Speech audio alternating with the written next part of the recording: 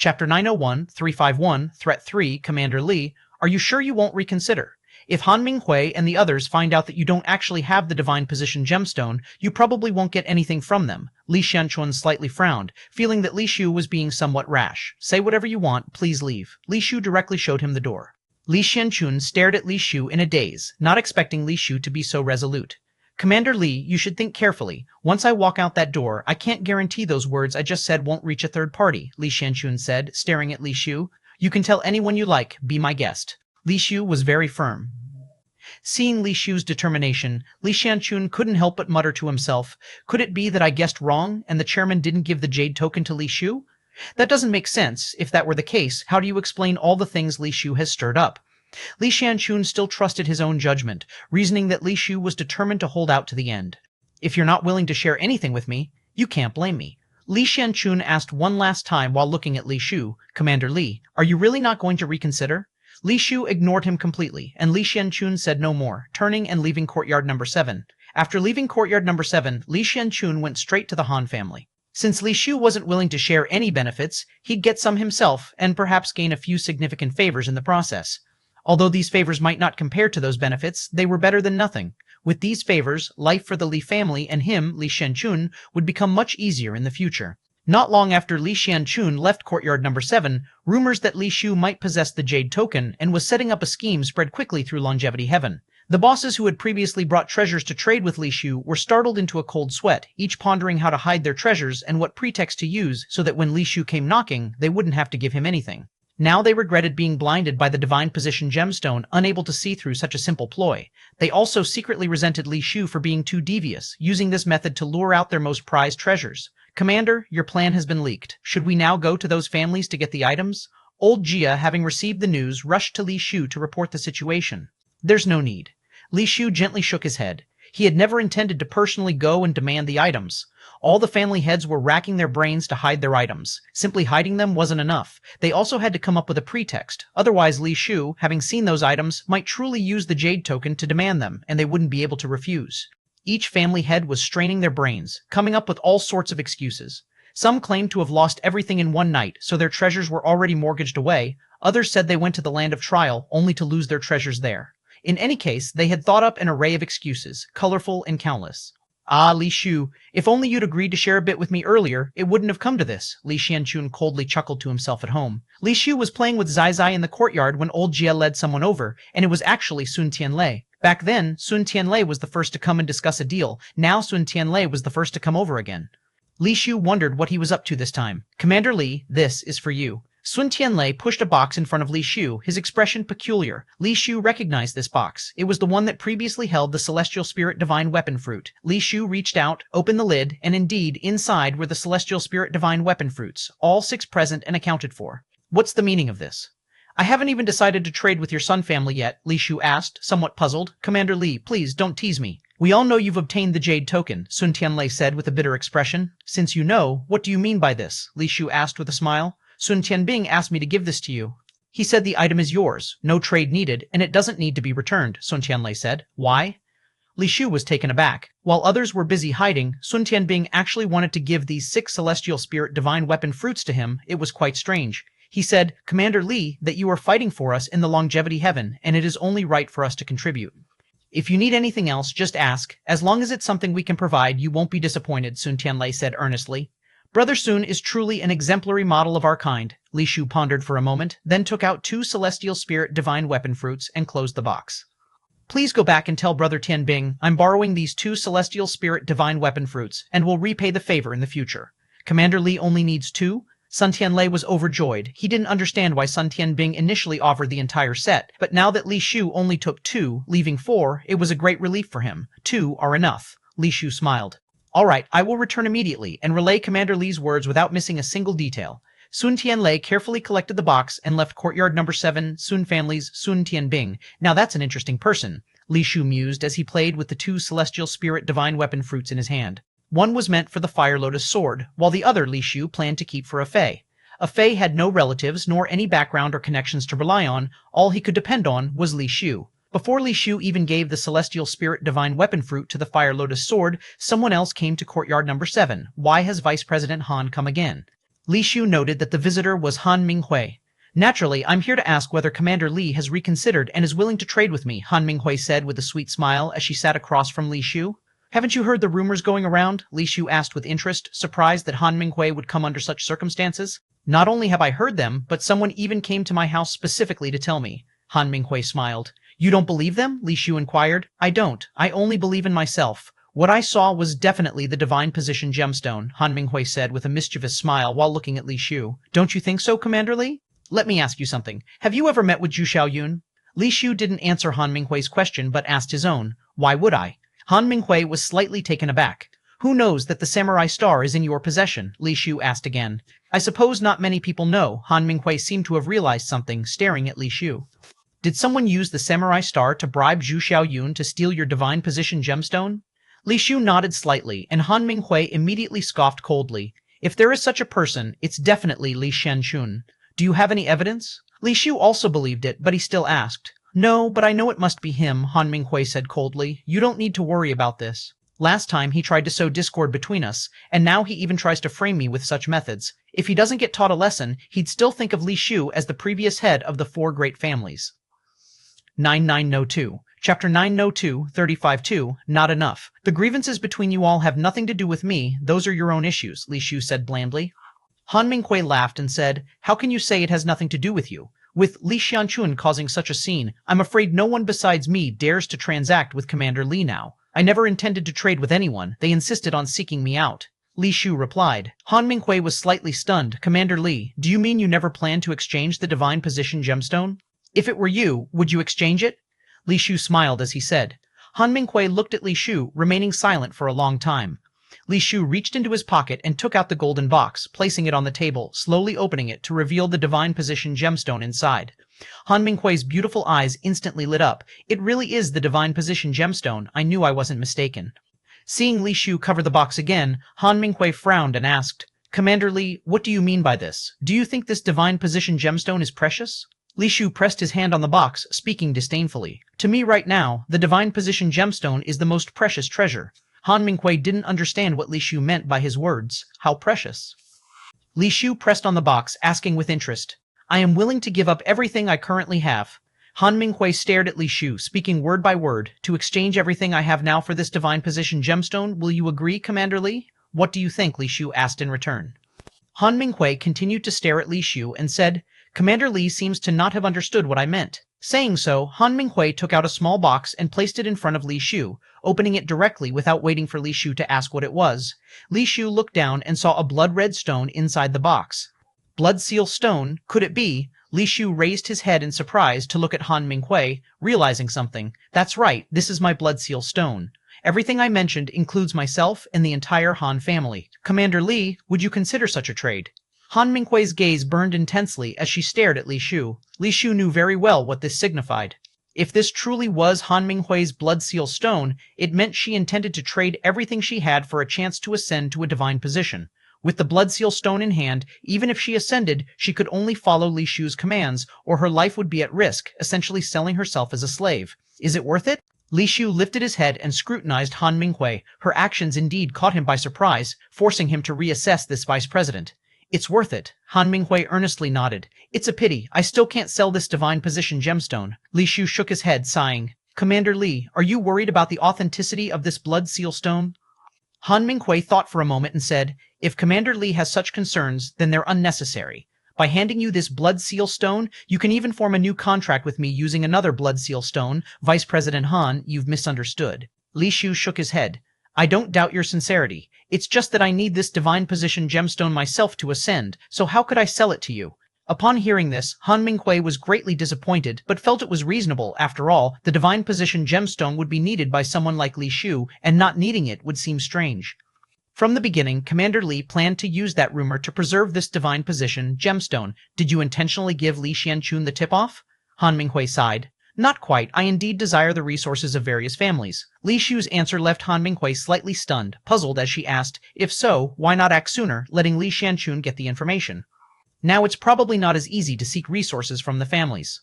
Li Shu gave a slight smile. No rush. They haven't brought out their best yet. The things they have offered so far are still insufficient. Han Minghui felt a chill in her heart from what she heard, yet quickly felt more puzzled. You tell me all this, aren't you afraid I'll leak the information?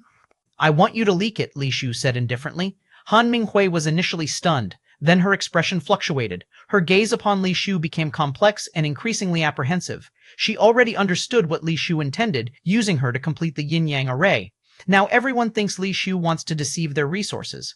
But once they know Li Shu actually possesses the Divine Position gemstone, and that she, Han Minghui, will go to any lengths for it, Li Xianchun and others will likely regret deeply, feeling even more urgent to restore the situation, vying to exchange with Li Shu. By then, if Han Minghui leaks this, Li Xianchun and others will assume she used tactics to obtain the Divine Position gemstone. She has already become Li Shu's bait, unable to escape, facing constant criticism, and even the truth will be disbelieved. By then, when Li Shu sweeps up resources from all families, everyone will think she's Li Shu's stooge, and the Han family will become a target of the masses. Commander Li, why make things difficult for a woman like me? Han Minghui said, smiling bitterly.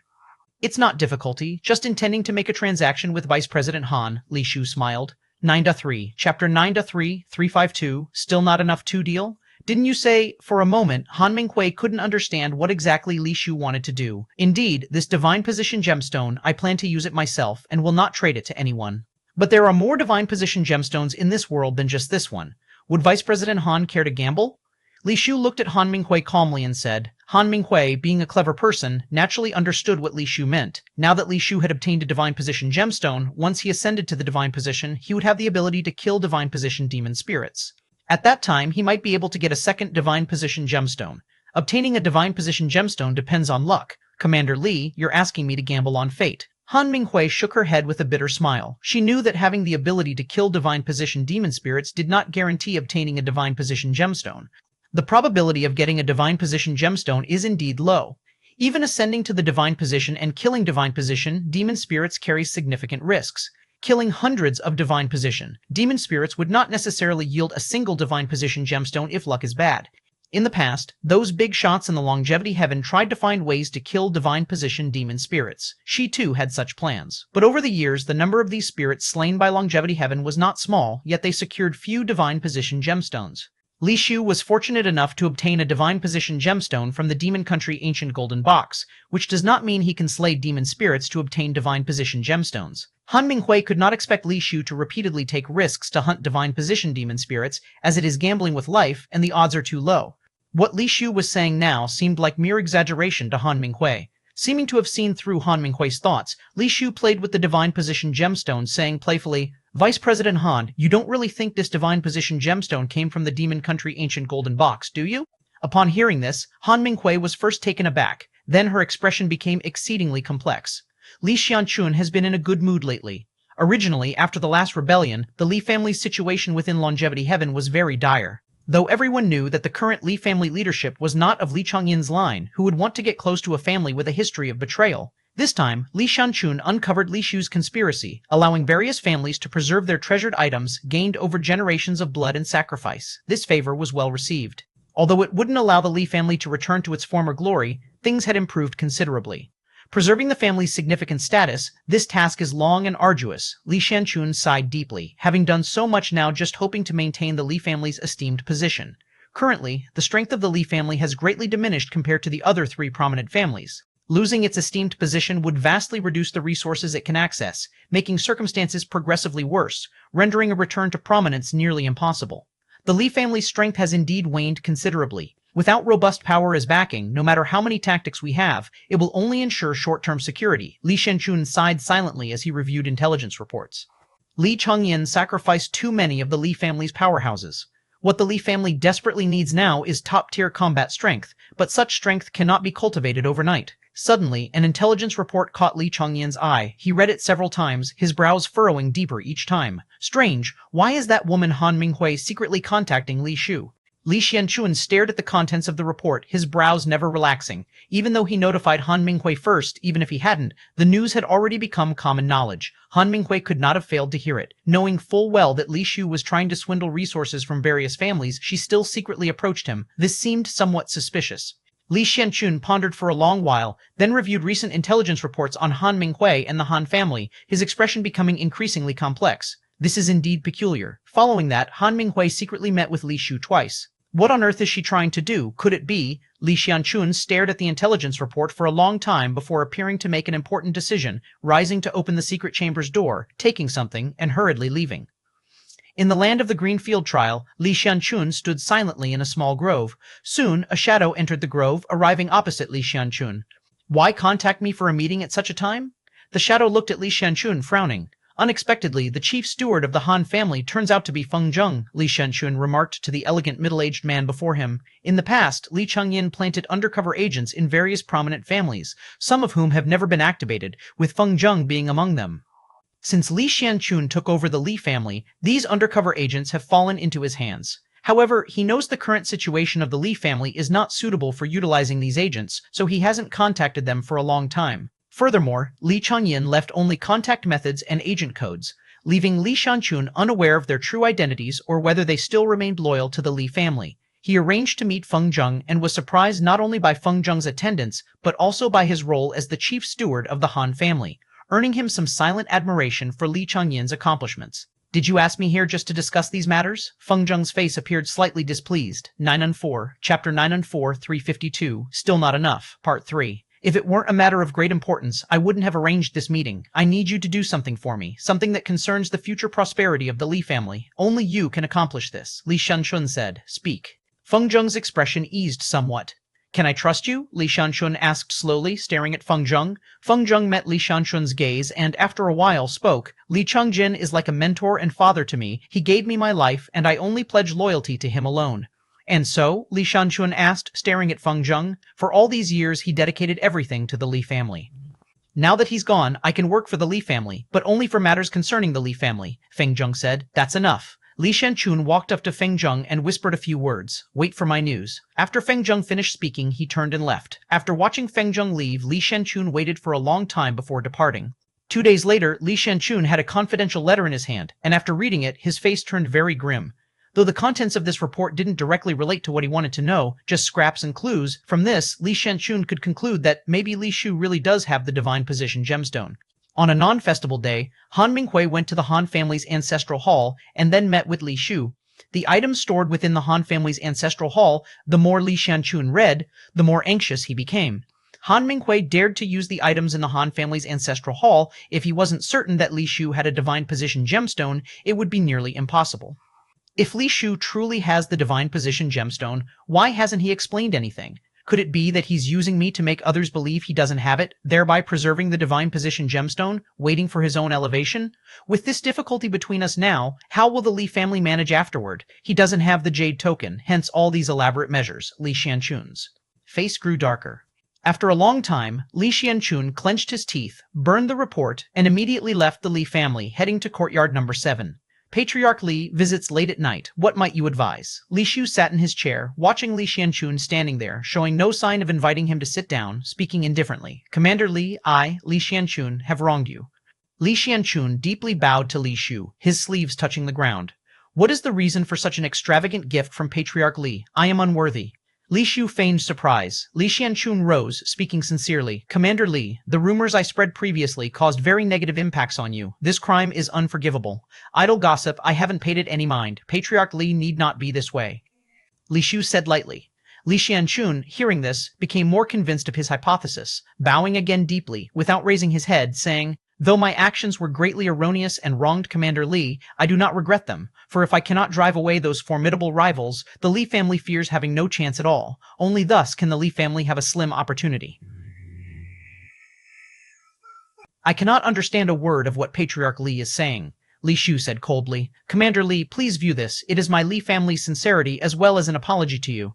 Li Xianchun said while placing a list in front of Li Shu. Li Shu glanced at the list. The first few items alone were astonishing, especially the few words on the first line. Even Li Shu was surprised. 2 bottles, Truth Liquid. Li Shu slowly raised his head to look at Li Xianchun. Few people knew what Truth Liquid was, but Li Shu was not among them.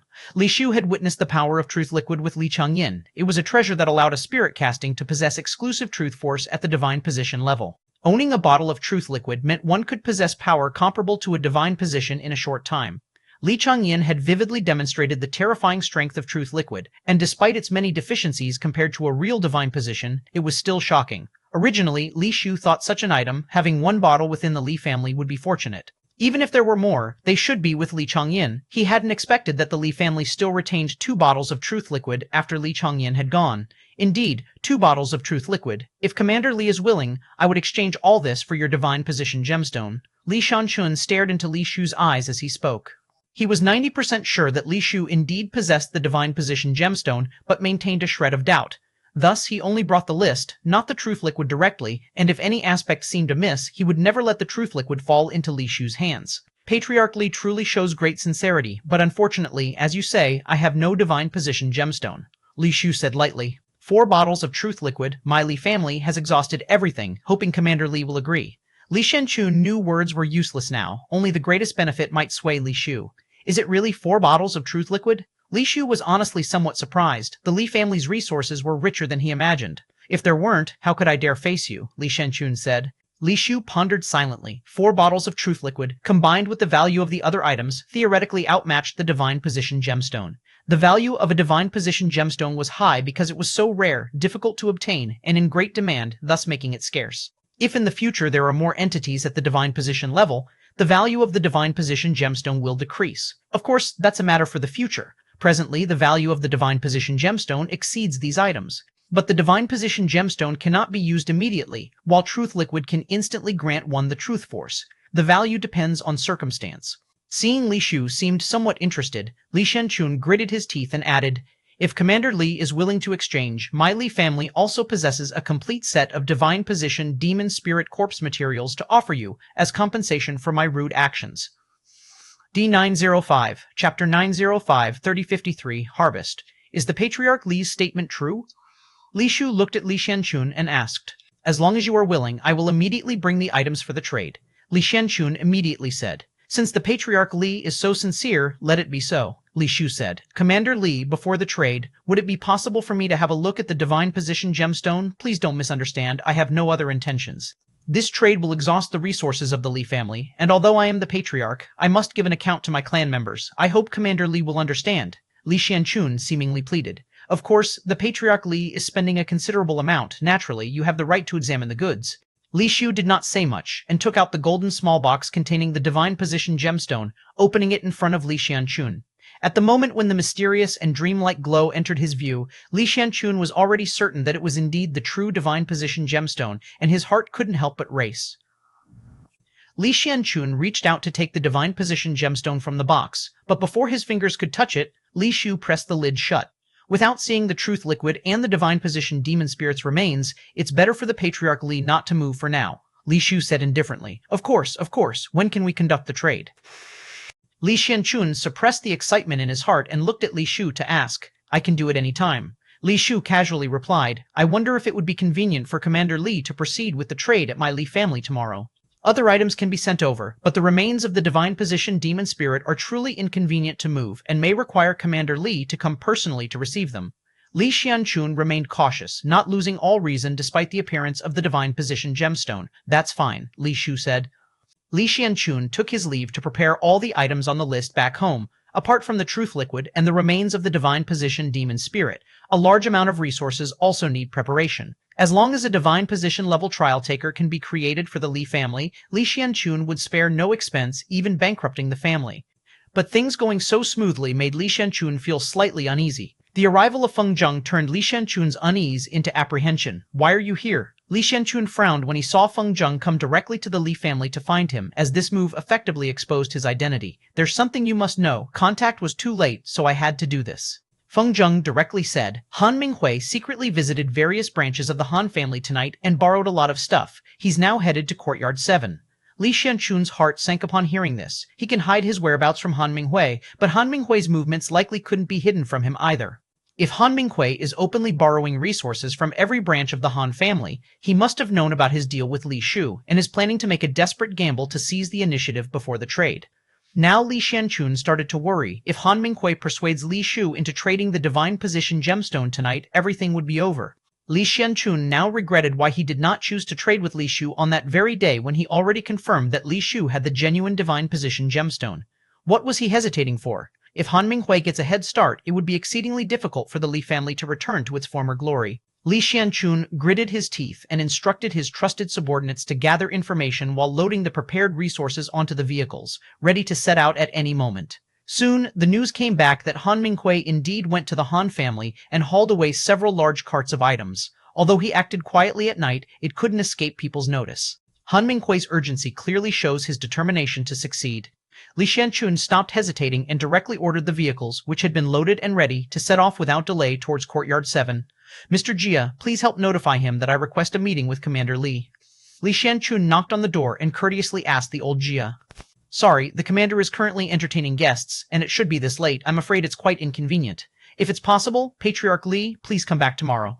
Old Jia said as he was about to close the door. Li Xianchun quickly reached out to stop the door and said, Mr. Jia, this is of utmost importance. Please assist us. The Li family will surely remember your great kindness. Patriarch Li, it's not that this old man is unwilling to help you, but the commander has instructed not to meet anyone today. Please return. Old Jia said while attempting to close the door again. Li Xianchun's eyes flashed with a sharp glint, and divine light suddenly burst from his palm. With a sudden exertion of power, he forced the door open and dashed in like a phantom. Old Jia was furious, not expecting Li Xianchun to be so brazen as to intrude directly, catching him off guard and allowing the door to be forced open. Get out! Old Jia's hand moved like cold lightning, reaching for Li Xianchun's neck with incredible speed, leaving no chance for Li Xianchun to dodge. But when Old Jia's grasp reached Li Xianchun's neck, he realized that it was merely an illusionary decoy, shattering into light and shadow after the grab. Meanwhile, Li Xianchun had already dashed into the courtyard, immediately noticing many boxes set up in the yard. Li Shu and Han Minghui were standing at the main entrance talking, and he immediately shouted, Commander Li, I have come as promised. I request a word. Old Jia, as quick as a spirit, caught up, eerily appearing behind Li Xianchun, reaching out to grab him. Old Jia, let him come over and close the door, Li Shu said. 906, Chapter 906, 35-3, Harvesting, Part 2. Old Jia retreated upon hearing the words, and Li Xianchun walked up to Li Shu, ignoring Han Minghui on the side, saluting Li Shu and saying, Commander Li, I have brought the items for the transaction. Shall we proceed as agreed? Well, Li Shu glanced at Han Minghui. Han Minghui smiled and said, Patriarch Li did not sign a contract with you, Commander. Naturally, you are free to choose. Since ancient times, the highest bidder wins. Even if it's first come, first served, I was the one who discussed with you multiple times first. Besides, you've seen my sincerity. Everything is here. Commander Li, some things can only be offered by our Li family. Please consider carefully. Li Xianchun spoke, opening the box containing 4 bottles of truth liquid. Other items, except for the corpse of the divine position demon spirit, which you need to receive personally, are outside the door. You can inspect them any time. Since Patriarch Li is so sincere, then leave the items here. Li Shu smiled and said, What do you mean, Commander? Li Xianchun sensed something amiss in Li Shu's tone and immediately closed the box, staring at Li Shu. Li Shu reached out and took out the jade token, clearly showing it to Li Xianchun, and said calmly, Did Patriarch Li not already say it? I am using the jade token to borrow resources from various families. Since Patriarch Li is so gracious in delivering them, I shall gladly accept.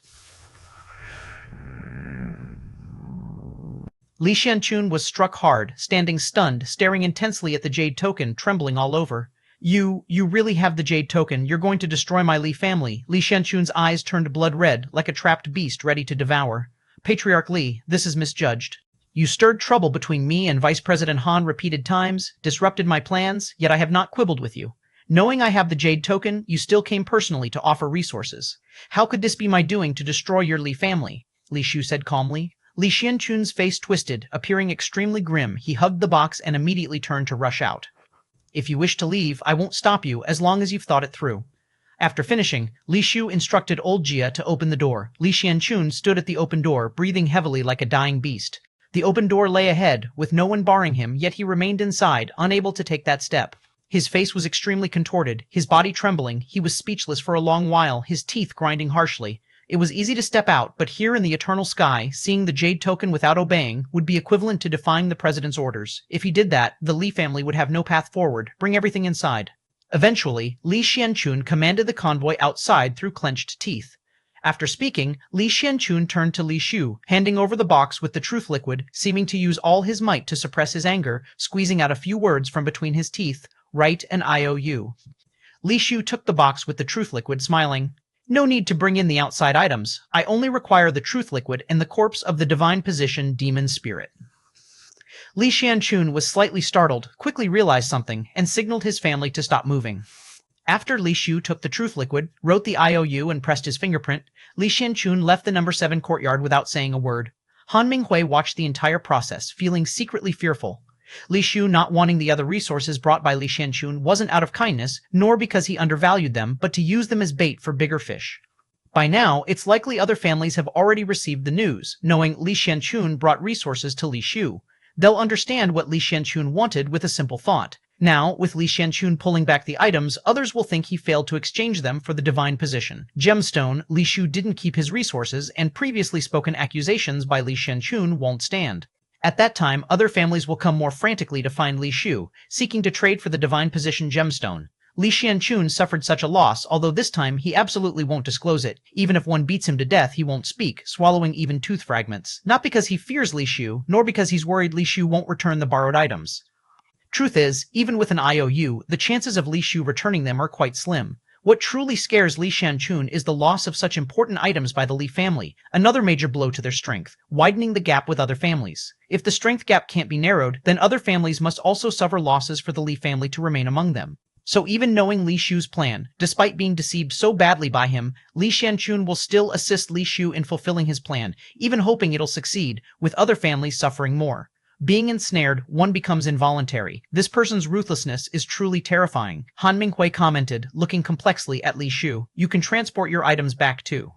Li Shu glanced at Han Minghui's boxes brought overnight. Those boxes truly held resources, but they were of little use to Li Shu now, as Han family's real top treasures were already in his possession. I-907, Chapter 907, 35-3, Harvesting Part 3, Please do not forget your promise, Commander Li. As long as I live, you will certainly have one of the divine position gemstones that I acquire, Li Shu said solemnly. Although Han Minghui was reluctant to hand the initiative over to Li Shu, as it was not her style, she had no other option and could only hope that Li Shu would keep his word. The events that occurred during that night's incidents quickly spread amongst the major families, and early the next morning, they gathered at the entrance of Courtyard 7 to find Li Shu. The high-ranking officials of the families were now gritting their teeth in anger towards Li Xianchun, believing he intentionally spread those rumors to exchange them for the divine position gemstone. Li Xianchun had to swallow this bitter fruit in silence, as the Li family's days in Longevity City grew even more difficult. Meanwhile, Li Shu entered harvest mode, collecting anything he set his eyes on, leaving behind a collection of IOUs. The families that Li Shu harvested shared the same sentiment as Li Xianchun, refusing to suffer losses alone, as it would compromise their future standing in Longevity City. In tacit agreement, they didn't mention their losses, while Longevity City maintained a false peace as each family swallowed their grievances. The Sun family and Mo family were the only ones spared from Li Shu's collection. The Sun family because Sun Tianbing had preemptively given offerings to Li Shu, and the Mo family likely because an elder had forewarned them. Only after Li Shu completed his harvesting did the family leaders run to the president, crying and lodging complaints, only to be dismissed by a single comment from the president. Li Shu was representing Longevity City to risk his life, and if they wanted their things back, they were welcome to risk their lives in his place. After completing his collection, Li Shu stayed in seclusion, not even attending the Trial Taker tournament. He needed to quickly enhance his strength. The vast resources he acquired this time were enough to advance him to the spirit-casting peak. Several days later, Li Shu arrived at the Li family to view the divine position demon spirit remains that Li Xianchun mentioned. It was completely different from what Li Shu had imagined. Not a decaying corpse, but a complete demon spirit corpse. The corpse, larger than a blue whale, appeared entirely like an orange gemstone, emitting a dreamlike glow. This demon spirit had the form of a creature with a lower body like a crab and an upper half resembling a human, possessing 3 heads and 6 armed blades. From afar, it looked like a colossal gemstone sculpture forged from orange sapphire, sinister yet splendid, as if an evil god had descended. Patriarch Li, what is the origin of this demon spirit? Li Shu asked as he examined the remains. Li Xianchun showed no temper in front of Li Shu, expressionless as he said, "This was a demon spirit hunted by an elder from the old generation of the Li family, with the help of the president. I only heard that it resided in a place called Flame Mountain. That elder discovered it was about to give birth and gathered many friends to attempt to trap and kill it during childbirth, but they suffered heavy losses. Even in labor, it was ferociously unmatched, beyond the power of several spirit casters. Ultimately, it required the president's intervention to be killed." Li Xianchun paused, then continued. Unfortunately, this demon spirit did not produce a demon spirit gemstone, nor did it yield anything else, only leaving behind this corpse. The divine position level demon core had long been extracted, and now only this corpse material remains. With such advanced materials, why didn't your Li family use it? Li Shu found the situation peculiar. Materials at the divine position level, even without any technical refinement, could be used as weapons or armor with formidable capabilities. This corpse is more than sufficient to create a dozen sets of armor, with more potential for weapons. How could it be left unused here for decades? Li Xianchun smirked coldly. We want to use it, but we must be able to. The energy contained in this corpse is extraordinarily peculiar. If a trial taker's body is exposed to its glow for an extended period, it causes mutations. Mutations? Li Shu was somewhat surprised. Similar to cancer, Li Xianchun shrugged. Is it like nuclear radiation? Li Shu then understood why the Li family sealed it in an underground chamber unused for so long. Armor and weapons made from such materials would be too dangerous to wear, equivalent to suicide. That Li Xianchun, no wonder he's willing to trade this away. He can't even use it, probably hoping to see my downfall, thought Li Shu, sending for Old Wen to deliver a message. Not long after, Old Wen arrived at the chamber with men and equipment. Unexpectedly, Old Wen brought Professor Shu and other veteran researchers, all clad in special protective suits. At the sight of the divine position demon spirit remains, Old Wen, Professor Shu, and the researchers' eyes gleamed like wolves encountering blood. Complete materials at the divine position level, magnificent. Without needing instruction, they set about examining the materials. Li Xianchun watched coldly, saying nothing. He doubted Li Shu would be able to utilize the remains. Previous family elders had researched it, and if a solution existed, it wouldn't be neglected here. Old Wen and the old men tinkered with the remains for quite a while before Old Wen approached Li Shu with a serious expression. Seeing Old Wen's demeanor, Li Xianchun smirked inwardly, assuming Old Wen was also stumped. Old Wen, how is it? Li Shu inquired of Old Wen. This thing is quite peculiar, Old Wen replied with an odd expression. How so? Li Shu prompted again. This thing, it might be alive. Old Wen's words changed the expressions of both Li Shu and Li Xianchun. 908, Chapter 908, 34-4, Miracle Born in the Womb Alive. That's impossible. The demon core has already been extracted. How can it be alive? Li Xianchun felt that the old man was insulting his intelligence. This divine position demon spirit's corpse has been here for decades. If it were alive, how could it have stayed here all this time? Even if it didn't rush out to kill all the Li family, it should have escaped. How could it possibly stay here honestly for decades? Moreover, the demon core has been extracted. How can it still be alive? Li Shu said nothing, merely looking at the old man, waiting for him to explain. The old man glanced at Li Xianchun and then said, According to our inspection, the light energy inside the corpse is active, so it must be alive. Otherwise, there's no way to explain why the light energy is still active. After speaking, the old man looked at Li Xianchun and asked, When you hunted this divine position demon spirit, was it giving birth? They had not previously told the old man the origin of this demon spirit, nor had they mentioned the matter of the demon spirit giving birth. The fact that the old man could inspect and find that the demon spirit was giving birth when it was killed was somewhat surprising to Li Xianchun. Yes, Li Xianchun nodded. Then there's no mistake. What about the demon spirit offspring it gave birth to? The old man asked again. The president took it away, Li Xianchun replied. How many? The old man asked suddenly, slightly startling Li Xianchun. Naturally, only one. A demon spirit of such level could not possibly give birth to many offspring. Li Xianchun replied truthfully. The old man pondered and said, Based on the current information, this demon spirit should have been nurturing two offspring. It was killed after giving birth to the first, and the second offspring, which had yet to be born, remained inside its corpse. However, the offspring that didn't have time to be born didn't die. It continued to grow inside the demon spirit's corpse. You mean there's still a demon spirit offspring inside the demon spirit's body? Li Shu exclaimed in surprise. It may no longer be an offspring. Over these years, it has been absorbing the mother's light energy and may have already grown up, the old man said. Can you detect what level it is now? Li Shu asked. I'm afraid it's difficult to detect. The old man shook his head. Li Shu stared at the corpse, frowning silently. If the offspring inside had already grown to the divine position level, he might not be able to kill it. The thing is undoubtedly valuable, but if brought back, it could indeed become a big problem. I want to bring it back. What do you think? Li Shu asked the old man. Although it's somewhat troublesome, it can be brought back for research, the old man said expressionlessly. Li Shu felt assured immediately. Knowing the old man so well, he could tell from his expression that he was determined to obtain this. In that case, thank you, Patriarch Li. After speaking, Li Shu said to the old man, Take the thing back. Li Xianchun's expression changed unpredictably. If there was indeed a developing divine position demon spirit descendant inside, it might be able to ascend to the divine position level. If it could be trapped now, they could kill a divine position demon spirit at a very low cost in the future. If it released a divine position gemstone, it would undoubtedly be a great boon for the Li family. Even if no divine position gemstone came forth, obtaining divine skills or demon spirits could significantly boost the Li family's strength. But now he could only watch helplessly as Li Shu's people took the corpse away, which made Li Xianchun nearly want to spit blood in frustration. He had calculated everything meticulously, yet he always seemed to suffer great losses in front of Li Shu. Li Shu wrote an IOU and had the demon spirit's corpse brought back. Li Shu originally wanted to take the demon spirit's corpse to the Institute first, but after leaving the Li family, the old man approached, whispering, "This thing must be taken to compound number 7. It can't go to the Institute." "Why?" Li Shu asked. "Earlier, with Li Shenchun present, I didn't explain clearly. The demon spirit offspring in the mother was not fully developed at birth, and its connection to the mother was not cut. It regarded the mother as part of itself, and over the years it has merged with the mother, turning the corpse into a new demon spirit," the old man whispered excitedly.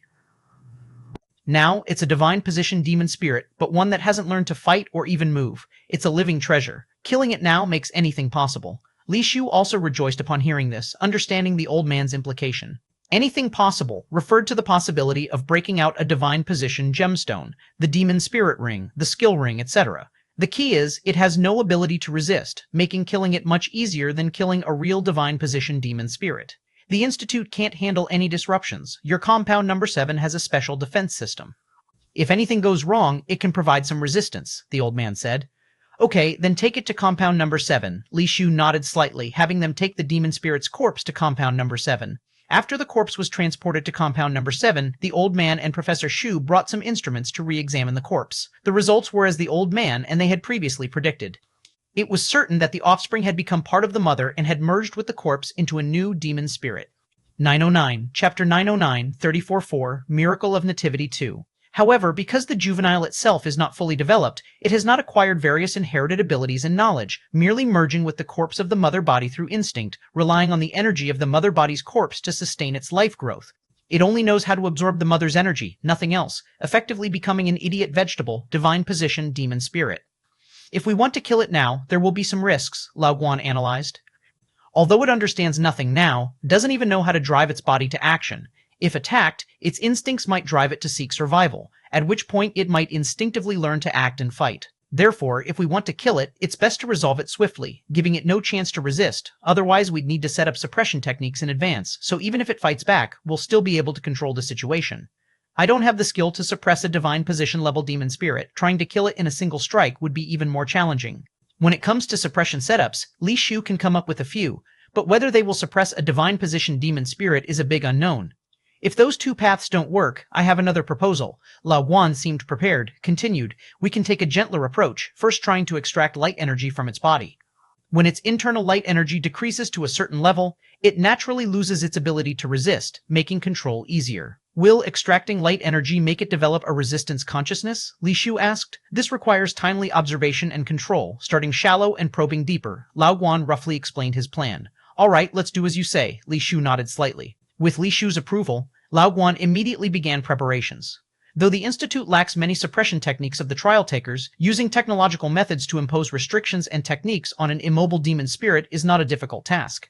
Before they start extracting light energy, they first set up various instruments and machinery for convenience in controlling the divine position demon spirit. In case of issues, they could restrict the demon spirit for a while, allowing Li Shu time to make other plans. Some equipment needed manufacturing and modification, which took several days. During these days, Li Shu continually used various resources to improve his spirit casting.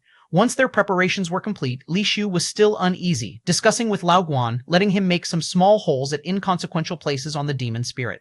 Ordinary materials cannot leave marks on these corpses, but Professor Shu brought a set of tools made of divine position level materials, similar to drills, barely managing to make a tiny hole at insignificant parts of the corpse. Just making a less than 1 centimeter deep hole took nearly another 2 days. After making several small holes, Li Shu summoned the forbidden spear, firing bullets into each of the small holes. Only then did Li Shu feel assured enough to let Lao Guan and the others begin extracting the demon spirit's light energy, which would be sent into the light energy container researched by Professor Shu. Li Shu watched the demon spirit, fully bound and connected with equipment, as an orange light energy was extracted along transparent tubes, slowly fed into the container. Shaped like a gas tank but several times larger, with a transparent upper half and metal lower half, the light energy container gradually accumulated orange brightness. Clusters of orange light made the container increasingly bright, and Lao Guan and others monitored the data on the demon spirit's instruments closely. All is normal, light energy activity within the corpse is stable, value 76, value 75. The researchers monitoring various instruments continuously reported data. Lao Guan and Professor Shu listened to various data while giving out commands. Everything went smoothly. The second transmission pipe lit up, extracting light energy from the corpse alongside the first. Due to the immense amount of light energy contained within the divine position, demon spirit's body, a single pipe's extraction would not diminish the body's light energy to the required level within a year. After the second pipe activation, Lao Guan and Professor Shu were somewhat tense, repeatedly inquiring about numerous values while observing the data. Fortunately, there were no mishaps, and after a certain period of second pipe activation, the corpse's situation remained stable. After an hour, Chu Tianyu asked, Guan Lao, all values are very stable, should we open the third pipe? Let's stop here for today, maintain 2 pipes for now, and observe for 2 days before deciding.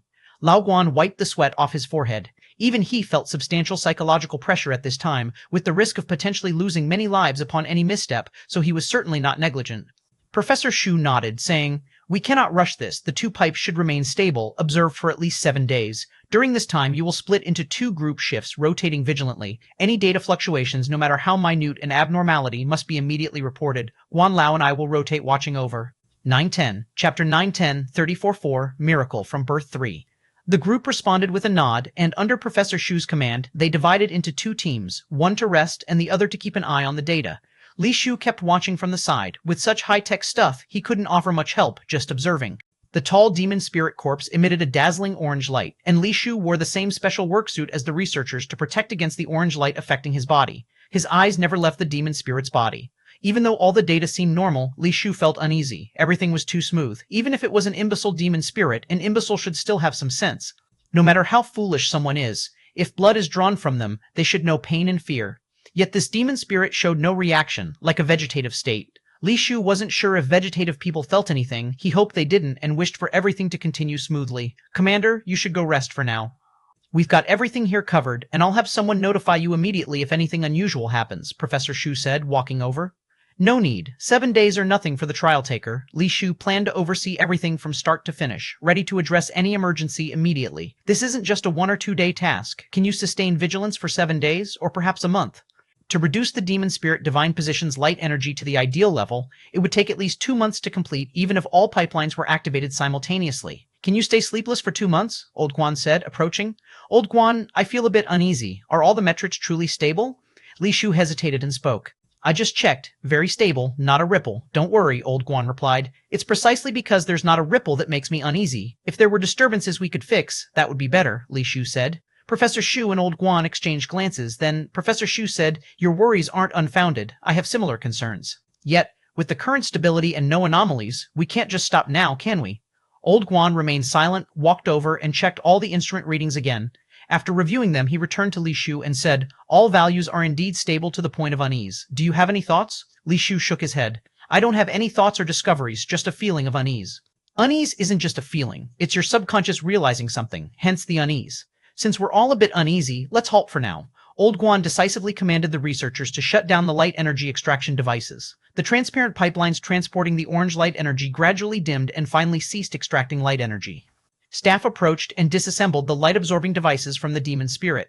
The first light-absorbing device was removed smoothly, but while the staff were disassembling the second one, the demon spirit's body suddenly shook. The sudden jolt sent the staff tumbling from the scaffold, but Li Shu reacted quickly, catching both workers mid-air with his hands. As Li Shu descended, he saw the demon spirit's body shivering, and at its abdomen, armor-like orange-blue crystals swelled up rapidly, soon resembling a pregnant woman's belly. Everyone's faces changed drastically. Old Guan and Professor Shu immediately commanded everyone to activate various containment devices. Light burst forth from the devices containing the demon spirit, crisscrossing its body like rainbow webs, enveloping it within. Enclosed by the light web, the demon spirit's body trembled less, yet the bulging abdomen showed no signs of stopping and continued to enlarge. The rainbow-like radiance had already sunk into its belly, yet the belly continued to grow. At the first moment, Li Shu activated the evil spirit token's dual casting spirit, merging the red and blue casting spirits with his body. Simultaneously, he summoned the forbidden spear in Gatling form, and blood vine-like casting spirit surfaced on its barrel. Li Shu aimed the forbidden spear at the demon spirit, but did not immediately attack. Light energy activity, 1785 to 1986 to 159. Light energy activity began decreasing, 1987.2682, 1957, 571.271.268. 88, now within normal range. Although staff reported values returning to normal levels, no one believed the demon spirit truly returned to normal. The demon spirit's inflated belly suddenly contracted, condensing into a strange face in its abdominal cavity. The face, egg-shaped, was much smaller than the three faces atop the demon spirit's head and resembled a face-shaped belt buckle in its abdominal area. The small face had ears, eyes, and a mouth, but no nose. The mouth curved just like a clown's smile, slightly upturned at both corners. While the small face had eyes, they lacked pupils, emitting orange light and drooping in a crescent-shaped manner. As the little face began to grin, what appeared to be a smile suddenly transformed into a demonic grimace, with saw-like teeth showing inside its mouth. The containment setup proved effective. No matter how the little face twisted, it couldn't tear through the rainbow light web that entrapped it. Seeing the apparition break free, the researchers collectively let out a sigh of relief. Although the containment might not last long, it was better than having no buffer time. Old Guan intended to say something to Li Shu, but suddenly, an eerie moment occurred. The little face ceased its writhing, its drooping eyes glaring at Li Shu, emitting an eerie voice. "Commander, are you here to kill me? 911, Chapter 911, 355, the best choice. Who are you?" Li Shu stared at the small face and asked, feeling a bit puzzled, why was this magical creature calling him Commander? Who are you? The small face stared at Li Shu and surprisingly said the same thing. Li Shu immediately realized that the small face didn't actually know him but was mimicking their words. The technicians had been calling him Commander, so the small face used the same term. "It's mimicking and learning, we must kill it quickly," Old Officer shouted. "It's mimicking and learning, we must kill it quickly." The small face also repeated what Old Officer said, even imitating his tone. Li Shu hesitated no longer. The light bullets of the forbidden spear burst forth, yet these bullets could not shatter the magical creature's body. As raindrop-like light bullets hit the orange shell, they were immediately deflected. Even though the light bullets were ineffective, Li Shu didn't stop shooting, frantically sweeping his shots across the magical creature's entire body. Tat-tat-tat-tat, ding-dong, ding-dong. The small face even mimicked the sound of the forbidden spear firing and the impact of the light bullets, giving off an eerie and strange vibe. After countless light bullets were fired, a thought crossed Li Shu's mind, and the bloodvine spirit entwining the forbidden spear began to glow with bloodlight. All the fired light bullets suddenly floated up and clung to the magical creature's body.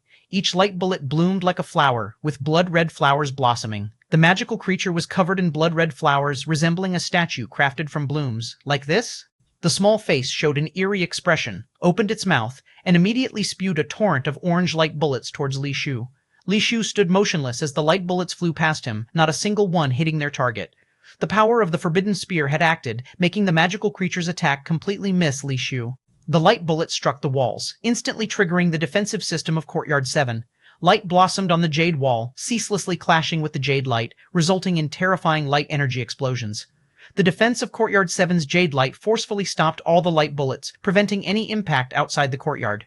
However, the shockwaves from the explosions inside scattered the courtyard's contents. Thankfully, Old Officer and others were well prepared and took refuge in a defensive circle, thus avoiding the impact of the shockwaves. The light circles formed by the equipment flickered under the repeated impacts of the shockwaves, as if on the verge of shattering at any moment. Li Shu frowned slightly. The forbidden flower from the forbidden spear's spirit casting had some effect on the magical creature, but it couldn't fully affect it. This was because the magical creature was still learning and growing, unable to fully utilize its own power. When it eventually gains full control of its abilities and learns some techniques, the forbidden flower's influence on it might diminish greatly. A thought crossed Li Shu's mind, and the blood vine on the forbidden spear once again emitted bloodlight, causing the embedded light bullets to bloom again. The small face, seemingly elated, opened its mouth to launch another light bullet attack, but suddenly displayed confusion in its eyes. The light energy gestating in its mouth didn't shoot out, but exploded within. Indeed, penetrating forbidden bullets have a stronger effect, Li Shu rejoiced at the sight. Not giving the small face any chance, Li Shu discarded the forbidden spear, grasped a golden dinner knife in one hand and a longevity treasure chopstick in the other, leaping directly at the bewildered small face. Bang! The blade of the golden dinner knife stabbed at the small face's eye, but a metallic clashing sound rang out, unable to pierce through. The longevity treasure chopstick in his other hand, however, pierced right through the small face's other eye, deeply embedding itself. The small face screamed in pain, twisting and struggling to retreat into the magical creature's corpse, the entire carcass writhing violently, imprisoned by the rainbow net and unable to break free. Boom, boom, boom. The rainbow net's threads snapped one by one, unable to last much longer to contain the magical creature. Unwilling to let it escape, Li Shu abandoned the golden dinner knife, holding the longevity treasure chopsticks with both hands, channeling all his strength into them and relentlessly stabbing, leaving deep holes on the small face. Just as the small face was about to retreat completely, Li Shu drove a chopstick through its forehead, freezing it in place. Li Shu then fiercely jabbed the small face a few more times, confirming it had ceased all movements before releasing his grip, feeling utterly exhausted. His desperate light energy infusion into the longevity treasure chopsticks had nearly drained his own light energy. In his frantic outburst, he hadn't noticed, but now exhaustion gripped him, barely allowing him to stand. Suddenly, the magical creature's brilliance gathered before the small face, shocking Li Shu and others. Upon closer inspection, they saw that the gathered brilliance was slowly crystallizing, seemingly forming an orange gemstone. Is it a talent gemstone, or a divine position gemstone? Li Shu gazed intently at the orange crystal forming among the gathering light. 912, Chapter 912, 35.5, The Best Choice, Part 2, Divine Position. Level talent gemstones are extremely rare, theoretically speaking. If a special talent ability is involved, it's worth even more than a divine position gemstone. However, because there are far fewer divine position level trial takers than needed as of now, divine position gemstones still hold greater value. More and more orange gleams gathered into a crystal, and in a short time, under the watchful eyes of the crowd, it coalesced into an eye-like orange gemstone. It's a divine position gemstone. Li Shu exclaimed in ecstatic joy upon recognizing that it wasn't a talent gemstone. All the orange gleams on the demon spirit completely concentrated on the gemstone, while its body turned dull and lifeless like a gray stone. Typically, only the remains of a demon spirit without any condensed treasures can be used as materials. A corpse like this, where all light energy has transformed into a gemstone, is no longer useful, so it cannot be used as divine position level material. Li Shu reached out to grab the falling gemstone, then cracked open the small stone-like face, revealing a pigeon egg-sized orange demon core inside, as expected. Li Shu was in high spirits, initially only intending to obtain a set of divine position level materials, but unexpectedly he acquired a divine position gemstone and an additional divine position level demon core. This was all thanks to Li Xianchun's contribution of such a bizarre demon spirit, almost like a stupid infant. Otherwise, even with the longevity treasure chopsticks in hand, it wouldn't have been so easy to kill. If Li Xianchun knew the result, he would probably be spitting blood in anger. Congratulations, you've gained another divine position gemstone, and this one is quite extraordinary. Li Ming Air approached with a smiling face, having watched indoors all along. Though Li Shu hadn't asked for Li Ming Air's help, she continued to monitor the situation here. If Li Shu couldn't manage, she would step in to assist. It wasn't that Li Shu didn't want to ask Li Ming for help. He was just afraid of the head finding out he risked Li Ming even though she wasn't in any real danger, he would still find a reason to claim his achievements. Yet, he understood deep down that even if he didn't ask, Li Ming definitely wouldn't abandon him. Should the situation become unmanageable, Li Ming would surely help, which is why Li Shu dared to stir things up in the 7th courtyard. Aren't all divine position gemstones the same? What's special about this one? Li Shu didn't see any difference between this divine position gemstone and his own. This demon spirit is different and very rare, I'll explain in detail later. Seeing so many people present, Li Ming was reluctant to say more. Li Shu understood Li Ming intent, so he ordered the courtyard items packed up and had the old officer take the research institute's instruments and equipment back. Naturally, Li Shu was generous. After all, he had abundant resources on hand, rewarding the researchers adequately later on. As they were leaving, the old officer approached with a smile. You probably don't need that demon core for now, why not give it to us for research? My demon armor is just lacking a divine position level demon core. Although Li Shu wanted the demon core, it wasn't essential, while the old officer and his team greatly contributed and risked much, thus it was inappropriate to refuse. Li Shu didn't say much, directly handing over the divine position demon core to the old officer, bearing in mind he would ultimately be using the manufactured demon core in the future. After the old officer and his team departed, Li Ming said to Li Shu, "That demon spirit came from Flame Mountain, named the True Yang Evil Bone, which I heard from the Longevity 3 corpses. They mentioned the True Yang Evil Bone's power had some restraining effect on Longevity 3 corpses, even causing them some trepidation. Doesn't seem like that demon spirit is particularly powerful." Li Shu thought the demon spirit wasn't as formidable as Li Ming described, capable of intimidating even top-tier demon spirits like the Longevity 3 corpses. You didn't find it powerful because its body was controlled by an infant-like soul, unable to showcase its true strength.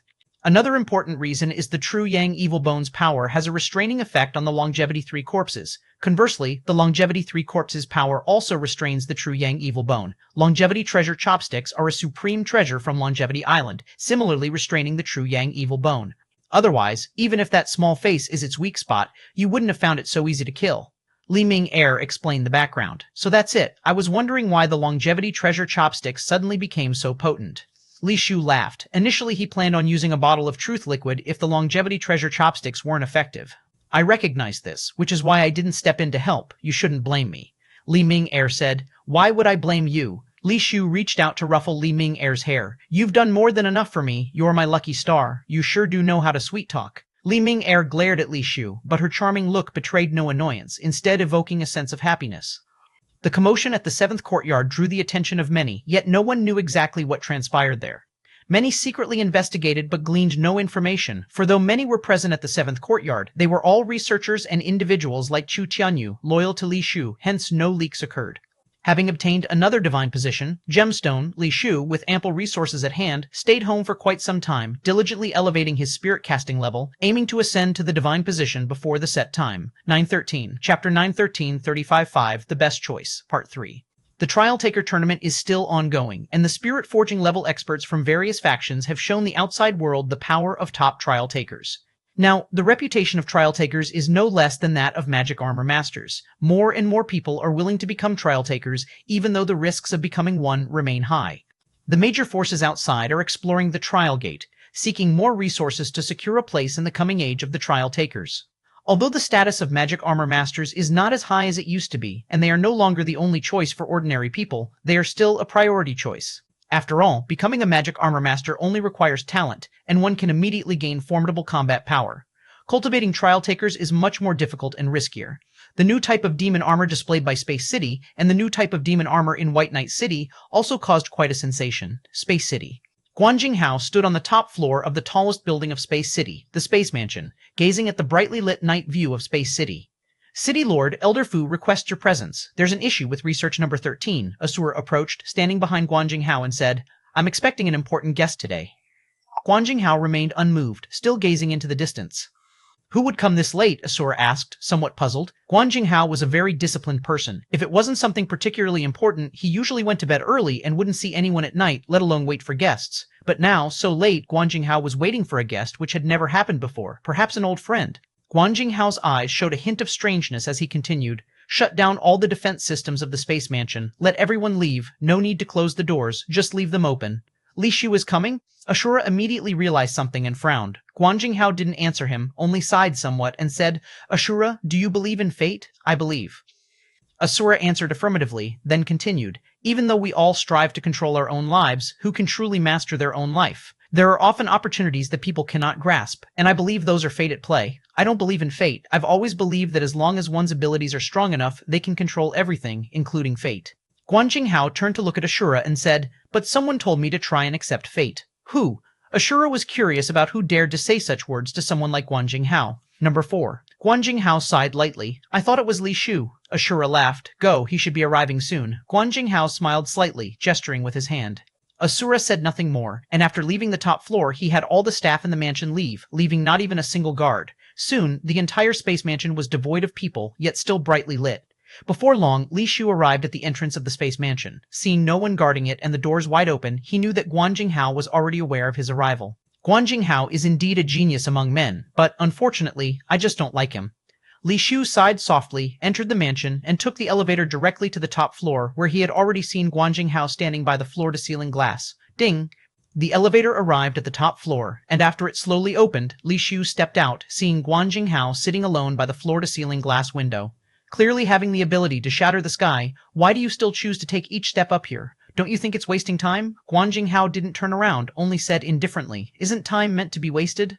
Li Shu said, looking at Guanjing Hao's back. You are really extravagant. Guanjing Hao still showed no intention of turning around, quietly saying, Will you keep me company to see how the Space City looks at night? Not interested, Li Shu said. You've wasted so much time. Wouldn't you spend a little bit of your time to accompany me in seeing this view? Guanjing Hao said. I only like to waste time on the people and things I like. Clearly, you're not among them, Li Shu said. Are you willing to waste time on Bai Chu Yi? Guanjing Hao asked calmly. He is my friend, so naturally I am willing, and you are not, Li Shu said. Since you're willing to waste time on Bai Chu Yi, then you should keep me company to see the night scene of Space City, Guanjing Hao said. What do you mean? Li Shu frowned. Isn't his matter worth your while to waste a little time on? Guanjing Hao said with a smile. Li Shu said nothing more, pulled up a chair from beside him, and sat down next to Guanjing Hao. Since Bai Chu Yi brought me back, has everything been according to your plan? Li Shu said, looking at the brightly lit city outside the window. I didn't have the ability to foresee your existence, nor did I know he would meet you, Guanjing Hao said. So what? Li Shu's expression remained unchanged. So if I could do it all over again, I think I would use you as the blueprint for the clone. Guanjing Hao looked at Li Shu, smiling as he spoke. Then why did you choose Bai Chu Yi this time? 3 years should have been enough time for you to choose again and again. Li Shu always puzzled over this question. During his 3 years in Space City, he underwent some physical tests and experienced many battles. Guanjing Hao certainly had enough opportunities to obtain his body samples. Wouldn't that have been more direct? Why go to all the trouble of having Bai Chuyi learn his various skills and then replicate Bai Chuyi? Because of confidence, Guan Jinghao smiled and said, Confidence? Li Shu still couldn't fully understand. Do you think you are inferior to others? Guan Jinghao looked at Li Shu and asked. Could it be? Li Shu suddenly realized something, looking at Guan Jinghao with disbelief. Most people, when they are young, believe themselves to be the protagonist of this world, with the world revolving around them.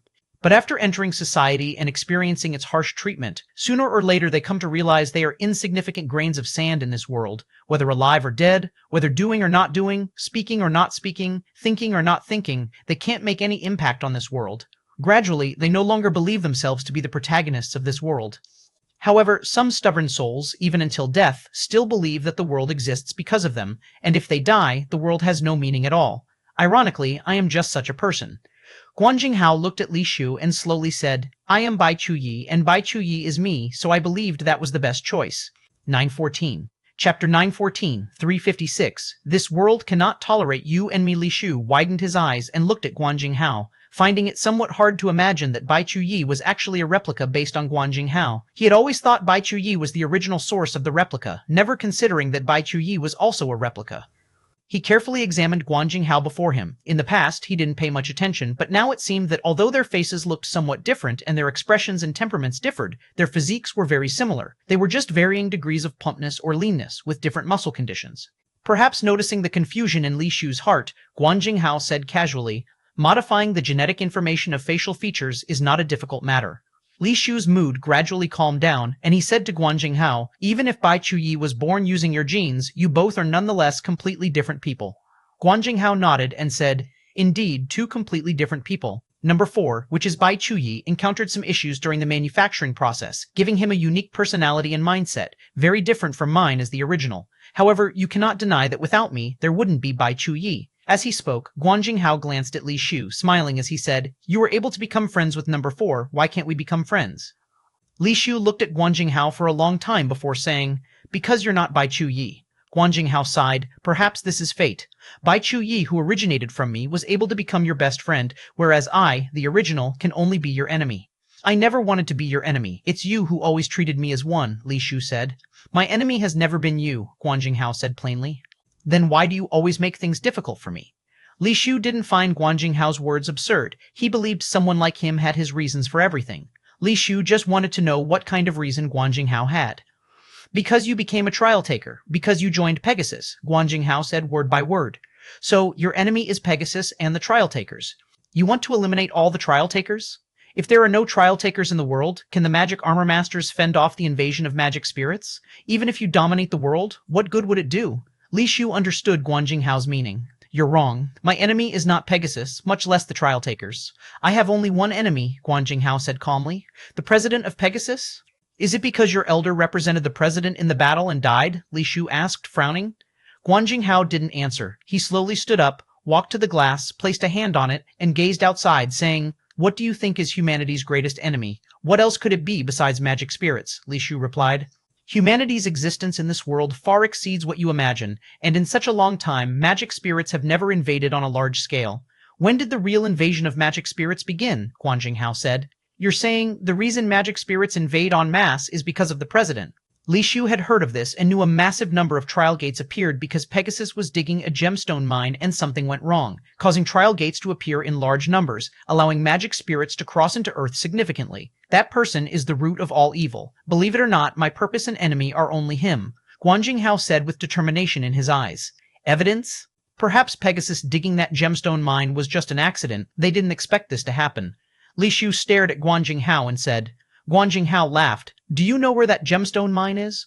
Li Shu initially wanted to say he didn't know, but then he paused and said in a low voice, Could it be Pegasus itself? You know well, Guan Jinghao said coldly. That person calculated everything long ago. This world is merely a chip in his hand. If you persist in standing with him, when the world is destroyed, you will be one of the accomplices. Can you accept such a consequence? Can you watch your friends and family die because of you and their homes be destroyed because of you? Everything you say is mere speculation. I need evidence, Li Shu said, frowning. What kind of evidence do you want? Will a person who wants to use you to destroy your home tell you that I'm going to destroy your family and home? Guan Jinghao's expression grew increasingly gloomy. Why would he do such a thing? This is also his home. Destroying his own home would do him no good. Li Shu said, What if this isn't his home? Guan Jinghao's words made Li Shu pause. What do you mean? Li Shu asked Guan Jinghao intently. What if that person is not human? Guan Jinghao fixed his gaze on Li Shu, saying each word slowly. You're saying the president is not human? Then what is he? A magic spirit? Li Shu did not believe the president was a magic spirit. I don't know what he is. Perhaps he's not a magic spirit, but he's definitely not human. At least not human like us, Guan Jinghao said. How do you know this? Li Shu found it hard to believe Guan Jinghao's far-fetched statement. 915, Chapter 915, 3056, The World Cannot Contain People Like You and Me Part 2. Do you want to know how I found out? Guan Jinghao turned around, looking at Li Shu with a peculiar expression. Yes, I need to know your reason, otherwise it's hard for me to believe what you're saying. Li Shu held his ground and stared back at Guan Jinghao. Then, as you wish, Guan Jinghao said, reaching out to pull off his clothes, revealing a body that could be described as the pinnacle of human perfection. What are you doing? Li Shu frowned and asked. You're not looking for evidence? This is the evidence. Within this body flows his bloodline. Although only half, I am very clear it is definitely a lineage that humans shouldn't possess, Guan Jinghao said as he extended his palm, his fingers like blades reaching towards his waist. He forcefully ran his fingers from waist to shoulder, leaving 5 deep blood marks diagonally across his body. But the blood from the marks didn't flow out, it coagulated at the wounds, and in an instant, the horrifying wounds healed completely. You're also the president's descendant? Li Shu stared at Guan Jinghao in a daze, finding it hard to believe. But if Guan Jinghao truly was the president's descendant, it would explain a lot. Why Space City opposed Changsheng Heaven? Why Guan Jinghao intended to kill the president? Yet the president tolerated the existence of Space City and Guan Jinghao, never taking action against them. Why Guan Jinghao, who was supposed to represent the president in battles, could casually give him the Jade Token, and the president didn't make it difficult for him but instead wanted him to replace Guan Jinghao in the battle. If Guan Jinghao is the president's descendant, all of this makes sense. But if all this is true, why does Guan Jinghao as the president's son want to kill the president? Li Shu felt somewhat puzzled. How many seeds did that old man leave outside? Is he a breeding pig? Li Shu rubbed his temples, pondering the credibility of Guan Jinghao's words. I admit you're strong, stronger than I expected. If you're willing to join me, maybe we still have a chance to kill him. Come with me, we can be friends. Guan Jinghao walked to Li Shu and said, extending his palm. What if I don't want to? Li Shu countered. Defeating that person is already very difficult. I don't want another opponent I find terrifying. Guan Jinghao's hand steadfastly remained in front of Li Shu. So you mean if I refuse, you'll kill me, right? Li Shu didn't extend his hand, staring at Guan Jinghao, asking, I hope that won't happen, Guan Jinghao said, genuinely. Then I'm afraid I'll have to disappoint you. I can't agree with you, at least not now. Li Shu stood up and said, What a pity, I thought you and I were the same kind. Guan Jinghao slowly withdrew his hand. On his body, strange light gradually appeared, wrapping him like a ribbon, transforming into a white, luxurious outfit, clearly a life contract. Li Shu was not surprised that Guan Jinghao was a trial taker. Whether he was the president's descendant or not, his elders were from Changsheng Heaven. It was unsurprising that someone from such a lineage would be a trial taker. Moreover, Guan Jinghao was to represent the president in battles, and a magic armor master couldn't enter the land of trial, so Guan Jinghao was unquestionably a trial taker. Coupled with the previous president's reminder, Li Shu was sure Guan Jinghao is not just a trial taker but likely has reached the divine position level. I've never considered you an enemy. Why must it be a struggle to the death? Li Shu stood up, looking at Guan Jinghao and sighed. Perhaps from the beginning we were destined to be enemies. This world can't accommodate the two of us. Guan Jinghao's gaze passed Li Shu, calmly saying, Since our fate begins with demon armor, let it end with demon armor. You choose first. Li Shu turned to look, only to see 2 sets of demon armor in a display cabinet, one red and one white. The red set was reminiscent of the red blossom he used before, while the white set looked much like Bai Chuyi's most frequently used silent. But these 2 demon armors were obviously more advanced than their previous ones. Li Shu didn't say anything further. Today things couldn't end well. He came here to solve problems which clearly can't be solved with words anymore. Li Shu walked to the display cabinet, grasping the activation device of the red demon armor, instantly activating it with its parts wrapping onto him. A very comfortable and familiar feeling, though this armor wasn't Red Blossom, its design surely referenced Red Blossom, perfectly fitting Li Shu's body and operating habits. Guan Jinghao also grabbed the white demon armor, activating and wearing it onto himself. Looking at Guan Jinghao in the white demon armor, Li Shu felt dazed, as if Bai Chuyi was standing before him again in that armor. Come, show me how strong your talent really is. In this world, there can be only one strongest human. The light patterns on the white demon armor blossomed. Guan Jinghao leapt up, breaking through the glass rooftop, and soared straight into the sky. Li Shu almost simultaneously activated his demon armor, flying into the sky. 916, Chapter 916, 3056, The World Has No Place for the Likes of Us 3. Their battle must be extremely fierce. If it starts in the city, I fear the entire space city would be destroyed, resulting in countless casualties, which is the outcome Li Shu does not want to see. So even knowing Guan Jinghao's intentions, Li Shu still followed. The weather is nice today. The moonlight is bright, not a cloud in sight, although it's just a crescent, it's so clean it brings peace to the mind. Above the skies departing from Space City, two magic armor masters, one red and one white, gazed at each other from a distance. I'll ask you one last time, will you stand by my side or by his side? Guan Jinghao asked again. Can I choose neither? Li Shu replied. The real world isn't just black and white. Right is right, wrong is wrong. Only the human heart has the middle ground. Guan Jinghao said lightly. It seems you've already decided. There's no need for more words.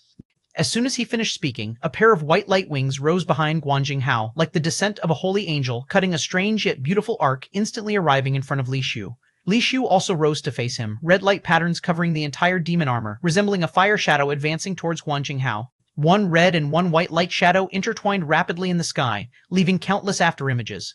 Li Shu's body trembled, having developed the performance of the red demon armor to its extreme without crossing the line. This red demon armor's performance greatly surpassed the red flower lang he used before. Even without crossing a line, it could erupt at the light-based level, and it's not too strenuous. The performance wasn't overdrawn. Li Shu trembled not because the red demon armor's performance was good enough, but because the opponent was too strong, making him feel long-lost excitement. Since becoming the Magic Armor Master and receiving the God's title, he rarely felt excitement in armor battles. Such excitement was only felt slightly when he first met Bai Chuyi, but the pressure from Guan Jinghao was far beyond what Bai Chuyi could compare. Li Shu had to admit, Guan Jinghao truly is a genius, an unparalleled genius. Both used Angel's Wings equally. Guan Jinghao's Angel's Wings were not weaker than his. Until now, Li Shu hadn't found a single flaw. The true strength of Angel's Wings isn't those body techniques, but the rational use and psychological anticipation of everything. Technology has no limit, but humans do. When a human's technology reaches a certain limit, yet still can't defeat the opponent, it can only rely on psychological games and anticipation. Both are constantly speculating on each other's actions and intentions, also using various means to create illusions for each other. Unfortunately, until now, Li Shu couldn't gain any advantage. He saw through Guan Jinghao's every intention, and Guan Jinghao also dismantled all his traps. The two are like equally matched chess players, seeing through each other's thoughts and intentions. Neither can deceive the other, only continuing to use various hard strengths to compete. From the start until now, neither has clashed face-to-face once, yet they've spent an unknown amount of mental effort. Almost simultaneously, both retreated, knowing full well that continuing such a battle is meaningless to them. Whether in skills or consciousness, neither can directly crush the other to win. Let me see your true ability, that spiritual sense far beyond ordinary magic armor masters. Guan Jinghao said with some frenzy. Then, let's go. The moment spiritual sense crossed the line, Li Shu's expression turned icy cold. His entire being seemed to become an emotionless machine. With spiritual sense crossing the line, the red demon armor's performance was again squeezed. The red light patterns completely became one, the entire armor resembling a piece of glowing hot iron. Seeing the increasing light energy on Li Shu, Guan Jinghao's white demon armor surprisingly improved again, the white light energy making that armor seem like crystalline jade. Turns out your spiritual sense can also cross the line. Li Shu looked at Guan Jinghao, expressionless, and said, Originally, it couldn't. Since Bai Chuyi sensed your extraordinary spiritual sense, I used every method to let my spiritual sense reach and surpass you, sacrificing unimaginable price. But those don't matter anymore. I hate being weaker than others. As long as I can be stronger, sacrificing everything is worth it, Guan Jinghao said. To elevate spiritual sense to cross the line postnatally, you're indeed strong, Li Shu said coldly. Maybe stronger than you imagine, Guan Jinghao said, the magic armor erupting with stronger light energy, like a jade-colored full moon. Even with spiritual sense crossing the line, Li Shu couldn't help showing slight surprise. Guan Jinghao's strong spiritual sense was indeed stronger than he imagined. If only discussing spiritual sense strength, Guan Jinghao was the strongest he's seen. Even that vase monster's spiritual sense wasn't as strong as Guan Jinghao's. Use your strongest force to greet failure. Guan Jinghao's voice resonated like an ancient demon god's, followed by a sky-piercing light energy like a white rainbow. In Space City and nearby cities, people saw a white amazing rainbow hanging in the night sky. Black night white rainbow, such a strange yet magnificent sight. Countless people gazed up at the starry sky, amazed at the beauty of the white rainbow, unaware of the horror it embodies. The next second, a red fiery rainbow rose from another end of the sky, heading towards the amazing white rainbow. One red and one white rainbow intersecting in the void at one point, creating unimaginable and magnificent scenery. No terrifying impact sound, no explosion occurred. At the moment of contact, the two rainbows merged like milk and water. One red and one white power swirling together in the air, forming a huge red and white light ball, resembling a grand Tai Chi in the sky. 917, Chapter 917, 35-7, Battle of Spirit Casting. The red and white light energy continued to whirl and contract. Li Shu and Guan Jinghao were both pulling with all their might, yet neither could pull back the Taiji-like light orb. The red demon armor on Li Shu squeaked, and numerous small patterns appeared on it, signs that the armor could no longer withstand the overload. Soon, those tiny lines would turn into cracks, causing the entire set of armor to collapse. As the upgraded version of the Hand of God, the super bottle suction, supported by the extreme performance of the red demon armor, had been pushed to its limits by Li Shu, and still could not seize control of the Taiji light orb. Li Shu was slightly surprised. Guan Jinghao's Hand of God had obviously been improved. Despite the armor being nearly identical in performance, it could rival his super bottle suction without falling behind. Boom. In the sky, a dazzling display of one red and one white firework bloomed, like flowers blossoming or meteors shooting across. Of course, it was not real fireworks, but the explosion of the overloaded demon armor on Li Shu and Guan Jinghao. With the explosion of the demon armor, the Taiji-like light orb also gradually and silently vanished without causing an explosion. That's because, under extreme control, the two forces achieved an extraordinarily delicate balance, perfectly counteracting each other. After the armor exploded, Guan Jinghao floated elegantly in the sky in a white tuxedo, as graceful as the offspring of a celestial god. Li Shu was also floating in the air, standing on a red light sword, like a celestial immortal wielding a sword in the void. It seems the current level of demon armor is still insufficient to decide victory between us, Guan Jinghao remarked regrettably. What a pity about those two sets of armor, Li Shu lamented. In the final outburst, the light energy released by those two sets of demon armor was already comparable to the force of a spirit forging level, making such armor top tier. There's nothing to pity. Things that cannot fulfill their mission are merely trash. Guan Jinghao said indifferently, in the future I will create more advanced demon armor to slay spirit casting level demons and even divine position level demons. It's only a matter of time coupled with the clone army. Given enough time, even if all the trial gates were opened, not one demon would escape. Li Shu did not wish to refute Guan Jinghao, as he too hoped that what Guan Jinghao said would come to fruition. Perhaps if given enough time, Guan Jinghao could indeed assemble an invincible magic armor master army to seal all the trial gates. But does he truly have so much time? Outside the space city, Lao Jia was leaning against a large tree, watching the situation in the sky when he suddenly discovered someone standing before him, startling him into a cold sweat. The person was less than 2 meters away, yet he only noticed now. What a frightening thing. But upon seeing who it was, Lao Jia immediately relaxed, hurriedly saluting, "President, when did you arrive?" Saw everything worth seeing. The president sat down on the adjacent grassy ground, then leaned back, supporting his head with one hand, watching the battle in the sky. "President, aren't you going to stop them?" Lao Jia asked worriedly. "Why stop them?" the president replied with a smile.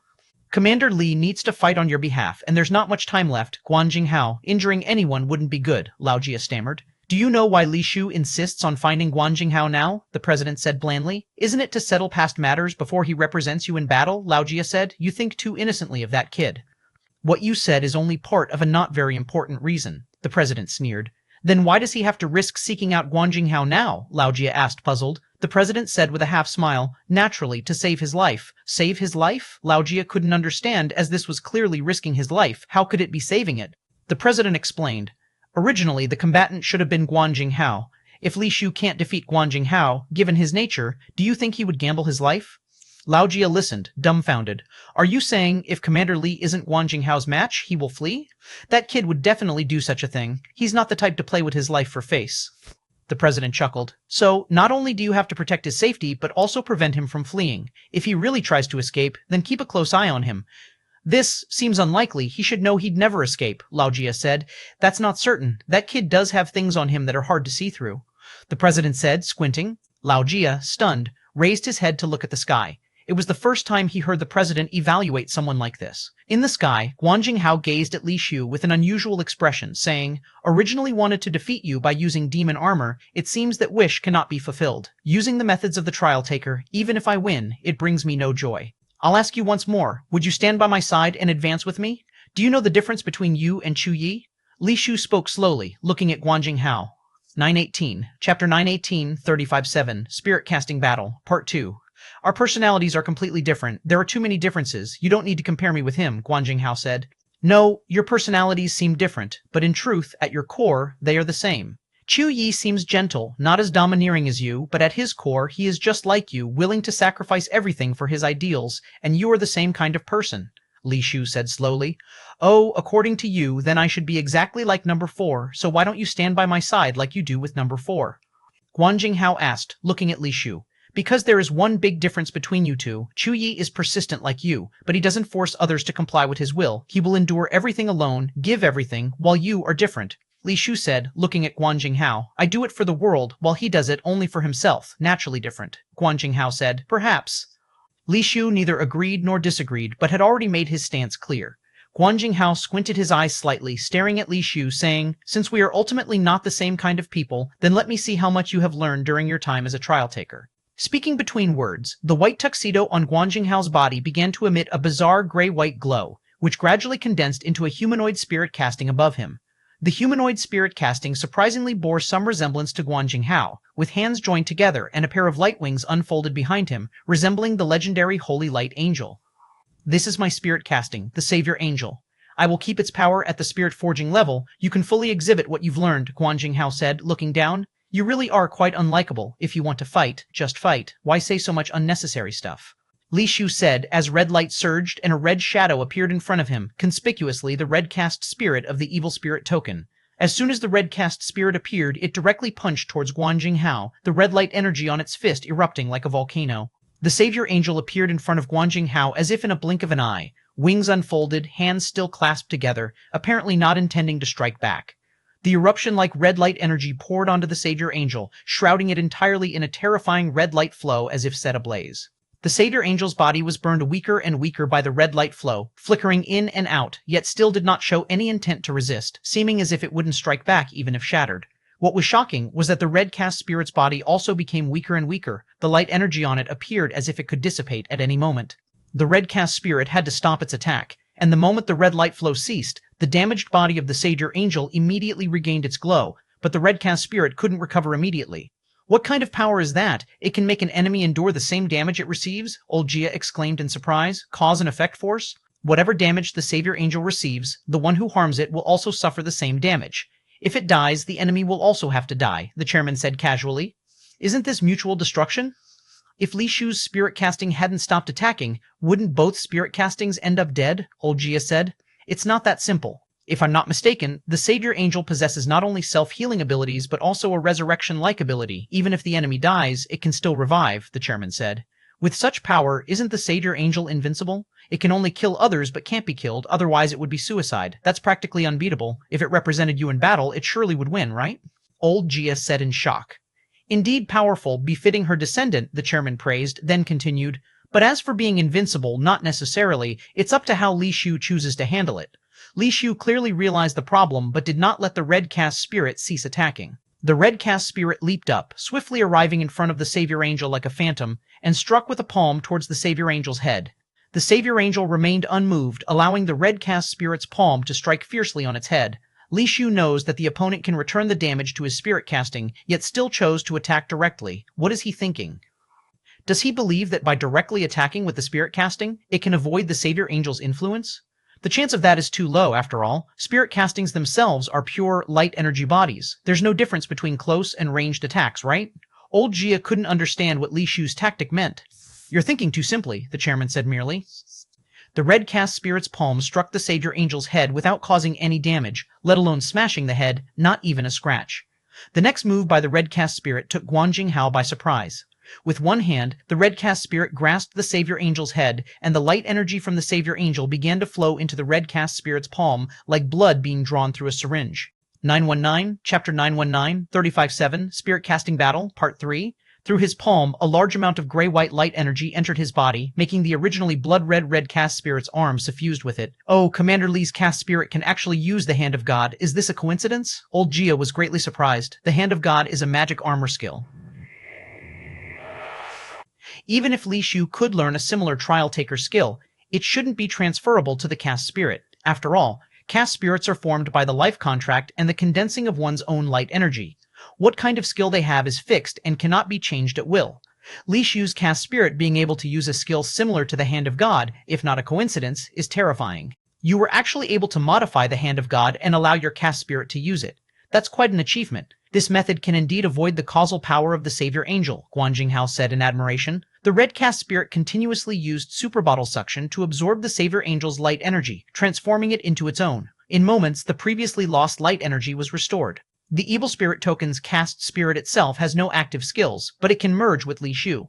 When used alone, it can also use Li Shu's abilities, opposite to typical cast spirits. Typical cast spirits grant their owners their abilities, while the evil spirit token's cast spirit does the reverse. Boom. While the red cast spirit was frantically absorbing the Savior Angel's light energy, its hand holding the Savior Angel's head was suddenly shaken off.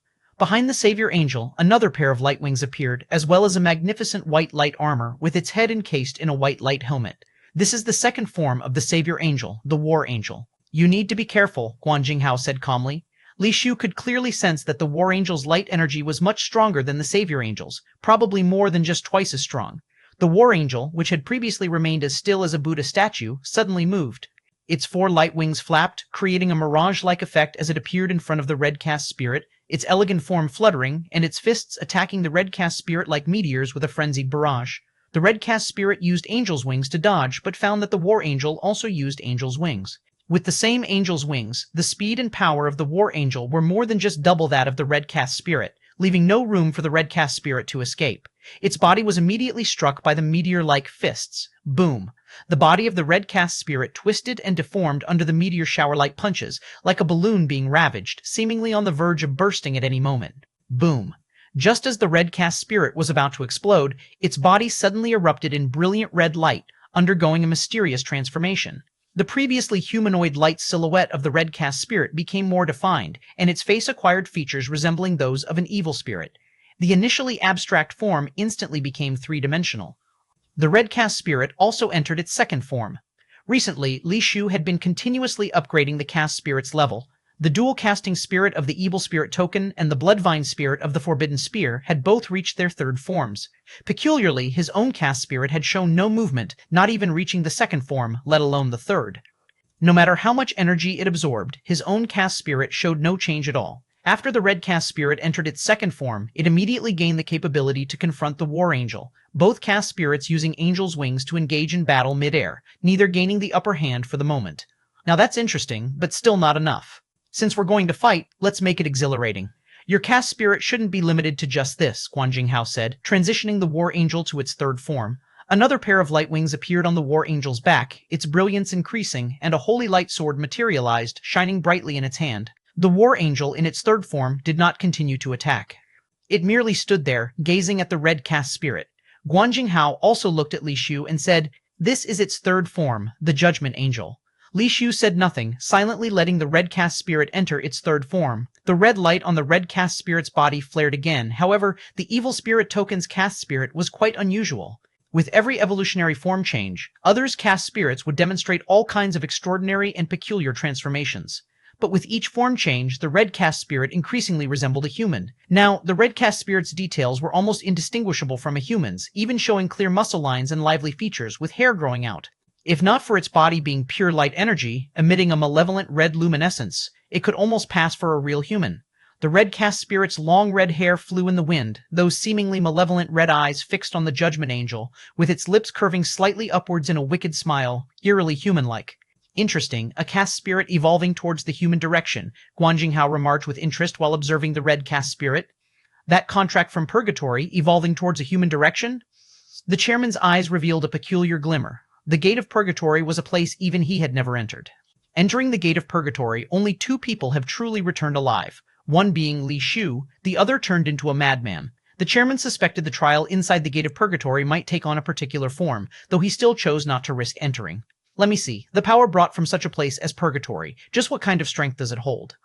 The chairman's interest in the red cast spirit seemed bigger than the outcome between Li Shu and Guan Jinghao.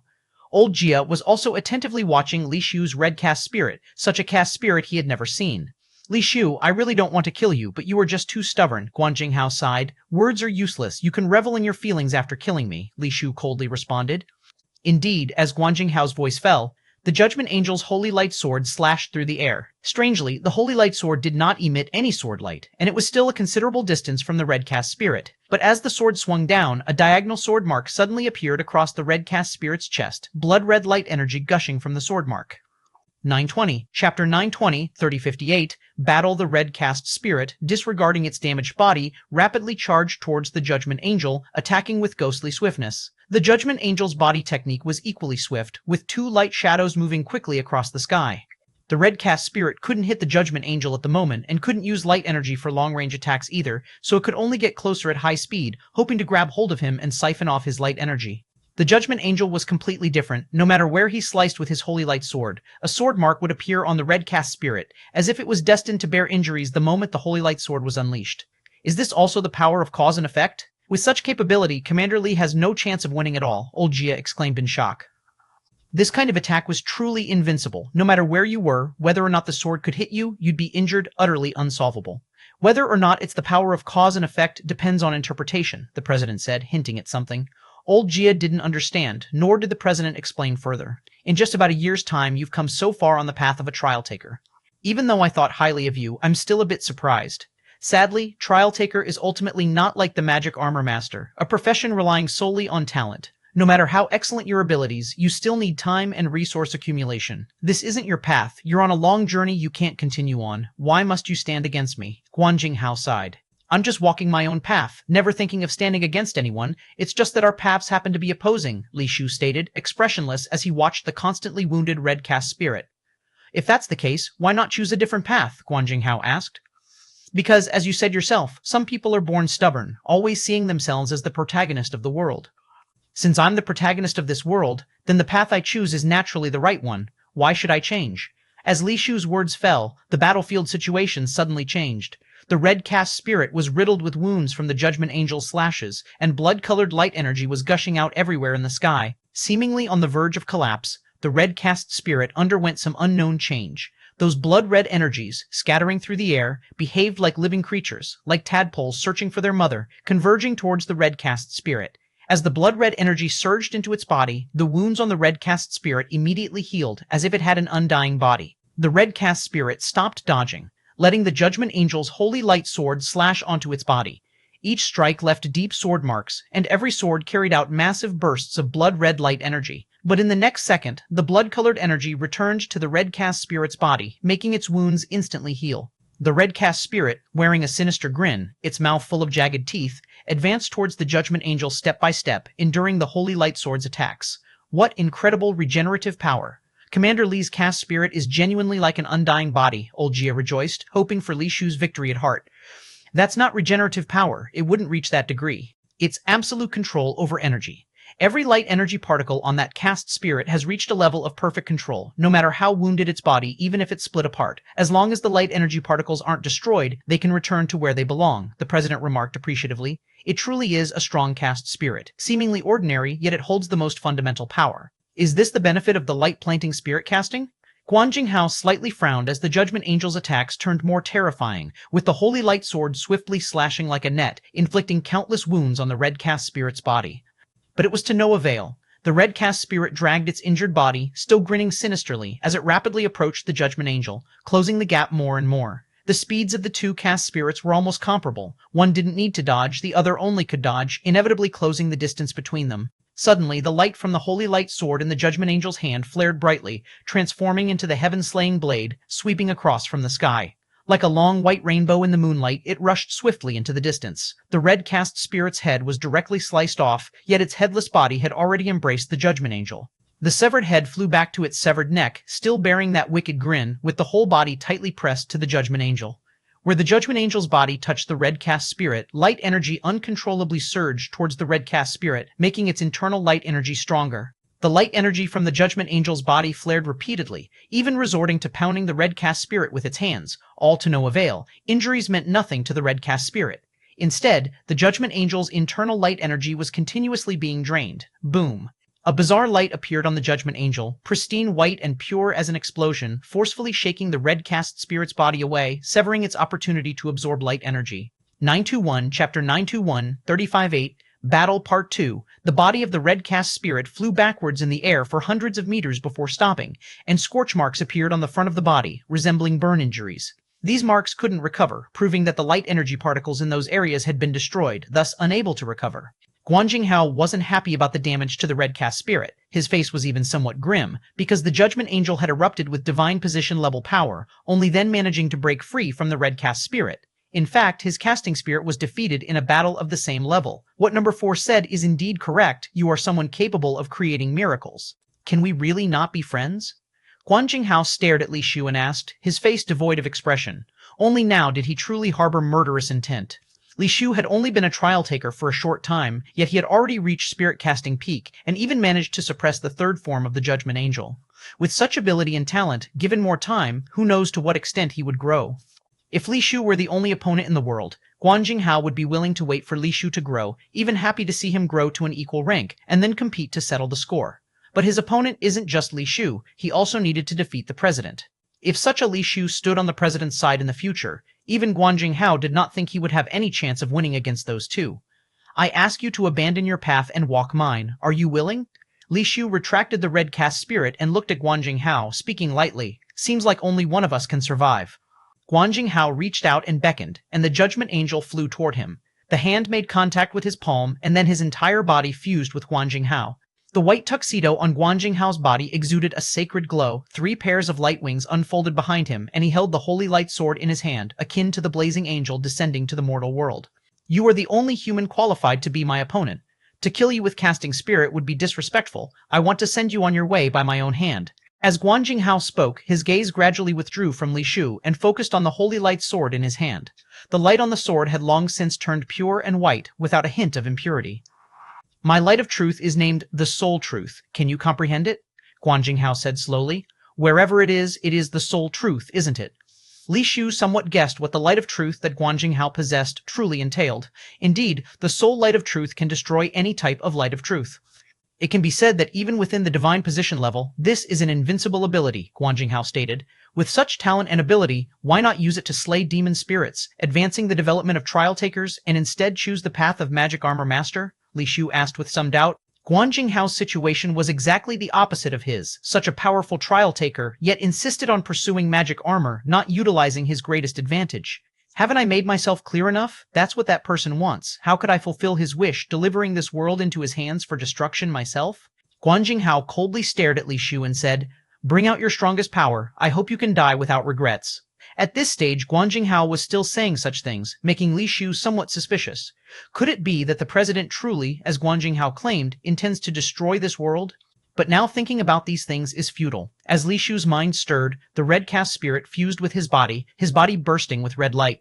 Guan Jinghao, not uttering a word, raised the holy light sword high and directly slashed downward. The sword, light pure and white, immediately reached light speed, leaving Li Shu no chance to react. The slash had already reached his body.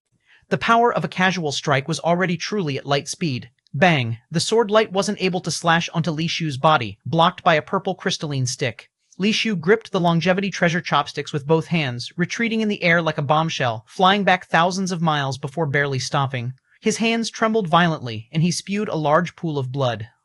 The strength of that sword light was already nearly overwhelming. If not for the longevity treasure chopsticks, his body might have been cleaved into 2.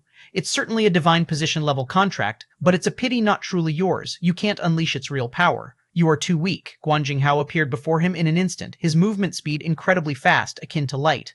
Like a deity, Guan Jinghao looked down at Li Shu, casually swinging another sword, this one even stronger in power. President, if you don't intervene, Commander Li might be in danger. Seeing Guan Jinghao appear in front of Li Shu, old Jia said anxiously, No rush, let's watch a little longer. The president seemed unconcerned, still leisurely observing the battle. Bang! Blue light flames appeared on Li Shu's body, intertwining with the red light flames, merging into a bizarre, colorful glow. Bang! Gritting his teeth, he desperately raised the longevity treasure chopsticks, once again blocking Guan Jinghao's holy light sword slash. Boom! The holy light sword collided with the longevity treasure chopsticks, and Li Shu's body was instantly smashed downwards, crashing into the forest below like a high-speed projectile. 922, Chapter 922, 358, Battle Part 3, Boom. A loud noise erupted in the mountains and forests, with soil, trees, and rocks instantly soaring up like a mushroom cloud. A huge pit appeared on the ground, and Li Shu's body was deeply embedded within it. The skin all over his body turned crimson, as if all the capillaries beneath his skin were shattered. Even so, Li Shu still maintained a standing posture, though his arms were no longer able to rise, drooping in front, with his fingers holding the longevity treasure chopsticks twisted and deformed. The true strength of the divine position level was much stronger than Li Shu had imagined, or rather, Guan Jinghao's power far exceeded Li Shu's expectations. The divine position demon spirits he had killed before had various issues, and couldn't be considered normal divine position level combat power. Now, in the battle against Guan Jinghao, he faced a truly formidable divine position level opponent.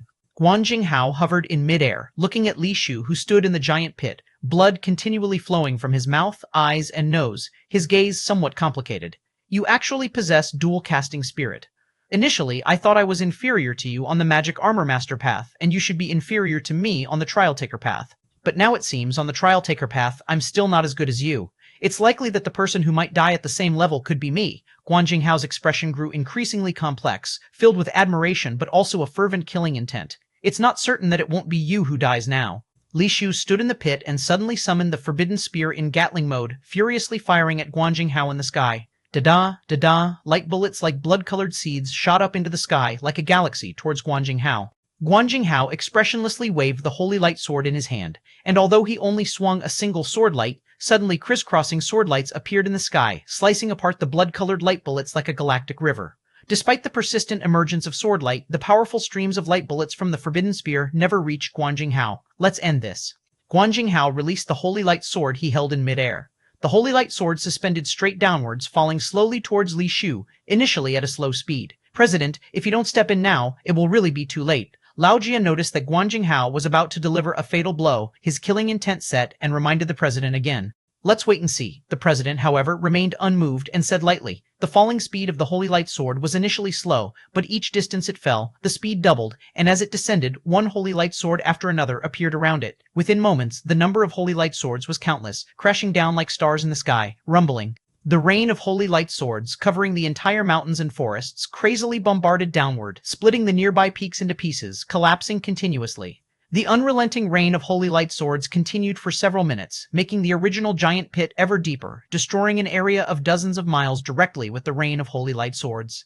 The ground lay in ruins, resembling an apocalyptic scene following a massive earthquake.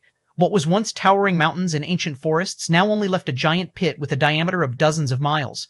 Lao Jia's face was somewhat unsightly. Under such terrifying power, even a mouse couldn't survive, and Li Shu was feared to have been blasted to oblivion.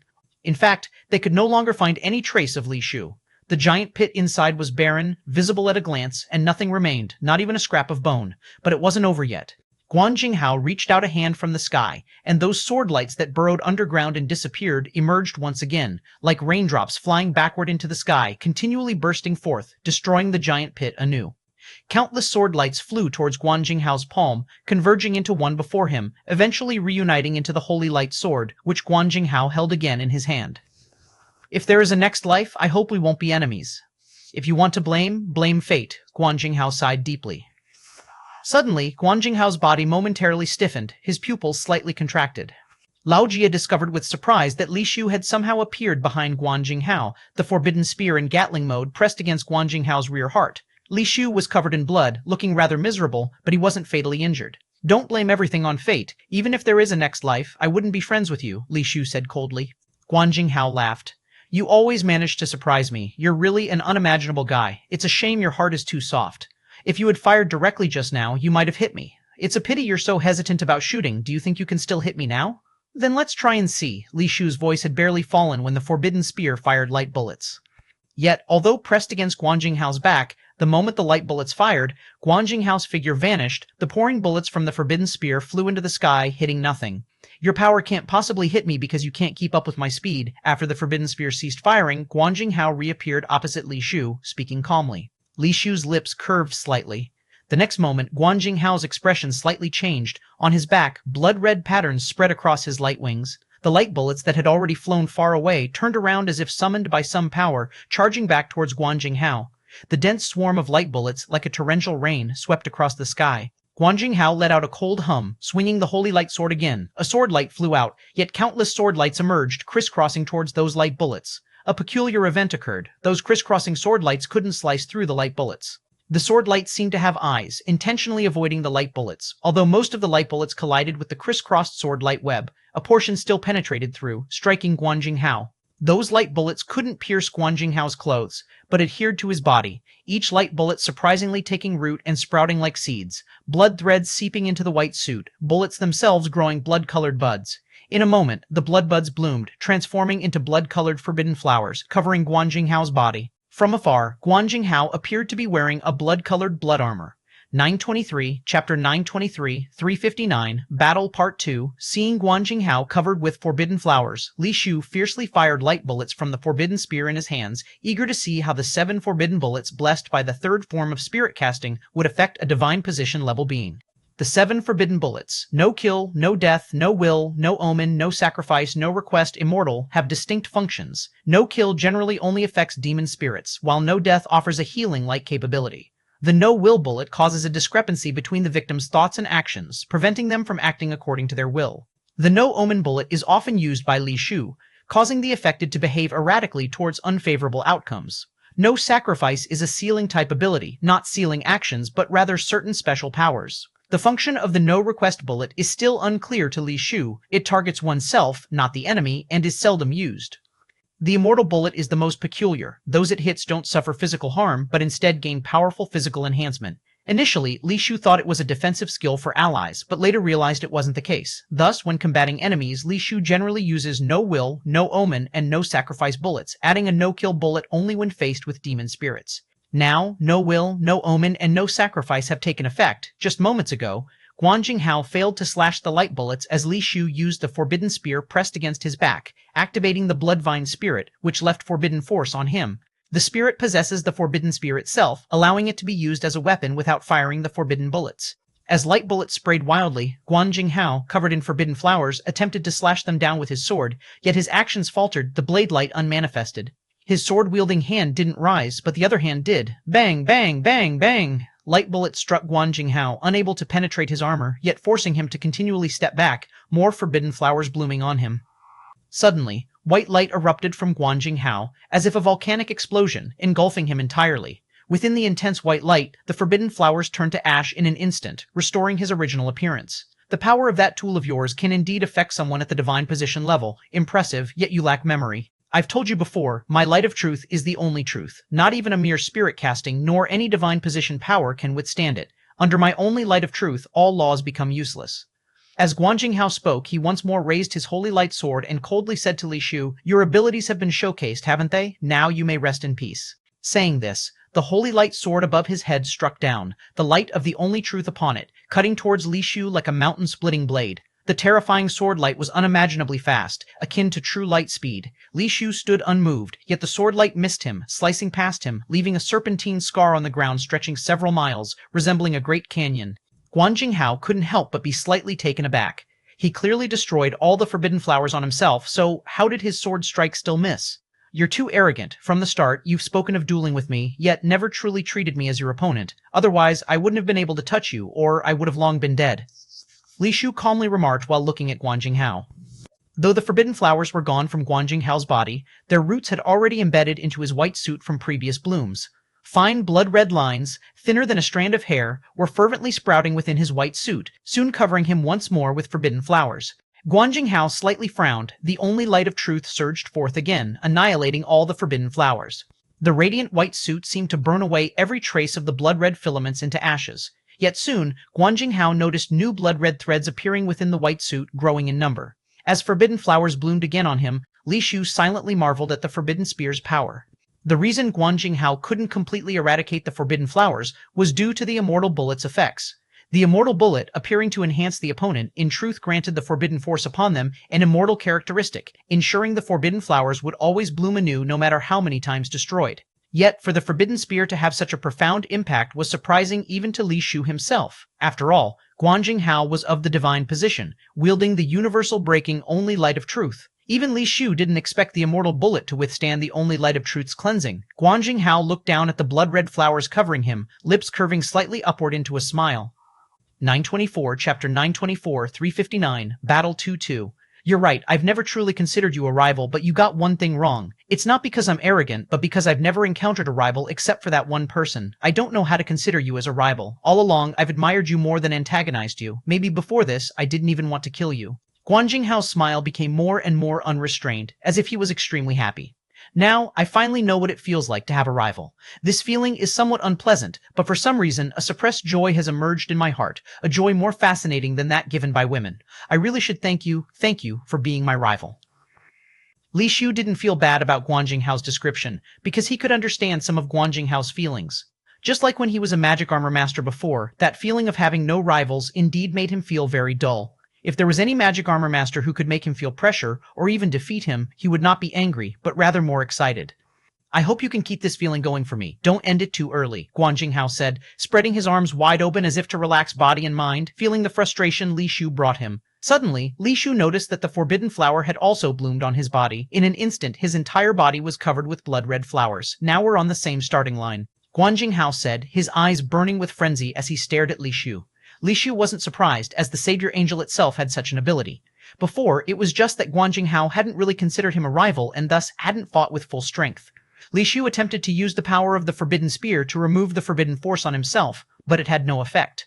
Although the forbidden force originated from the forbidden spear, once applied to Li Shu, even the forbidden spear could not remove it. Li Shu's mind stirred, using the super bottle suction to directly draw in the forbidden force on his body and transform it into his own use. The forbidden force was indeed absorbed, and the forbidden flowers on his body quickly withered and disappeared, yet new forbidden flowers bloomed again, with little effect. This was partly due to the influence of the immortal bullet, but more so because of the causal power of the savior angel. As long as the forbidden force on Guan Jinghao was not completely cleared, the forbidden force on Li Shu would persist, unable to be fully eradicated. Interesting. Li Shu slowly raised the forbidden spear in hand, aiming it at Guan Jinghao. Guan Jinghao also wore a wild grin, slowly raising the holy light sword in hand.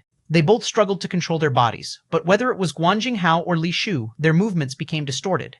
The light bullets from the forbidden spear sprayed haphazardly, and the blade light from the holy light sword flew everywhere. Yet every time the forbidden spear fired, and each time the holy light sword slashed out a blade light, they drew closer to each other. They were both using their minds and abilities to combat the influence of the forbidden force. This confrontation wasn't about eliminating the influence of the forbidden force, but about rectifying their actions after the influence. At this rate, isn't it impossible to determine a winner? Lao Jia looked to the president beside him and asked, "They will soon determine a winner." This time, the president actually went on to explain. Li Shu's contracted ability allows his will and actions to become chaotic, and actions will also deviate. Under normal circumstances, they could never hurt each other. Yeah, then how will they decide a winner? Lao Jia asked, puzzled. Since there's a deviation between will and actions, they can change their will to correct this deviation. The president said, "So, it's like shooting. If the aim has deviated, you can deliberately aim off to actually hit the target?" Lao Jia understood what the president meant. That's roughly what it is, only more delicate. Moreover, they not only have to overcome such deviation between will and action, but also the deviation of actions, the president said. This time, Lao Jia didn't quite understand. Yes, everyone's actions have deviations. Theoretically, there's no absolutely correct trajectory, the president explained with an analogy. For example, when you stand still, it seems there's no deviation, but in fact, you're not absolutely static. Inside your body, your heart beats, blood circulates, nerves transmit, and you need to breathe. All of these prevent your body from maintaining an absolutely static state, so even when you're standing still, your body's trajectory still undergoes almost imperceptible changes. These changes become greater when you move, and Li Shu's contract has the ability to amplify these changes, causing actual deviation of actions to develop in the worst direction. So if they want to hit each other, they must overcome such deviations. How can this be overcome? Lao Jia couldn't imagine how not to have such deviations. Absolute control, as long as they can absolutely control their trajectory, no such deviation will occur. Then there's no bad direction to choose, and the worst result and the best result are the same. Li Shu's ability would then be useless, the president said, watching the two in the sky whose actions were gradually returning to normal, his eyes burning. 925, Chapter 925, 359, Battle 2-3, Absolute Control. Is that really possible? Old Jia found it hard to imagine anyone could control their body to such an extent. It's difficult, but it seems they are on the verge of achieving it, the chairman said calmly. Upon hearing this, Old Jia was taken aback. He quickly looked up, just in time to see the light bullet shot by Li Shu heading straight toward Guan Jinghao. He actually did it. Old Jia was both shocked and thrilled. However, in the next second, Guan Jinghao swung the holy light sword in his hand, and the sword's light met Li Shu's light bullet. He also succeeded. The light bullet was no match for the sword's light. It was instantly shattered. The terrifying sword light continued and soon reached Li Shu. Li Shu seemed to have foreseen this as he moved his body in advance to dodge the frightening sword light attack. While moving at high speed, Li Shu continued firing forbidden bullets, knowing full well that they wouldn't truly harm Guan Jinghao, yet still doing it for unknown reasons. Evidently aware of this too, Guan Jinghao didn't remain stationary to let the light bullet strike him. He shifted his position, dodging the light bullets while rushing towards Li Shu, with his holy light sword slashing at him. Their battle did not appear particularly spectacular, yet Old Jia knew that in reality, the combat was far more complex and exciting than it seemed. Perhaps now, if they intend to move left, they must first move right. If they wish to retreat, they must first advance, and it's far more complex than this. The seemingly simple battle, in reality, involved the two combatants investing unknown amounts of thought and effort. An average person would struggle just to switch left and right, yet such a battle, someone like me, an old man with a clouded mind, would likely die after just a couple of moves. Only clever young people like them can play this way, old Gia lamented. Back in his youth, he played the opposition game, where one person issues a command and another must perform the opposite. If told to stand, they must sit. If told to sit, they must stand. Even with such simple reversed commands, mistakes would arise after only a few tries. Old Gia found it hard to imagine the rapid mental reflexes required for Li Shu and Guan Jinghao's battle. Even ordinary young people couldn't manage this, the chairman said casually. That's true, both Commander Li and Guan Jinghao are exceptional figures in the mortal world. Yet if this battle continues, once Guan Jinghao completely shakes off the influence of that power, Commander Li will be in great trouble. Old Gia saw that Li Shu's situation was already rather dire. Prior to this, Li Shu could battle Guan Jinghao because Guan Jinghao had not fully adapted to combat under the influence of forbidden force. However, as Guan Jinghao increasingly acclimated to this type of battle, the influence of forbidden force on him lessened, and his divine position-level power was unmistakably demonstrated, worsening Li Shu's predicament. In terms of both strength and speed, Li Shu was far inferior, and moreover, Guan Jinghao possessed the singular light of truth which nullifies all laws, making it impossible for Li Shu to confront him directly. If they were both divine position level, Guan Jinghao would have already been defeated, the chairman remarked. Haven't they both adapted to the influence of that power? Why would you say Guan Jinghao already lost earlier? Old Gia asked perplexedly. Just as you said, Li Shu is merely spirit casting, yet how was he able to spar with Guan Jinghao without falling behind? The chairman hinted. You mean Commander Li was quicker to adapt to the influence of that ability, thus allowing him to hold his own against Guan Jinghao earlier? Old Gia figured it out. The chairman nodded and said, Therefore, if they were both divine position level, Guan Jinghao would have already lost. I had long cautioned Li Shu not to come to Space City before ascending to divine position, yet he stubbornly acted clever and came before his ascendancy. If he's not taught a lesson, who knows what trouble he might stir up later in the Celestial Sea. He must be taught to be more sensible. Old Gia suddenly understood why the chairman had never intervened. He had intended to give Li Shu some lessons all along. I just fear Commander Li might be too severely injured, hindering your grand plans, Chairman, Old Gia remarked. I didn't expect you to be so kind-hearted. Though you only followed Li Shu for a short time, you seem to care about him greatly. The chairman looked at Old Gia with a faint smile. Old Gia's body trembled. He immediately knelt down. Commander Li is a good man. I certainly don't want to see him suffer, but this humble servant is loyal to you, Chairman, without a second thought. It's only that if Commander Li were too injured, he might not be able to represent you in the Celestial Sea. I let you follow him so that you can protect him. It's right for you to consider his well-being. There's no need for such formality. The chairman said calmly, regarding the battle in the Celestial Sea, if relying solely on brute strength, even Guan Jinghao going there would only have a 30% chance of success. The likelihood of defeat is greater, requiring alternative strategies in other respects. In this regard, Li Shu is stronger. Although his direct power is somewhat lacking, his chances of success going to the Celestial Sea are higher than Guan Jinghao's. A battle beyond the reach of brute force. What kind of battle is that? Old Gia couldn't help but ask. Your phrase beyond the reach of brute force is quite apt. Guan Jinghao is too stubborn. If Li Shu can set aside his pride, perhaps he could win without fighting at all. The chairman looked at Li Shu in the sky with a smile. Not fighting yet still winning? Old Gia found it increasingly unimaginable what such a duel entailed.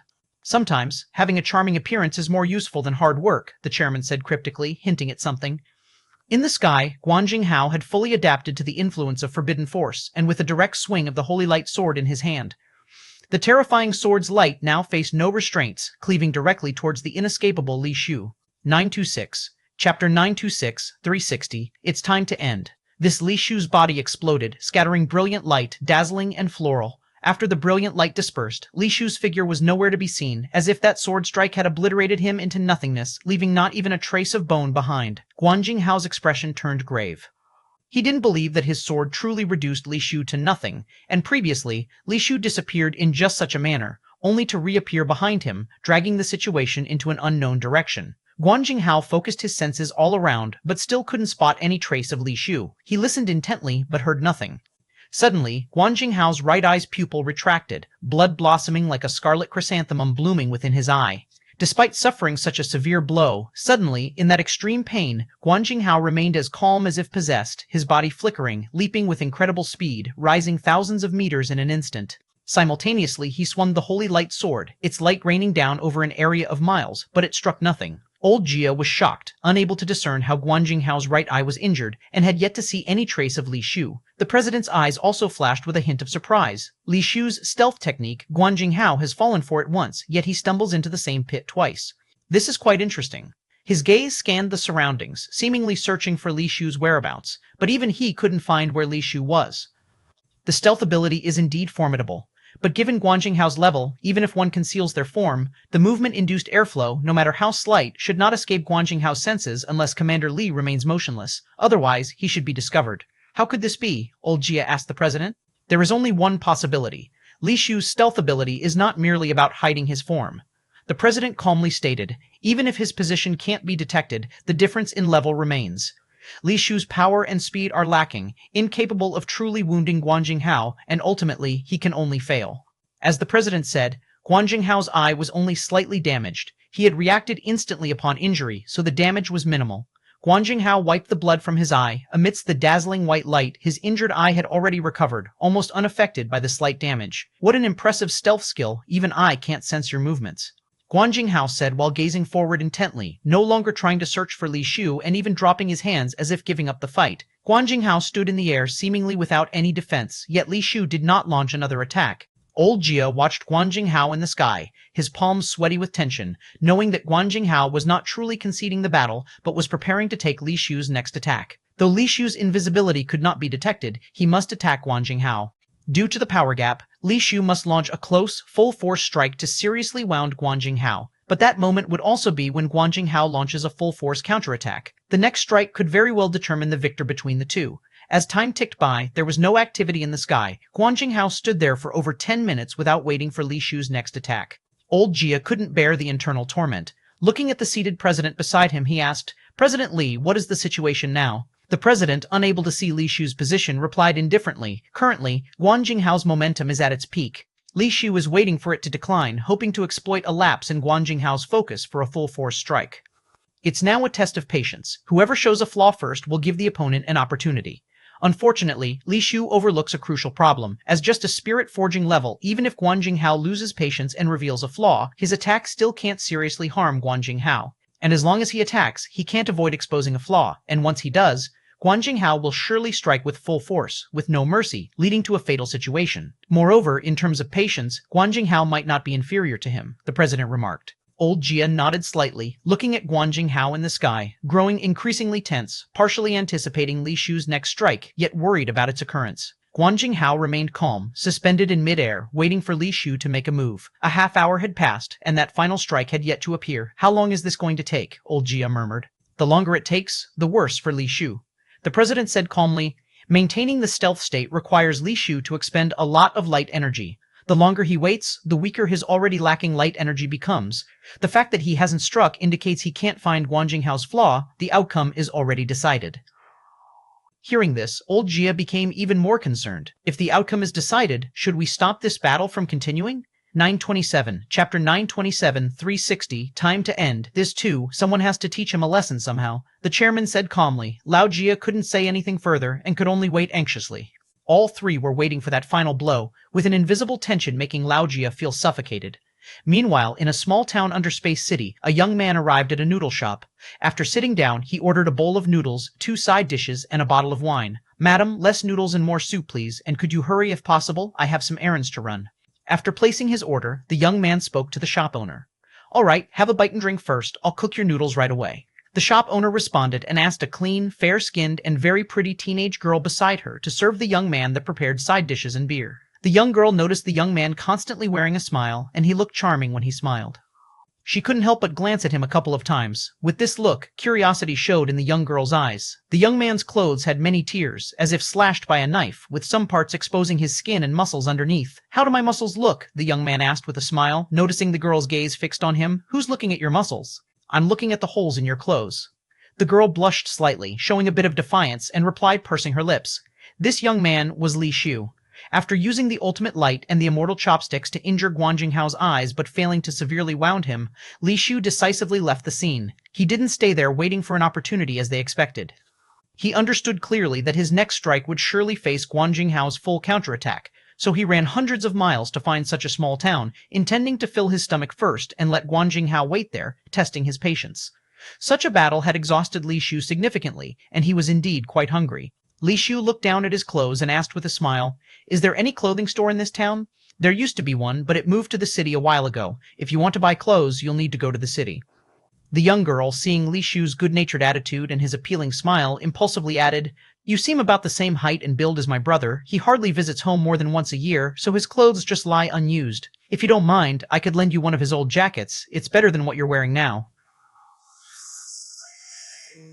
Li Shu, never willing to refuse others' kindness, responded readily. The girl was delighted by Li Shu's straightforwardness and quickly fetched a jacket from the back, handing it over to him. "How much is it?" Li Shu asked as he took the jacket. "I said it's a gift. It's just a worn-out jacket, barely worth anything," the girl replied a bit irritatedly. "Then I won't be polite." Li Shu looked around to find a place to change clothes. The girl pouted and pointed to a nearby door, saying, "It's not like anyone wants to watch you. That room's empty. You can change there." Li Shu smiled and didn't say a word, changing his clothes in the room and coming out. It's quite fitting. The shop was empty of other customers, so the girl sat by a table watching Li Shu. "Your eye for this is good. It fits well," Li Shu said as he sat down. "Who's a girl? I'm Dong Li." The girl said, somewhat displeased. "Dong Li, as in picking chrysanthemums at the eastern fence?" Li Shu asked. "Unlike you, it's east as in east, and Li as in farewell," Dong Li responded. "Such a beautiful name. Why explain it so melancholically?" Li Shu said while munching on his food. "Sorry for the misunderstanding. I named Dong Li. I'm not very educated. Her father was a soldier when she was born. A city to the east was attacked by a magic spirit, and her father was deployed to assist, but he never returned with news. The shop owner brought a bowl of freshly cooked steaming noodles to Li Shu. I'm sorry." Li Shu felt a bit uneasy hearing this. "It's all right. Her father risked his life to protect us. Over these years, we've lived peacefully thanks to the sacrifice of others' parents and siblings. We're far better off than other places thanks to Space City and with God's protection," the shop owner said. Li Shu listened thoughtfully, unsure of how to respond for a moment. "Why are your clothes shredded like that?" "Did you encounter a magic spirit?" Dong Li asked, blinking her eyes. "No, it's from a fight," Li Shu replied. "Fighting people, no ambition at all. Behold God, slaying magic spirits and safeguarding peace. That's what a man should do," Dong Li said, pouting. "Dong Li." The shop owner glared at her, apologizing to Li Shu. "Young man, don't take it to heart. Dong Li just has a way with words, no malice intended." "She's right." Li Shu noticed Dong Li sticking her tongue out. After that, Li Shu took a sip of his wine and, seeing Dong Li still looking at him, said, "Seems like you really admire God?" 928. Chapter 928, 360. It's time to end 3. What do you mean by liking? It's admiration, okay? If I didn't lack the talent of a magic armor master, I would definitely become one like God, slaying demons and protecting peace. Even if I couldn't be a great hero like God, I could still contribute to safeguarding our home like my brother, Dong Li said with a look of yearning. "Your brother is a magic armor master?" Li Shu asked. "An E-grade magic armor master." Dong Li proudly puffed up his chest. "That's impressive." Li Shu nodded slightly and continued eating noodles. Seeing Li Shu completely indifferent towards E-grade magic armor masters, Dong Li felt insulted about his most prideful matter and couldn't help but pout. "What? You don't think much of E-grade magic armor masters?"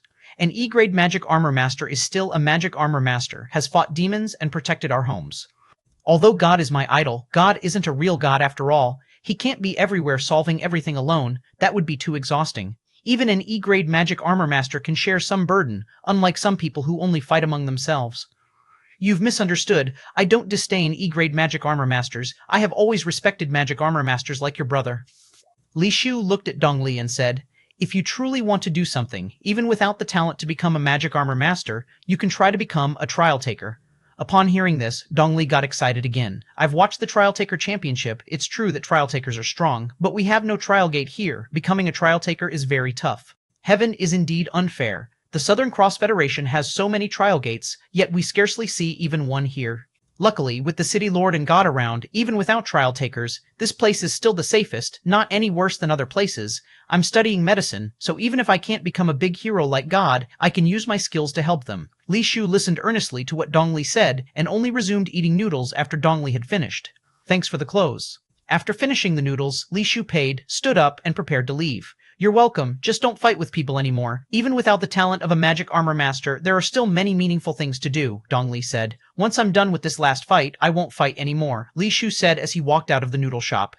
Dong Li was frustrated. After leaving the noodle shop, Li Shu seemed to remember something, turned back to Dong Li and asked, "By the way, do you have any wishes?" "Ha! As if you can help fulfill them. I want to be a magic armor master. Can you help me?" "If you truly want to thank me, stop fighting. It's bad to hurt others, and worse to hurt yourself," Dong Li said. "It's a tough wish." Li Shu said and turned away, quickly walking off. Becoming a magic armor master is indeed hard. Asking you not to fight isn't even that difficult. Dongli murmured to himself, watching Li Shu's departing figure. Has such a nice smile. It'd be a shame to ruin your face because of fighting. Li Shu walked leisurely, in no hurry at all. There was still plenty of time. Guan Jinghao should have the patience. Guan Jinghao truly had patience. He had waited for over an hour, but still remained calm. Old Jia, however, lacked patience. He had looked up for over an hour. His neck was getting sore. How long do we have to wait? Old Jia lowered his head, massaging his old neck, muttering, "Shouldn't be much longer. Li Shu's light energy can't go on forever." The president was puzzled. With Li Shu's ongoing state, his light energy consumption was rising, and his chances dimmed. From his prediction, Li Shu should have struck already. Why has it still not happened? Li Shu, you don't have to wait anymore. Even if you wait till the end of the world, I'd never give you any chance. I want to face the strongest you, not the you who's depleted of light energy. Even if I kill you then, it'd be a regret. Guan Jinghao said indifferently from the sky. He wasn't impatient, just didn't want to defeat a drained Li Shu. But no one answered him. It was as if he were speaking to air. Since Li Shu didn't respond, Guan Jinghao said no more. Is Commander Li really still there? Did he escape? After some time, old Jia's neck grew increasingly sore, muttering as he massaged his neck. No, the president didn't finish before hearing the rumble of an engine from afar. All eyes turned to the source of the sound, seeing Li Shu riding a golden motorcycle, coming from afar. Sorry, got a bit hungry, went to grab some food, kept you waiting. Arriving closer, Li Shu put away the masked emperor, looking at Guan Jinghao in the sky. The president's mouth twitched, nearly losing his temper. He'd analyzed over and over, and Li Shu hadn't been there, went to eat instead, making him lose face. Old Jia stayed silent, not daring to look at the president, afraid his gaze might show disrespect. Guan Jinghao looked at Li Shu standing on the ground, surprisingly not displeased but smiled. That's just like you, only you fit this battle between us. Are you full? Guan Jinghao asked again. Full, Li Shu replied. Is your light energy recovered? Guan Jinghao asked again. Best condition? Li Shu nodded slightly. Good. Guan Jinghao nodded slightly as well. Neither spoke. Red-blue light rose from Li Shu, the red-blue demon of the evil spirit token merging with him once more. Almost simultaneously, the forbidden spear appeared in Li Shu's hand, its bloodvine spirit casting spreading onto his body, wrapping him completely, resembling flower armor. Li Shu slowly raised the forbidden spear in his hand, aimed at Guan Jinghao in the sky, and declared, "It's time to end this." Then end it. Feeling Li Shu's fighting spirit, Guan Jinghao's 3 pairs of light wings exploded in terrifying light, his entire body enveloped in holy light, forbidden flowers withering under intense radiance, their rebirth futile.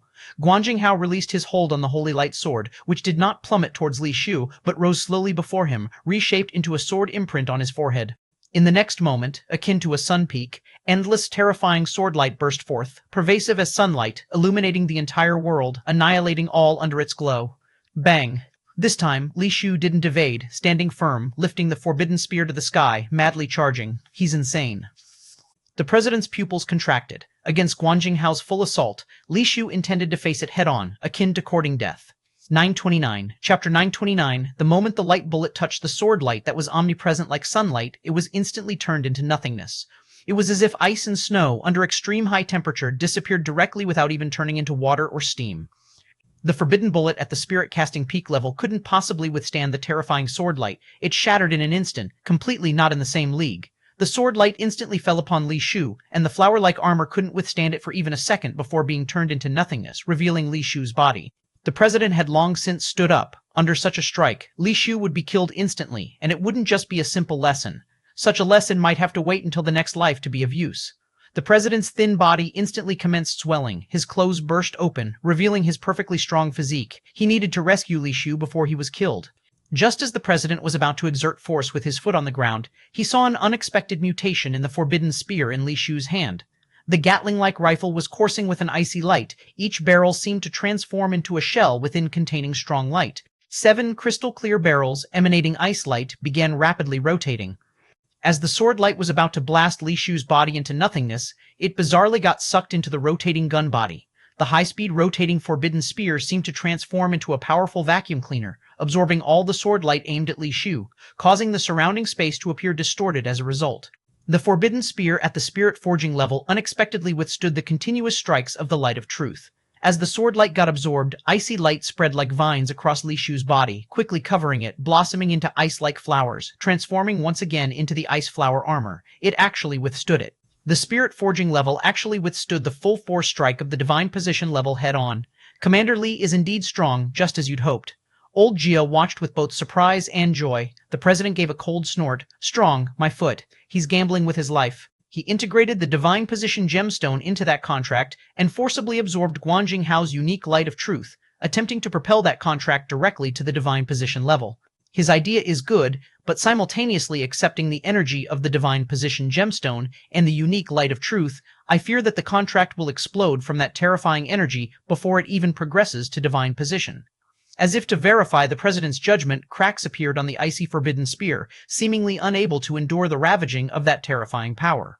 Li Shu naturally noticed the status of the forbidden spear but had no intention of stopping, and pushed the forbidden spear even more crazily, causing it to spin faster and faster, with space around the muzzle distorting, forming space similar to a black hole sucking in all the light energy. Under ordinary circumstances, no matter how resilient the body of the forbidden spear was, it should have reached a breaking point. But within the gun body exists a mysterious power silently permeating it, Li Shu's ultimate light. Though colorless and shapeless, imperceptible, the ultimate light permeating the gun body causes it to undergo a miraculous change, exceeding its intrinsic toughness. Even so, the terrifying light energy still caused the forbidden spear to struggle to endure, with much of the energy being directly vented into Li Shu himself, shared and endured by Li Shu himself and the evil spirit token's red-blue dual-cast spirit. Worries arose seeing the fine cracks on the gun body, but it never shattered, bearing through it. The president stared in a daze at Li Shu, murmuring in confusion. How could it be? Such strong light energy, a spirit-forging level body shouldn't be able to endure, should have exploded long ago, but looking at the current situation, Li Shu's body actually stabilized. How did he achieve this? No wonder the president couldn't piece it together. If judged solely on the ability to endure light energy, Li Shu, if claimed second, no one would dare claim first. He possessed the super bottle suction skill controlling light energy, plus 2 life contracts with 3 spirit castings, and a body transformed by the light planting technique, enduring far more energy than ordinary spirit forging levels. Even a trial taker at spirit casting peak, when only judged by light energy capacity, would be inferior, incomparable. However, Li Shu's greatest reliance wasn't on these. It was the magic spirit embryo within him, a literal bottomless pit, able to swallow as much light energy as Li Shu's light seed body. It can be said that Li Shu's capacity to endure light energy is stronger than 5 spirit casting peaks combined. Otherwise, he wouldn't dare audaciously use Guan Jinghao's unique light of truth to catalyze the divine position gemstone to aid the forbidden spear's promotion to divine position. The omnipresent sword light persisted. The surrounding area spanning dozens of miles turned into a void. The pit blasted out grew increasingly deeper, almost resembling a bottomless pit, nearly bottomless. Li Shu hovered over the pit, absorbing sword light with the gun, seemingly stuck in place. Guan Jinghao already saw through what Li Shu aimed to do and understood continuing further might not only fail to slay Li Shu, but aid in his advance to divine position. A peculiar gleam flickered in Guan Jinghao's eyes, but the sword light did not cease, continuing to barrage Li Shu. 930, Chapter 930, 36-1, Fallen God 2. The forbidden spear in Li Shu's hand and the forbidden flower armor on his body were so bright that they were impossible to look at directly, emanating a piercing icy glow, yet they still hadn't ascended to divine status. How strange. Guan Jinghao couldn't possibly not know that by continuing, he would only help Commander Li ascend to divine status. Why does he persist in these harmful attacks? Old Jia asked confusedly. The president squinted and said, it's because he saw through Li Shu's contract, it's impossible for him to ascend to divine status. Why? Old Jia asked, puzzled. In his view, with such strong support of light energy and the fusion of divine position gemstone, it should be easy to ascend to divine status. Because the quality of his contract is too high, whereas the quality of the divine position gemstone he uses isn't sufficient, the president said calmly. Old Jia suddenly understood, saying in shock, in other words, the quality of the divine position gemstone isn't enough to cause the contract to undergo a qualitative change to ascend, meaning that in the end, the contract will simply shatter. Exactly. Guan Jinghao saw this point, which is why he keeps giving him sword light. The more he absorbs now, the stronger the stored light energy in the contract becomes. When it eventually shatters, the resulting energy self-destruction will be even stronger. At that point, Guan Jinghao won't even need to make a move, and Li Shu will face his own demise, the president sneered. The kid likes shortcuts, thinking he's invincible after mastering the skill to absorb others' light energy for his own use. Where in the world is there such an easy thing? Li Shu initially didn't notice the problem, but when the forbidden spear failed to ascend to divine status for a long time, he immediately realized the issue. Without hesitation, Li Shu grabbed the forbidden spear in one hand, and with the other, he pulled out a dazzling orange gemstone from his body, directly integrating it into the forbidden spear. The orange gemstone, naturally, was another divine position gemstone that Li Shu had acquired. As the second divine position gemstone was merged into the forbidden spear, orange light patterns appeared within the spear, no longer a singular icy color. Wow, he has another divine position gemstone. He won't be satisfied unless he's doomed himself. Such a pity for those two divine position gemstones, the president snorted. Old Gia obviously understood what the president meant. Anyone could see that those two divine position gemstones weren't of the same attribute. Using different attribute.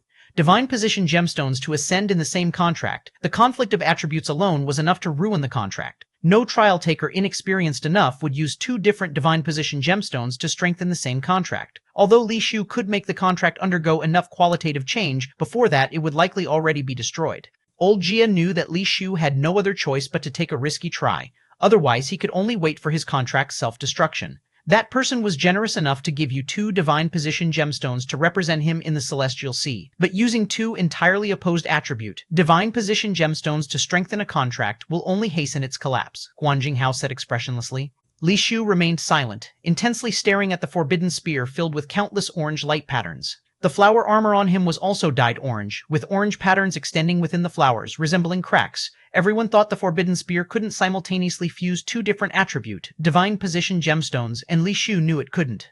However, the ultimate light he possessed could turn impossibility into possibility. Fused with three types of top-tier light energy, the ultimate light had miraculous effects beyond regular trial takers' imagination. It could restrain almost any type of light energy, using ultimate light as a catalyst, forcibly merging two divine position gemstones into the forbidden spear. Li Shu knew this was a make-or-break moment. Gritting his teeth, he reversed the light energy from himself and within the red-blue dual-cast spirit into the forbidden spear. Bang! The rays from the forbidden spear exploded like a sunburst, making the blinding light unbearable to look at. The explosion's shockwave caused sky clouds to roll back like continuous waves. Is it over? In the fierce wind, Old Gia was startled, worried Li Shu might be dead without the president intervening. He quickly turned to look at the president, who was staring in surprise at the area where Li Shu was last seen. Old Gia quickly looked up and saw that after the light dispersed, Li Shu was still standing there. Only now, the flower armor on him had turned a snowy orange-red color, like biological armor, wrapping his entire body. On his shoulders was a massive long object, more than 10 meters long, resembling a cannon barrel or some kind of launcher. The object was snow-white, yet orange-red halos flickered within. It seemed full of technological allure, yet also appeared to have biological characteristics. It succeeded, Old Gia said, both surprised and pleased. Bang! As Old Gia remained stunned, spiral orange-red light patterns appeared on the strange contract, both like a barrel and launcher. The next second, an orange-red light column shot out directly into the sky, shattering the indestructible sword light in one blast. 931, Chapter 931, 36-1, Fallen God 3. The terrifying beam of light instantly blasted in front of Guan Jinghao, and in a split second turned the area where Guan Jinghao stood into an orange explosion. It was as if two suns appeared simultaneously in the sky, and the entire world seemed to tremble incessantly with the emergence of that orange sun. Too strong, Commander Li is simply too strong, to be able to turn the tables in this situation, Old Gia exclaimed in ecstatic joy. Don't be too quick to celebrate. My kind isn't so easily defeated, the chairman snorted coldly. After the orange explosion dissipated, Guan Jinghao at the center did not appear as disheveled as imagined, not even showing a hint of injury. Yet his appearance at this moment was somewhat different from before. The sword light mark at his brow shattered, and the three pairs of light wings behind him seemed to be shedding like feathers, instantly filling the sky with fluttering feathers, as if it were snowing. As the light wings withered, the armor on Guan Jinghao's body transitioned from pure white to a lightless black. Just standing there, he resembled a black hole, seemingly unable to escape light like the evil spirit of darkness in the void. Originally, I thought, except for facing that individual, I would have never used this form again. The face of Guan Jinghao, appearing like an evil spirit in the darkness, showed complex expressions. Unexpectedly, I used it on you. Li Shu had no desire to waste words with Guan Jinghao. Carrying the forbidden cannon, he fired another shot towards the skybound Guan Jinghao. The terrifying orange-red beam, capable of citywide destruction, reached Guan Jinghao effortlessly. Guan Jinghao extended his hand slowly, chopping towards the terrifying orange beam as if it were a knife. The seemingly slow-moving hand surprisingly chopped the light-speed orange beam. In Li Shu's slightly amazed eyes, the orange beam split into two halves with what appeared as a casual slash by Guan Jinghao, disappearing into the void without even causing an explosion. The next second, Guan Jinghao's figure vanished, reappearing right in front of Li Shu, nearly face to face. The eyes beneath the black mask stared like a demon at Li Shu, landing a hook punch on Li Shu's chin. Li Shu was retreating and dodging, yet still couldn't evade. Being punched into the sky, the Forbidden Force armor shattered, and the Forbidden Cannon flew out of his hand. While still mid-air, Guan Jinghao appeared like a phantom before Li Shu again. Despite Li Shu predicting his attack paths and attempting to move away, he was still punched by Guan Jinghao, his body flying back like a cannonball. Even at such retreating speed, Guan Jinghao closely followed, his fists and legs relentlessly attacking. Li Shu suffered continuous heavy blows, his forbidden armor shattered into pieces, scattering fragments across the sky. Boom! Guan Jinghao's final punch directly blasted Li Shu's body against a mountain cliff, causing the entire peak to collapse dramatically. Li Shu, covered in blood, unsure how many bones were broken, painstakingly crawled out from the ruins of the mountain, appearing barely able to stand, coughing blood incessantly. "Is this the true power of the divine position level?" Li Shu gasped, looking at the slowly descending Guan Jinghao in the sky. "I told you, he's not human. Half of his blood flows in my body. This is what sets me apart from ordinary divine position testers. I've fused his bloodline with my abilities as a trial taker, creating this unique divine position form, which I call Fallen God." Guan Jinghao slowly landed before Li Shu, looking at the blood-soaked Li Shu. "Originally, I decided not to use Fallen God on anyone other than that person, but didn't expect you to force me into this situation." "Fallen God, huh? Indeed very strong. I'm not your match now," Li Shu said, coughing. Even forcibly elevating the Forbidden Spear to divine position level in the face of Guan Jinghao's Fallen God, he was just getting beaten without the ability to fight back. It's not that the Forbidden Spear is weak, but Guan Jinghao is too strong. Fallen God should have surpassed ordinary divine position standards. Li Shu felt that even the long-life 3 corpses might not defeat Guan Jinghao using Fallen God. The freshly ascended divine position Forbidden Spear clearly hadn't reached such levels. "It's over." The chairman watched the fallen god state of Guan Jinghao, eyes complex, seemingly joyful, yet filled with indescribable emotions. "Let me send you on your final journey. From here on, yin and yang will separate, and the world will no longer have a god." Guan Jinghao slowly raised his hand like a knife. "No need to send me off. I haven't lived enough yet." Li Shu, covered in blood, laughed brightly, his eyes sparkling with an unusual gleam. Guan Jinghao shuddered, his pupils contracted, trembling violently, hand continuously shaking but unable to strike down. Li Shu's eyes nearly became pure white, and a mysterious white light emerged from his brow, continually condensing into a vertical white eye. Under the direct gaze of the vertical white eye, Guan Jinghao's body seemed bound by invisible forces, shuddering violently, yet unable to move. The chairman, ready to rescue Li Shu, was stunned by this bizarre scene. Is this pure spiritual power? How can it be this formidable? Is it truly achievable by humans? The chairman watched Li Shu's brow with the white vertical eye, expression unusual. Old Jia was even more speechless with shock, never having seen human spiritual sense become so powerful, directly materializing to affect opponents without relying on demon armor. What's more, the affected person was Guan Jinghao, an existence incomparable to typical divine position levels. Such a mighty trial taker, yet Guan Jinghao was rendered immobile by Li Shu. How terrifying a spiritual sense must it take to achieve such an extent? 932, Chapter 932, Therses 2, The Sea Under Li Shu's gaze. Guan Jinghao stood there motionless. Li Shu extended his hand, and the forbidden spear that had fallen far away automatically flew over, hovering beside Li Shu, its orange glowing barrel aimed at Guan Jinghao in front of him. Because the distance was so close, the barrel was almost pressing against Guan Jinghao's face. The president and old Jia had somewhat strange expressions. They had already witnessed the power of that cannon. Although it was still not as strong as Guan Jinghao in his fallen god state, it was not to be underestimated. After all, it had divine position level destructive power, which was absolutely not weak even among the divine position level. Previously, Guan Jinghao could easily break the blast of the forbidden cannon, but that didn't mean he couldn't be hurt by its power. Now he stood motionless, only passively taking the hit, and this face-to-face bombardment might severely injure or even kill Guan Jinghao, but it could also fail to break through his fallen god state. Li Shu hesitated as he stared at Guan Jinghao for a moment, then suddenly withdrew the forbidden spear and summoned the Fire Lotus sword, flying off on it without attacking Guan Jinghao, not even attempting to. Why didn't Commander Li try? Could it be that he's already determined that the full-force strike couldn't severely injure Guan Jinghao? Old Jia asked in confusion. The president shook his head with a strange expression.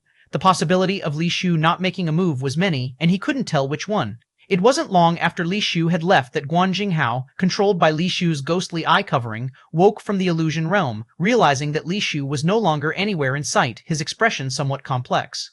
"I thought I had caught up with you, but turns out I'm still so far behind. Why didn't you make a move?" Guan Jinghao murmured to himself. Guan Jinghao had been mesmerized by Li Shu's upgraded ghostly eye covering, falling into a life illusion realm, during which time he had no ability to resist, yet Li Shu did not attack him, leaving him somewhat puzzled. At the same time, he also understood that it was laughable to have previously thought he could compete with Li Shu on the path of the magic armor master after breaking through the spiritual sense limit. He now clearly knew that Li Shu's strength and spiritual sense was far beyond his own, even when he himself had passed the limit. It could only be said that the current demon armor was simply unworthy of Li Shu. Just as it's often said, a normal person scoring 100 is due to their ability reaching 100, but Li Shu scoring 100 is because the paper only goes up to 100. So pure spiritual awareness can be strong to such an extent, deserving to be the god of the magic armor master. You mustn't die, I will catch up to you soon. Guan Jinghao looked into the distance, eyes still resolute, the black armor on him gradually dissipating, reverting to the appearance of a white dress. Li Shu sat atop the lotus-shaped fire lotus sword, summoning the forbidden spear and firing several shots at his own body. The undying bullet entered his body, repairing his damaged body. Undoubtedly, with just the divine position level forbidden spear, he was not yet Guan Jinghao's match in his fallen god state. If he himself could ascend to the divine position, perhaps he would have a fighting chance. However, he did not fire that last shot, and it wasn't because he felt he couldn't injure Guan Jinghao, but because of what Dong Li had said. Within Space City's sphere of influence, the combined population of each major city likely reaches over 1 billion. Currently, they are able to live such stable lives because of the existence of Space City and the Magic Armor Master Legion. If Guan Jinghao were to die, Space City would likely fall into chaos, and at that time, those countless people's fates would be left to chance. Aside from that, Li Shu also didn't want to defeat Guan Jinghao in such a manner. He preferred to defeat Guan Jinghao using pure trial-taker power. Of course, Li Shu indeed had no confidence in killing Guan Jinghao in his fallen god state, and furthermore, his body could not sustain a prolonged explosive spiritual awareness. If the strike failed to wake up Guan Jinghao, it'd be troublesome. Plus, he simply didn't intend to kill Guan Jinghao, so he didn't even attempt it and just left directly. Guan Jinghao said the president is not human. If he truly is the president's son, perhaps this matter isn't just hearsay. Having seen Guan Jinghao's fallen god, Li Shu felt that the power was indeed different from the trial taker's power, but couldn't quite say what was different. President really wants to destroy this world? Li Shu pondered silently. Li Shu didn't return to the celestial realm, but instead headed towards the City of Light. His body was severely damaged, partly due to being injured by Guan Jinghao, and partly due to forcibly using spiritual sense beyond the line, stronger than any previous burst of spiritual awareness. Even with his current body strength, it still couldn't withstand such terrifying spiritual awareness burst. His body was quite damaged by his own spiritual awareness, and the undying bullet's power alone couldn't fully repair his injured body. He needed Chujun's White Lotus to help restore his injured body in order to fully recover in a short time. The Trial Taker competition in the City of Light was nearing its end, with most events already having declared their champions. Li Shu quietly entered the City Lord's mansion and asked someone to call Chujun over. What happened? How did you get injured so badly? Chujun was startled when she saw the injuries on Li Shu. I went to find Guan Jinghao. Li Shu roughly explained the situation. Guan Jinghao is actually a divine position level trial taker? Chujun listened, greatly shocked. 933, Chapter 933, 36-2, C2. It's hard to imagine that the City Lord of the world's most technologically advanced space city for demon armor is actually a top-level trial taker. Can you help me heal my wounds first? It's really uncomfortable, Li Shu said with a grimace. Sorry, I'll heal you right away. Chujun hurriedly summoned the White Lotus, which hovered above Li Shu's head, casting beams of light that slowly repaired Li Shu's damaged body. Although both the White Lotus and the Undying Bullet have the ability to heal the body, they differ slightly. The Undying Bullet heals faster, but it's more effective for physical injuries such as muscle tears and bone fractures, healing them extremely quickly. The White Lotus heals much slower, but its healing is more meticulous, making it more effective for repairing damaged nerves. The main reason Li Shu needed the White Lotus was to repair his damaged nerves. Seeing that Li Shu's injuries, although horrific, were not fatal and that recovery was just a matter of time, Chujun breathed a sigh of relief. There's only one event left in the Trial Taker competition that hasn't crowned a champion. Li Qingyi has won 2 events, which has been a huge help. The media outside are calling her the #1 beauty trial taker, an acknowledged goddess-level trial taker, even more famous than Ye Shiwan before. Chujun briefly described the situation of the Trial Taker competition. Li Shi was not surprised. Although Li Qingyi had just recently advanced to the spirit forging level, after all, she is the president's bloodline. Li Shu knows best how formidable the president's children are. Even if Li Qingyi sweeps the board, he wouldn't be surprised. By the way, Old 8 has come to the City of Light and says he wants to see you. He wants to ask you for a favor, Chujun continued. I'm too tired today. I need a night's rest. Tomorrow you can tell Old 8 that I'm here. Li Shu roughly guessed what Old 8 wanted from him. Got it, Chujun nodded slightly. It took 4 or 5 hours for Li Shu's injuries to fully recover, primarily due to the difficulty in repairing the damaged nerves, as the White Lotus wasn't high enough in level to heal faster. Even though his body had healed, Li Shu still felt a bit fatigued and quickly fell asleep after lying in bed, not waking up until noon the next day. After getting up, washing up, and eating something, Li Shu carefully reviewed the information on the Forbidden Spear's ascension to the divine position level. There weren't significant differences from the spirit forging level version of the Forbidden Spear, apart from an enhancement of the primordial embryo quality and mainly the addition of a light of truth. The light of truth of the Forbidden Spear is called Forbidden Light. According to the annotations, although it has forbidden in the name, its ability is entirely different from that of the Forbidden Spear. The Forbidden Light doesn't add any forbidden abilities but instead can dispel forbidden power. In other words, regardless of any forbidden power the opponent possesses, the Forbidden Light would immediately dispel it. However, Li Shu wasn't yet sure of the full range of powers it could dispel. Unfortunately, the ascension of the Forbidden Spear to the divine position didn't prompt Li Shu's own body to ascend to the divine position. This is the drawback of the light planting technique. In general light casting techniques, the contract merges with the body, and when the life contract ascends to the divine position, the body follows suit. The light planting technique doesn't offer such benefits, which has its pros and cons. It took 2 divine position gemstones to ascend the Forbidden Spear. The evil spirit token probably needs 2 divine position gemstones to ascend to the divine position. I don't know if 2 are enough for myself, given there's still a vampire in my body. Li Shu was already contemplating where to hunt divine position demon spirits for gemstones. While contemplating, his phone suddenly rang. Li Shu took out his phone to see that it was Old 8 calling.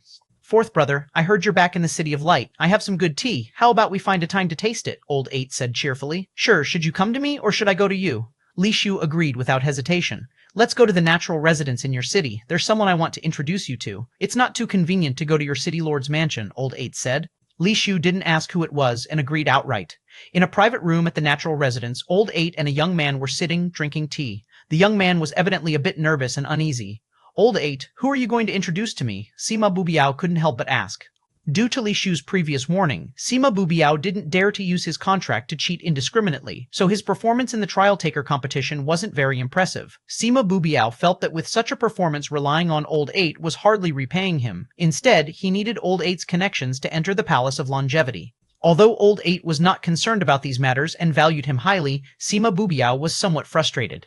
"I'm taking you to meet my sworn brother, fourth brother. With your ability, entering the Palace of Longevity shouldn't be a problem, but not everyone there has the authority to recruit members. Only a few people have that authority, and I can't directly bring you in. It would be problematic if someone else recruits you. My fourth brother has such authority, which is why I'm bringing you to meet him," Old 8 said, sipping his tea. Sima Bubiao nodded, but remained a bit nervous because it was a situation where he needed help. Seeing this, Old 8 chuckled. "Don't be nervous, he's my sworn brother. It's just a matter of saying the word." 934, Chapter 934, 36-2, C3 Sima Bubiao finally relaxed a bit and was about to take a sip of tea when he suddenly heard the door of the private room being opened and someone walking in. Sima Bubiao quickly stood up to take a look and was stunned when he saw the person's appearance. Then he heard the 8 Master call out, "Fourth brother," and his mind buzzed as if it had exploded. He originally thought that with the 8 Master being so old, his fourth brother must be even older. He never expected the fourth brother the 8 Master referred to would be Li Shu. Previously, Li Shu had come to him, hoping for him to join the City of Light, but he refused for the sake of the 8 Master. Unexpectedly, after all the twists and turns, they ended up meeting again. "Fourth brother, let me introduce you. This is a descendant of an old friend of mine." 8 Master pulled Li Shu over to introduce him to Sima Bubiao. "I know Sima Bubiao," Li Shu said with a smile. Fourth brother is indeed who he is, recognizing Bubiao's exceptional qualities at first glance. "In the future, when Bubiao joins your technician group, I hope you'll look after him," the 8 Master said with a smile. "City Lord Li," Sima Bubiao said with a grimace, unsure what to say next. Before, he had refused him, and now he was asking for his help. What a turn of events. "I must thank you, Old 8. Such an excellent trial taker joining my technician group is something I could only wish for." Li Shu sincerely extended his hand and looked at Sima Bubiao, saying, "Welcome to the technician group. I've been looking forward to it for a long time." "City Lord Li." Sima Bubiao quickly shook Li Shu's hand, momentarily at a loss for what to say, surprised that Li Shu would still be so gracious to him. "Don't call him City Lord, call him Commander. From now on, fourth brother is your commander," the 8 Master remarked. "Apologies, Commander," Sima Bubiao said respectfully and anxiously. "Don't be so tense. This isn't the Celestial Sea. Even in the Celestial Sea, my technician group only looks at ability, not background. As long as you have the ability, the technician group will surely have a place for you. I believe with your abilities you'll achieve great things in the Celestial Sea," Li Shu said with a smile. Sima Bubiao felt even more touched upon hearing this. The 8 Master noticed there seemed to be a story between the two, but, being old and wise, naturally, didn't mention it. "We're all friends here, don't just stand around. Try my tea. I personally picked it from afar," the 8 Master said, pulling Li Shu to sit down. "Old 8, there's something I want to ask for your help with. After tasting the Eight Masters' tea, Li Shu mentioned the matter at hand. Is it related to jade? Eight Master seemed to have anticipated it and asked before Li Shu could explain. Indeed. Li Shu nodded slightly. Are you seeking guidance on whether this trip is auspicious or ominous? The Eight Master inquired again. Old Eight, you truly have insight. Li Shu had indeed come to ask the Eight Master about fortune-telling. Whether the Eight Master's word divination skills were genuine or not, Li Shu was unsure. However, one thing he could confirm was that the secrets Eight Master knew were certainly more than usual. Rather than saying Li Shu came to have his fortune told, it was more accurate to say he wanted to inquire about whether Eight Master knew about this matter. Naturally, he couldn't ask directly, as doing so would surely make Eight Master reluctant to answer, so he could only come for word divination. Fourth brother, write a word. The Eight Master didn't refuse. Whether he truly only intended to divine characters or knew some inside information was unclear. Li Shu pondered for a moment, then dipped his finger in tea water and wrote the character C on the table. This character, Hai, naturally referred to the celestial seas. The Eight Master looked at the word Li Shu had written on the table, pondered for a while, and then softly recited, having gone up the mountain to the city and then up the building, the host's grand feast is most glamorous. On a festive occasion there should be song and dance, yet old friends talk of past travels. What does it mean? Li Shu could understand the literal meaning, but knew that interpreting such a verse required expertise. Moreover, Li Shu wanted to understand not only the verse's meaning, but also the Eight Master's view on this matter. This journey is likely to have a calamity, the Eight Master stated. Where is the calamity? From the literal meaning of the verse, Li Shu couldn't perceive any disaster. The Eight Master said, the meaning of this verse is that after you overcome the difficulties, you'll surely progress further and achieve great success, elevating your life to a new level. Even amidst the peaceful celebratory feast, you can remain composed, reminiscing with old friends. This sounds like a good omen. Where's the calamity? Sima Bubiao couldn't help but ask after listening. The verse is indeed a good omen, but if this omen is to come true, a calamity must occur beforehand. If you can overcome this calamity, you will soar to great heights, rising swiftly to overlook the world and laugh at life. But all of this is predicated on your ability to overcome that calamity. The Eight Master pondered for a moment before smiling and saying, since you drew this verse, it suggests that this calamity should pass without any real danger. The Eight Master didn't say more, but Li Shu had already realized that while the journey had great risks, successfully navigating them would result in enormous benefits. Who might this old friend be? Li Shu pondered aloud. He understood the earlier parts, but the bit about the old friend puzzled him. Could it be that he would encounter an acquaintance in the Celestial Sea? Li Shu pondered those he knew in the Celestial Sea were only the demon spirit within the blue metal coffin at the Sea Heaven trial ground. Could it be he would meet it this time? But how could that demon spirit be considered an old friend? If anything, it should be an old enemy. It'd be lucky if it didn't try to kill him. How could they possibly reminisce? If not that demon spirit, Li Shu couldn't think of anyone else he knew related to the Celestial Sea. The Eight Master dipped his finger in tea water as well and wrote the character on the table, but he broke it down into parts. The character C combines water. On the side, your use of water to write indicates you will encounter significant turbulence. The part below implies that you will meet a woman who will affect your trip's success, Eight Master explained as he wrote. You're saying my old friend is a woman? Li Shu was even more confused. He didn't recall knowing any woman from the Celestial Sea. No, that woman isn't your old friend, but she is crucial to your success on this journey. The Eight Master clarified. Then where does this old friend you mentioned come from? Li Shu couldn't figure out who the Eight Master referred to, and as he didn't elaborate further, Li Shu pressed on. The sea contains a multitude of rivers, accommodating everyone under the sky.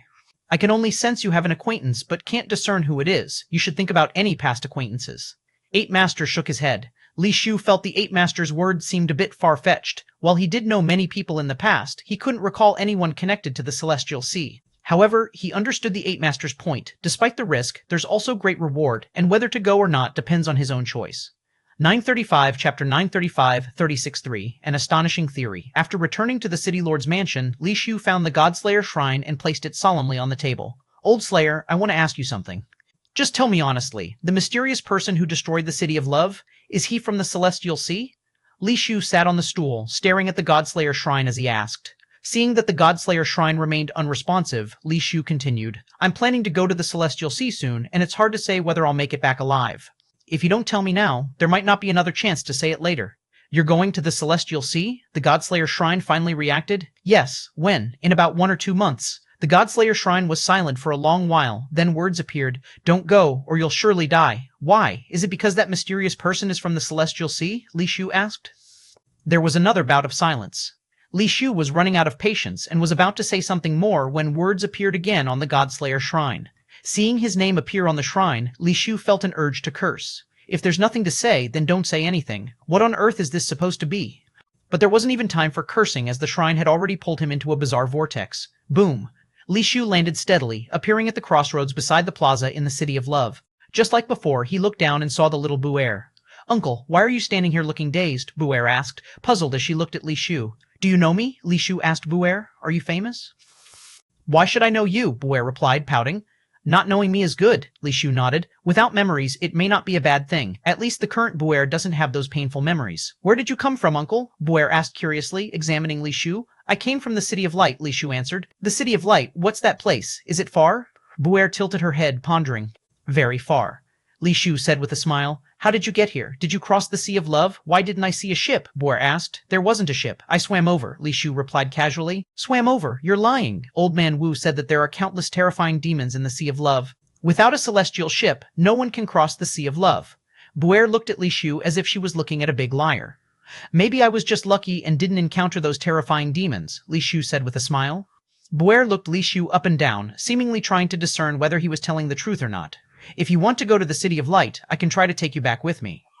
Li Shu changed his strategy this time. Since he couldn't persuade the people here to leave, the only option was to find a way to take Buer away. Buer seemed to have some inexplicable connection to this City of Love. As long as Buer was alive, Li Shu couldn't leave the City of Love and return to the real world. Li Shu wanted to see what would happen if he took Buer out of the City of Love. Not interested. Buer turned and walked away, ignoring Li Shu, as if she had no interest in his suggestion at all. This left Li Shu a bit stunned. Buer obviously wanted to leave the City of Love. At least she should want to go to the Celestial Sea to find her father. Yet she refused so resolutely now, as if she genuinely didn't want to leave the City of Love, which was unexpected for Li Shu. Watching Buer leave, Li Shu didn't follow her because he knew it wouldn't help. Once night falls, the mysterious person would break into the City of Love, and the outcome would be the same. Even though the Forbidden Spear had been upgraded to Divine Position level, Li Shu still wasn't confident he could face that mysterious person. Li Shu took a walk around the city, trying to learn as much as possible about things he hadn't discovered before. The Godslayer Shrine had pulled him into the City of Love again, perhaps to tell him that the answers he sought were actually within the City of Love. The residents of the City of Love were still as warm and kind as before. As long as Li Shu didn't do anything reckless, the residents were quite lovely. Unfortunately, after circling around the City Lord, Li Shu didn't find anything new. He was very familiar with the residents here. Old Man Wu and the blind tailor were no different than before, and others were normal, without any noticeable anomalies. Li Shu waited until it got dark, and, for some reason, the people held an evening banquet on the plaza yet again. Li Shu now deeply suspected that the City of Love might not actually be a real place, but perhaps just a segment of time-space memory intercepted by the Godslayer Shrine. Perhaps the events in the City of Love had already happened a long time ago during some time period, so no matter how many times Li Shu entered, he could only repeat this segment of events that had already occurred. The evening banquet would be held no matter what. The mysterious person would inevitably appear, Buer would inevitably die, because those were the facts that had already happened, and no one could change them. If my speculation is correct and these events cannot be changed, then why does the Godslayer Shrine keep pulling me into here? It knows the City of Love can't be slain. Pulling me in repeatedly makes no sense.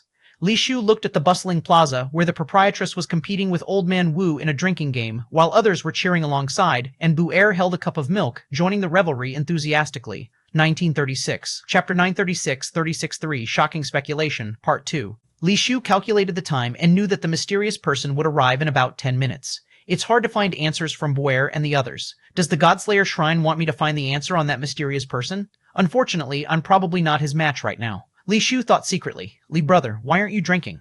Wu Xingli, with a face flushed from drinking, came over, putting his arm around Li Shu's shoulders. During the day, Li Shu had already become quite acquainted with them. Li Shu looked at the nearly drunk Wu Xingli, feeling a stir in his heart, and whispered, "Wu Xingli, do you know a woman named Zhang Linglin? Zhang Ling, Consort Lun, how do you know her?" Wu Xingli seemed to wake up from his drunkenness in an instant, staring at Li Shu with fiery eyes. His hands pressed tightly on Li Shu's shoulders, like iron shackles. Li Shu was both shocked and delighted. The president had told him that Zhang Linglin was actually not called Zhang Linglin, but had not revealed her real name. Li Shu originally thought that even if he mentioned the alias, Wu Xingli and the others probably wouldn't know, so he had not brought up the matter before. Unexpectedly, Wu Xingli actually knew Jing Linglin, which made Li Shu somewhat suspicious if the president was deceiving him. "Wu Xingli, to be honest, I came here because Jing Linglin asked me to bring you something," Li Shu quickly said. "Consort Lan asked you to bring me something? How could she ask you to bring me something? You better not be talking nonsense." Wu Jingli's eyes were sharp, seemingly not believing that Zhang Linglin would send him anything. Unless you're not the fifth celestial king, Wu Jingli, otherwise it's accurate, Li Shu quickly responded. Wu Jingli was slightly stunned. It had been a long time since anyone called him by that title and name. What did she ask you to bring? Wu Xingli's eyes were still somewhat suspicious. Li Shu quickly took out the piece of jade given by Zhang Linglin, handing it over to Wu Xingli. Wu Xingli received the jade, initially indifferent, but upon seeing the inscriptions on the jade, seemed captivated, even loosening the grip on Li Shu's shoulders. Wu Xingli looked at it for a while, released Li Shu's shoulder, and while stroking the inscriptions on the jade asked, "Besides this piece of jade, did she say anything else?" "Just one sentence. She said that the matter has nothing to do with her." Li Shu observed Wu Xingli's expression as he spoke. Humph, nothing to do with her? No one would believe that if it weren't for her, how could the Demon Kingdom? Wu Xingli stopped mid-sentence. Wu Xingli, could it be that Zhang Linglin is the Demon Kingdom's consort? Li Shu hurriedly asked. Humph. What kind of imperial consort? Just a demon consort. If it weren't for her disrupting the court and confusing the king, how could... Wu Xingli seemed to realize he had said too much and glared at Li Shu, asking, "Where is Zhang Linglin now?" "At the Jade Imperial Court." Li Shu answered truthfully, "Humph, she has occupied the Jade Imperial Court." If it had nothing to do with her, how could she not be dead and still occupy the Jade Imperial Court? Wu Xingli's expression grew even darker. Wu Xingli, what exactly is going on? Li Shu knew time was running short, and if he didn't seize the chance to ask now, the god of slaughter would arrive soon. "It's none of your concern," Wu Xingli said coldly. "Did she not tell you why she wants you to give me the list?" "No." Li Shu shook his head. The jade was inscribed with 13 names. Li Shu had already looked at them, and among them were Wu Xingli and the blind tailor, but he didn't know who the other 11 were. Li Shu guessed they might be people from the City of Love, but since everyone there used strange nicknames, Li Shu couldn't match them with the names on the list. If Zhang Linglin hadn't mentioned the real names of Wu Xingli and the blind tailor, Li Shu wouldn't have known their names were included either. Wu Xingli, who are these 13 names listed here? Normally, Li Shu wouldn't ask so directly, but time was pressing. Wu Xingli's expression turned cold, as though he wanted to say something, but suddenly they heard a loud noise coming from the city gate, causing him to turn his head. Li Shu grimaced inwardly, knowing the mysterious person had arrived again. Sure enough, the city gate was flung open. The mysterious person carried in a stone tablet, and without saying a word, began a massacre. Wu Xingli and the others rushed forward, and Li Shu gritted his teeth, letting the red-blue dual-caste spirit possess him, while simultaneously summoning the forbidden spear. In a split second, the forbidden spear transformed into the state of the forbidden cannon, aimed at the mysterious person, and as the mysterious person crushed a resident rushing towards him, unleashed the terrifying forbidden cannon. An orange beam penetrated the entire street, reaching the mysterious person. The originally charging Wu Xingli, Blind Tailor, and the others froze for a moment and halted. Bang! The mysterious person set the stone tablet in front, blocking the orange beam shot by the forbidden cannon. Nobody knew what material the tablet was made of, but it managed to withstand the orange beam. Boom! Like a hydrogen bomb explosion centered on the tablet, an orange sphere burst forth, destroying everything around it. Strangely enough, the seemingly fragile houses on either side of the street remained undamaged under such a fearsome explosion. 937, Chapter 937, 36.3, An Astonishing Guess, Part 3. Wu Laodi and his group, who were closest to the light explosion, were merely pushed back very far by the shockwave, yet remained unharmed. Seeing this scene, Li Shu felt even more suspicious. He had previously fought with Wu Laodi and the Blind Tailor. They seemed to be just at the spirit forging level, yet at such a close distance, they weren't injured by the impact of a divine position level strike, which was clearly unscientific. Li Shu didn't have time to think more, as after the light explosion dissipated, the mysterious figure and the monument showed no damage, not even a single mark on the monument. The fallen violinist had somehow ended up on the rooftop near the mysterious figure, and he started playing his violin. The music unexpectedly transformed into tangible light threads winding towards the mysterious figure. Looking at his skills, he turned out to be an expert at the spirit forging level. Countless sound threads wound towards the mysterious figure, but the mysterious figure merely extended a hand to grab them, seemingly catching them like ordinary threads, then pulled with force. The violinist's body instantly flew towards the mysterious figure, who caught his neck, appearing to crush the violinist's neck with a casual pinch. Witnessing this, Wu Laodi, the Blind Tailor, and the landlady's expressions changed drastically. Wu Laodi hurriedly stuffed the jade into Li Shu's hand and pushed Buer towards him. "Take them and Buer, and run quickly. Do not let them fall into his hands." With that said, Wu Laodi's body exploded with light energy, and he turned to charge at the mysterious figure, and the others charged too. Unfortunately, as with last time, they were like dolls in front of the mysterious figure, and not a single one could withstand even one strike, resulting in many deaths in an instant. Li Shu picked up Buer and turned to run, ignoring Buer's cries and struggles, but had only run a few steps before the mysterious figure appeared like a ghost in front of him, and the monument came crashing down. Li Shu's eyes burst with white light. The vertical eye at the center of his forehead opened, causing the mysterious figure's movement to pause momentarily. Boom. The forbidden cannon directly hit the mysterious figure. Orange terrifying light energy erupted, brutally forcing the mysterious figure back. An orange light explosion exploded once again. Yet the next second, Li Shu felt a chill in his heart.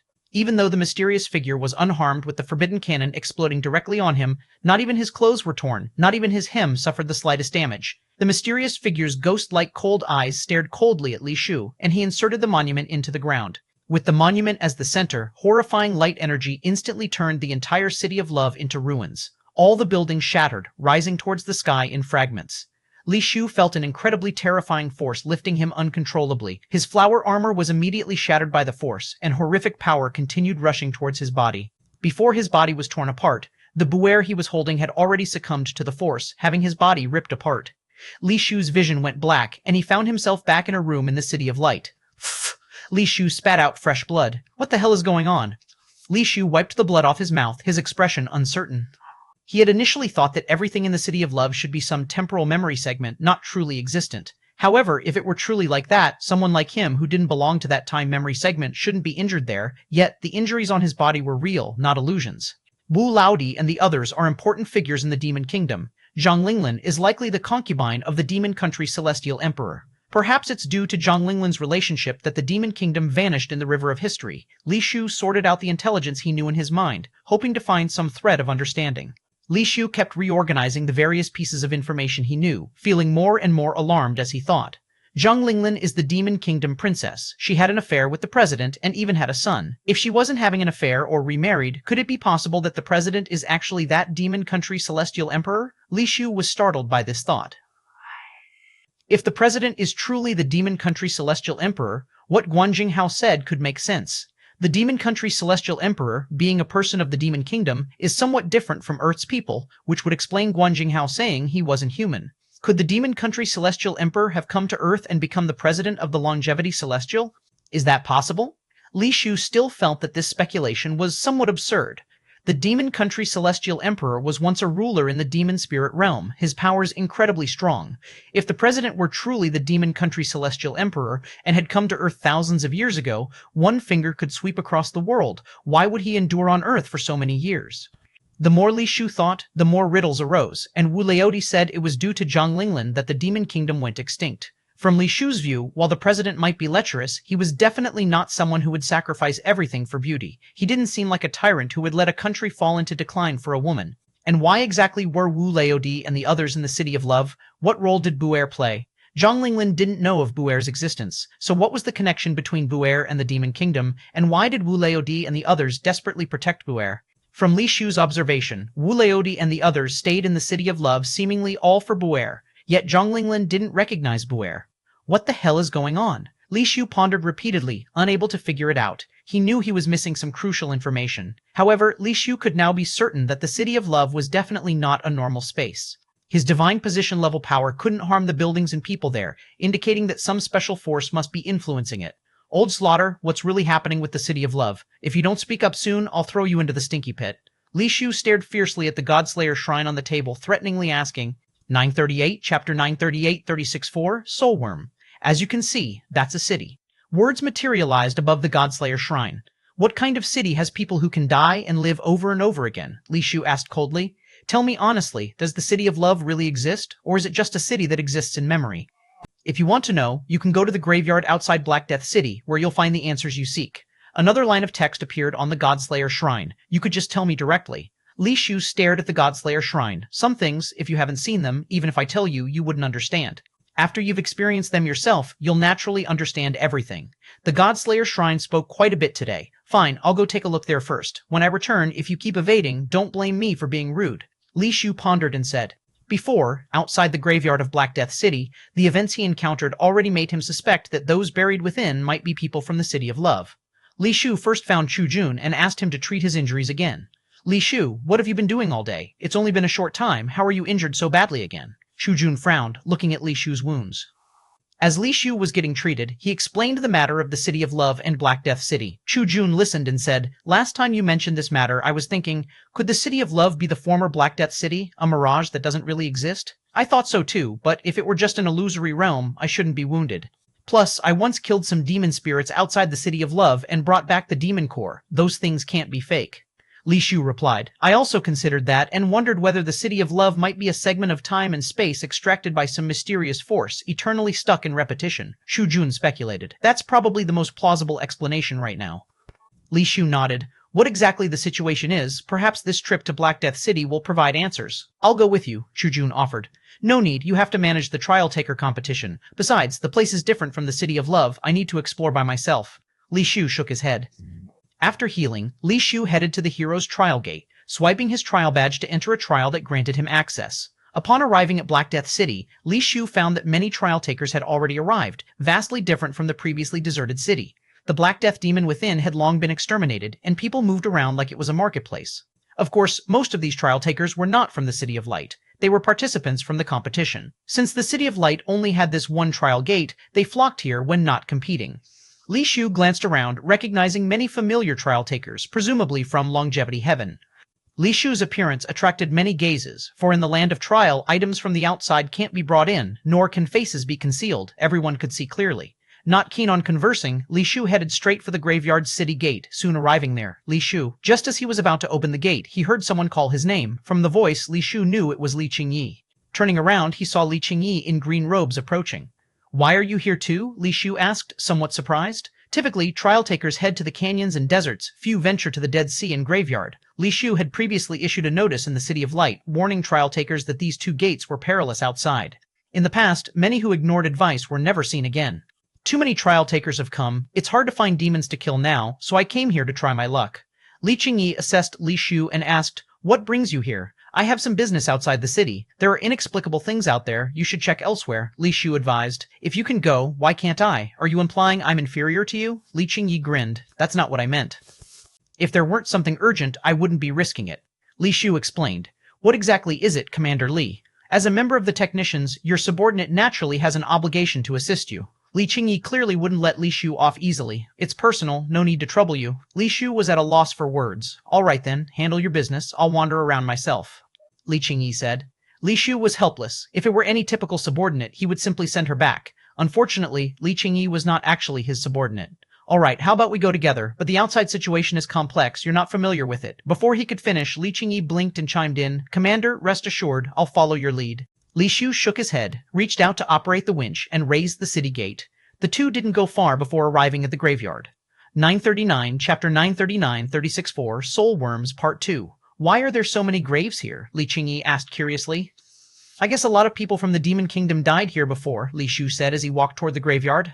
Egui, not seeing Egui outside the graveyard, Li Shu didn't go in directly but called out twice from outside. Why are you here again?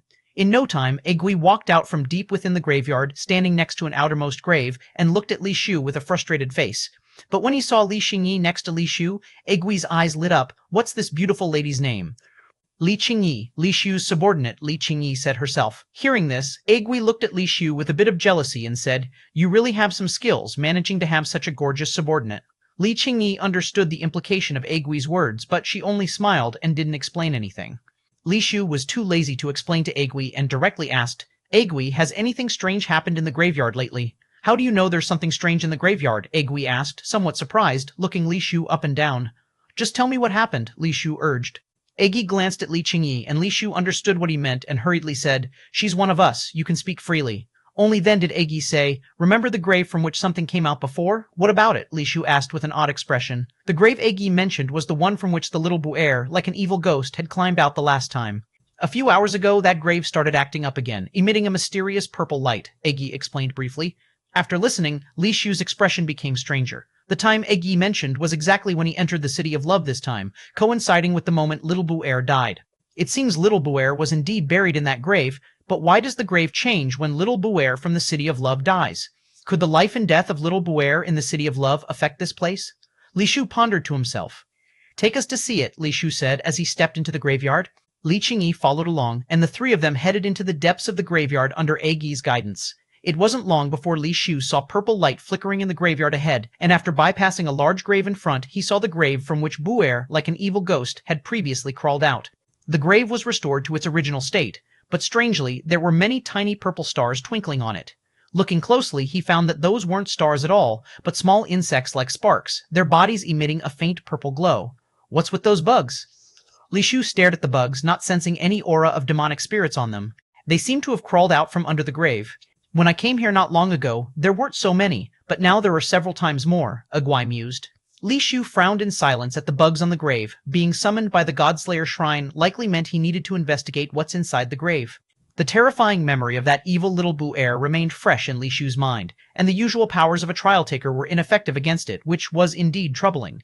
These should be soulworms, right? Li Qingyi suddenly said from beside him. Soulworms, what are those? Li Shu and Agui both looked at Li Qingyi. After thinking for a moment, Li Qingyi said, "It's said that extremely powerful demon spirits, upon dying, their souls transform into soulworms and gather in the land of death. I've killed plenty of demon spirits, even those of divine position level, and never seen soulworms," Li Qingyi laughed. "Only some extremely powerful demon spirits can transform into soulworms after death. I've only seen it once, when my father took me to a land of trial. There was a large grave there filled with soulworms on the mound, like a burning volcano. But those soulworms were golden, not purple. However, they had the same appearance. I'm not sure if these are really soulworms." "Are soulworms dangerous?" Li Shu asked. "They shouldn't be dangerous. My father once caught some soulworms by hand and put them in a bottle for me to play with. They were quite beautiful, but after a while, the soulworms just vanished inside the bottle," Li Qingyi said. "No danger then, that's good." Egi felt somewhat relieved upon hearing Li Qingyi's words, as he was worried these soulworms might pose a threat. Li Shu stared at the soulworms on the grave, hesitating whether to dig open the grave to see what's inside. As he pondered, he suddenly saw the soulworms on the grave rise into the air, seemingly startled. Li Shu and Agui quickly retreated. Although Li Qingyi said the soulworms shouldn't be dangerous, they still couldn't be sure if these were soulworms, so naturally, they didn't dare to take any risks. Li Qingyi also backed away, evidently not fully confident herself.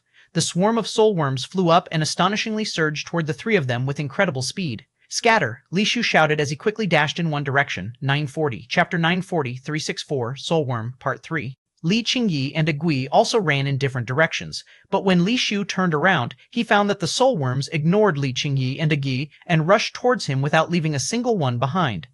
"Damn, I haven't even dug a grave yet, just thought about it, and this brings retribution?" Li Shu's mood was slightly gloomy. Seeing that the soulworms were almost upon him, Li Shu summoned the Forbidden Spear, and in a Gatling mode, he unleashed a barrage of bullets at the soulworms. But the bullets went right through the soulworms' bodies, as if they were made of ghostly matter. These things are of the same nature as the evil spirit Bu-Er before. The power of an ordinary trial taker can't harm them at all. Li Shu immediately realized the problem and prepared to use his spiritual sense. Only by crossing the line with spiritual sense could he affect this kind of being. The last time he dealt with the evil spirit Bu-Er, he did it this way. But before Li Shu could activate his spiritual power, the soulworms that had rushed in front of him suddenly stopped and no longer moved toward him. The soulworms, glowing with a purple light, flew in the air and gradually arranged themselves into two words. "Uncle." Seeing the two words formed by the soulworms in the air, Li Shu felt a mix of emotions he couldn't quite place. The last time, the evil spirit Bu-Er called out these two words under the stimulation of Li Shu's spiritual sense. This time, the soulworms arranged into these two words, leaving him both surprised and delighted. "Bu-Er, is that you?" Li Shu quickly asked. "Uncle, it's me." The formation of the soulworms shifted, morphing into four words. Countless thoughts flashed through Li Shu's mind. If all the people buried in these graves are from the City of Love, and if the one in the grave is really Bu-Er, how could she know about me? Unless our previous assumptions are wrong, and the City of Love isn't a phantom realm, nor a memory space. If that's the case, even if Bu-Er is buried in this grave, she couldn't possibly know of her own existence. Li Shu could only speculate two possibilities.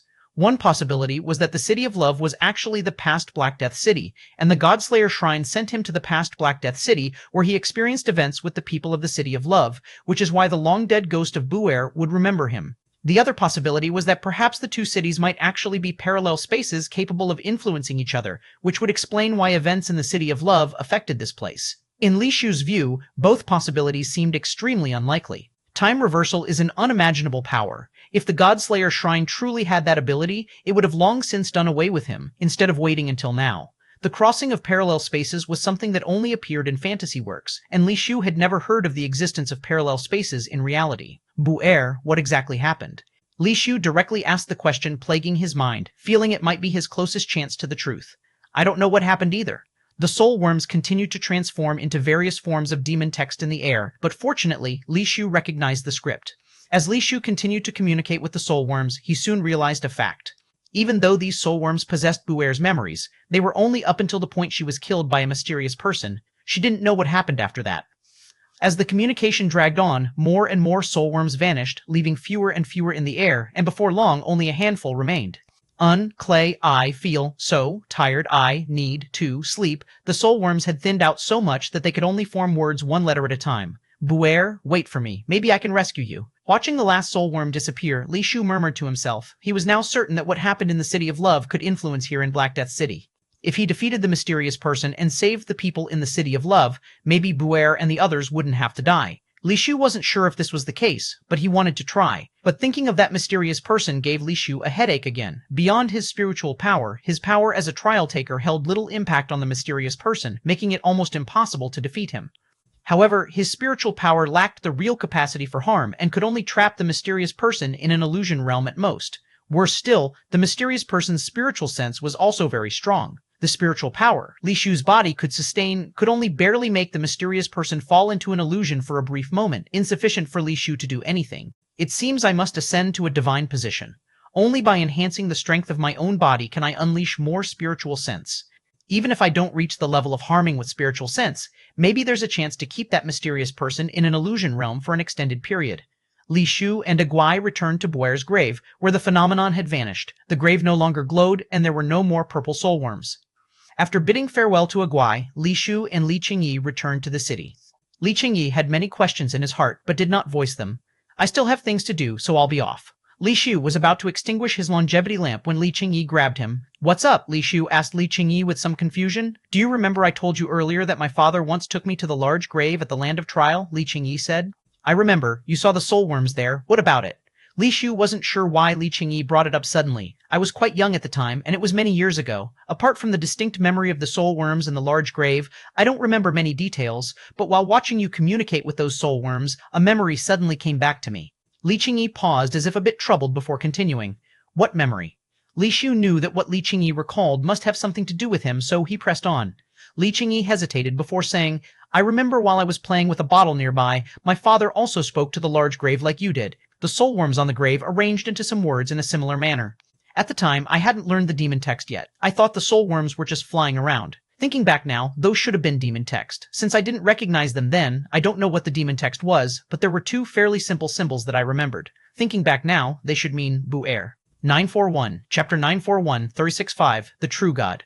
Are you sure it was when the president communicated with the soulworm of that big tomb, the soulworm mentioned little Buer? Li Shu was slightly taken aback. I shouldn't be wrong. Those two demon texts were relatively simple, and they appeared many times, so I still have some impression. Did the president mention little Buer? Li Shu hurriedly asked. In my memory, no. Li Qingyi thought for a moment, then shook her head. Do you remember where the trial gate with the big tomb was? Li Shu pondered. I only remember it was at sea, but I don't know the exact location. After all, I was too young then, and I saw that trial gate on a small island after going out to sea with my father. It was a golden gate, and I remember it very clearly because its splendid appearance indeed left a deep impression, Li Qingyi said. At sea, Li Shu suddenly felt a bit frustrated. The ocean is so vast, with too many small islands, it's impossible to find it, especially since Li Qingyi doesn't remember which sea they went to. Who exactly is this little Buer? Is it important? If needed, I can ask my father, Li Qingyi said. Li Shu quickly shook his head and said, Don't let anyone else know about this matter for now. I understand. Li Qingyi saw Li Shu wouldn't say more, so she didn't continue to ask. Leaving Black Death City, Li Shu returned home alone, but was secretly calculating in his heart. City of Light only has this one. Trial Gate, there's really no need to specifically build a city.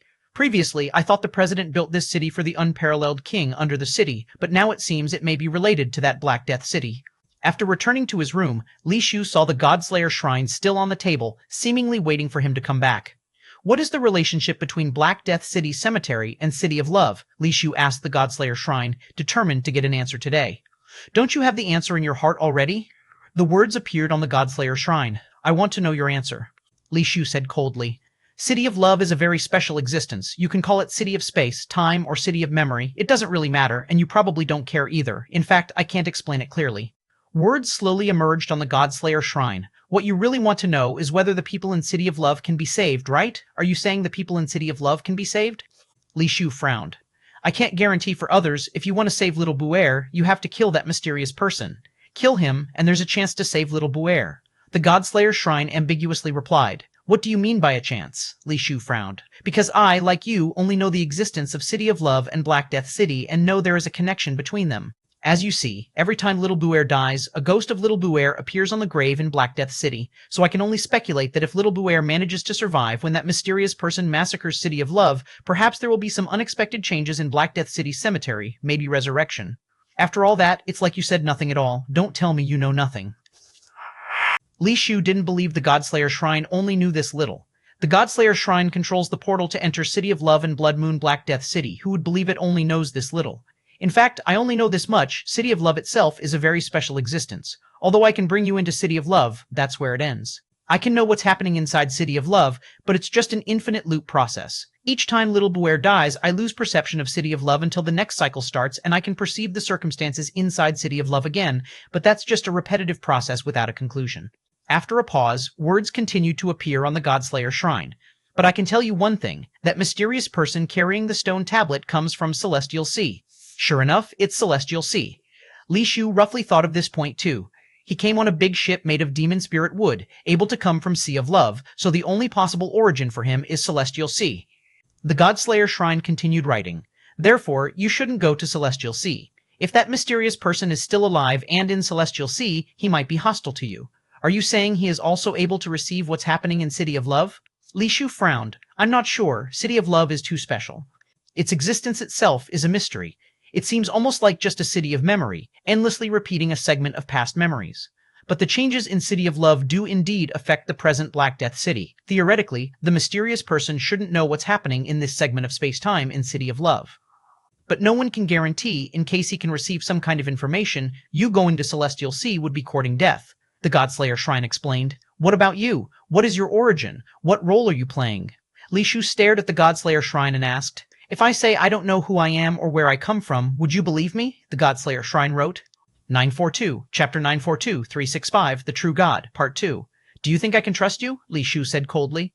I knew you wouldn't believe me, so explaining is pointless. In fact, it was only after you released me that I became conscious. You make it sound like I'm your mom, just gave birth to you.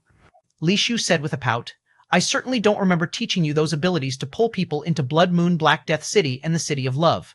That's why this matter is hard to explain. I feel like before you released me, I was always in a deep sleep. After awakening, I gained some memories, but those memories are incomplete. Maybe my memory is fragmented, perhaps I know everything, but right now I really can't remember.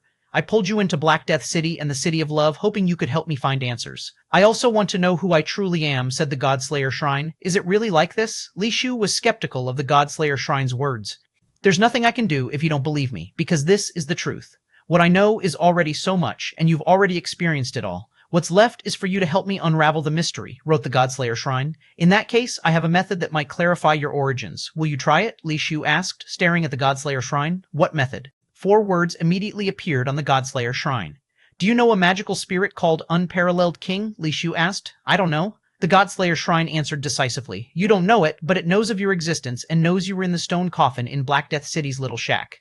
It even asked me to bring you to it, Li Shu said slowly. Since it knows so much, it should know your origins, right? Do you dare to go meet it with me? There's such a magical spirit, why didn't you mention it earlier? Take me to meet it immediately. The Godslayer Shrine's reaction surprised Li Shu. All right, then I'll take you to meet the Unparalleled King. After pondering for a moment, Li Shu reached for the shrine and headed outside. The entrance to the underworld where the Unparalleled King was imprisoned had been turned into a gigantic warehouse by Li Shu. Upon entering the warehouse, Li Shu opened a specially crafted metal gate, revealing the tunnel leading underground. Li Shu stepped onto the Fire Lotus sword and flew into the tunnel. Soon he arrived in the underground space and saw the Unparalleled King, resembling a Qilin beast. Kid, why have you not come to see this king for so long? Do you want to die? The Unparalleled King roared angrily upon seeing Li Shu descend. Your Majesty, don't be hasty. Look what I've brought you. Li Shu raised the Godslayer Shrine in his hand. The previously furious, Unparalleled King leaped for joy at the sight of the Godslayer Shrine. Unfortunately, its body was restrained, making it unable to leap up. Otherwise, it would have pounced and snatched the Godslayer Shrine. Very good, well done. Quickly give me the Godslayer Shrine. The Unparalleled King called out impatiently. Don't rush, Your Majesty. I've brought the item, but I still don't know its origin or what use it is to you. Li Shu didn't hand the Godslayer Shrine directly to the Unparalleled King. You don't need to know so much. Just give me the item, the Unparalleled King bellowed. Your Majesty, I've done so much for you. Shouldn't I have some right to know? If you refuse to tell me anything, then you're not considering me as one of yours. In that case, why should I help you? Isn't that correct? Li Shu said, squinting. Since when did it become your turn to lecture this king? Are you seeking death? The unparalleled king's body emitted a light like countless diamond facets, reflecting, enveloping the entire underground space. Li Shu focused his thoughts, and the forbidden spear transformed into a forbidden cannon, while the flower-like armor covered his whole body. The forbidden light at divine position level blossomed on the blood armor, forcibly blocking the eerie light from the unparalleled king's body. Your life contract has actually risen to divine position. How long has it been? The unparalleled king gazed slightly surprised at Li Shu wielding the forbidden cannon in the air. No way, that's the forbidden light from the celestial sea. Your life contract actually comes from the celestial sea. The unparalleled king's eyes, larger than car wheels, sparkled as they fixated on the forbidden light on Li Shu's body. Li Shu was similarly very surprised. Despite the unparalleled king itself being restrained, the radiated light energy was not inferior to divine position level. Its capabilities were stronger than Li Shu had anticipated. Reflecting on those boastful words it uttered before, they now seemed not so exaggerated. Kid, use your forbidden light to help this king break free. Once this king emerges and unifies the world, then you will be one beneath all, above millions, the unparalleled king said excitedly, staring at the forbidden light on Li Shu. Li Shu didn't expect something like this, and smilingly said, "It's only right to free your majesty, but before that, should you not extend some trust my way?" "You dare threaten this king?" the unparalleled king roared. "It's not a threat, merely empathy. I've done so much for your majesty. Someone of your stature should not chill people's hearts, right?" Li Shu said with a smile. 943, Chapter 943, Chapter 943, 365, The True God, Part 3. The unparalleled king isn't truly a fool. It understands that if Li Shu refuses to assist it, even with the forbidden light to protect him, it won't be able to keep Li Shu. Li Shu's words were essentially providing it with a graceful exit. If relations between the two became strained, it would have no chance to escape its predicament. What do you want? I've already said, once I unify the world, you'll be above all others. Whatever you desire will be yours, so why rush? The unparalleled king tried to entice Li Shu with promises. Li Shu wasn't going to fall for it, and replied calmly, "Then I thank your majesty in advance. But for now, I just want to know, what exactly is the origin of the Godslayer Shrine?" The unparalleled king pondered. "It's no harm telling you that Godslayer Shrine is a longevity plaque from Longevity Island, with which you can obtain an undying body." "I see, but I've heard that the longevity plaque of Longevity Island does not truly grant immortality and has many limitations. Moreover, this plaque already has a name on it. What use could you have with it?" Li Shu frowned. "You're aware of the longevity plaque from Longevity Island, so that's easy to explain." The unparalleled king said, "Normal longevity plaques can't truly grant immortality, but this Godslayer Shrine is different." "How is it different?" Li Shu asked further. The unparalleled king straightforwardly replied, "Because it isn't just a longevity plaque from Longevity Island, it also possesses the power of the Celestial Sea." "What do you mean?" Li Shu's heart raced. Now, what the unparalleled king said seemed to make some sense. "You said this longevity plaque already has a name, and you're right. Ordinarily, a longevity plaque with a name holds no value for others, but this one is unique because the name inscribed on it isn't of a human or a demon spirit, but that of a true god." The unparalleled king stared complexly at the Godslayer Shrine.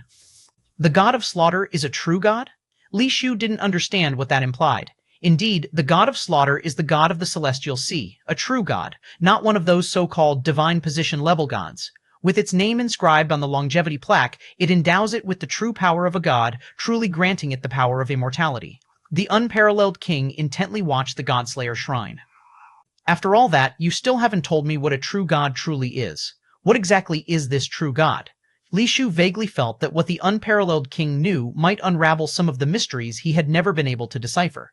It is an existence indescribable by words, an entity beyond comprehension. Only the presence of the celestial sea can connect with it to obtain the supreme divine force. The unparalleled king remarked disdainfully, "If a mundane being could witness it, how could it be called a true god? A true god is an existence untouchable by mortals. Not seeing it, merely sensing its presence would cost an ordinary being their life. The bottomless pit, Longevity Island, and the celestial sea are the three major forbidden zones. The magnetic pole cave of the bottomless pit, the longevity root of Longevity Island, and the god of the celestial sea are true divine spirits, existences that mortals cannot perceive, only faintly sensed by a few beings. The longevity plaque is a divine item bestowed upon mortal beings by the longevity root. Coupled with the name of God from the celestial sea, this object can be considered a genuine divine creation, an unparalleled existence." The unparalleled king explained. "If it's something unseen and indescribable, how did you know?" Li Shu frowned as the unparalleled king's account grew more cryptic. "Boy, I am an unrivaled existence within the celestial sea, one of the few capable of communicating with a true god." "How do you think I know?" the unparalleled king said smugly. In this world, fewer than 5 people know the true secret of this Godslayer shrine, and I am one of them. It turns out your majesty is the king of the celestial sea. Then do you know why the true god engraved its name on this longevity plaque? Li Shu continued to delve into secrets, feeling he was extremely close to the truth of the matter. This, the unparalleled king, seemed cautious of something and didn't directly answer Li Shu's question. Even the king of the celestial sea doesn't know why the celestial sea's true god engraved its name on a longevity plaque. Li Shu remarked with a touch of sarcasm, "Who says I don't know? It's just that discussing divine matters is forbidden. If I speak, it's committing a divine taboo. I don't mind, but if you hear it, it's akin to committing a divine taboo too. You might not even have a chance to live. Are you sure you want to hear it?" The unparalleled king teased as he looked at Li Shu. "If you're not afraid, how could I, as your subordinate, let you down? Please, go ahead and speak." Being so close to the truth, Li Shu wasn't going to back down because of a few words from the unparalleled king. "Since you insist, listen up. Originally, the Black Death City wasn't the Black Death City. But because its inhabitants committed a divine taboo, the true god attached itself to the longevity plaque, went to Black Death City to enact divine punishment, transforming what was once a vibrant city into the current Black Death City, where no inhabitants survived, and even the city itself fell into endless darkness, never to see light now. You know the divine secret, and have committed a divine taboo yourself. Your fate won't be better than those in Black Death City." The unparalleled king spoke in a chilling tone, like the whisper of a demon. Li Shu didn't catch the latter part of the unparalleled king's words because the earlier statements had already left his mind in tumult, as if struck by lightning. If what the unparalleled king said is true, wouldn't that mean the Godslayer Shrine is the mysterious entity that destroyed the City of Love? For a moment, Li Shu found it hard to accept such a hypothesis. 944, Chapter 944, 366, Data. Was it the Godslayer Shrine that slaughtered Black Death City? Li Shu looked incredulously at the unparalleled king. "Do you think Black Death City is just any ordinary place? Those who defy the divine are no ordinary folks. The ones residing there are top-tier human strongmen of the demon kingdom. If not beings like the true god, who else could lay such waste to that city, leaving no survivors?" the unparalleled king said. Li Shu was slightly taken aback. The unparalleled king's tone seemed to suggest that even if he himself went, he might not be able to destroy the City of Love. However, Li Shu had fought against Old Man Wu and the Blind Tailor in the City of Love and had seen them in action, not thinking much of their prowess. At most, they were just at the pinnacle of spirit forging level, but why would even a being like the unparalleled king make such remarks about the pinnacle of spirit forging level? This made Li Shu extremely puzzled. Li Shu immediately realized that there was indeed something amiss here. A powerful dynasty like the Demon Kingdom, almost ruling over the entire demon spirit realm, could not possibly rely on just a few spirit-forging level trial takers to hold the fort. Old Man Wu, known as the 5th Celestial King of the Demon Kingdom, surely couldn't be just a mere spirit-casting level. If he were merely at the spirit-casting level, any divine position level powerhouse from the Celestial Sea could wipe out the City of Love. Why would a true god need to personally descend? The unparalleled king himself was a member of the Celestial Sea. From the unparalleled king's abilities, one could gauge the strength of the Celestial Sea. This only indicated that at the time, the strength of the City of Love commanded enough respect from even a true god, necessitating a personal descent. But Li Shu indeed witnessed the strength of Old Man Wu and the Blind Tailor, which wasn't that formidable. Were those human strongmen in Black Death City at the divine position level? Li Shu asked. Of course. If not even at the divine position level, why would the true god personally visit? The unparalleled king said, as if it were obvious. After a pause, the unparalleled king continued. "Initially, I wanted to use the Godslayer Shrine to break the taboo, but since your life contract possesses the forbidden light of the Celestial Sea, there's no need for such trouble. You used the forbidden light to help me break the confinement, and I will teach you how to use the Godslayer Shrine. Once you have this shrine, you will have an undying body. As long as the shrine is not destroyed, no one can kill you. So this is what you're waiting for me to do."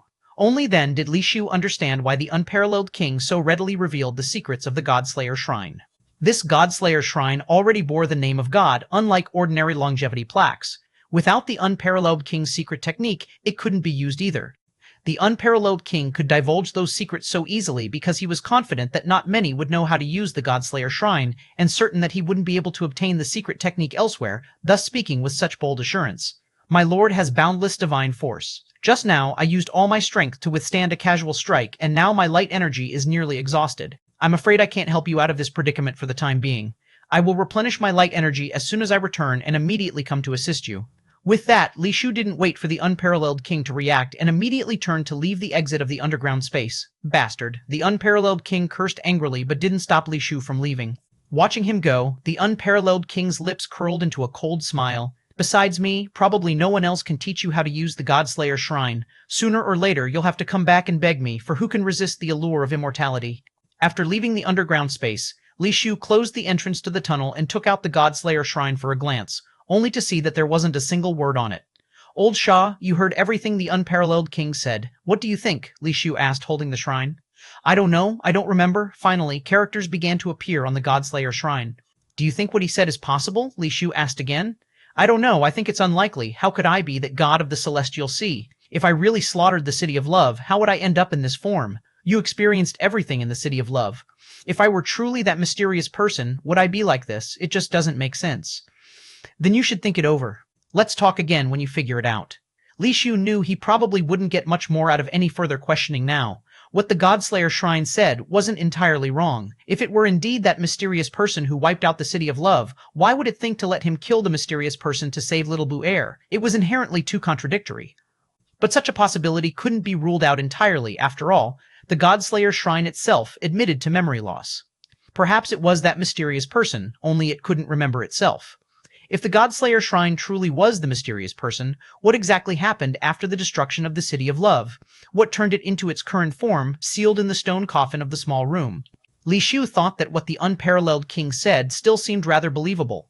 I want to go to the Celestial Sea. Maybe there I could find the answer. Slowly appeared a line of text from the Godslayer Shrine. Li Shu inwardly smiled bitterly. If you are indeed that mysterious person, and I take you to the Celestial Sea, once you recover your memory, how would I still have my life? 945, Chapter 945, 366, Data 2. It seemed to have discerned Li Shu's thoughts, as more words quickly appeared on the Godslayer Shrine. Rest assured, even if I really am that true god, being trapped within this shrine means I cannot escape and pose no harm to you. Li Shu remained silent. Just because it couldn't escape now, didn't mean it couldn't break free after reaching the Celestial Sea. If you don't trust me, I can form a symbiotic contract with you. From now on, we will share one fate. If you die, I perish. The Godslayer Shrine clearly understood that mere words would never sway someone like Li Shu. Very well. Li Shu nodded slightly, as this seemed like the best approach for now. The method you mentioned to form a symbiotic contract, is it the method that the unparalleled king spoke of? Li Shu thought for a moment and asked, I don't know, I only know the method. As for whether it grants immortality, I truly have no idea. The Godslayer Shrine was quite honest. What should I do? Li Shu asked. Use your blood to write your name on the back of the shrine. The Godslayer Shrine instructed. Isn't this just blood recognition? Is it really that simple? Li Shu was doubtful. Simple? If I didn't agree, even if you drained all your blood and soaked the shrine, it would be of no use. The Godslayer Shrine seemed a bit exasperated. Li Shu thought for a moment there were no other options right now. The Celestial Sea journey was likely unavoidable, and without some kind of life-saving leverage, the journey would indeed be perilous. Li Shu cut his finger and used his blood to write the name Li Shu on the back of the Godslayer Shrine. A bizarre scene unfolded. Previously, no matter what methods were used, not a single mark could be left on the shrine. Yet, even this small amount of blood seemed to have an incredibly corrosive effect, quickly etching into the shrine.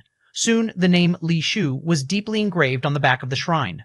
Though there was no dazzling change, Li Shu suddenly felt a surge of information in his mind. Upon deciphering the information, Li Shu realized the Godslayer Shrine hadn't lied to him. This truly was a symbiotic contract. If he died, the spirit within the shrine would perish along with him.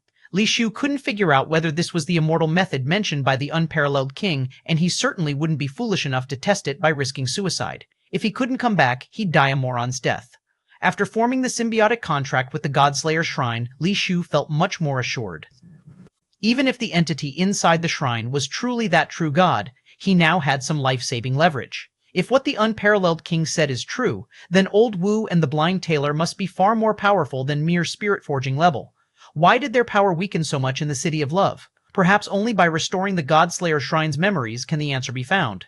Li Shu had resolved to venture to the Celestial Sea. However, before going, he needed to enhance his strength as much as possible, to have more life-saving leverage. Relying on oneself was always better than relying on others. Li Shu planned to return to Changsheng Heaven immediately to find a way to hunt down Divine Position demon spirits, to aim for a genuine promotion to Divine Position before setting off for the Celestial Sea. Only by genuinely ascending to Divine Position would he be able to control his fate in the Celestial Sea. Upon returning to Changsheng Heaven, Li Shu went directly to the City Lord's mansion. Even if some families had information on Divine Position demon spirits, they wouldn't casually share it with him. Only the president might provide him with information on those spirits. Since the president was urging him to risk his life in the Celestial Sea, he should at least provide some benefits. If he didn't, Li Shu could easily find an excuse to refuse. "Why are you here again?" the president asked, smiling at Li Shu. "President, I'd like some information on divine position demon spirits." Li Shu didn't get to finish before being interrupted. The president pointed to a shelf in the study and said, "The third and fourth rows are all there. Feel free to take a look." Li Shu was slightly stunned, surprised at the president's ready agreement. "What? Changed your mind?" the president asked with a half smile. "I want to see." Li Shu didn't hesitate any longer, immediately going over and pulling the first book from the third row to read. The president indeed hadn't lied. The book contained information on divine position demon spirits, detailing their abilities, weaknesses, and even the land of trial where they resided, with clear records of the Trial Gates trial projects. Li Shu read through each book, every single one meticulously documenting a divine position demon spirit, with the third and fourth rows containing at least hundreds of books. The more he read, the more puzzled he became. Such detailed information, if seen by other families, could help them kill these spirits. This wealth of knowledge could allow Changsheng Heaven to grow far stronger than it was. Why hadn't the president released this information? Was it because he feared his position might be threatened with an increase in divine position trial takers? "President, do all these spirits still exist?" Li Shu questioned, suspecting the president might have already slain them, rendering the information useless. "The records of slain spirits are on the first and second rows," the president replied with unexpected frankness.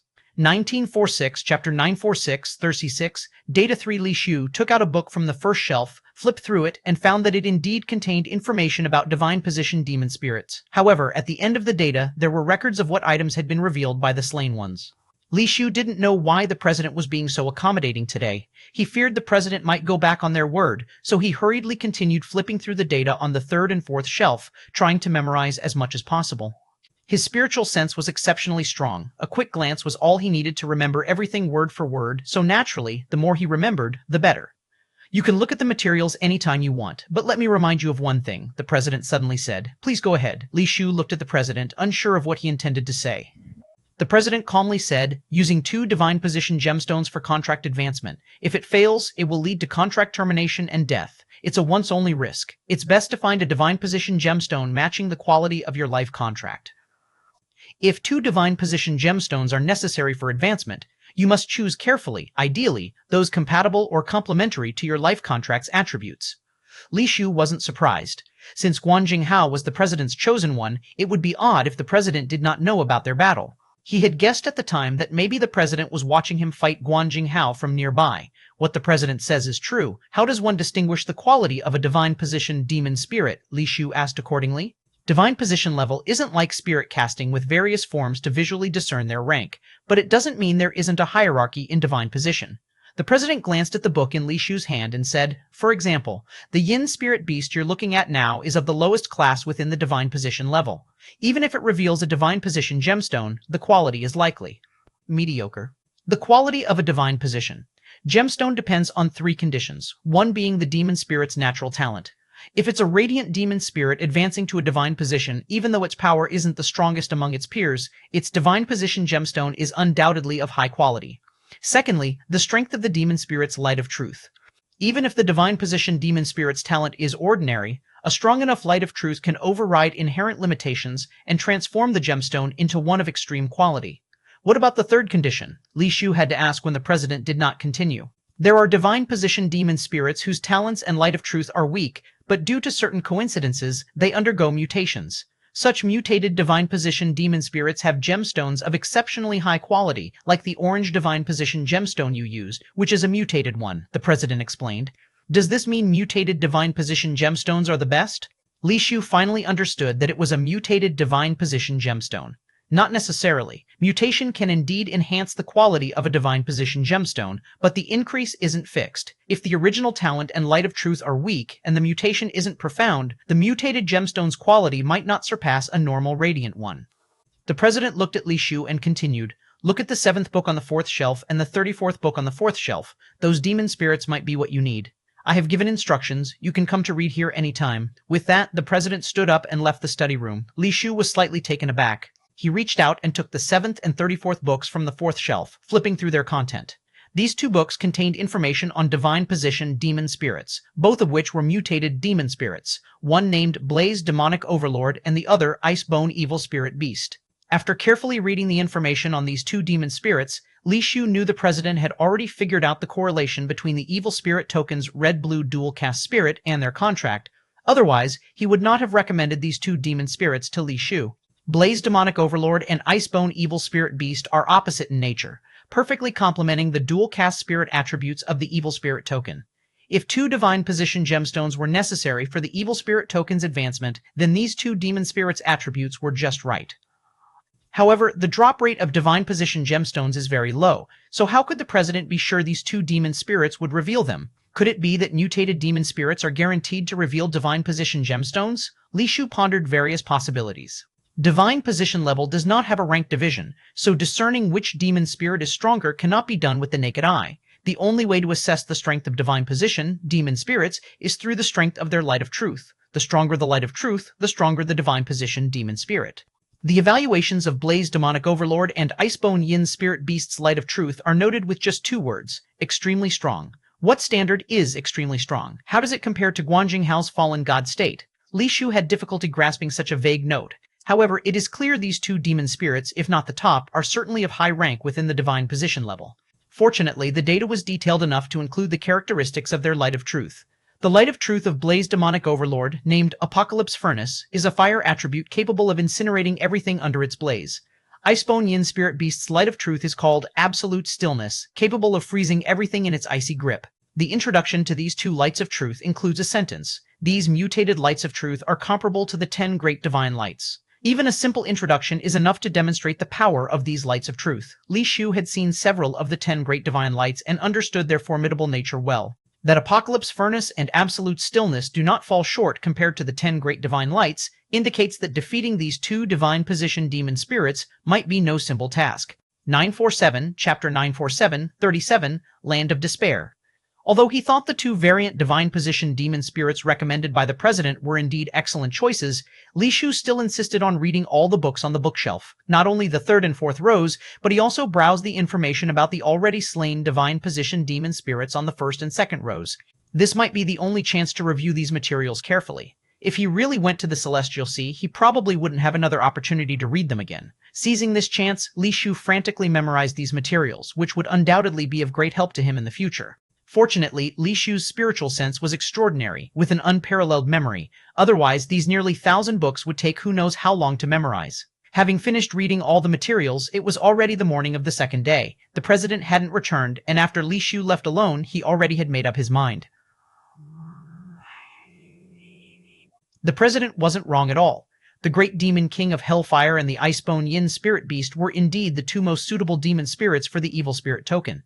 If he could acquire their divine position gemstones, the evil spirit token should face no major obstacles in advancing to divine position. Unfortunately, Li Shu didn't just need the evil spirit token to ascend to divine position. He himself needed divine position gemstones for his own advancement, and he might require even more than the evil spirit token for divine position ascension. Among those demon spirits' information, none perfectly matched the attributes needed for Li Shu's own divine position advancement. In fact, even Li Shu himself wasn't clear on what his body's attributes really were. Since he couldn't find a demon spirit matching his own attributes, he could only aim to collect as many divine position gemstones as possible. By the time quantity could prevail, even if the attributes weren't suitable, with ultimate light in hand, he needn't worry about conflicts arising from attribute mismatches. Li Shu had already set several targets in his mind. Without returning home, he went directly to Wansheng town. The first trial gate Li Shu chose was called Door of Despair. The difficulty of the Despair trial ground was quite high, and few trial takers opted to enter this trial gate. He chose this place because, in the Land of Despair, there was a relatively weak divine position level demon spirit recorded in the information. After comprehensive comparisons, this demon spirit should be relatively easier to kill, and Li Shu planned to practice on it first. Directly using the trial badge, he activated a trial with an entry ticket reward. Upon entering the trial ground, a gigantic square screen with a side length of more than 100 meters appeared in front of Li Shu.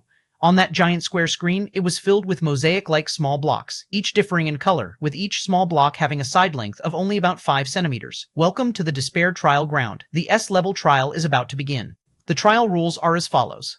Li Shu didn't expect his luck to be so good, immediately randomizing into an S-level trial. The trial rules were quite simple. The gigantic mosaic screen was Li Shu's trial, covered with countless colorful mosaics, and he had 600 seconds to memorize them. After 600 seconds, the mosaic screen would turn completely black, and after another 600 seconds, it would return to the colorful mosaic state.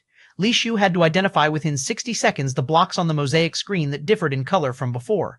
The rules didn't specify how many blocks had different colors in total. Given such limited time and numerous colorful blocks, for normal people it might be impossible to even recall, let alone identify an uncertain number of changed blocks. He must accurately find all the color-changing blocks, neither more nor less. Such a trial indeed can make ordinary people feel despair.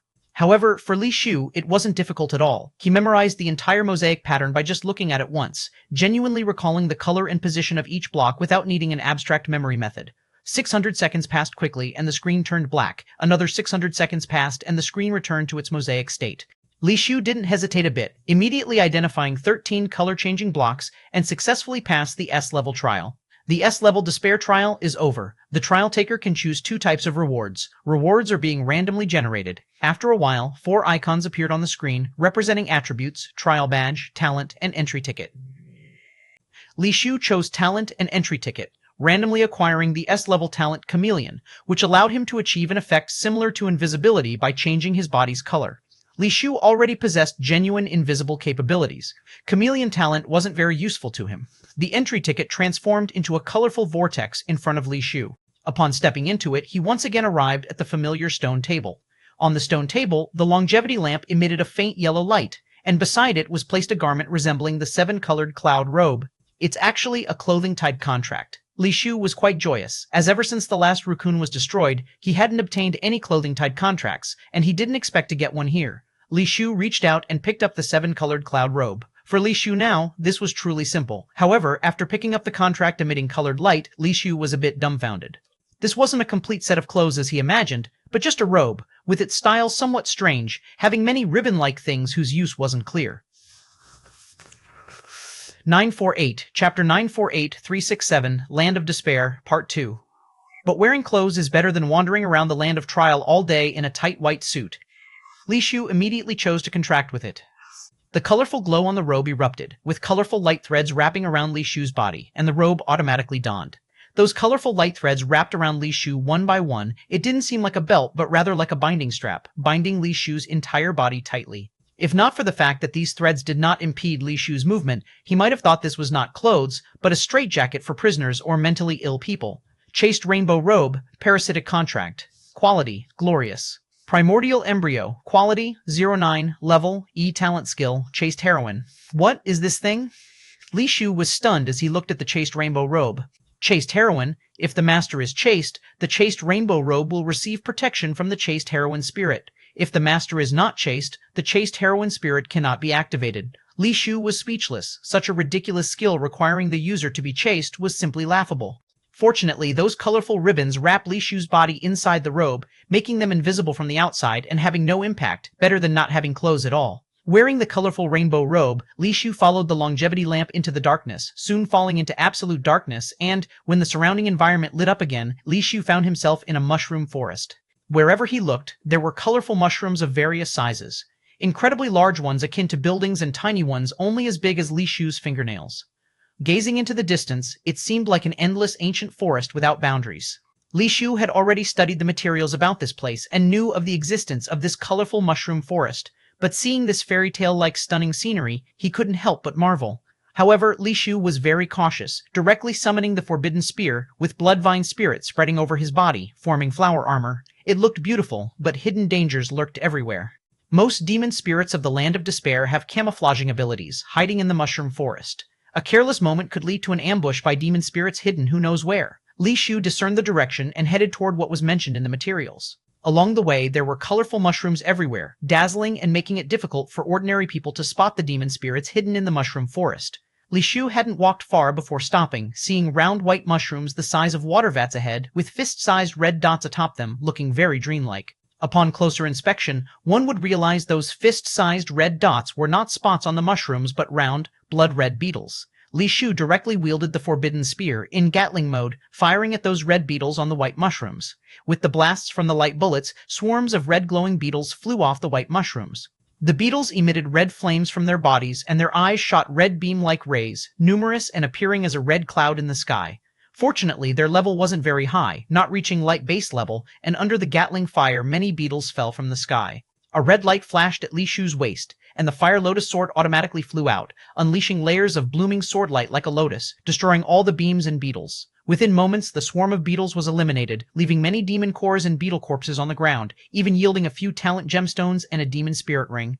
After exterminating all the beetles and ensuring no other hidden demon spirits nearby, Li Shu collected the items before continuing his journey through the mushroom forest. The reason Li Shu didn't use sword flight with the Fire Lotus sword was that the mushroom forest hadn't been fully explored, with materials only documenting a small portion of the area. If he flew directly on the sword and got discovered by demon spirits in the mushroom forest, who knows what might be provoked. This land of despair might not just have that one divine position demon spirit. Li Shu continued moving through the mushroom forest, soon spotting a demon spirit with sharp spikes all over its body hidden among grass-like mushrooms. He controlled the Fire Lotus sword to directly slice it in half. It turned out to be a light-based demon spirit, dropping a light-based level talent gemstone. Li Shu was very careful along the way, not fully trusting the materials on the mushroom forest. Blindly trusting experience can be fatal, especially when the mushroom forest hasn't been thoroughly explored. Throughout the journey, Li Shu killed many demon spirits, but apart from the light-based one, he didn't encounter any super spirits. High-level demon spirits are not easily encountered on any land of trial. Suddenly, Li Shu noticed movement again in the mushroom cluster ahead and immediately wielded the forbidden spear, crazily shooting in that direction. "Commander, don't shoot, it's me." Amid the wild light bullet barrage, a voice that seemed familiar to Li Shu suddenly came from the direction. 949 Chapter 949 Chapter 949 36-7 Land of Despair. Part 3. A person rolled out from the mushroom cluster using a lazy donkey roll to dodge the sweep of the forbidden spear. "Why are you here?" Li Shu recognized who it was and couldn't help being slightly taken aback. The one climbing up from the ground was none other than Zhu Xiaoyun. Zhu Xiaoyun brushed the dirt and slime off his body. During his roll, he had crushed quite a few mushrooms on the ground, and the juice seeping from those mushrooms was all over him. Fortunately, the juice from those mushrooms didn't have any peculiar smell. It even had a faint fragrance. However, it was too sticky and difficult to clean. Zhu Xiaoyun rubbed for quite a while but couldn't wipe off the juice and said gloomily, "Han Minghui spent a lot of money inviting me to help. Commander, why are you here too? Did Han Minghui invite you as well? Why didn't she mention it earlier? What did Han Minghui ask you to help with?" Li Shu was slightly taken aback. What else could it be? She wants to kill the divine position demon spirit. Otherwise, why would she spend a lot of money to get me here? Zhu Xiaoyun asked with some surprise. "Weren't you invited by Han Minghui? Then what are you doing here? You're not planning to steal her demon spirit, are you?" "Hi, truly hi. A commander is indeed a commander. Are you planning to wait until Han Minghui and the divine position demon spirit are mutually damaged and then take advantage? I had no idea Han Minghui was coming here to kill the divine position demon spirit." Li Shu said to Zhu Xiaoyun, "Did she ask you to kill the divine position demon spirit? Isn't that a bit too reckless?" Zhu Xiaoyun suddenly felt depressed and said, "Although I indeed have no capability to kill the divine position demon spirit and was just invited to explore, Commander, what you said is somewhat hurtful." Li Shu laughed and said, "So she recruited you to explore the path. She found the right person then. Who else did Han Minghui invite? Where does she plan to kill the divine position demon spirit?" "Besides me, Han Minghui invited 6 others. The other 5 are spirit forging level big shots from various families. Even if you haven't met them, you should have heard their names. The other one you should be familiar with is Wan Kao Chun from the Wan family," Zhu Xiaoyun said. Sister Chun also came. Li Shu was slightly surprised.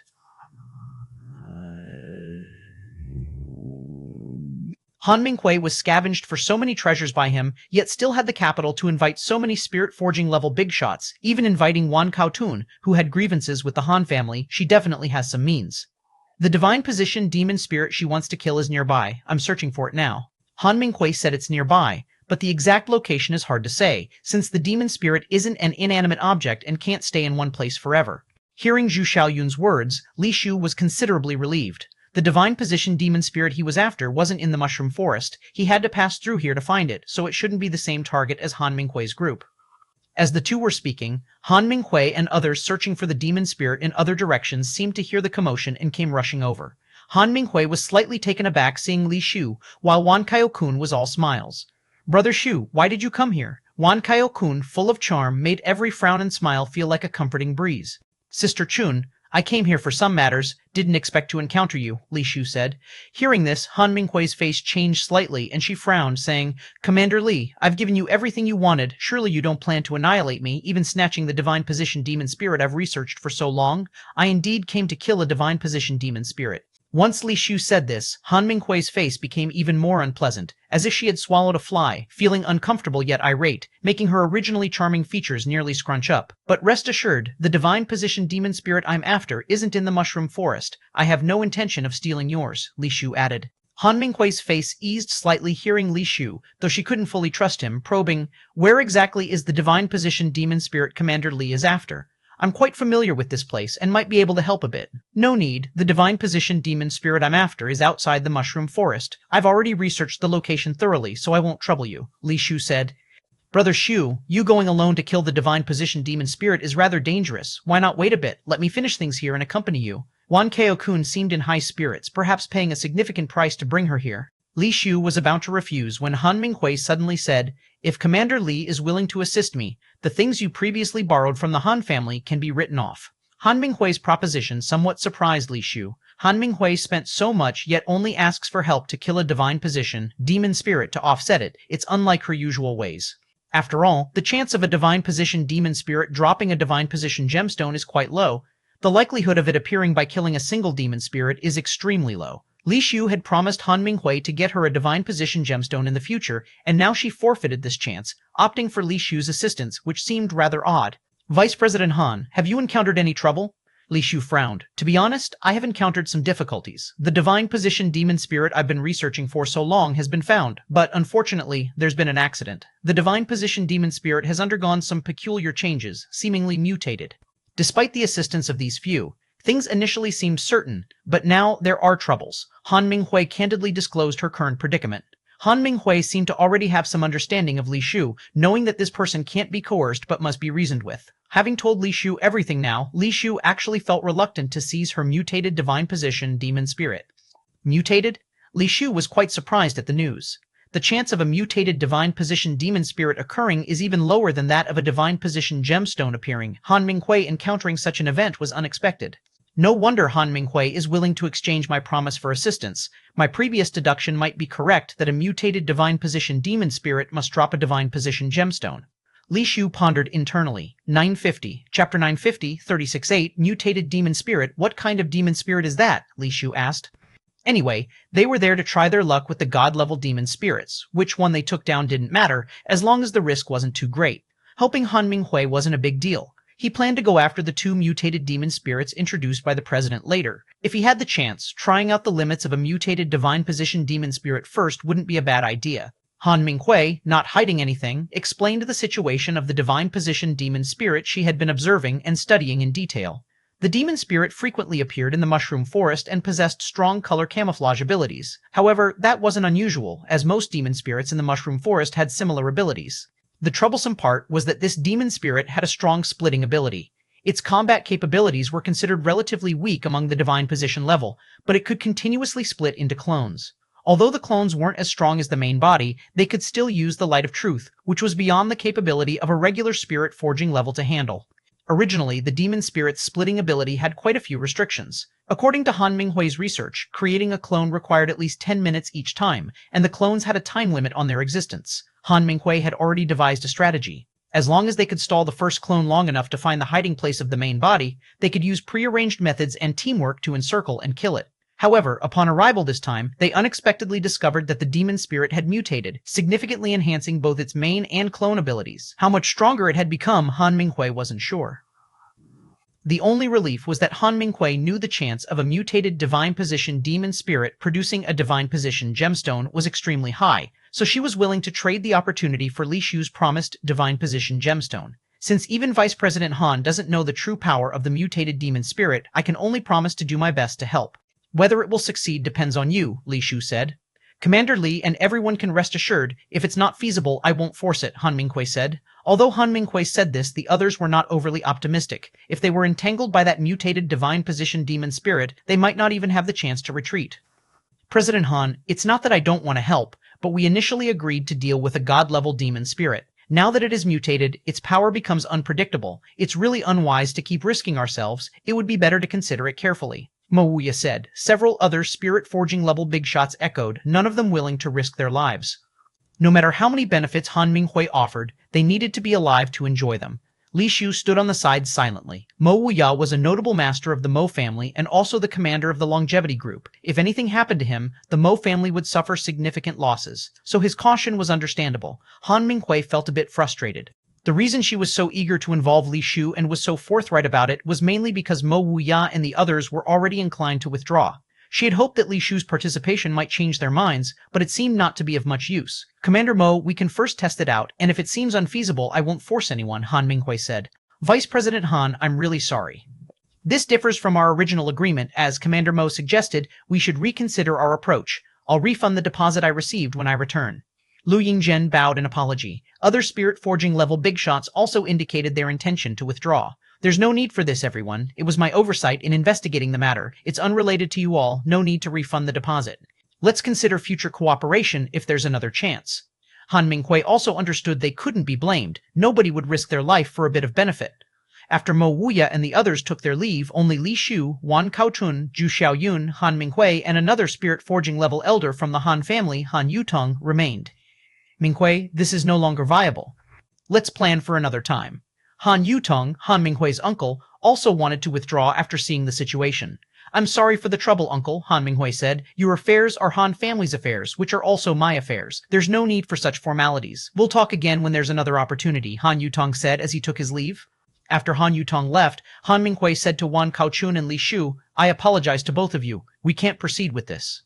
Vice President Han, do you really plan to give up? Li Shu suddenly asked. As you can see, what else can I do if I don't give up? Han Minghui said with a bitter smile. If Vice President Han still has the will, I can accompany you for a closer look to see if there's a chance, Li Shu said. Han Minghui was slightly taken aback. It's just the two of us. It would be too risky to fight that mutated demon spirit. Brother Li, there's no need to rush things, Wan Kaokun also advised from the side. Their prior plan was to encircle and kill the divine position demon spirit with combined efforts. Now that so many people had left, their actual combat power was only the three of them. Zhu Xiaoyun was only responsible for scouting and didn't participate in the actual encirclement. They were too few in numbers. Moreover, since the divine position demon spirit had mutated, even if those spirit forging level big shots hadn't left, they still wouldn't be confident. There's no harm in taking a look. Mutated divine position demon spirits were extremely rare, with records of less than 10 among the nearly 1,000 divine position demon spirits documented by the president. Naturally, Li Shu didn't want to give up this opportunity. Chapter 951, 368, Mutated Demon Spirit, Part 2. Han Minghui looked at Li Shu, her expression changing unpredictably. She thought Li Shu wanted to get intelligence about the mutated divine position demon spirit from her, perhaps with other intentions, or maybe Li Shu's initial target was this demon spirit. Previously, he said the divine position demon spirit he was searching for was outside the mushroom forest, which was completely untrue. Li Shu noticed Han Minghui's thoughts and smiled, saying, Vice President Han, there's no need to worry. Since I've promised you, I won't lay a finger on your demon spirit. If that's the case, why rush into an adventure now? Han Minghui naturally didn't believe him. I don't consider this an adventure, Li Shu said calmly. Han Minghui thought Li Shu's words were too arrogant. Them going to slay the mutated divine position demon spirit. If that's not called adventuring, then what is? Han Minghui was about to say something but suddenly saw a strange orange-red light appear on Li Shu, and she was instantly taken aback. The light of truth. You've already ascended to godhood, Han Minghui exclaimed. Not only was Han Minghui surprised, but Wan Kaokun was also both amazed and delighted. Brother Shu, you've actually ascended to godhood? Zhu Xiaoyun widened his eyes even more, staring at Li Shu incredulously. Although they all knew Li Shu had the divine position gemstone, the speed of this ascension was too fast. Even with the divine position gemstone, to ascend to godhood, one needs to enhance the level of spirit casting and one's own qualities to have a chance. Having the divine position gemstone doesn't guarantee success in ascending to godhood. Even top-notch spirit casters take at least a year or two to prepare for the ascension, requiring auxiliary items besides the divine position gemstone. Li Shu obtained the divine position gemstone not long ago, yet he successfully ascended to godhood, which is truly unimaginable. Since when did ascending to godhood become so simple? This thought flashed across their minds. Li Shu didn't say much more, smiling. Does Vice President Han still think this is impossible? Han Minghui, now recovering from the shock, exclaimed with delight. Commander Li is truly a prodigy unseen in 100 years, having ascended to godhood in such a short time. In the history of the Eternal Heaven, perhaps none but Commander Li have achieved this. If Commander Li can assist me in slaying that divine position demon spirit, apart from the divine position gemstone, all other items will be yours, Han Minghui said, even using honorifics, placing herself in a lower position. Her straightforwardness comes partly because a divine position level is indeed rare, but also because she previously hired Mo Wuya and others, promising all items besides the divine position gemstone to them. Now she was simply transferring those promises to Li Shu. The same price for hiring one divine position is much preferable to hiring several spirit casters. If so, let's go have a look now, Li Shu nodded. Wan's sister, are you joining? Han Minghui looked at Wan Kaiyokun. Since Brother Shu is going, I naturally will go too, Wan Kaiyokun replied. Zhu Xiaoyun on the side hurriedly said, wherever the commander goes, I shall follow. Han Minghui no longer hesitated and directly led Li Shu and the others to where the mutated demon spirit resided. A giant mushroom, like a colossal umbrella covering the sky, stood tall atop a cliff. The translucent milky white mushroom cap extended half beyond the cliff, as if gazing far into the distance, waiting for an old friend's return. Beneath the black rocks lay an endless expanse of ocean, its water a vivid blue, stretching into a line with the sky in the distance, truly a blend of sea and sky. The milky white transparent giant mushroom glistened under the sunlight, beautiful as if not of the mortal world. Beneath the giant mushroom lay a demon spirit, entirely snow white without a trace of impurity. The four of them, Li Shu included, were camouflaged in the distant mushroom thicket, observing the creature for a long time and finding its appearance quite amusing. The creature was much larger than a human, probably 3 meters tall, but its body proportions gave off a chibi-like feel, short legs and arms, and a plump body. Its large head resembled a mushroom, as if wearing a mushroom helmet. From afar, the demon spirit looked like a chibi mushroom warrior turned sentient, donned in snowy white armor with a somewhat tech-inspired style, looking cool and cute. Especially eye-catching were the small cannons on each of its arms. Is this the true form, or an avatar? Li Shu asked, looking at Han Minghui crouching beside him. Previously, the true form was a solid snow-white entity, while avatars were noticeably blurred, easily distinguishable. After mutation, the true form and avatars are nearly identical, and no method has been found to differentiate. But based on past experience, it doesn't use avatars under normal circumstances. Theoretically, this should be the true form, Han Minghui contemplatively replied. Li Shu was a bit speechless. Her words said almost nothing. Previously, avatars had a time limit and didn't persist long, lasting at most half an hour, so the demon spirit naturally wouldn't spawn one for no reason.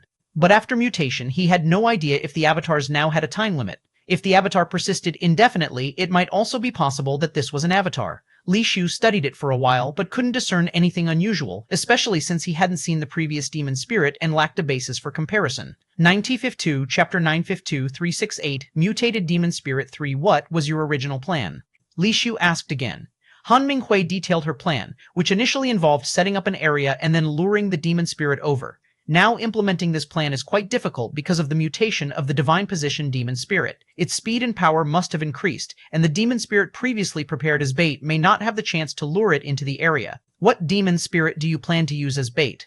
Li Shu pondered for a moment before asking. It's a spirit casting level sun-chasing hummingbird, and its speed is top tier within the spirit casting level. Plus, it possesses a rapid evasion skill. I calculated the speed of the demon spirit before it mutated. As long as it's controllable, luring it over there shouldn't be a problem.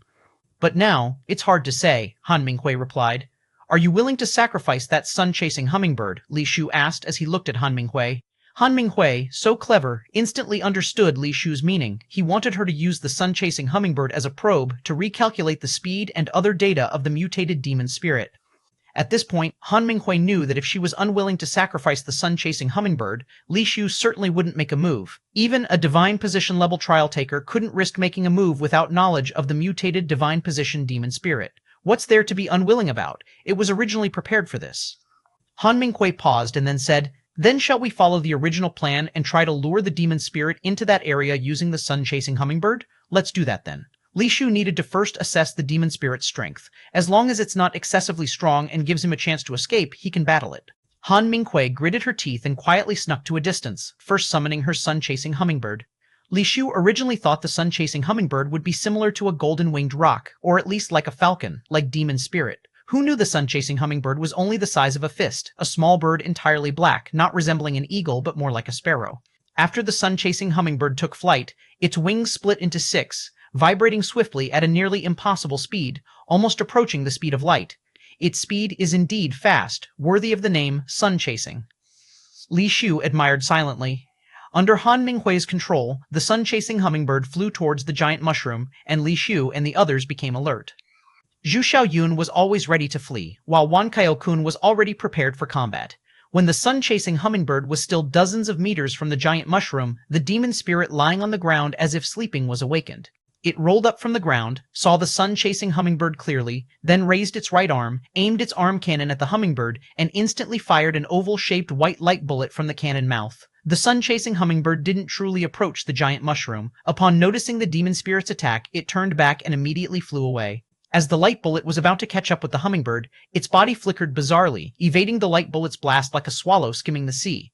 The light bullet passed by the hummingbird, and several people thought the hummingbird had dodged the attack, but unexpectedly, the light bullet exploded mid-air after flying away, dispersing into countless rays covering hundreds of meters around.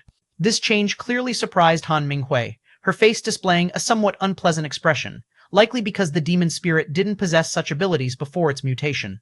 The sun-chasing hummingbird was enveloped in dark light, its tiny body like a black stream of light flashing swiftly amongst the rays of light, leaving streaks of illusions, and emerged from the explosion unharmed. What an impressive sun-chasing hummingbird, Wan Kao-kun couldn't help but praise. Seeing that one shot couldn't kill the hummingbird, the demon spirit glanced at the far-flying hummingbird but didn't give chase, and lay back down. Seeing this, Han Minghui could only control the hummingbird to fly back, from afar flapping its wings at the demon spirit, releasing numerous wind blades. The demon spirit instantly became furious, jumped directly up, aimed its arms at the hummingbird, simultaneously shooting out oval-shaped light bullets. The sun-chasing hummingbird immediately fled but was still caught by the light bullets at a distance. The hummingbird's evasion skill was indeed formidable, dodging 2 consecutive light bullets, and emerged from the exploding rays, flying towards the distance. The demon spirit was enraged this time, flew up in pursuit, and behind it 2 rows of small holes appeared. Within the holes, a large amount of foam-like light energy sprayed out, propelling its body like a stream of light in the chase after the hummingbird. A black and a white streak of light rapidly cut through the sky, quickly disappearing, and then several light explosions rose in the distant mushroom forest, clearly indicating the demon spirit was attacking the hummingbird. Li Shu and the others hurried after it.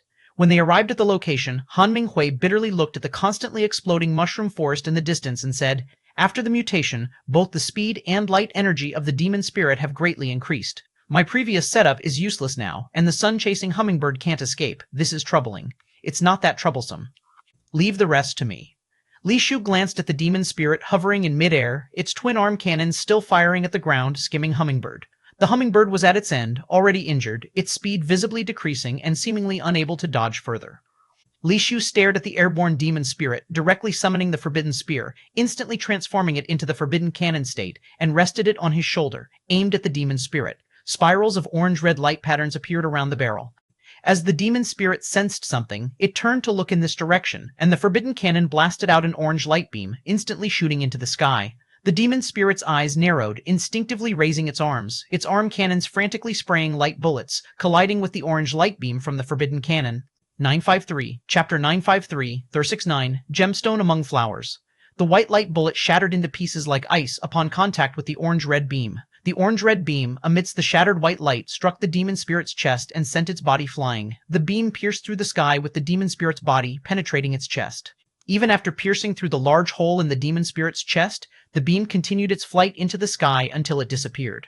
Once the orange-red beam completely passed through the hole in the demon spirit's chest and vanished, the demon spirit's body fell from the air, crashing heavily into the mushroom forest, crushing the mushrooms into pieces. The demon spirit, which she had planned for so long to kill, had invited so many people, and ultimately abandoned the plan due to its mutation, was obliterated by just one shot from Li Shu. She found it hard to accept.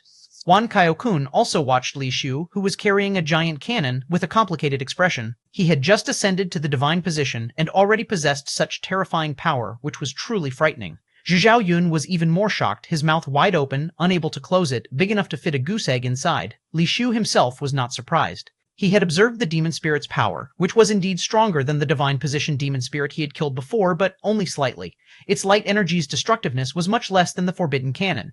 Now, Li Shu was sure that his previous perception that the forbidden light was weak was a misconception. The reason for the misconception was that Guan Jinghao was too strong, which unconsciously raised his assessment of the overall strength of the divine position demons. It seems it wasn't that the divine position level forbidden spear was weak, but that Guan Jinghao was absurdly strong. Commander Li's might is unparalleled. He should be the second person of our Chongsheng Tian now, Han Minghui exclaimed with amazement and joy after regaining her composure. Li Shu's formidable power made her feel fortunate that she had not truly become his enemy before, and was grateful for the promise she had obtained from him. Now, with Li Shu's terrifying power, capable of obliterating a mutated demon spirit with a single blow, the title of being the second person of Chongsheng Tian was indeed a heartfelt comment from Han Minghui. With someone as powerful as Li Shu's help, there was no worry about not being able to slay the divine position and obtain the gemstone.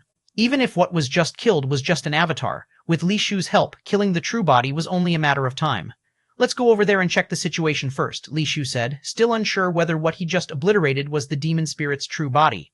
The four of them headed towards where the demon spirit had fallen. As they approached, they saw a white light gathering on the demon spirit's body. It's the true body.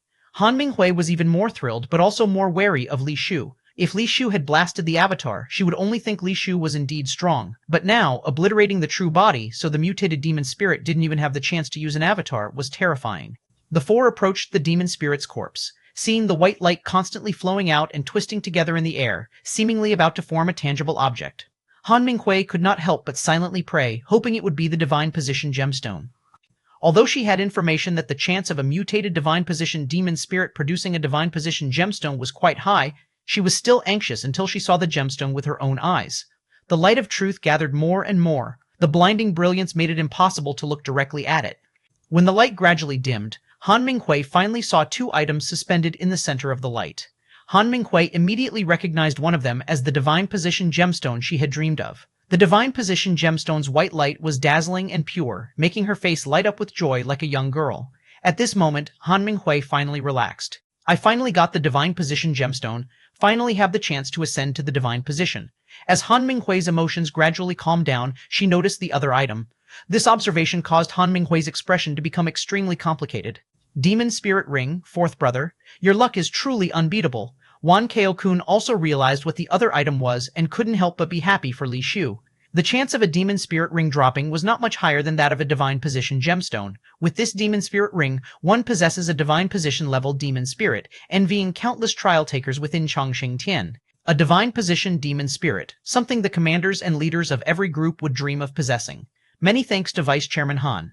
Li Shu reached out, directly absorbing both items into his grasp. Watching this, Han Minghui's heart skipped a beat, but fortunately, Li Shu left the Demon Spirit Ring and tossed the Divine Position Gemstone to Han Minghui. Han Minghui caught the Divine Position Gemstone, carefully putting it away, and smiled at Li Shu. This is rightfully Commander Li's. If anyone should be thanking someone, it should be me thanking you. Without you, I couldn't have killed the mutated demon spirit and would have had no chance of obtaining this Divine Position Gemstone. Although Han Minghui also desired the Demon Spirit Ring, she was even more aware that even if she ascended to the Divine Position, she might not be a match for Li Shu, let alone now without the Ascension. Being able to use a mutated Divine Position Gemstone to ascend to the Divine Position, Han Minghui was already very satisfied.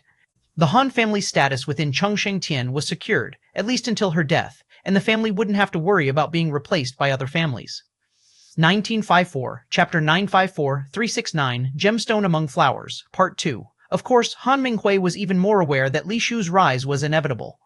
If Li Shu intended to vie for the top spot, the Han family might find it difficult to remain the leader in the future. Since things are settled here, I'll take my leave first. Chunjie, you head back, and we'll talk when I get back. I have a gift I want to give you. Li Shu still needed to find another divine position demon spirit, so he couldn't return just yet. Okay. Wan Chao-kun nodded slightly. Commander, shall I scout ahead for you?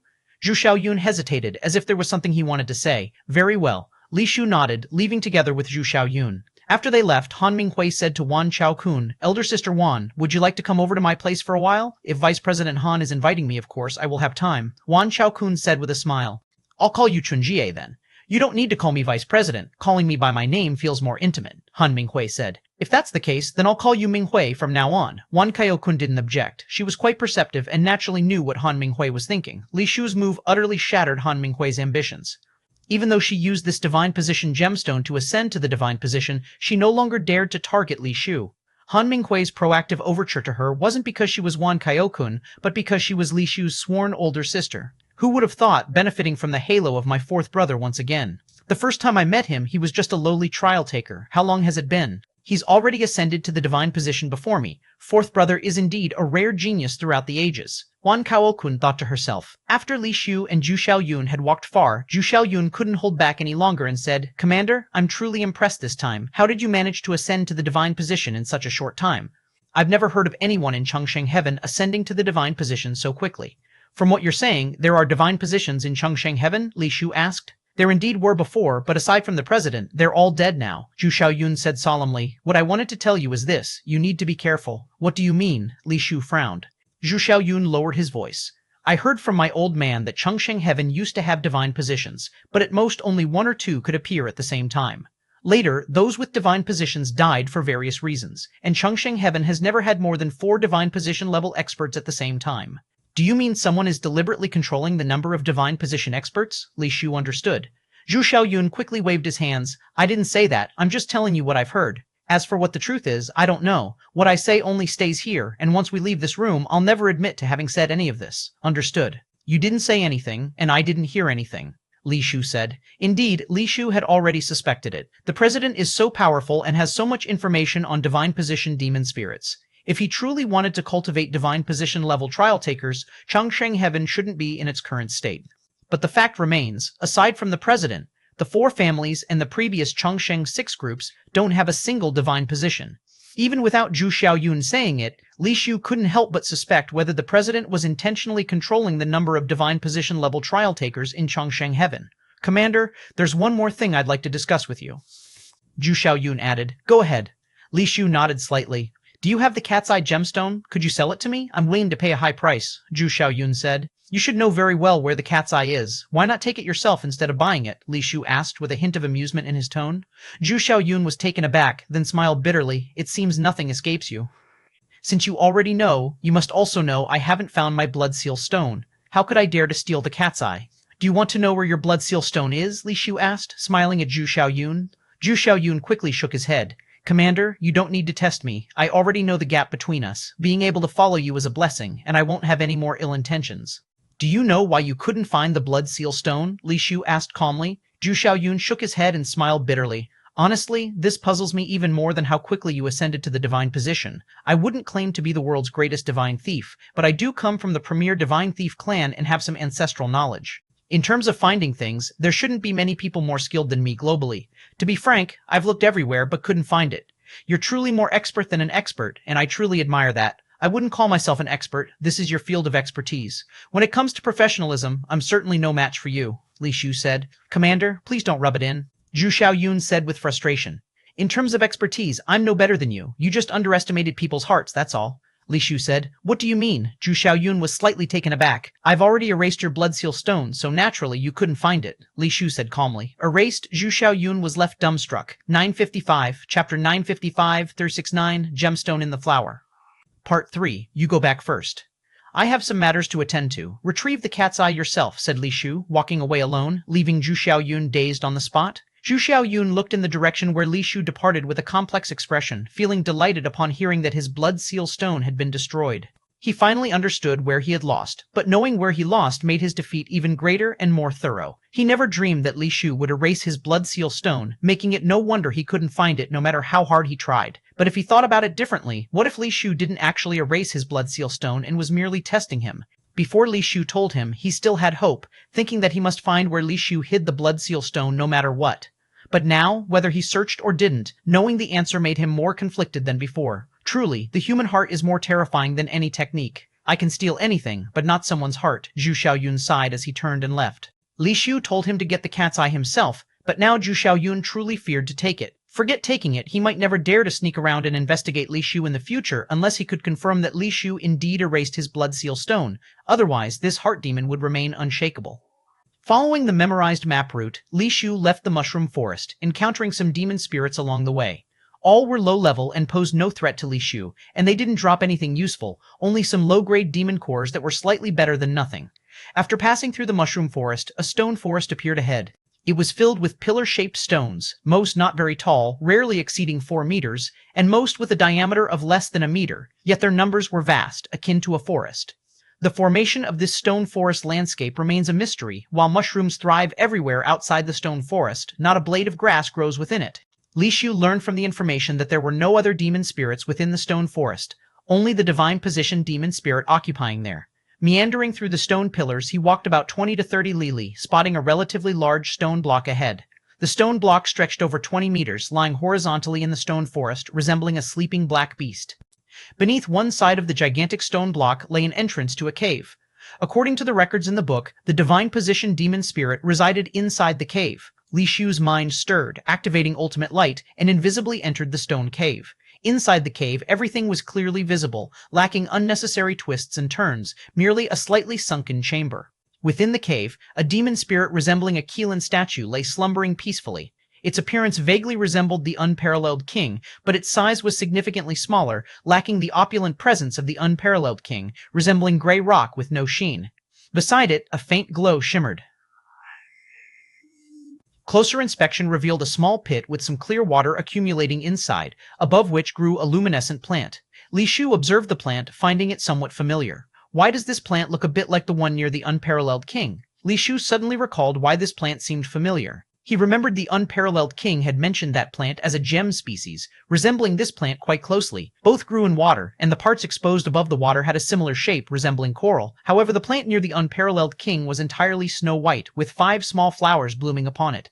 This plant, in contrast, appeared somewhat gray, with only one small flower blooming upon it, and even the flower's shape was slightly different, smaller than the one near the unparalleled king, with missing petals. Yet, at the center of the flower lay a rice-sized gemstone, the most luminescent part of the plant. Could this plant truly be the gem species the unparalleled king spoke of?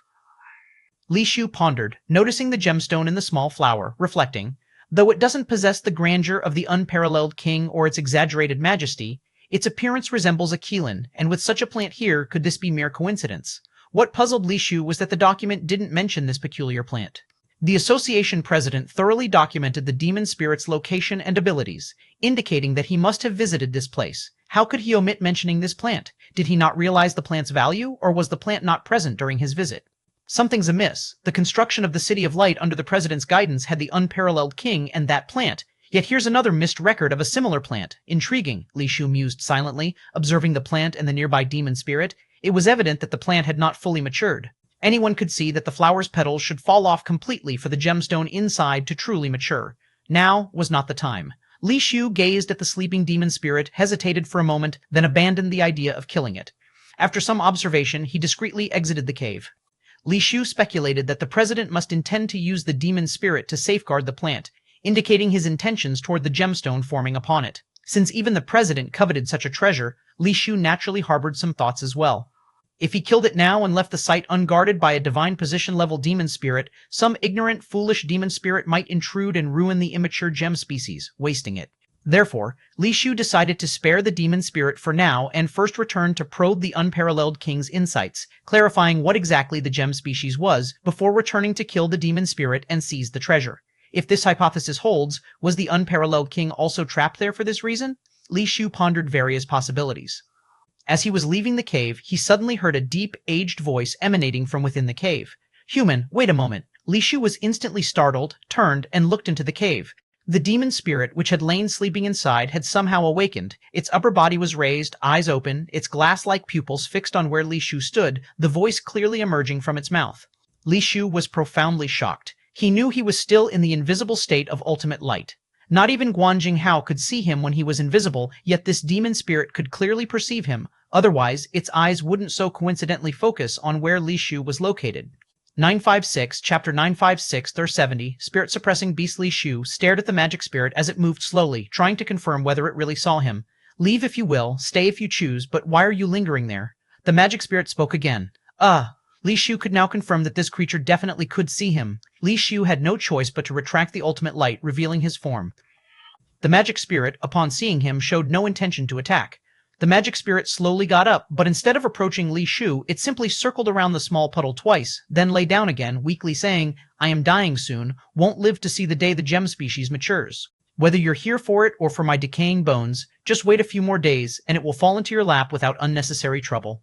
Do magic spirits also have lifespan limitations? Li Shu scrutinized the magic spirit, not seeing any injury marks on it. "Just as I expected, you're not sent by that person, otherwise you'd know I am injured." The magic spirit's voice was obviously very old. "That person probably wouldn't reveal the secret of the gem species here to anyone. How did you know there's a gem species here?" "I didn't know there was a gem species here like you said. I came here for you," Li Shu said. "How then do you recognize the gem species?" said the magic spirit, clearly aware that Li Shu had observed the plant earlier. "If you hadn't mentioned it was a gem species, I wouldn't be sure. I only saw a gem species elsewhere before, but it's somewhat different from this one," Li Shu said truthfully. The magic spirit paused slightly, squinted its eyes, and asked Li Shu, "Where did you see the gem species, and how is it different?" Li Shu described the appearance of the gem species at the unparalleled king's place, but didn't say where he had seen it. 5-colored gem species, could it be the unparalleled king really took the gem species to the mortal world and it really thrived there? The magic spirit immediately said after hearing this, "You recognize the unparalleled king?" Li Shu instantly knew his previous guess was indeed correct. This magic spirit looks so much like the unparalleled king, both guarding a gem species, it's surely not a coincidence. How could I not recognize, except for us spirit-suppressing beast tribe, who else could cultivate this gem species? The magic spirit said proudly. The unparalleled king and you are of the same tribe? Li Shu was somewhat surprised. Though their appearance was indeed somewhat similar, their attributes and abilities were obviously different, and their body sizes varied greatly, yet it turned out they were truly of the same tribe. Not exactly the same tribe, just both are spirit-suppressing beasts. The magic spirit sighed and said, "Back then, with the unparalleled king and longevity heaven, we were born from the fragmentation of the spirit-suppressing stone. The unparalleled king obtained 5 spirit-suppressing stone fragments. I got 1, longevity heaven got 3. Who is longevity heaven?" Li Shu sensed from the magic spirit's words that longevity heaven too was a magic spirit, but the name was eerily similar to the longevity heaven organization founded by the president. "You may not have heard of the name Longevity Heaven, but surely you've heard of Longevity Island," the magic spirit said after some thought. "Is Longevity Heaven the true master of Longevity Island?" Li Shu suddenly thought of something. Li Shu remembered Li Ming-er mentioning that her mother was the real owner of Longevity Island. Could her mother be Longevity Heaven? But upon further thought, Li Shu felt it somewhat unlikely. Despite their differences, the unparalleled king and this magic spirit were both Qilin-like in appearance. Longevity Heaven, like them, should also be Qilin-like, due to belonging to the spirit-suppressing beast tribe. It's hard to imagine how the president and a Qilin-like magic spirit could have given birth to Li Ming-er. Indeed, after the spirit-suppressing stone shattered, the spirit-suppressing palace split into 3, thus forming the 3 forbidden territories of the demon spirit realm. The 3 of us each guard a site. The unparalleled king in the celestial sea, Longevity Heaven on Longevity Island, while I reside in the bottomless pit. Li Shu finally understood the real origin of the 3 forbidden territories. It turns out they all came from the same source. Why did the spirit-suppressing stone and palace split? Li Shu promptly asked. Because the heaven cracked. The magic spirit suddenly began coughing violently. The heaven cracked? After it calmed down a bit, Li Shu couldn't help but continue asking. He really couldn't comprehend what it meant for heaven to crack. The spirit-suppressing palace is the core of the demon spirit realm. You may consider the spirit-suppressing stone as the world tree of the demon spirit realm. When the demon spirit realm was destroyed, the spirit-suppressing stone was also damaged. One day, the heaven of the demon spirit realm cracked. That crack spanned the entire void. Torrents of purple aura descended from the skies, nearly dyeing the entire void purple. The whole world was affected. The spirit-suppressing stone shattered, and the spirit-suppressing palace split into 3. Li Shu originally just regarded it as a story, thinking it had nothing to do with him, but hearing the last sentence, his face paled somewhat. From that heavenly scar, a human walked out. As soon as the magic spirit finished speaking, it started coughing violently again. Hearing the magic spirit's account, Li Shu first thought of his elder sister Han Ling-er, but upon closer reflection, quickly realized the magic spirit wasn't talking about Han Ling-er. When Han Ling-er arrived, she directly reached Earth, not the demon spirit realm, and she arrived long after the 3 forbidden territories had been around for many years. The timeline didn't match. 957, Chapter 957, 370, Spirit-Suppressing Beast, Part 2. The person who stepped out from the rift in the sky. Could it be the person you mentioned? Li Shu immediately thought of someone. Yes, that's him. The demon spirit nodded. What is his name, and what does he look like? Li Shu hastily asked, his expression shifting unpredictably. The person he was thinking of was naturally the chairman, especially since Guan Jinghao previously said the chairman was not human. If the demon spirit was referring to the chairman, then everything made sense. I don't know his name or what he looks like because when I saw him again, he looked different from when he emerged from the celestial rift. Cough, cough. But I could smell the aura on him. In this world, no living creature can escape my nose. Li Shu finally understood how this demon spirit found him. It wasn't by sight, but by scent. Li Shu also knew that the aura mentioned by the demon spirit wasn't as simple as an odor. While in the invisibility state of the ultimate light, he had no discernible smell. Since the spirit-suppressing palace divided, the unparalleled king, the longevity deity, and I have been trying to resurrect the spirit-suppressing stone. Using the spiritual technique, we turn the shards of the spirit-suppressing stone into gem species, waiting for them to blossom and bear fruit, to once again possess the spirit suppression abilities, restoring the demon spirit realm. Unfortunately, the spirit-suppressing stone itself is the root of this world, and wanting the gem species to bloom and mature into the spirit-suppressing stone is truly difficult. Cough, cough. The longevity deity remained on Longevity Island, nurturing the gem species. I traversed the demon spirit realm to find a place where the gem species could bloom, while the unparalleled king took a different path, attempting to plant gem species in the mortal world. We initially thought it was a whimsical idea, but unexpectedly he indeed managed to cultivate the gem species. Cough, cough, hoff. Humans, if you want to obtain the gem species, you need to do as I say, using some techniques to accelerate their maturation. Before that person arrives, take the mature gem species away, said the demon spirit, coughing intensely, as if it would cough up its lungs. Since you don't want to give the gem species to him, why would you be willing to give them to me? This happiness came rather suddenly, causing Li Shu to have some doubts. Do I have a choice? I am almost dying.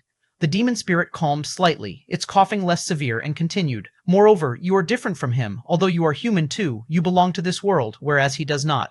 I have no other choice but compared to him. I hope you can take away the gem species.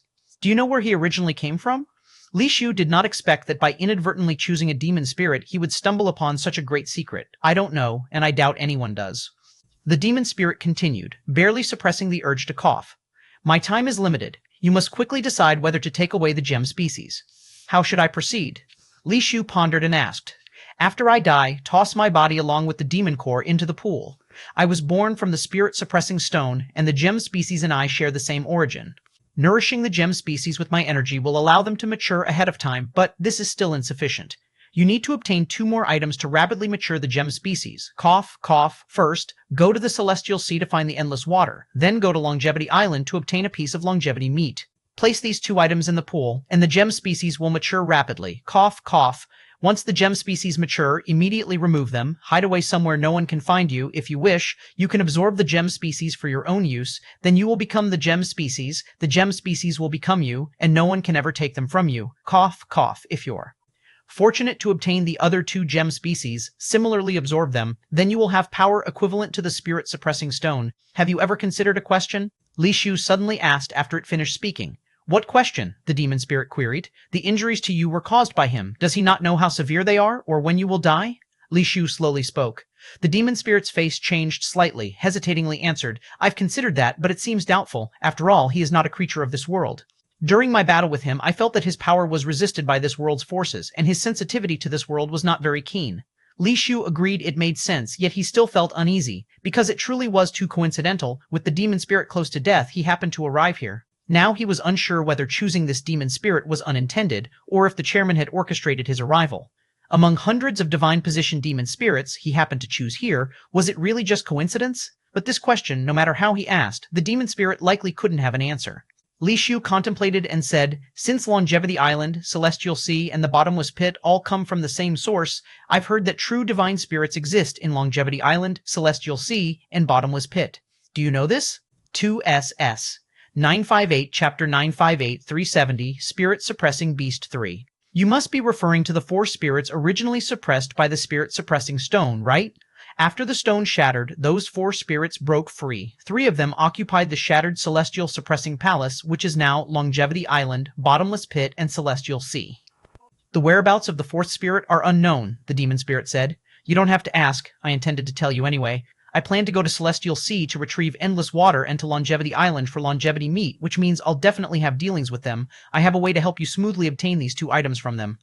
Li Shu thought to himself, that unparalleled king seems honest but is actually treacherous, hiding so many things. This method can only be known by you, otherwise disaster will ensue. The demon spirit's voice echoed in Li Shu's mind. Li Shu silently memorized the content spoken by the demon spirit until the voice disappeared from his mind. When the demon spirit asked if he remembered, Li Shu nodded in response. I know this is a gamble, but I have no chips left. Even if this last chip was deliberately given to me by someone, I have no choice but to bet on this last chance. The demon spirit slowly stood up and walked out of the cave, looking at the stone forest under the sunset, revealing complex emotions in its glass-like eyes. There was unwillingness, resentment, and perhaps some relief. Human, what is your name? After a long while, the demon spirit turned back slowly and looked at Li Shu. Li Shu. Li Shu stood silently beside him, waiting, and responded. The unparalleled king and longevity heaven both gave themselves names, but I have never had a name. Now I want one too. Can you help me choose a name?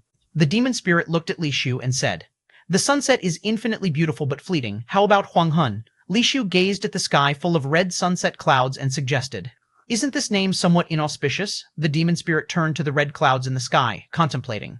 Huang Hun signifies an ending, but it also heralds the arrival of tomorrow and the prelude to new beginnings, Li Shu explained. New beginnings? Sounds good, then I shall be Huang Hun, the demon spirit said, staring at the setting sun, and remained silent for a long time. Li Shu waited until the sunset disappeared and night fell. Huang Hun remained motionless, prompting Li Shu to call out to him several times, but Huang Hun did not respond. When Li Shu walked over, he saw that Huang Hun had already passed away, standing there just like that. Forgive me. Li Shu lifted Huang Hun's body with both hands and brought it back into the cave, placing it slowly into the water pit. As Huang Hun's body fell into the pit, it began to emit a phosphorescent glow, unlike its original gray rock-like appearance. Thread by thread, the phosphorescent light flowed towards the gem species. After being absorbed by the gem species, the glow on the gem species gradually became more dazzling. The small gemstone, the size of a grain of rice at the center of the flower petals and flower, also became increasingly brilliant. Such a pity, this fellow within the divine position level was likely among the top tier, with a high chance of yielding a divine position gemstone, or perhaps even a ring. Li Shu glanced at the demon spirit's corpse now submerged in the water, and then left the cave. Earlier he worried about the gem species being devoured by other ignorant demon spirits, but now knowing its true origins, he realized it's not something anyone can consume, so there's no need to guard over it. It seems a journey to Celestial Sea is inevitable now. Only at this point did Li Shu decide firmly to go to Celestial Sea. With the decision made, Li Shu no longer wasted time, planning to head to the Flame River where the Great Demon King is located. The Flame River is near Flame Mountain, though Li Shu had heard of Flame Mountain before, he hadn't heard of this Flame River. It was only after reviewing the president's provided information that he learned of this underground flame river beneath Flame Mountain, where the mutated divine position demon spirit known as the Great Demon King resides. After looking over the Great Demon King's information, Li Shu called over a Fei before setting off. With Li Shu's assistance in practicing light planting, abundant resources, and A Fei's extraordinary divine skill of renunciation, she is now at light base peak, just half a step away from spirit casting. Since that's the case, cast your spirit first, then come with me to the trial gate. There's something only you can do. Li Shu handed a spirit casting bead to a Fei, aware of what she requires due to their shared life contract. Okay. A Fei didn't hesitate and took the spirit casting bead, preparing to return to her room. Do it here just in case there's an issue. I can lend you a hand. Li Shu stopped. A Fei. He understood that the Forbidden Life contract makes spirit casting challenging, unlike his own success due to super bottle suction and ultimate light. Given a Fei's situation, her path wouldn't be easy. Fortunately, Li Shu's current resources are substantial, so he's not worried about facing obstacles. A Fei nodded and, in Li Shu's room, swallowed the spirit casting bead and began executing light planting technique. Half a day later, a Fei and Li Shu left number 7 courtyard and headed toward Flame Mountain.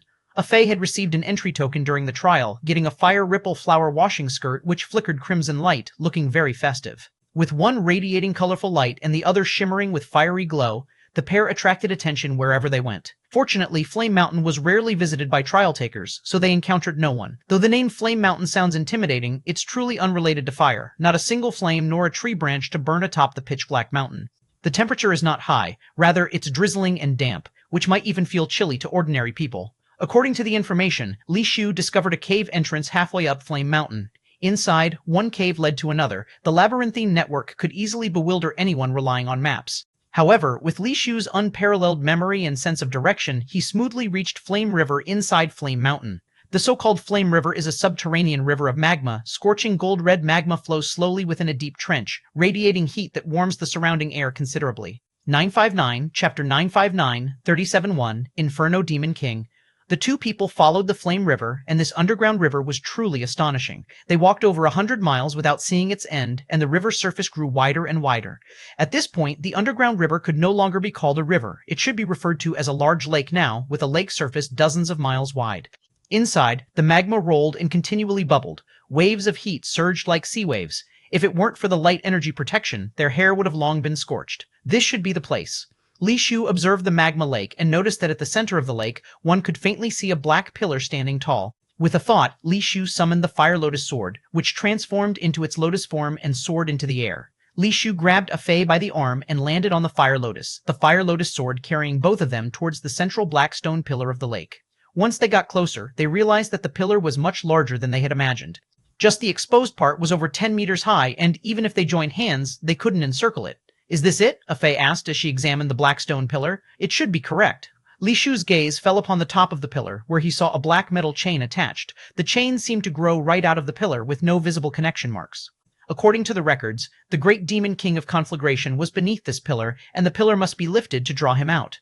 Li Shu thought the word draw might not be appropriate. Rather than saying the great demon king is hidden beneath the pillar, it would be more accurate to say he is sealed beneath it. Without lifting the pillar, the great demon king can't come out. The records state that no one knows what the pillar is made of. It's nearly indestructible, and only by pulling the metal chain above can it be lifted. However, the chain itself is extremely hazardous, and anyone touching it will be trapped and unable to escape. When the great demon king appears, the person trapped with chains has no choice but to fight him, but that's a great disadvantage. Li Shu wasn't sure if the forbidden light could break the chains, so he brought a Fei over. No chains could bind a Fei because she could simply use the abstention skill to leave. A Fei nodded, jumped off the fire lotus, and landed steadily on the stone pillar's top platform. Stay safe. If anything goes wrong, use the abstention skill immediately and don't take any chances, Li Shu warned. A Fei acknowledged, carefully touched the chain with her hand, and even when she grasped the chain, nothing unusual happened. A Fei grasped the chain with both hands and tried pulling it, but the chain didn't move at all, as if welded to the pillar. Though she was at the spirit forging level, her pulling strength was formidable, but the chain wouldn't budge, proving this wasn't something that could be moved by brute force. A Fei didn't hesitate. She directly cut her finger and dripped her blood onto the chain. According to the records, only by dripping blood onto the chain and letting the chain absorb the blood can the person who offers their blood move the chain. The blood dripped onto the chain, and even though it was metallic, it absorbed the blood like a sponge, leaving no trace. After absorbing a good amount of blood, the chain gradually emitted a red glow. Suddenly, the chain moved on its own, wrapping around a Fei's wrists like shackles. Li Shu tightened his grip on the forbidden cannon, ready to fire the forbidden light at any moment if anything happened to a Fei. Luckily, the chain behaved as described in the records, merely locking a Fei's wrists without any other issue. A Fei gave Li Shu a reassuring gesture, glanced at her shackled wrists, and grasped the glowing chain heavily. The previously immovable chain lifted effortlessly with a single pull, rising by a section. As the chain was pulled up, the enormous pillar rose slowly, matching the length of chain pulled. Without hesitation, a Fei continuously tugged at the chain, pulling it out section by section, and the black stone pillar kept rising alongside it. When the pillar nearly touched the ceiling of the underground space, no matter how much effort a Fei exerted, the chain wouldn't budge. Below, the magma in the lake churned violently, the red light brighter and more dazzling than the sun, with the temperature soaring rapidly. Amidst the boiling magma, a colossal figure surfaced, lava streaming down its iron-like massive body. Li Shu and a Fei saw what emerged from the magma lake, and even though they knew beforehand, they couldn't help but be shocked. Only the upper body of the demonic spirit emerging from the magma lake was over 10 meters high, entirely black iron in appearance, possessing 4 arms and 2 faces, fierce like a god and demon enshrined on an altar, exuding an intense oppressive force. A Fei, Li Shu urgently reminded, a Fei, who hadn't used the abstention skill yet. At the first moment the great demon king of conflagration appears, he will devour the person who pulled up the chain, and with her body locked, an average person would have no chance to escape. 960, Chapter 960, 371, Inferno Demon King, take care of yourself. After saying that, a Fei activated the abstention skill, and his chain-bound body disappeared. Seeing a Fei vanish, Li Shu finally breathed a sigh of relief. Abstention truly was a divine skill, capable of escaping even such a place. As a Fei disappeared, the chains gradually retracted, and the stone pillar began to slowly sink. With no more worries, Li Shu aimed the forbidden cannon at the scorching sky demon king, whose massive body was half emerged from the lava lake, and fired a shot. An orange-red beam pierced through the void instantly, creating shockwaves, and in a flash reached the scorching sky demon king. The scorching sky demon king's 2 faces were extremely bizarre. It wasn't like one face in front and one at the back, but rather both faces were at the front.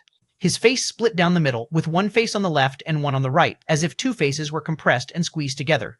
4 eyes lined up, with 2 noses and 2 mouths also lined up symmetrically. As the forbidden light came crashing down, the scorching sky demon king's 2 faces displayed a strange smile, raising 4 arms, forming a circular imprint with 4 palms, instantly turning into a flame-like circular light ring. Li Shu's forbidden light struck the light ring, and a terrifying scene unfolded. The orange-red beam met the flame-light ring, melting like steel and dripping like molten iron. It could not penetrate the light ring. The apocalypse furnace of the scorching sky, Demon King is indeed formidable, capable of smelting even the forbidden light, Li Shu thought to himself, quietly impressed. The records clearly stated the function of the scorching sky Demon King's light of truth, which could smelt all things and lights, so the forbidden light being smelted was no surprise.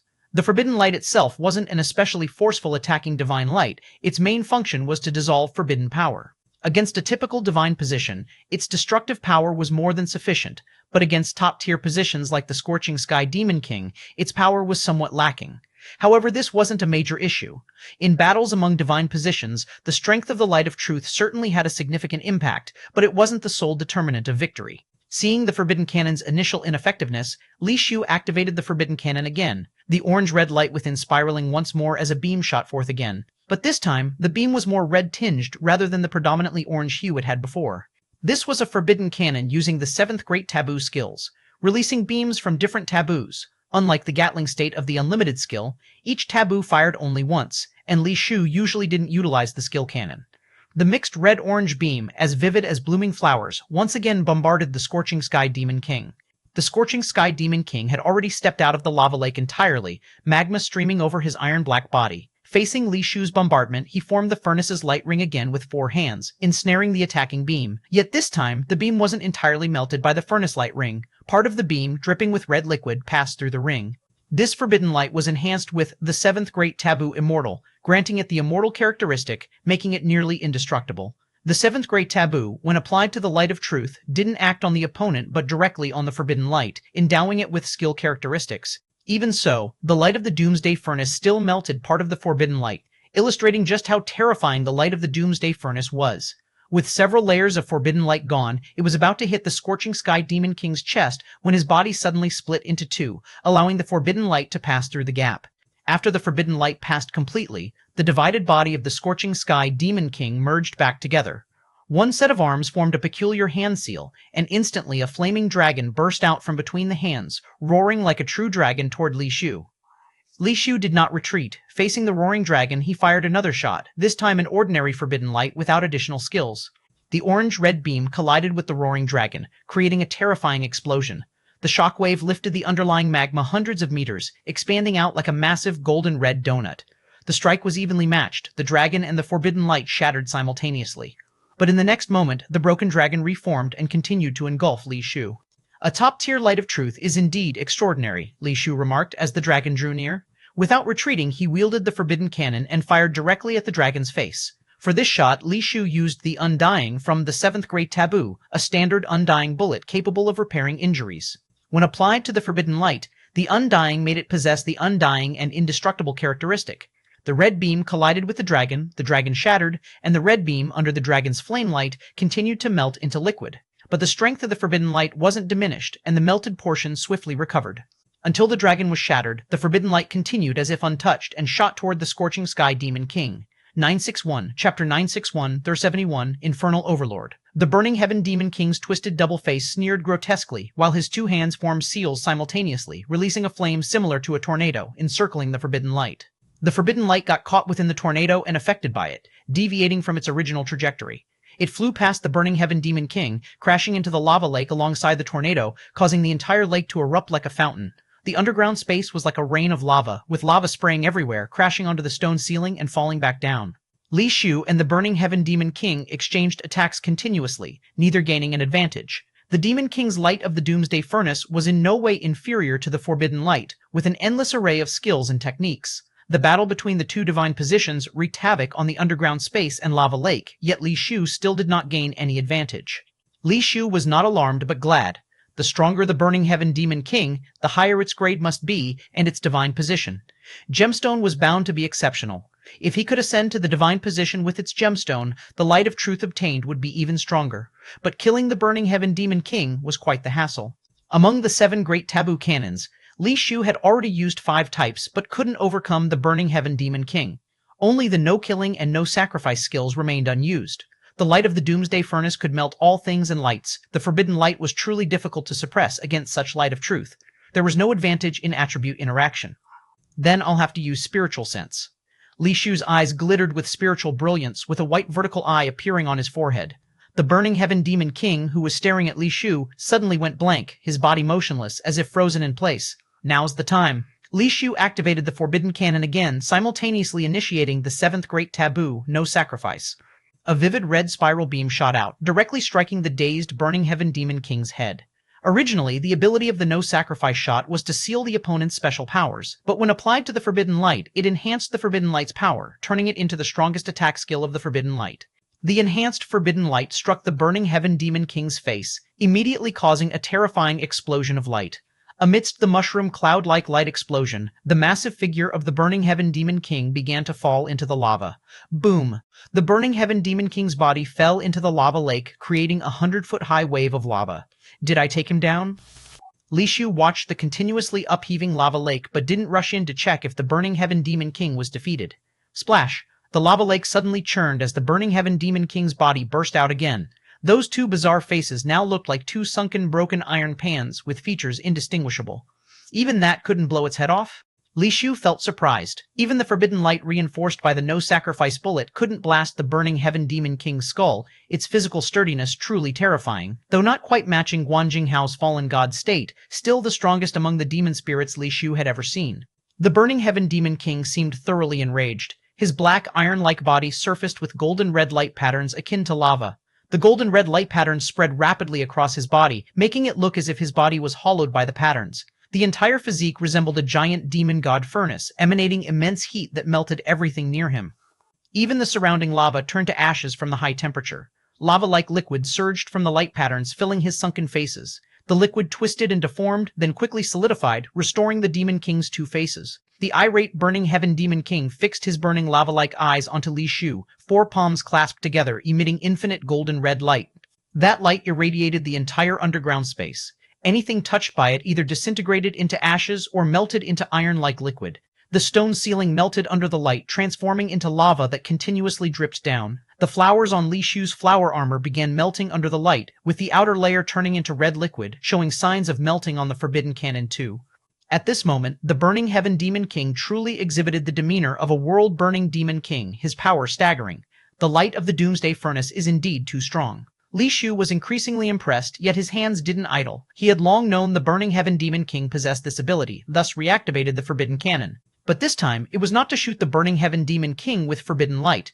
The light patterns on the Forbidden Cannon lit up circle by circle, but different from before, they spread inward from the barrel. The Forbidden Cannon transformed into a gigantic vacuum cleaner, sucking in the nearby light of the Doomsday Furnace. As a vast amount of light of the Doomsday Furnace was absorbed, the artillery body of the Forbidden Cannon glowed increasingly bright.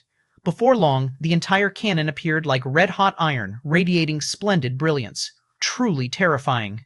Li Shu noticed the Forbidden Cannon's barrel beginning to melt. Even after employing super bottle suction to utilize the light of the Doomsday Furnace instead of confronting it directly, it still could barely contain the light, and the cannon's body began melting from the inside. Let's have another go then. Li Shu's white vertical eye opened again, plunging the Burning Heaven Demon King into an illusion realm, causing him to freeze in place. The seventh great taboo, no killing.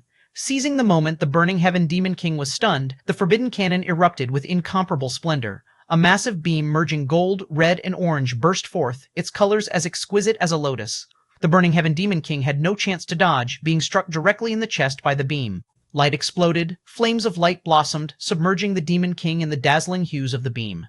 962, Chapter 962, Chapter 962, Ice-Breaking Wall. This cannon contains the powers of the Forbidden Light, No-Kill, and Apocalypse Furnace, striking the heaven-burning Great Demon King, causing it to let out an agonizing roar. Though its body didn't suffer too much damage, the light energy within was blasted out directly by this cannon. Boundless red light flames were instantly blasted out from the heaven-burning Great Demon King's body, forming a red shadow in its wake resembling the heaven-burning Great Demon King. These red light flames, after being expelled from the heaven-burning Great Demon King's body, immediately converged at a point, transforming into a talent gemstone in an instant. The heaven-burning Great Demon King's body fell into the lava. Although it didn't die, there was no light energy left within it to use. Without the sustenance of light energy, it was too weak to fly through the air. The No-Kill Forbidden Cannon is considered the most insidious of the 7 Great Taboo Cannon's abilities. If it takes effect, it can directly blast out the light energy, transforming into an item that a demon spirit should condense after death. This means that it can take away the item the demon spirit transforms into without killing it. Li Shu flew swiftly to grab the talent gemstone while firing another cannon shot at the heaven-burning Great Demon King lying in the lava. Without the defense of light energy, the heaven-burning Great Demon King's body was directly exploded by the forbidden light. Li Shu reached out and grabbed from the fragmented pieces a Divine Position gemstone extracted from it. Aside from the Divine Position gemstone, there was nothing else. Generally, after the demon spirit dies, there is a demon core, however. Since the demon core is the core where the light energy is concentrated, it had already been shattered and blasted out by the cannon shot, hence it could no longer exist. The Divine Position gemstone is condensed from the Truth attribute and is not merely light energy, so it was not destroyed. Understanding the characteristics of the Divine Position gemstone was why Li Shu used the No-Kill Forbidden Cannon to blast it, otherwise he wouldn't have used such a ruthless skill. The strength disparity of the mutated Divine Position demon spirit is indeed large.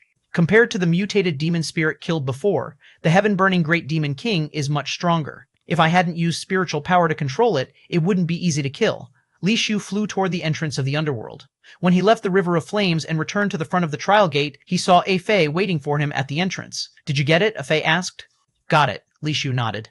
"That's good then." A Fei didn't ask any more questions and left to do his own things. Li Shu didn't return. He went straight to another trial gate to kill the Icebone Yin spirit beast. This time, he didn't need A Fei's help. Before entering the trial gate, Li Shu used the exploded talent gemstone from the heaven-burning Great Demon King, heaven-burning demon body. Divine position talent, immunity to fire-type light energy damage. Although simply explained in a few words, it's more useful than any complex introduction. With the heaven-burning demon body, Li Shu can be immune to fire-type light energy damage, practical. The trial of the Gate of the Shadow Spirit is simple for Li Shu. He just needs to endure in the cold environment for a while to pass the trial. Li Shu himself possesses the Ice Heart skill to resist cold and the Ice Ashes skill to transform cold force for personal use. Such a trial is just free points for him. Arriving at the familiar stone table, he saw an ice crystal-like button placed on the stone table. Li Shu reached out and took it directly, without giving the longevity lamp a chance to be verbose. E-level shining quality contract with a quality of only 06, Li Shu doesn't even bother to look at what abilities it has. Following the longevity lamp into the darkness, soon Li Shu appeared in an ice city. This ice city looks extremely magnificent, like a castle made of crystals. However, its proportions are much larger than that of a human castle. Standing in the ice city, Li Shu feels like he has entered a giant's castle.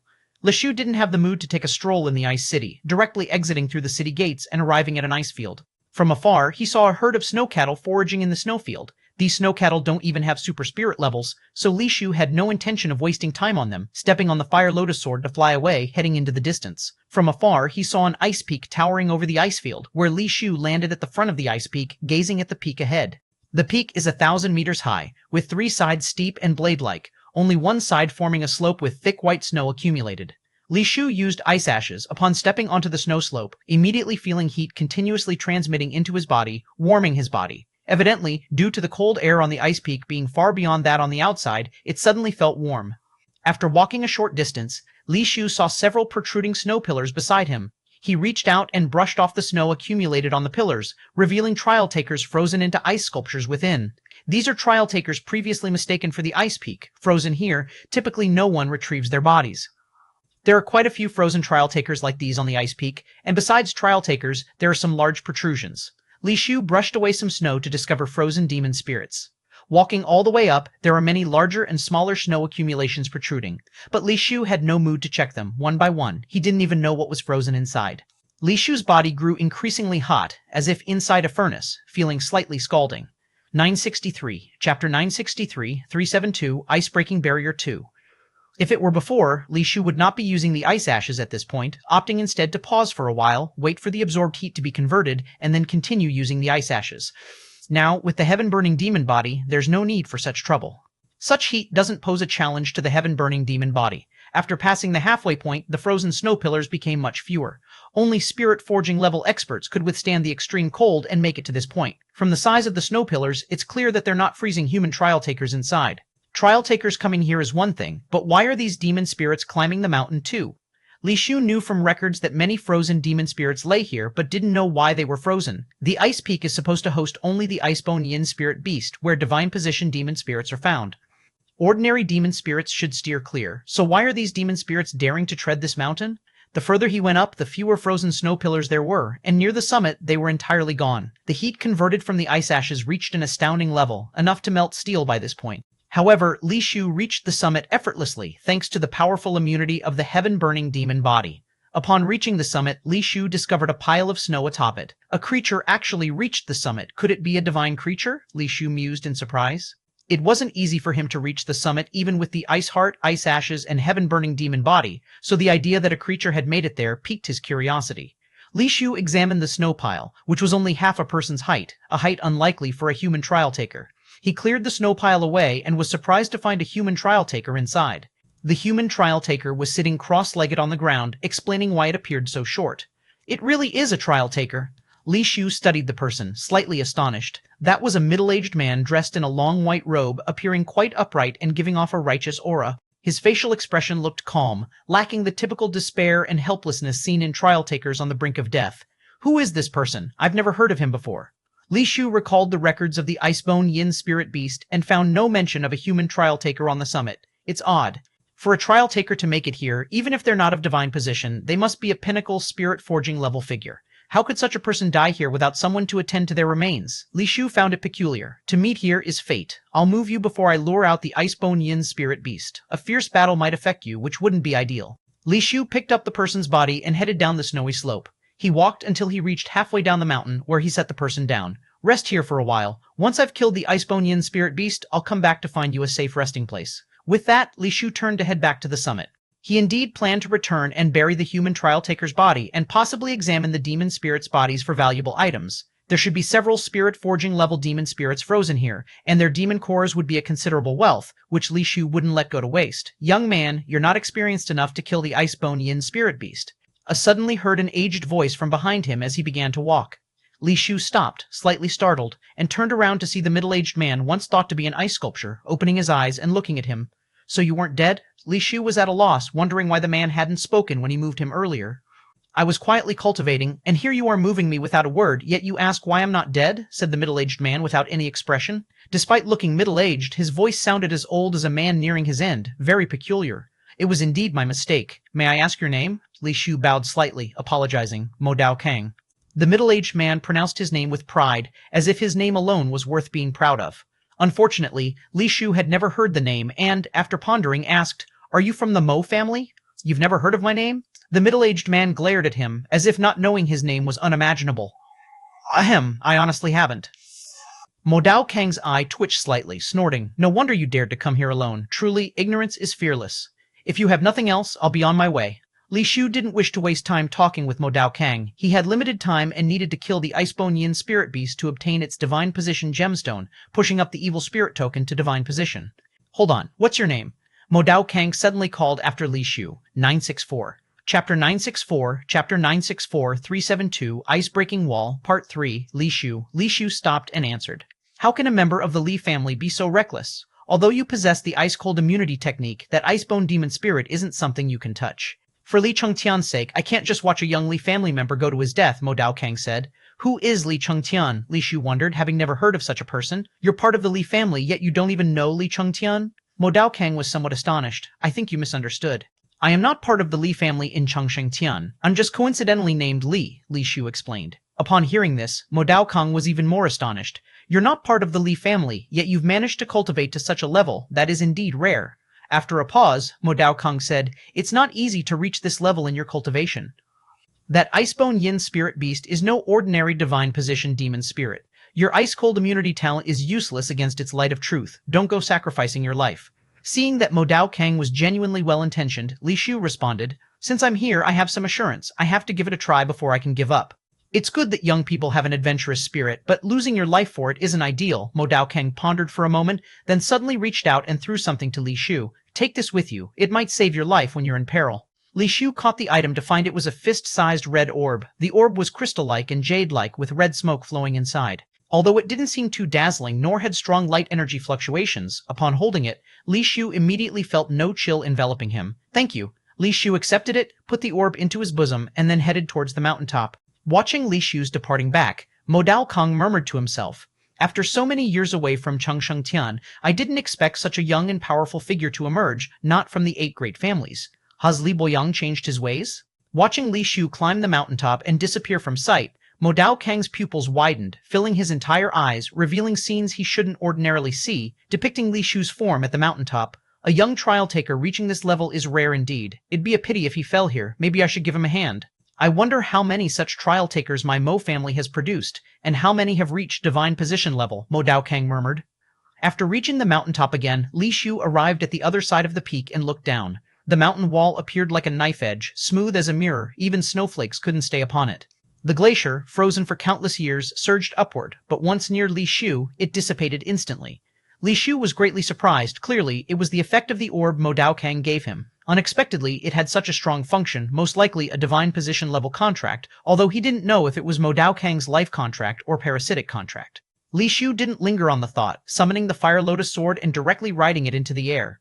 Though he could have flown straight up, he climbed to test the cold's intensity and observed the trial takers and demon spirits encased in ice. Riding the Fire Lotus sword into the sky, he examined the ice wall before him. Through the 1,000-meter-thick wall, a figure seemed frozen within, its silhouette appearing and disappearing, akin to a dragon in clouds, an elusive creature, vast and magnificent.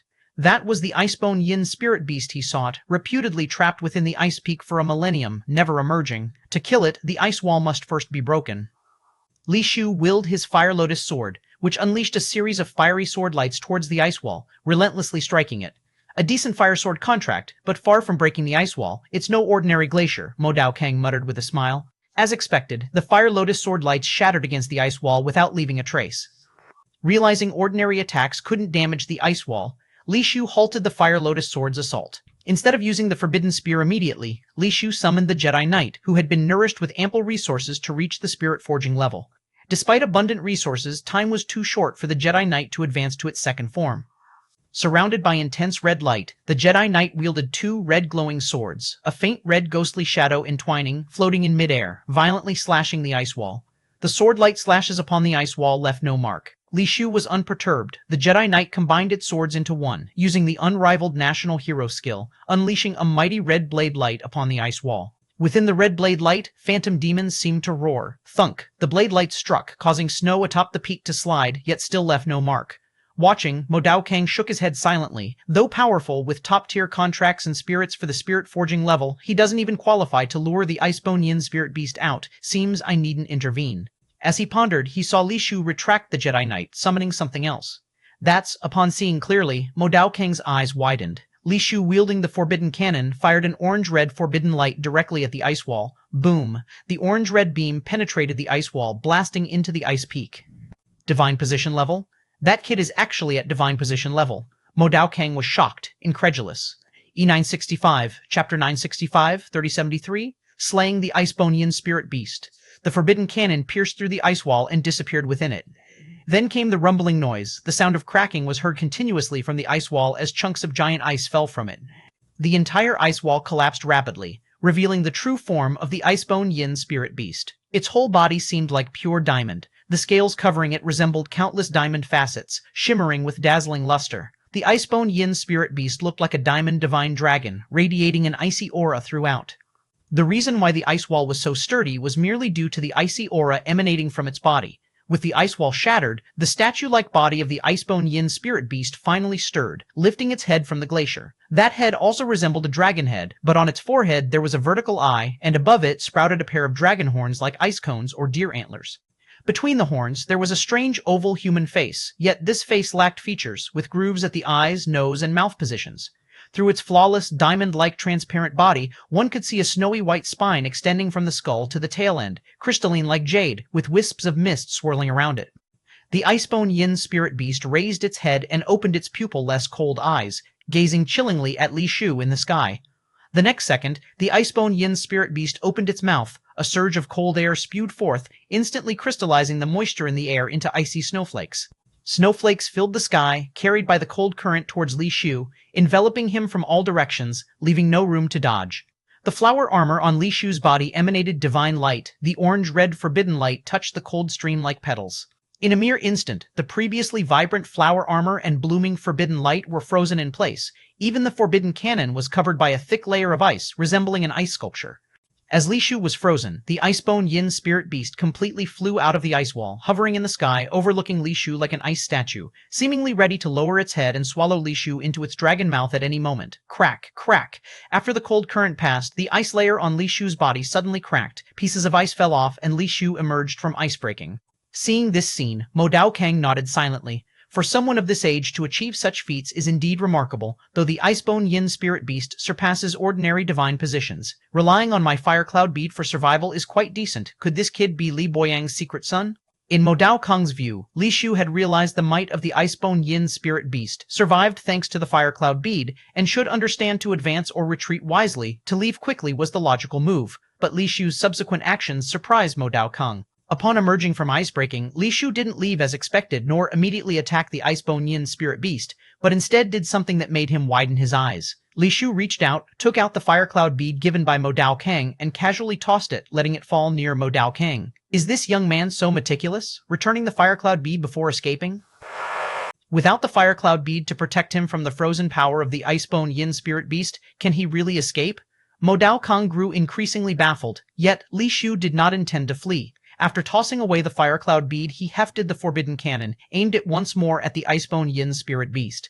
The spiral light pattern on the cannon barrel flickered, slowly accumulating light energy, seemingly preparing for a full-force strike against the icebone yin spirit beast. This young man is overly confident, but he's quite spirited, suits my temperament. Never know, I might have to give my old bones a workout. Mo Dao Kang slowly stood up, stretching as if performing radio calisthenics. Boom! The forbidden cannon fired a beam of light. The icebone yin spirit beast's eyes burst forth with icy light, meeting the orange-red light beam head-on. The icy light and the orange-red light beam collided in mid-air, continuously canceling and clashing with each other. To compete with the icebone yin spirit beast in light energy, you've really thought this through. Mo Dao Kang couldn't help but chuckle wryly. The light energy of the icebone yin spirit beast is exceptionally potent, unmatched by ordinary divine positions. Though its light energy isn't very aggressive, its endurance is top tier among divine positions. Moreover, the icebone yin spirit beast hasn't yet utilized the true light of truth. Though the current icy light can be considered the light of truth, it isn't in its complete state. From Mo Dao Kang's understanding, the light of truth of the icebone yin spirit beast is divided into third realms, and this is merely the first realm of frozen light. With the ongoing confrontation between forbidden light and frozen light, both rapidly shattered and worn out. Strangely, although frozen light shattered, the shattered frozen light caused the surrounding temperature to drop significantly and keep dropping. After a brief duration, the area's temperature became frighteningly low. Even spirit casting level experts entering this zone would instantly be frozen into blocks of ice. Mo Dao Kang initially believed Li Shu couldn't last long, but was surprised to find Li Shu not only showed no sign of freezing, but instead exuded heat, as if he were steaming in a sauna. His ice skills are somewhat impressive, capable of transforming this level of cold force into his own energy. Only, the transformed energy is excessive, generating substantial heat. His body likely won't sustain for long. Even if he won't freeze to death, he might be steamed to death by the heat. Now Mo Dao Kang understood why Li Shu returned the fire cloud bead. It hindered the transformation of the cold force, hence he tossed it back. 966, Chapter 966, 3073, Slaying the Icebone Yin Spirit Beast, Part 2. Unexpectedly for Mo Dao Kang, as more and more cold energy was transformed by Li Shu, the heat on his body grew more intense, but he seemed largely unaffected. Interesting, this young man does have some skills. Have the young people of Longevity City reached this level now? I really want to go back and see how far the Mo family has progressed.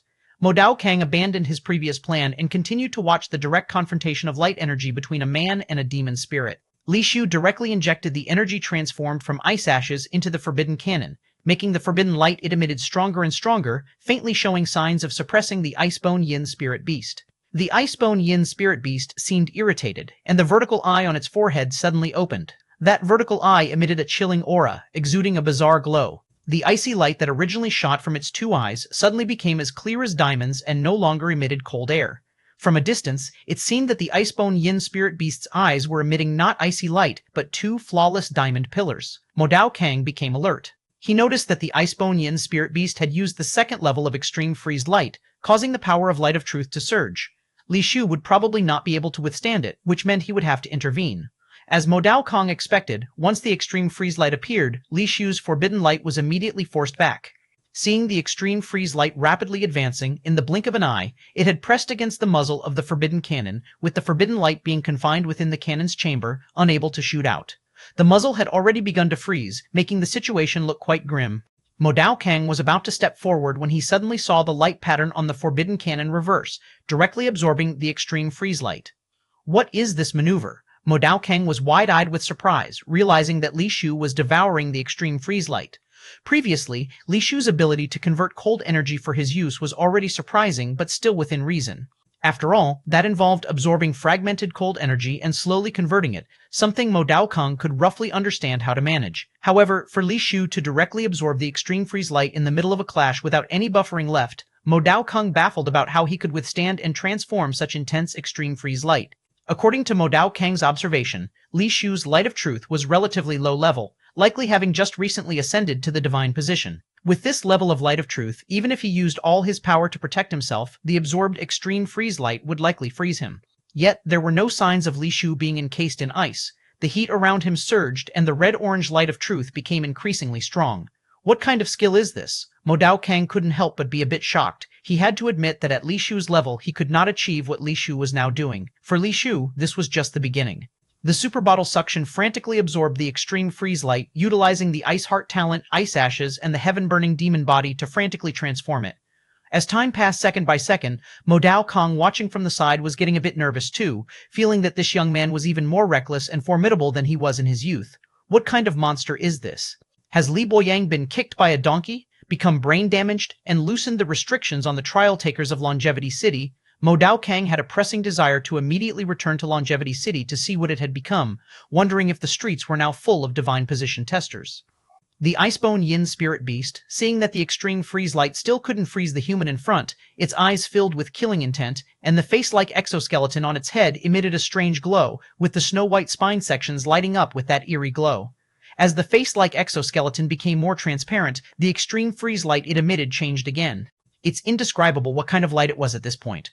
The original extreme freeze light seemed crystal clear, almost without impurities. But now the light of truth didn't appear as clear anymore. Not that the light of truth weakened or became impure, but the light of truth now appeared to be lower in resolution.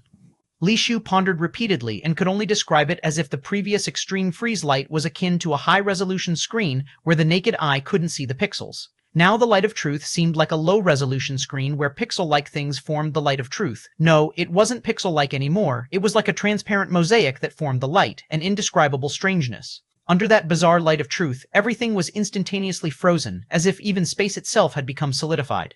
Youngster, let this old man assist you. 1. Mo Dao Kong's face changed slightly, and he appeared behind Li Shu in a flash, understanding all too well the terror of the light of absolute stillness. Under that intense, extreme freeze light, all particles would be frozen, motion would stop, and a living person would instantly become a dead one as soon as touched by the light of absolute stillness, which meant this young man was as good as dead. Before finishing his words, at the moment Mo Dao Kang intended to lend Li Shu a hand, the forbidden cannon erupted with a terrifying light first.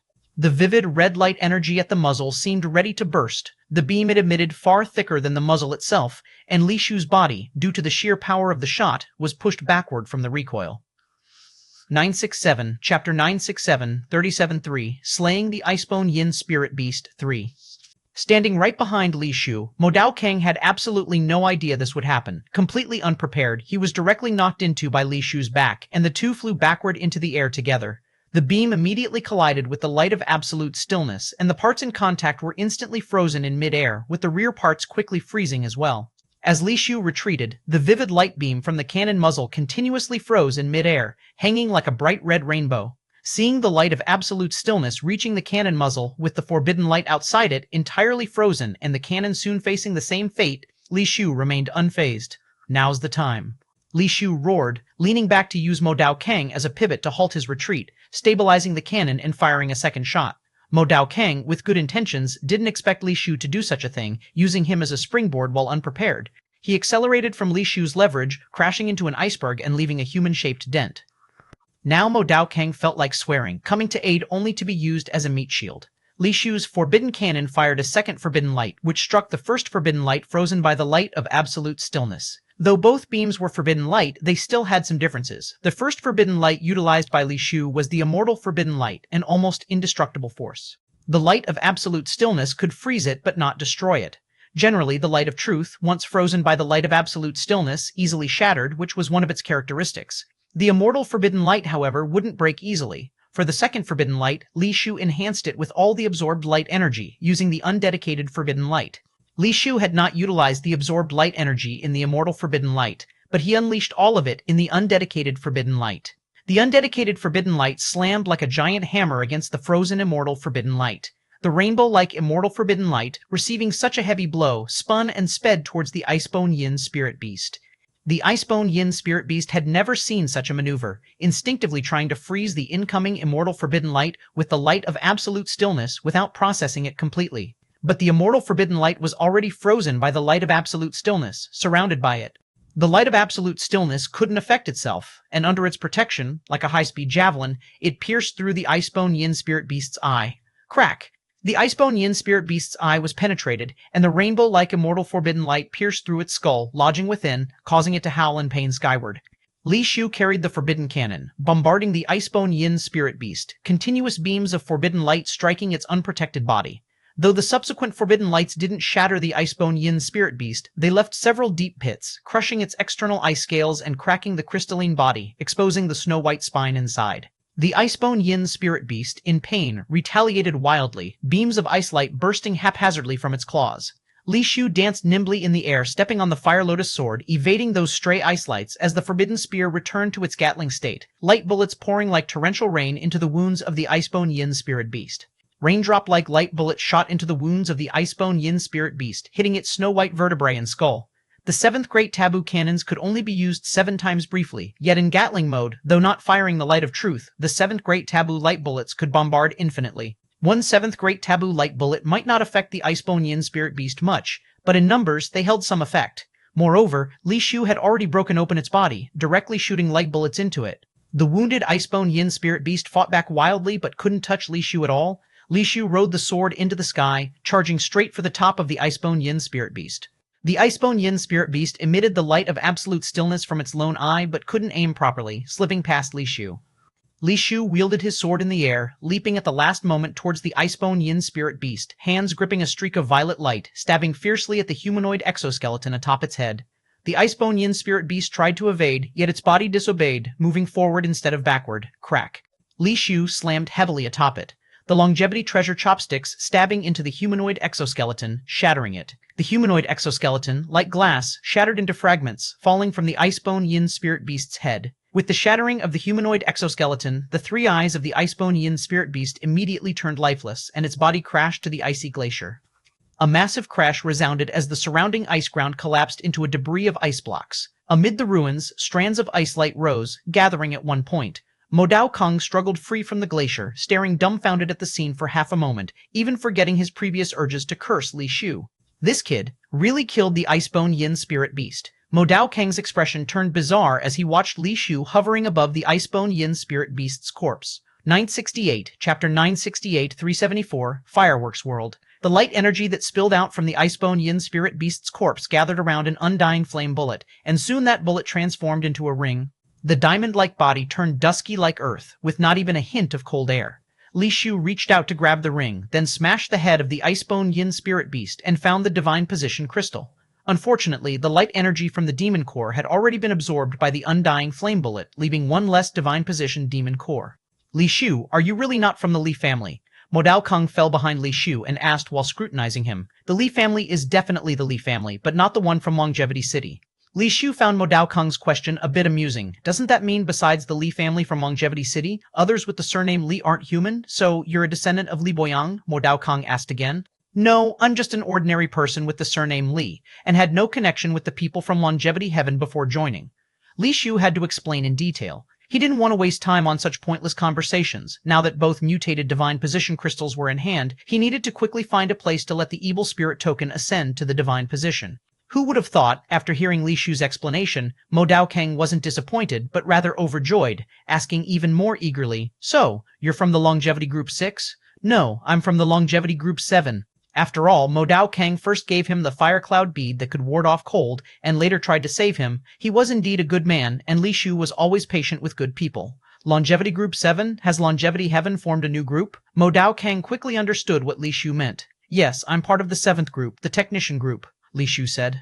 Mo Dao Kang was greatly pleased as he listened. It didn't matter if Li Shu was in the 7th group or any other group. If the young people from the Longevity Group are already this strong, then wouldn't the Mo family be even stronger? Li Shu, could you tell me, how many divine positions does the Mo family have now? Mo Dao Kang quickly asked. You must have been away from Longevity Heaven for many years, right? Li Shu wasn't a fool. From Mo Dao Kang's words, he already understood the situation. Indeed, it's been years since I returned. Mo Dao Kang nodded in response. Li Shu pondered for a moment and said, How many divine positions the Mo family has, I really don't know. How can you not know? Could it be that my Mo family has so many divine positions that outsiders can't figure out how many they actually have?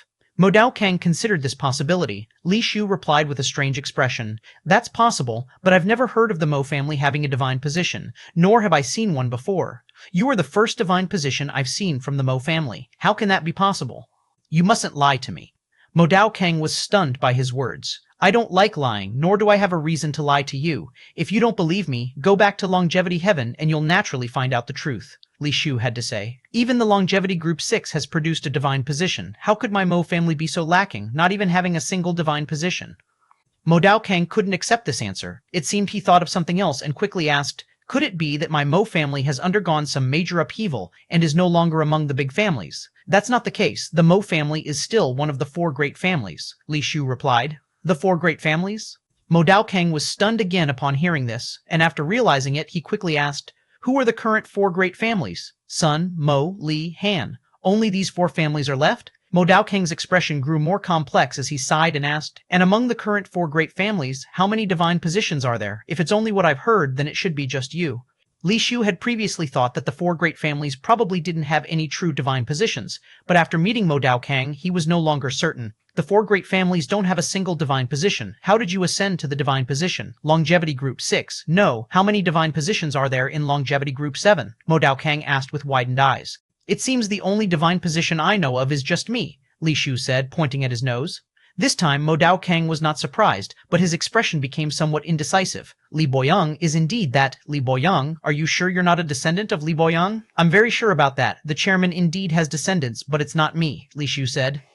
That's strange. Even the four great families and Longevity Group 7 don't have anyone who can ascend to the divine position. How did you ascend? Mo Dao Kang stared at Li Shu. Maybe because I'm rather lucky, Li Shu said self-deprecatingly. He was indeed quite lucky. If he didn't have inherently strong spiritual sense, if Bai Chuyi hadn't guided him to become a trial taker, and if the chairman hadn't invited him to join Longevity Heaven, he certainly wouldn't have ascended so quickly. Lucky? I've never heard of anyone ascending to the divine position purely by luck. Mo Dao Kang frowned and continued. Was it Li Boyang who helped you ascend to the divine position? In a way, yes, he provided me with a lot of divine position demon spirit materials. Just the divine position demon spirit materials? Mo Dao Kang looked skeptical. Yes, he didn't help you kill a divine position demon spirit or give you a divine position gemstone, Mo Dao Kang persisted in asking. No. Li Shu shook his head.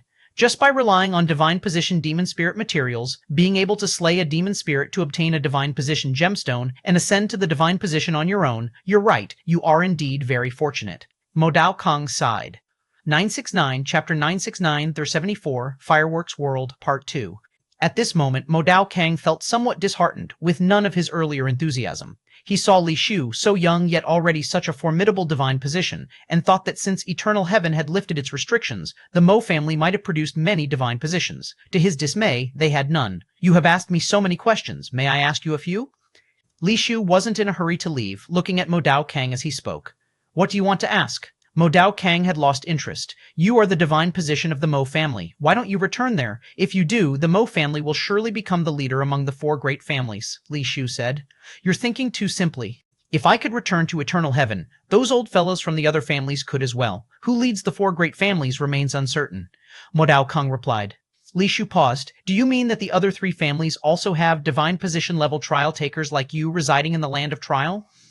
It's not just the other three families. It should be the other 7 great families. As Mo Dao Kang said this, something seemed to occur to him. His expression changed suddenly, and he asked Li Shu urgently, You said the current families are Sun, Mo, Li, and Han. Yes, is there a problem with that? Li Shu faintly guessed something. Without answering Li Shu, Mo Dao Kang's face showed anger. Damn you, Li Boyang. If you've gone to such extremes, I will not rest with you.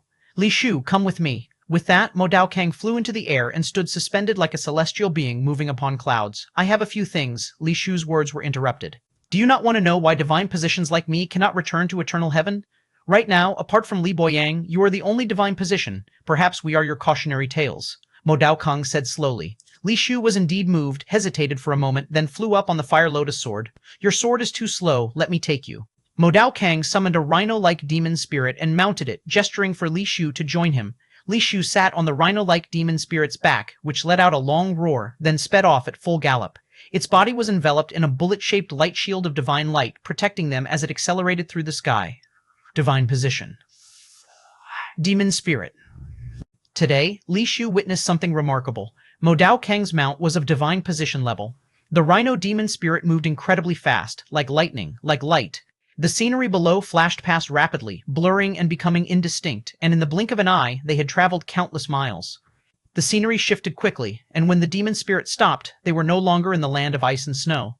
Before them was a dilapidated ancient city. Many sections of its walls had collapsed, with an eerie absence of life and light. Mo Dao Kang's expression grew darker as he faced the ancient city, shouting outside its gates, Old Deaf Man, are you there? Mo Dao Kang called out 3 times. But there was no response from within the ancient city. Instead, they heard creaking sounds, as if countless bamboo segments were breaking. Mo Dao Kang's face was as dark as could be, watching the ancient city silently. Li Shu also watched the ancient city, and before long saw a flood of skeleton demon spirits pouring out like waves. Most skeleton demon spirits were low-level insignificance, but among them were quite a few high-level demon spirits. Due to their overwhelming quantity, they seemed endless as waves, and even with a small percentage of high-level demon spirits, their numbers were considerable. Li Shu only glanced briefly and already spotted several light-based demon spirits, saw 2 or 3 spirit casting, which was only a part of the tide flooding out. Who knows how many demon spirits there were in the advancing army of skeletons, perhaps even more divine position demon spirits. Flying up on the Fire Lotus sword, Li Shu immediately saw within the enormous ancient city, skeleton demon spirits were densely packed as far as the eye could see, as numerous as an endless ocean, including many dazzling high-level demon spirits. Li Shu even spotted a divine position level bone dragon emerging from the ruins, its bone wings shimmering with eerie light, ready to soar skyward. There's simply too many skeleton demon spirits here. Even Li Shu felt a tinge of fear seeing this tidal wave of demon spirits. With so many demon spirits, even if they stood still for him to slay, it would take him a long while. Not to mention within were divine position demon spirits, and their exact number was uncertain. No matter how skilled one is, it's hard to grasp thousands of hands, nor mention hands numbering tens of thousands. Li Shu didn't wish to risk getting trapped, about to call Mo Dao Kang to retreat, but he saw Mo Dao Kang vent his fury with a grand gesture. An ancient green brick emitted mysterious divine light, soaring into the sky, and Li Shu witnessed a scene that would remain unforgettable. Countless green bricks fell from high above, resembling the collapse of celestial palaces, with numerous immortal palace green bricks crashing onto the mortal world.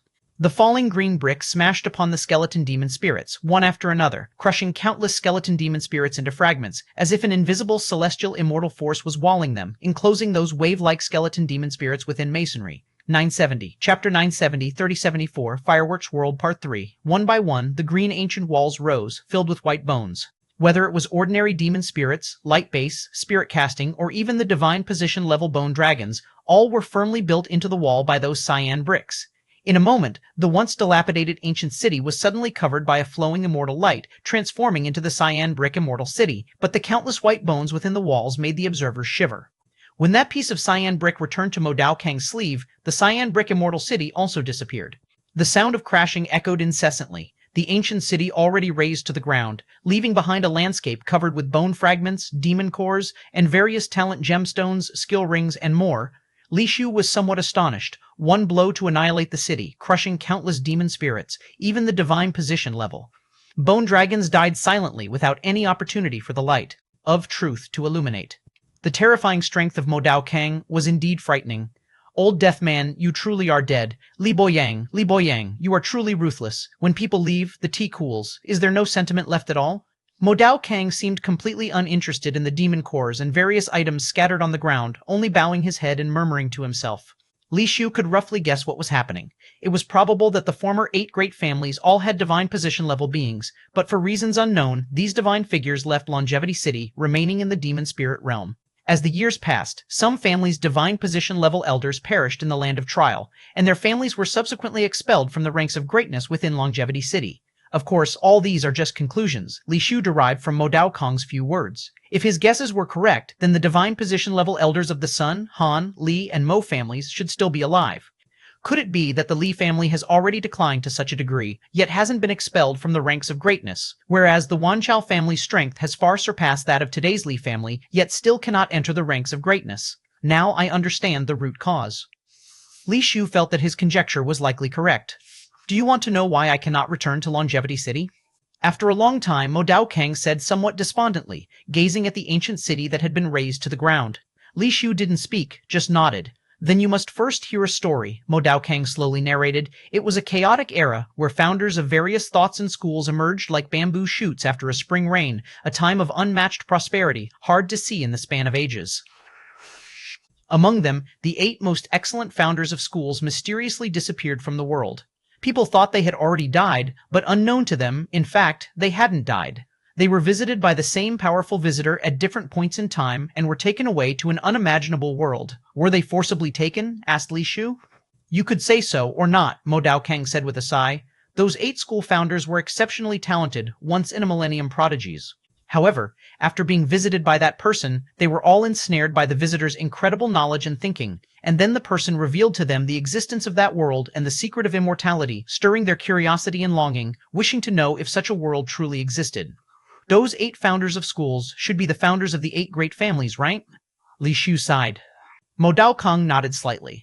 Those 8 gradually experienced that incredible world and obtained the secret of immortality, then became deeply entangled, unable to extricate themselves, and had no desire to return to mundane life, bringing their friends and family over, continuously following that person's teachings until one day that person gathered the 8 and disclosed a secret that they found hard to accept. What secret? Li Shu couldn't help his heart from speeding up. Every bit of energy they plundered from this world was pushing it toward destruction, Mo Dao Kang said slowly. What do you mean? Li Shu seemed to understand, yet didn't. They didn't understand at the time either. The visitor mentioned a term, fireworks world, Mo Dao Kang said. He likened the world to a firework being set off. Unlike the previous understanding of endless cycles of regeneration, according to his theory, this world's energy was akin to fireworks, not infinite. Once the firework burnt out, this seemingly radiant fireworks world would cease to exist as well. And the energy we seized from this world was like fuel within the fireworks. The more we seize, the stronger we become, the faster the world's destruction. Such a metaphor is quite unorthodox, hard to believe, Li Shu frowned. Not only you disbelieve, they too didn't believe initially, until the visitor showed them something. Mo Dao Kang's eyes unexpectedly revealed a trace of fear. What was it? Li Shu was intensely curious. Firework ashes? Mo Dao Kang said word by word. Firework ashes? Li Shu contemplated what those 4 words might signify, yet found it hard to imagine. Mo Dao Kang didn't explain, just continued. They saw it and feared it. Hence, they made an agreement with that person that in this limited fireworks world, only those who have the potential to leap beyond this fireworks world have the right to these finite resources. Li Shu now finally understood why the divine position level trial takers of Longevity City were so few. It turned out to be under intentional control. If this truly is a fireworks world, how could anyone possibly leap beyond this world? Li Shu frowned. He gave us an answer. Direction, Mo Dao Kang slowly stated. 971, Chapter 971, 3075, Unparalleled, Direction. Li Shu slightly furrowed his brow. He didn't misunderstand, just felt this answer was somewhat too idealistic. Exactly, it's about direction. Mo Dao Kang sighed. According to that person, this world is like a firework that is blossoming. Though fireworks are brilliant, they eventually come to an end, and at that time, this world will be completely extinct, with no one able to escape. The only way to survive is to find the right direction. If we compare our world to fireworks, then outside our world is a bigger world. That world not only has fireworks, but also many other various things. To survive, we must become the spark of the fireworks in the right direction, igniting other things to gain more survival energy, thus sustaining our ephemeral lives that disappear like fireworks. What Mo Dao Kang said was similar to what Li Shu speculated. After hearing it, he furrowed his brow and said, even if all the theories hold true, how can it be determined that there is something to ignite around these fireworks? If there isn't, then where does the concept of direction come from? That person says there is, but it requires a sufficiently intense spark to ignite it. Our continuous practice of strengthening ourselves is so that we can become that sufficiently intense spark, Mo Dao Kang replied. But what is there? A house, a pile of firewood, or a sheet of paper? Even if it's as he says, if it truly ignites, how long can it last? What happens afterward? Furthermore, once ignited, is it still our world? Li Shu said. Your concerns are valid. Everyone has thought about it. But besides this path, what else can we do? Mo Dao Kang sighed. Li Shu thought about it too. Even if only one survives, it can prove that this firework-like world once existed. If nothing is done, when the brilliant fireworks burn out, that will be when this world quietly disappears. Of course, all of this is predicated on the assumption that what that person says is true. Li Shu still has doubts about that and can't fully believe it. Mo Dao Kang said he had witnessed the dust of the fireworks, but Li Shu had not seen it himself. Without witnessing it firsthand, Li Shu wouldn't blindly believe it. With Mo Dao Kang's story, Li Shu finally sorted out the entire trajectory of the Changsheng Tian. The president established the Changsheng Tian, and before or after that found the ancestors of the 8 families, making them the first residents of the Changsheng Tian, the earliest trial takers. However, because the world's resources are limited, the president and the ancestors of the 8 families made an agreement to try to allocate resources to those who had a chance to become trial takers that ignite the world beyond, so generally, trial takers didn't receive much resources. The president has been controlling the trial takers of the Changsheng Tian to plunder the resources of evil spirits, which is why Changsheng Tian doesn't have many higher-level trial takers. Information about the trial takers and evil spirits has never been truly disclosed. In the past few thousand years, only a few elite humans have been invited to join Changsheng Tian as trial takers. Frankly speaking, these elites are just lab rats waiting to be chosen. Once it's found that their abilities are insufficient to reach the final step, they'll be directly eliminated or only able to perform some auxiliary work within Chengsheng Tian, and the ancestors of the 8 families are indeed powerful, producing many strong divine position level figures. Those figures seek breakthroughs to become the ones who can ignite the existence outside the world and stay in the land of trial for years cultivating. Perhaps among them there are constraints, or maybe some agreement between them and the president that until they take that step, they can't return to Chengsheng Tian. The president has always been monitoring the actions of those great figures from the 8 families. While they are alive, it's fine. Once they die, even their family's interests will be cancelled unless someone in their family emerges with a chance to reach that step. It can now be determined that among the elders of the Sun, Mo, Li, and Han families, there are surely some divine position level figures in the land of trial, or else these 4 families couldn't hold their current status. If the Li family truly still has a divine position level figure alive, who knows about my enmity with the Li family, would they come after me desperately? Li Shu wanted even more to quickly elevate the evil spirit token to divine position level. He had witnessed the terror of Mo Daokang's strike, which was not much inferior to Guan Jinghao's fallen god state, only differing in development direction. If the Li family's figure is at a similar level to Mo Daokang, seeking him recklessly would indeed be troublesome. As for those mysterious matters about the fireworks world, they're not within Li Shu's consideration at the moment. Even if this world truly is like fireworks, to Li Shu and others, ephemeral brilliance is no different from eternity. At least Li Shu is unlikely to live to the day the fireworks burn out. Since he won't live to see that day, what's the point of worrying? The matters of future generations, leave those for them to work on. Li Shu just needs to take care of his own affairs. Old Mo, how many like you at divine position are there now? Li Shu testedly probed for information. I have left Chengsheng Tian too long. I only know at that time the 8 families had a total of 14 divine positions.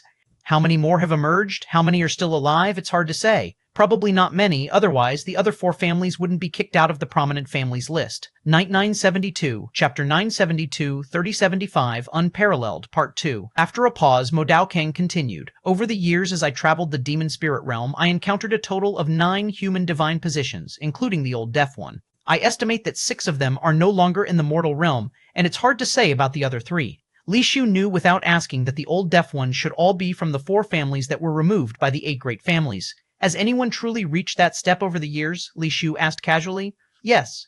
Mo Daokang's answer surprised Li Shu slightly. He hadn't expected that someone had really reached that step. Mo Daokang continued, I once witnessed Li Daoyi break through truth and ascend to unparalleled, tearing through the void, but I don't know if he chose the right path or if he still exists outside the world. Unparalleled? Is that a level above divine position? Li Shu asked. Didn't Li Boyang tell you? Mo Daokang looked at Li Shu puzzled. Seeing Li Shu shake his head, Mo Daokang sighed. You truly don't know unparalleled. Seems like you really aren't a descendant of Li Boyang. I'm not his descendant at all, nor do I have any blood relation to him, Li Shu said with a bitter smile. Above divine position is unparalleled.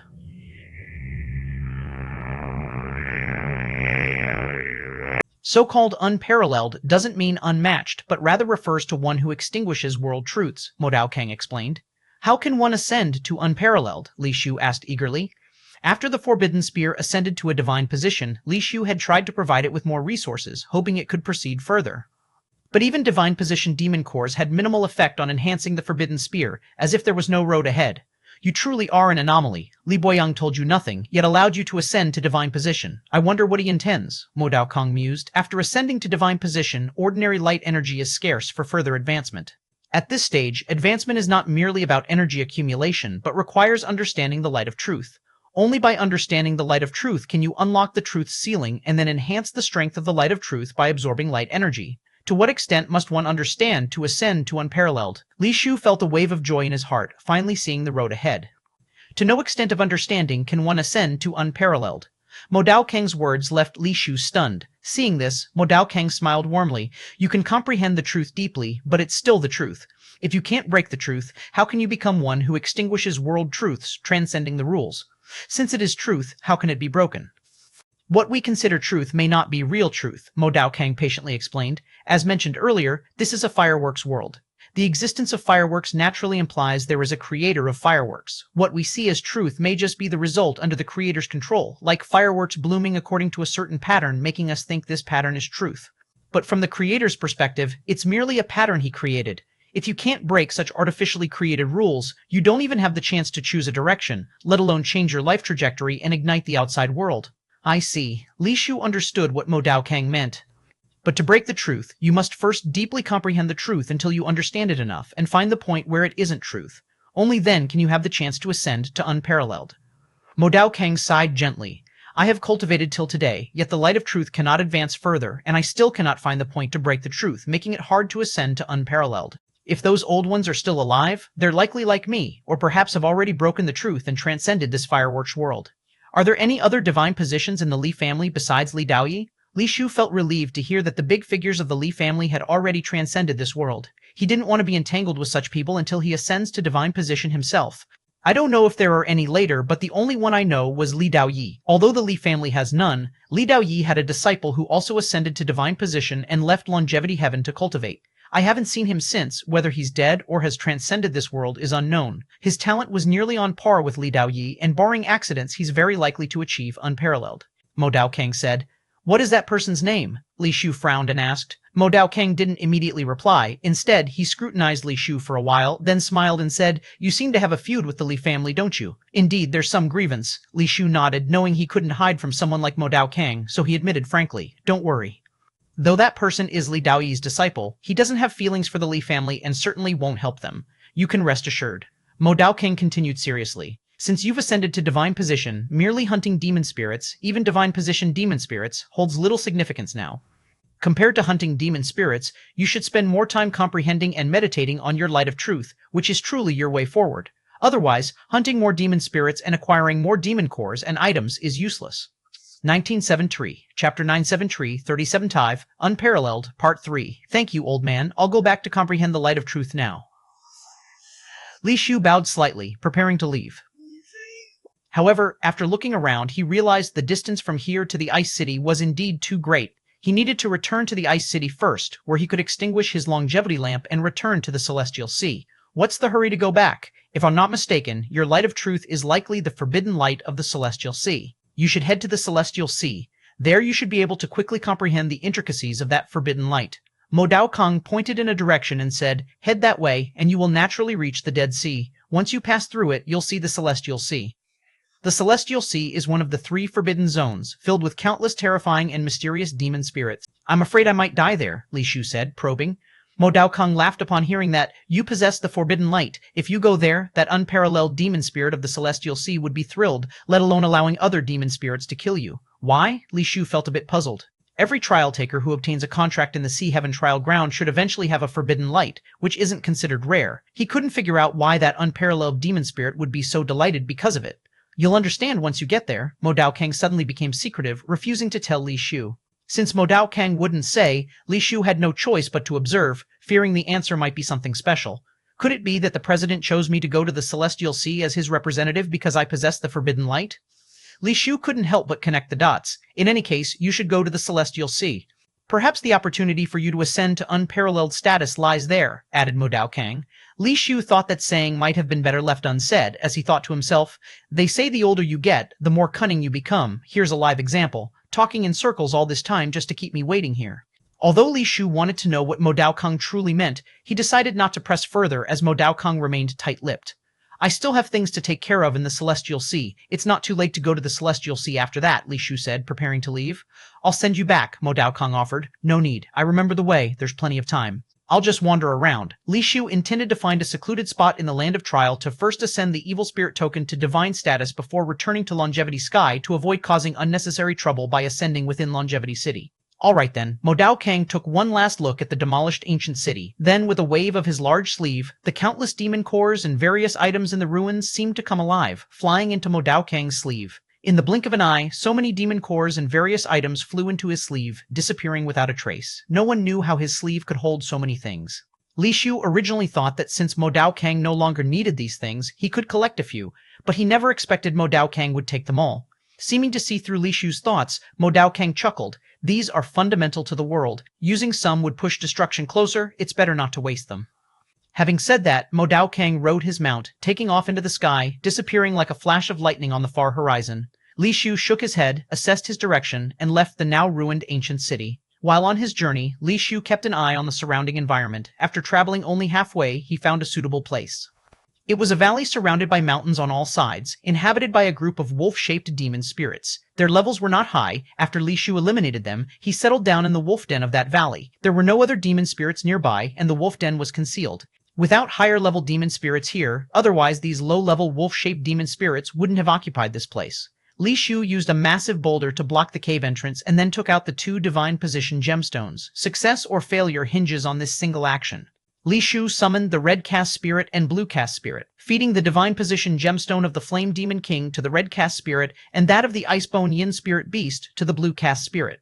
The red and blue caste spirit swallowed the divine position gemstones, and terrifying light energy immediately surged within their bodies.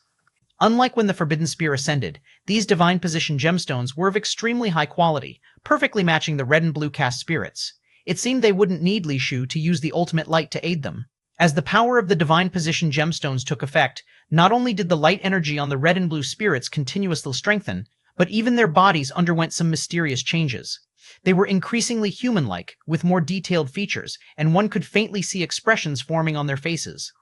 As Li Shu watched, the evil spirit token flew out and hovered between the red and blue caste spirits.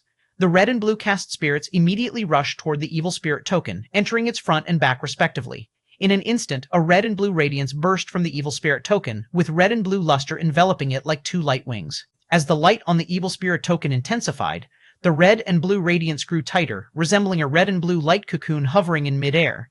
It seems they truly don't need my help. Seeing the evil spirit token ascend so smoothly, Li Shu couldn't help but praise the president's sharp eye. He could tell at a glance that the divine position gemstones of the Flame Demon King and Icebone Yin Spirit Beast were suitable for his red and blue caste spirits. He didn't know how long the evil spirit token would take to ascend, so Li Shu sat aside, taking out a ring dropped by the Icebone Yin Spirit Beast and fiddled with it in his hand. This ring, as transparent as a diamond, was a skill ring, exuding a cold aura at present. Li Shu intended to drop his blood onto it to make it his skill, but then he felt a slight vibration from the wolf den's ground. Before Li Shu could take a closer look, something started seeping out from the ground nearby. It wasn't dug out, it seemed like some liquid-like substance directly seeped through the rock. 974, Chapter 974, 376. The insect Li Shu immediately summoned the forbidden spear and aimed it at the thing, placing it between the evil spirit token and the liquid, but did not fire immediately. This was the most critical moment for the evil spirit token. It couldn't be moved casually or disturbed, or there might be a risk of failure. It was best not to act if it wasn't necessary. The liquid seeping from the rock increased, yet it did not disperse but slowly coagulated, and soon a creature appeared on the ground that looked like a transparent slug solidified together. The creature resembled a silkworm but was much larger, about the size of a football. This thing looked somewhat like an evil spirit, but evil spirits aren't this big, right? Nor do they emit such coldness. Li Shu saw coldness emanating from the creature's body, forming a layer of frost on the rock wherever it passed. Soon, Li Shu realized that the creature wasn't targeting the evil spirit token, but rather his skill ring. The creature slowly crawled towards Li Shu, with its sights aimed clearly at the hand holding the skill ring. Why is it crawling so slowly? Is its level too low? Li Shu saw the creature crawl sluggishly, its speed comparable to a turtle. If it were truly a high-level magic spirit, even if its movement were slow, it shouldn't be this slow. Li Shu tried changing his position, and indeed, the creature changed direction to follow, but its crawling speed remained slow. It wasn't anxious, but Li Shu was getting a bit anxious for it. Is this thing trying to lure the tiger away from the mountain? Li Shu surveyed the surroundings but saw no situation near the evil spirit token, nor did he see any other magic spirits appearing. Li Shu didn't want this thing to disturb the advancing divine position of the evil spirit token, so he moved away to lure the creature elsewhere. Constantly monitoring the situation with the evil spirit token to prevent any unexpected situation, Li Shu could act immediately if needed. This time, it seemed Li Shu was overthinking, as nothing happened on the evil spirit token's side, and because of the creature's slow speed, he only needed to walk casually to make it chase after him for a while without keeping too far. Until the evil spirit token successfully ascended to the divine position, the creature still hadn't caught up to Li Shu and continued crawling slowly. The ascended divine position of the evil spirit token itself did not change much, but the red-blue patterns changed significantly. Originally, the red-blue humanoid patterns had the same actions and physiques, one red and one blue. Now, the actions and physiques of the red-blue humanoid patterns were different, and the differences were clearly discernible. The red-blue humanoid patterns were no longer simple humanoid figures, but had transformed into actual character portraits. The red portrait depicted a man with red long hair clad in red armor, and the blue portrait depicted a woman with blue long hair wearing blue armor. Red as fire, blue as ice, although their faces were obscured by armor, their exposed eyes revealed their differences. The red portrait's eyes were filled with intense desire, wild, fiery, and aggressive. The blue portrait's eyes were cold, exuding indifference, ruthlessness, and mercilessness. Even without looking at the gender features of their bodies, just by looking at their eyes, one could easily distinguish them. The evil spirit token automatically returned into Li Shu's body, and new information flowed into his mind. Evil spirit token, life contract. Level, divine position, can evolve. Quality, radiance. Primordial embryo, quality, 257, super spirit limit, 100%. Light vein, 1, spirit casting, dual casting spirit with 3 forms each. Light of truth, light of the life evil spirit, light of the death evil spirit, talent skill, evil spirit transformation. Theoretically, the primordial embryo quality of a life contract should match its owners. But because of Li Shu's light planting technique, his life contract advanced to the divine position while he himself did not, resulting in a disparity. Li Shu's spirit forging level primordial embryo quality was maxed at 256. The evil spirit token gained a point after ascending to the divine position and could continue to grow. However, what grows is only the primordial embryo quality, as the growth of the light of truth is not much related to the primordial embryo quality. The light vein count is 1, which is due to Li Shu's light planting technique, differing from life contracts that typically possess more light veins. After ascending to the divine position, the evil spirit token produced 2 kinds of light of truth, something anticipated and not much of a surprise. Overall, the attributes of the evil spirit token after ascending to the divine position were as Li Shu expected. As for the power of the 2 kinds of light of truth, that would have to be tested. Just perfect to test my evil spirit token's power on you. Li Shu thought, and from the red portrait of the evil spirit token surged a red light of truth, circulating within his body and condensing at his fingertip. The creature was still persistently chasing Li Shu, but unfortunately its speed was too slow, and after a long crawl it still hadn't reached Li Shu's feet. Li Shu pointed his finger and red light shot from his fingertip directly at the creature. As the light of the life evil spirit struck the creature, its body immediately ignited like a fireball and was reduced to ashes within moments. 975, Chapter 975, 3076, Insect 2, this demon spirit is too weak to test the strength of the light of the life evil spirit.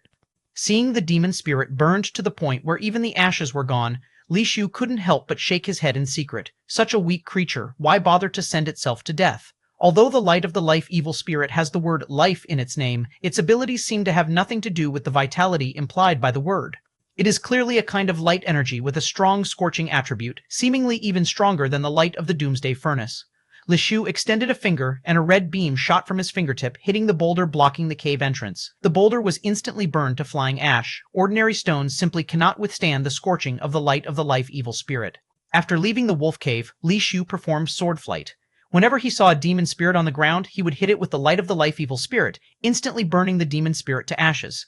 Along the way, he killed thousands of demon spirits, one of which was even at the spirit forging level, but under the light of the life evil spirit, it was still burned to ashes. Li Shu didn't even figure out which form of spirit forging it was. As for the light of the death evil spirit, it was pretty much as Li Shu expected. It was a kind of light of deathly frost. When illuminated by its brilliance, everything would be frozen directly since there were no opponents. It's hard to tell how strong this thing actually was. 2 kinds of light of truth from the same life contract, yet 2 extremes, one supreme yang, one supreme yin, quite interesting indeed. Li Shu was considering whether these 2 types of light of truth could be released together and what changes would occur if they were. He hadn't experimented yet, and there was no hurry to explore slowly later. Just like Mo Dao Kang said, the light of truth requires one's own comprehension. If you don't even understand the abilities of the light of truth fully, then altering it recklessly might backfire. Li Shu returned to Ice City but did not see Mo Dao Kang. He went to Ice Peak and still didn't find him. Not knowing where he went, Li Shu had to return to Ice City and extinguish his longevity lamp. Back at Courtyard number 7, Li Shu rested well for a day. A balance of work and rest can be long-lasting. Next, he needs to hunt a large number of divine position demon spirits to obtain more divine position gemstones, thus advancing to a divine position himself. Fearful, there will be a long period where Li Shu won't have time to rest properly. In the morning, while still asleep, Li Shu was awakened by the noise in the yard. Li Shu looked at the time. It was just after 5, not yet 6. Lao Jia, Lao Bai, and Zhu Xiaoyun were discussing something in the yard. From the voices, even Li Meng-er and Fei were there. Getting up, Li Shu went into the yard and saw them gathered at the center, not knowing what they were looking at, each speaking in turns, the discussion quite intense. "What are you looking at?" Li Shu asked as he walked over to see, having heard their lively discussion. Before Lao Bai and the others could answer, Li Shu had already seen what they were discussing, and his pupils couldn't help but shrink. On the ground, a pudgy, transparent bug was crawling slowly. This bug was clearly the one Li Shu had seen in the wolf cave. But that bug was obviously burned to death by Li Shu, not even residues left, so how could it be alive again? Even if it could come back to life, how did it get out of the land of trial and find its way here? As Li Shu was filled with doubt and confusion, Lao Jia beside him said, "When I got up to clean the yard earlier, I saw this strange bug crawling on the ground. I didn't know where it came from or if it had an owner, so I didn't kill it. Do you think someone deliberately let it in to probe the reality of our courtyard number 7? Zhu Xiaoyun interjected. "This bug crawls so slowly, even if it had some cold power, it's very weak. Who would use it for espionage? Maybe someone is taking advantage of such thinking, which is why they sent such a bug over here." Engaged in a new round of discussions again, Li Shu turned to ask Li Ming-er, "Do you recognize this kind of demon spirit? Never seen it before." Li Ming-er shook her head. "There are only so many of us in the courtyard. Since it belongs to none of us, why worry about whose it is? Just get rid of it," Zhu Xiaoyun said, summoning a sword-shaped contract and stabbing at the bug crawling towards Li Shu. With a piercing sound, the bug was impaled through, its body pinned to the ground by the sword. The bug's body struggled a few times but couldn't break free, releasing a large amount of liquid, quickly turning into a pool of water. A bug like this, causing us so much discussion, seems like everyone is too idle. Zhu Xiaoyun, finding it uninteresting, pulled the sword up, preparing to put it away when suddenly his expression changed. The sword-shaped contract's tip was suddenly enveloped by frost, and the frost was spreading up the blade. Zhu Xiaoyun tightened his grip on the sword contract, trying to use light energy to clear the frost on the sword tip. However, no matter how the light energy flickered on the sword, the frost remained completely unaffected, swiftly creeping along the blade until the entire sword was covered with frost. Zhu Xiaoyun quickly let go of the sword handle, which was covered with frost during its fall, and as soon as the sword contract hit the ground, it shattered like ice into fragmented pieces. 976, Chapter 976, 376, Insect 3. The faces of several people changed, and Zhu Xiaoyun said with lingering fear, "What a terrifying cold force. Luckily I didn't use a life contract, otherwise I would be doomed. I can't believe that such a weak demon spirit could possess such frightening cold force. Fortunately, its own level is too low, and its body is too fragile, so we killed it easily." Old Jia frowned and said, "I think this thing has a high chance of being brought here by someone trying to set us up. Luckily, we didn't act recklessly and only lost a parasitic contract. What's good about it?" "It's not your parasitic contract, of course you're fine." Zhu Xiaoyun glared at Old Jia and continued, "I must find out who brought this disgusting thing here trying to harm us. No need to investigate. This thing wasn't placed here by someone else." Li Shu stared at the puddle on the ground and said, "Not placed by someone else? Then how did it get here? Don't tell me it was placed by you." Zhu Xiaoyun said, "Though I didn't place it here, it's somewhat connected." Li Shu recounted the incident he encountered with the insect in Wolf Cave. "It couldn't be the same insect, right? Not to mention that you burned it into ashes in the cave. Even if you hadn't, how could it have broken through the trial gate?" Zhu Xiaoyun frowned upon hearing it. "Could it be that its eggs stuck to you, and when you left, they came out with you, and this is another insect that has just hatched?" Ah Fei pondered and said, "That's unlikely. To rush back to Ice City, I used Light of Truth to fly at high speed. If the eggs just stuck to me, the Light of Truth I emitted would be enough to kill them." Li Shu shook his head and said, "This is indeed strange. Could this insect really have followed you across the ice plains, then through the trial gate, and crawled all the way from Wanxing Town to number 7 courtyard?" Zhu Xiaoyun felt this was a bit far-fetched. With this little insect's crawling speed, forget the ice plains, which are many times larger than the entire Earth combined. Even the journey from Wanxing Town to Longevity City would take several days. Li Shu also found it improbable, but the appearance of this insect was definitely not accidental. The group discussed for a while, but couldn't conclude anything substantial. No one knew what kind of demon spirit the insect was. The puddle on the ground was almost dry, and Li Shu kept staring at it, then saw another insect appear there out of thin air. It truly appeared out of thin air, without any fluctuations, not seeping from underground, just appearing in the spot where it was killed. It's like a segment of a video was edited in. An insect was added out of thin air. It really appeared again. The group was surprised and stared at the insect. After appearing, the insect immediately crawled towards Li Shu. Although it crawled very slowly, even Li Shu felt a bit troubled now. "I think this thing might be a watertight demon spirit.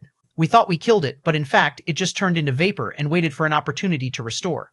Zhu Xiaoyun thought for a moment and said, "It shouldn't be that simple. I burned it before with fire that can turn steel into ash, which is the nemesis of water types. It had no chance." Li Shu shook his head. "If it can't be killed or burned, then it can be trapped." "How to trap it?" "You saw it earlier. When my sword contract touched it, it shattered from the cold directly. How can we trap it?" Zhu Xiaoyun scoffed. "Just because you can't, doesn't mean your grandpa can't." Old Jia said as he pulled out a large bowl from his chest. "Commander, this bowl is my eating utensil, given by the president years ago, never leaving my side. This is no ordinary bowl, but made from materials of a divine position demon spirit killed by the president himself. Though not very useful, it's intrinsically unbreakable. Even a divine position demon spirit can't easily destroy it." Old Jia caressed the bowl and said proudly, "When I eat, I use it as my bowl. When I don't eat, I wear it as a heart-protecting mirror. It saved me several times in the trial gate." "Such a precious item, isn't it inappropriate to use it to trap an insect?" Li Shu quickly said.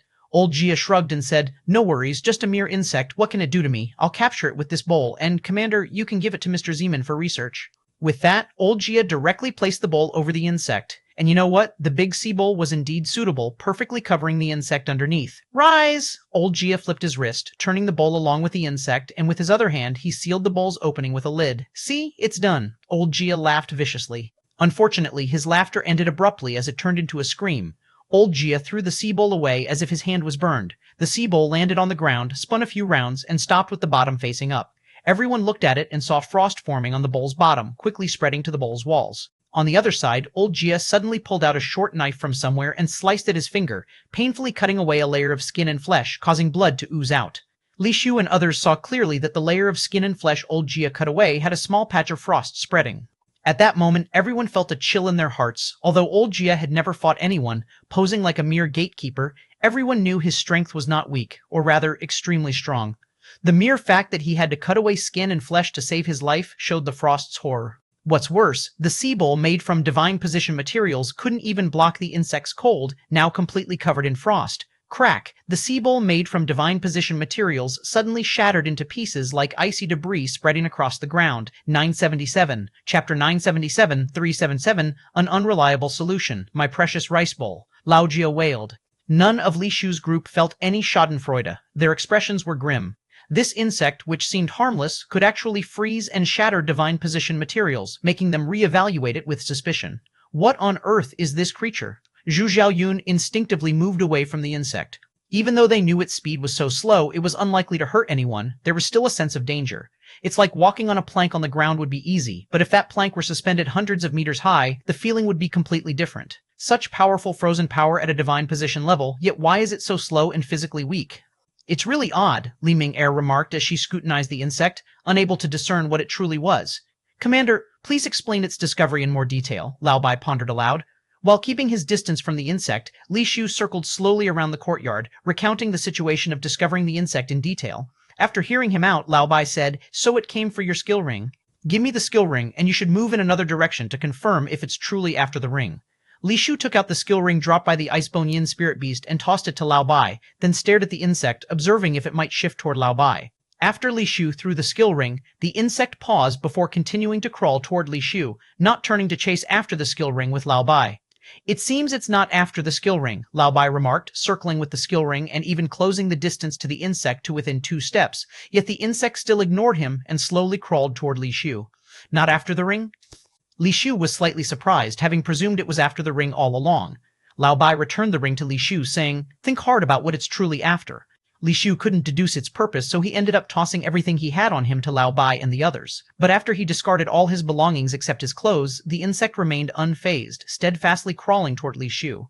"Nothing left. Looks like it's after me personally," Li Shu said, frowning. Lao Bai pondered. "Based on your account, that place is Wolf Cave, a habitat for many evil spirits, living there for a long time. If the insect had been there all along, I'd expect those evil spirits to be long dead. It's clear the insect did not originate within Wolf Cave, but followed you there. Given the timing, it could have only 3 possible targets: you, the ring, or your life contract. With the ring ruled out, try testing your life contract." Li Shu also considered whether it was an issue with the evil spirit token, aligning with Lao Bai's thoughts. Li Shu summoned the evil spirit token and tossed it to a Fey on the other side. Everyone was curious, seeing the evil spirit token for the first time, intrigued that Li Shu's life contract was a card. A Fey held the evil spirit token, yet the insect still showed no interest in changing direction and continued its creep toward Li Shu. "It seems to be a personal issue. You'll have to think it over thoroughly. Luckily, it's slow. You have time to figure it out," Lao Bai commented. A Fey returned the evil spirit token to Li Shu, who put it away, wondering silently, "Could it be due to the demon spirit larvae within me?" "Commander, should we ask the president for help?" Lao Jia suggested. "Not for the moment. Let me think first. You all should attend to your tasks." Li Shu shook his head. The group, realizing they couldn't offer assistance, left Li Shu to contemplate the insect alone. The insect crawled slowly but persistently toward Li Shu with a tireless determination. It's not a problem short term, but Li Shu, being human and not divine, can't go without sleep indefinitely. Going without sleep for 3 or 5 days is bearable, even 10 or half a month, but not forever. If it crawled onto him while he slept, the thought was chilling.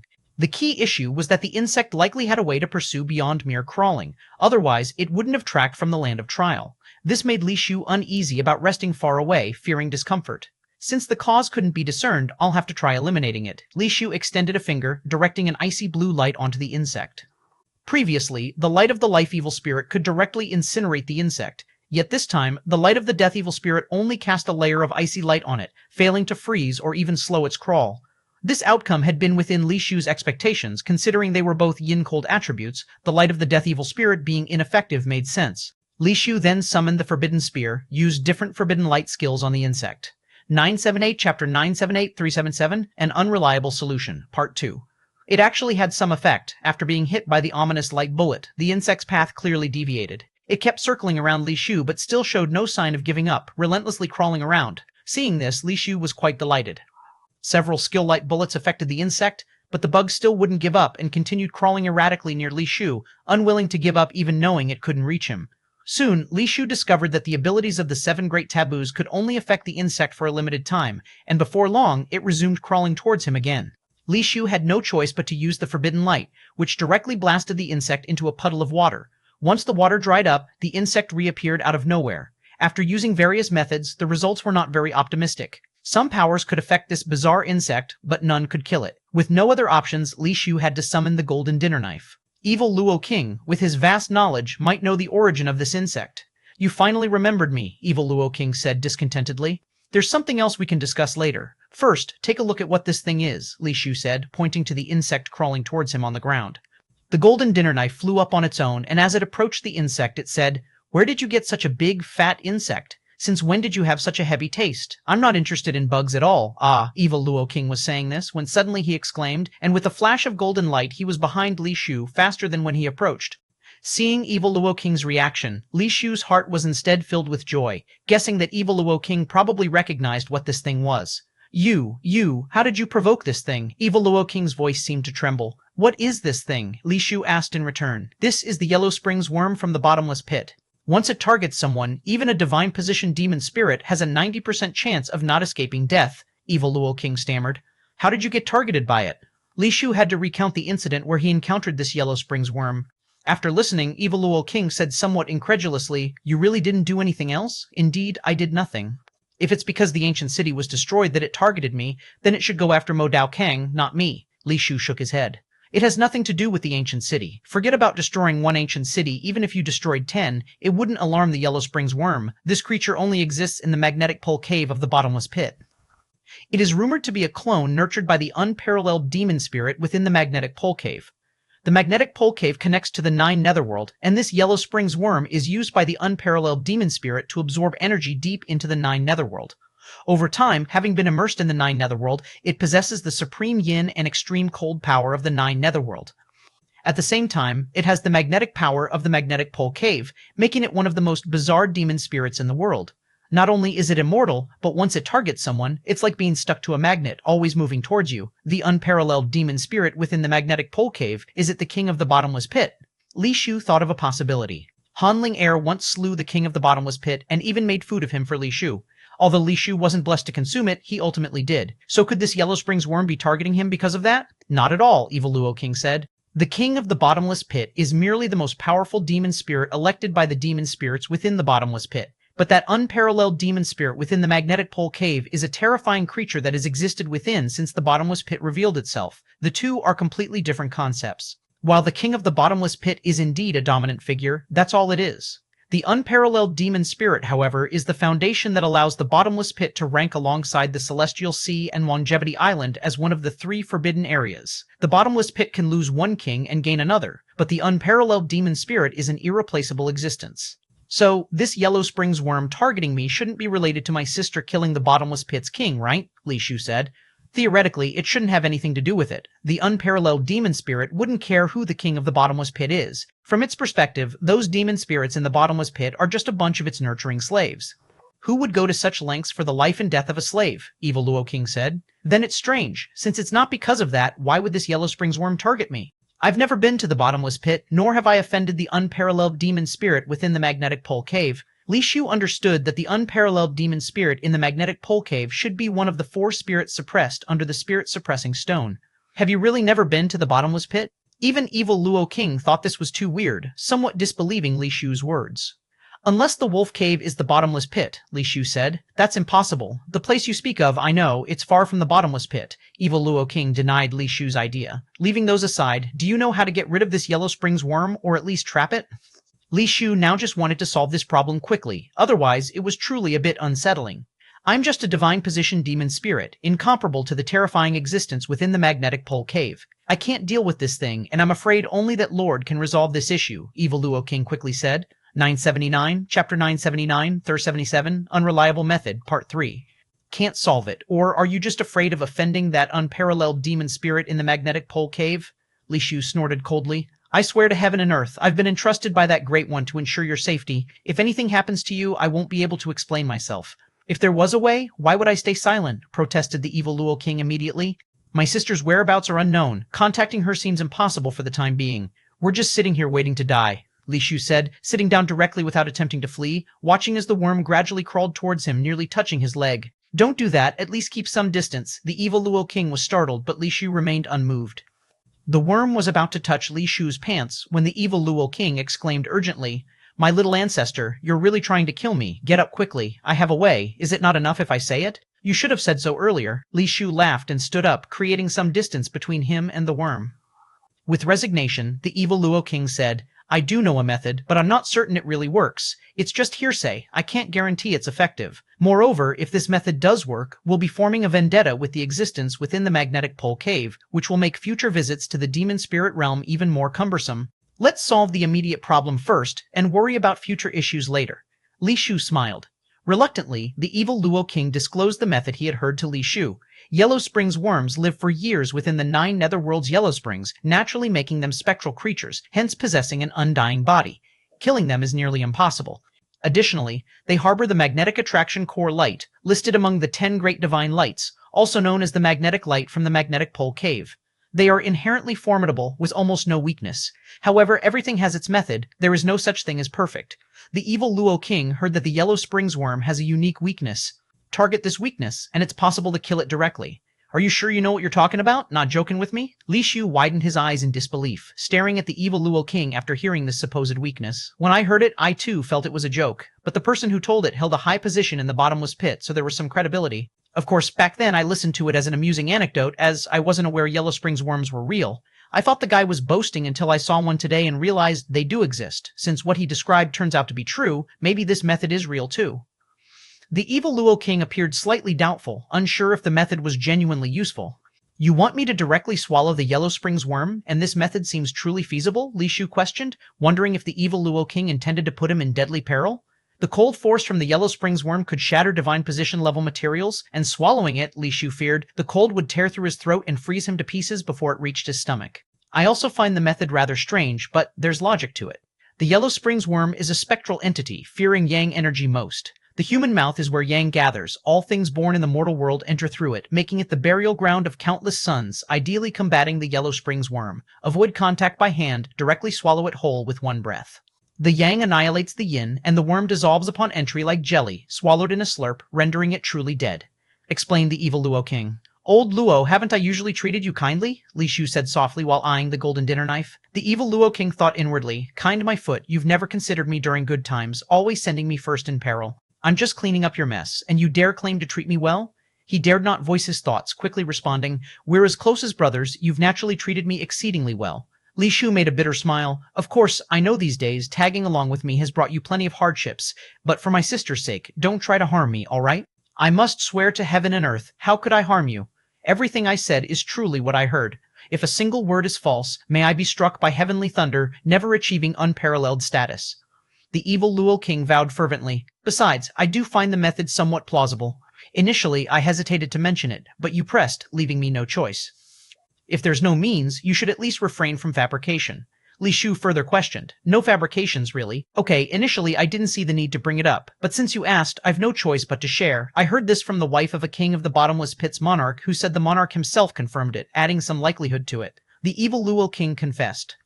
The wife of the bottomless pit's monarch. Why would she tell you these things? Li Shu questioned the Evil Luo King intently. Well, all right. It's because that foolish woman is dead now. It doesn't matter saying it. I was her confidant, replied the Evil Luo King. Adulterer is what it is. Why sugarcoat it? Li Shu dismissed. Cough, cough. Don't make it sound so unpleasant. I merely consoled a lonely, helpless, wounded soul, the evil Luo King justified.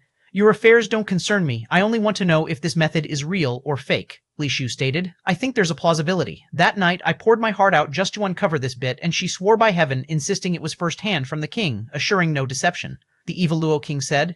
Li Shu eyed the creeping worm, sensing something off about the situation. Such a terrifying entity, expecting him to swallow directly, it could very well lead to catastrophe. However, apart from this method, Li Shu honestly couldn't think of any other solution. To swallow or not to swallow? Li Shu stared at the worm, lost in thought. 980, Chapter 980, 378, Bloodline. Li Shu was a bit hesitant.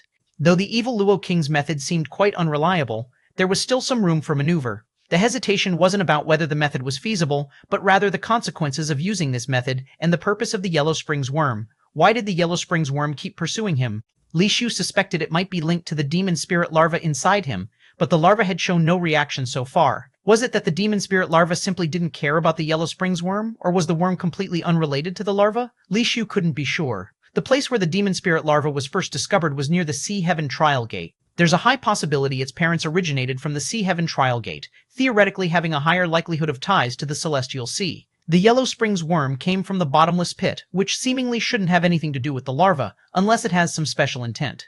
Li Shu pondered to himself. After much thought, Li Shu decided it was best to give it a try. Luckily, having old Jia's experience as a reference helped. Li Shu knew that short-term contact with the Yellow Springs worm wouldn't cause immediate problems, as long as he could promptly and firmly remove the skin that came into contact to prevent the cold force from spreading. Although he could also find someone else to test it out for him, Li Shu had other ideas and decided not to do so. With his mind made up, Li Shu no longer hesitated. He summoned the Forbidden Spear and formed the Flower Armor, the red-blue dual-cast spirit simultaneously taking possession. Then he squatted down and reached out a finger, touching the approaching Yellow Springs worm.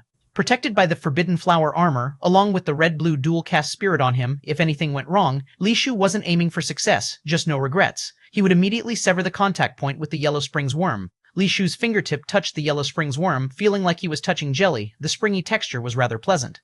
The cold aura from the Yellow Springs worm was indeed strong, or rather it wasn't cold like usual, but rather a sort of sinister chill, not a simple cold. Strangely, Li Shu didn't feel any damage to the flower armor, nor did he sense any invasion of cold aura. What surprised Li Shu even more was that when his finger touched the Yellow Springs worm, it actually stopped, just like a little dog being petted on the head, rubbing Li Shu's fingertip with its body, seeming quite pleased. Why is it acting like this? The evil Luo King exclaimed in surprise.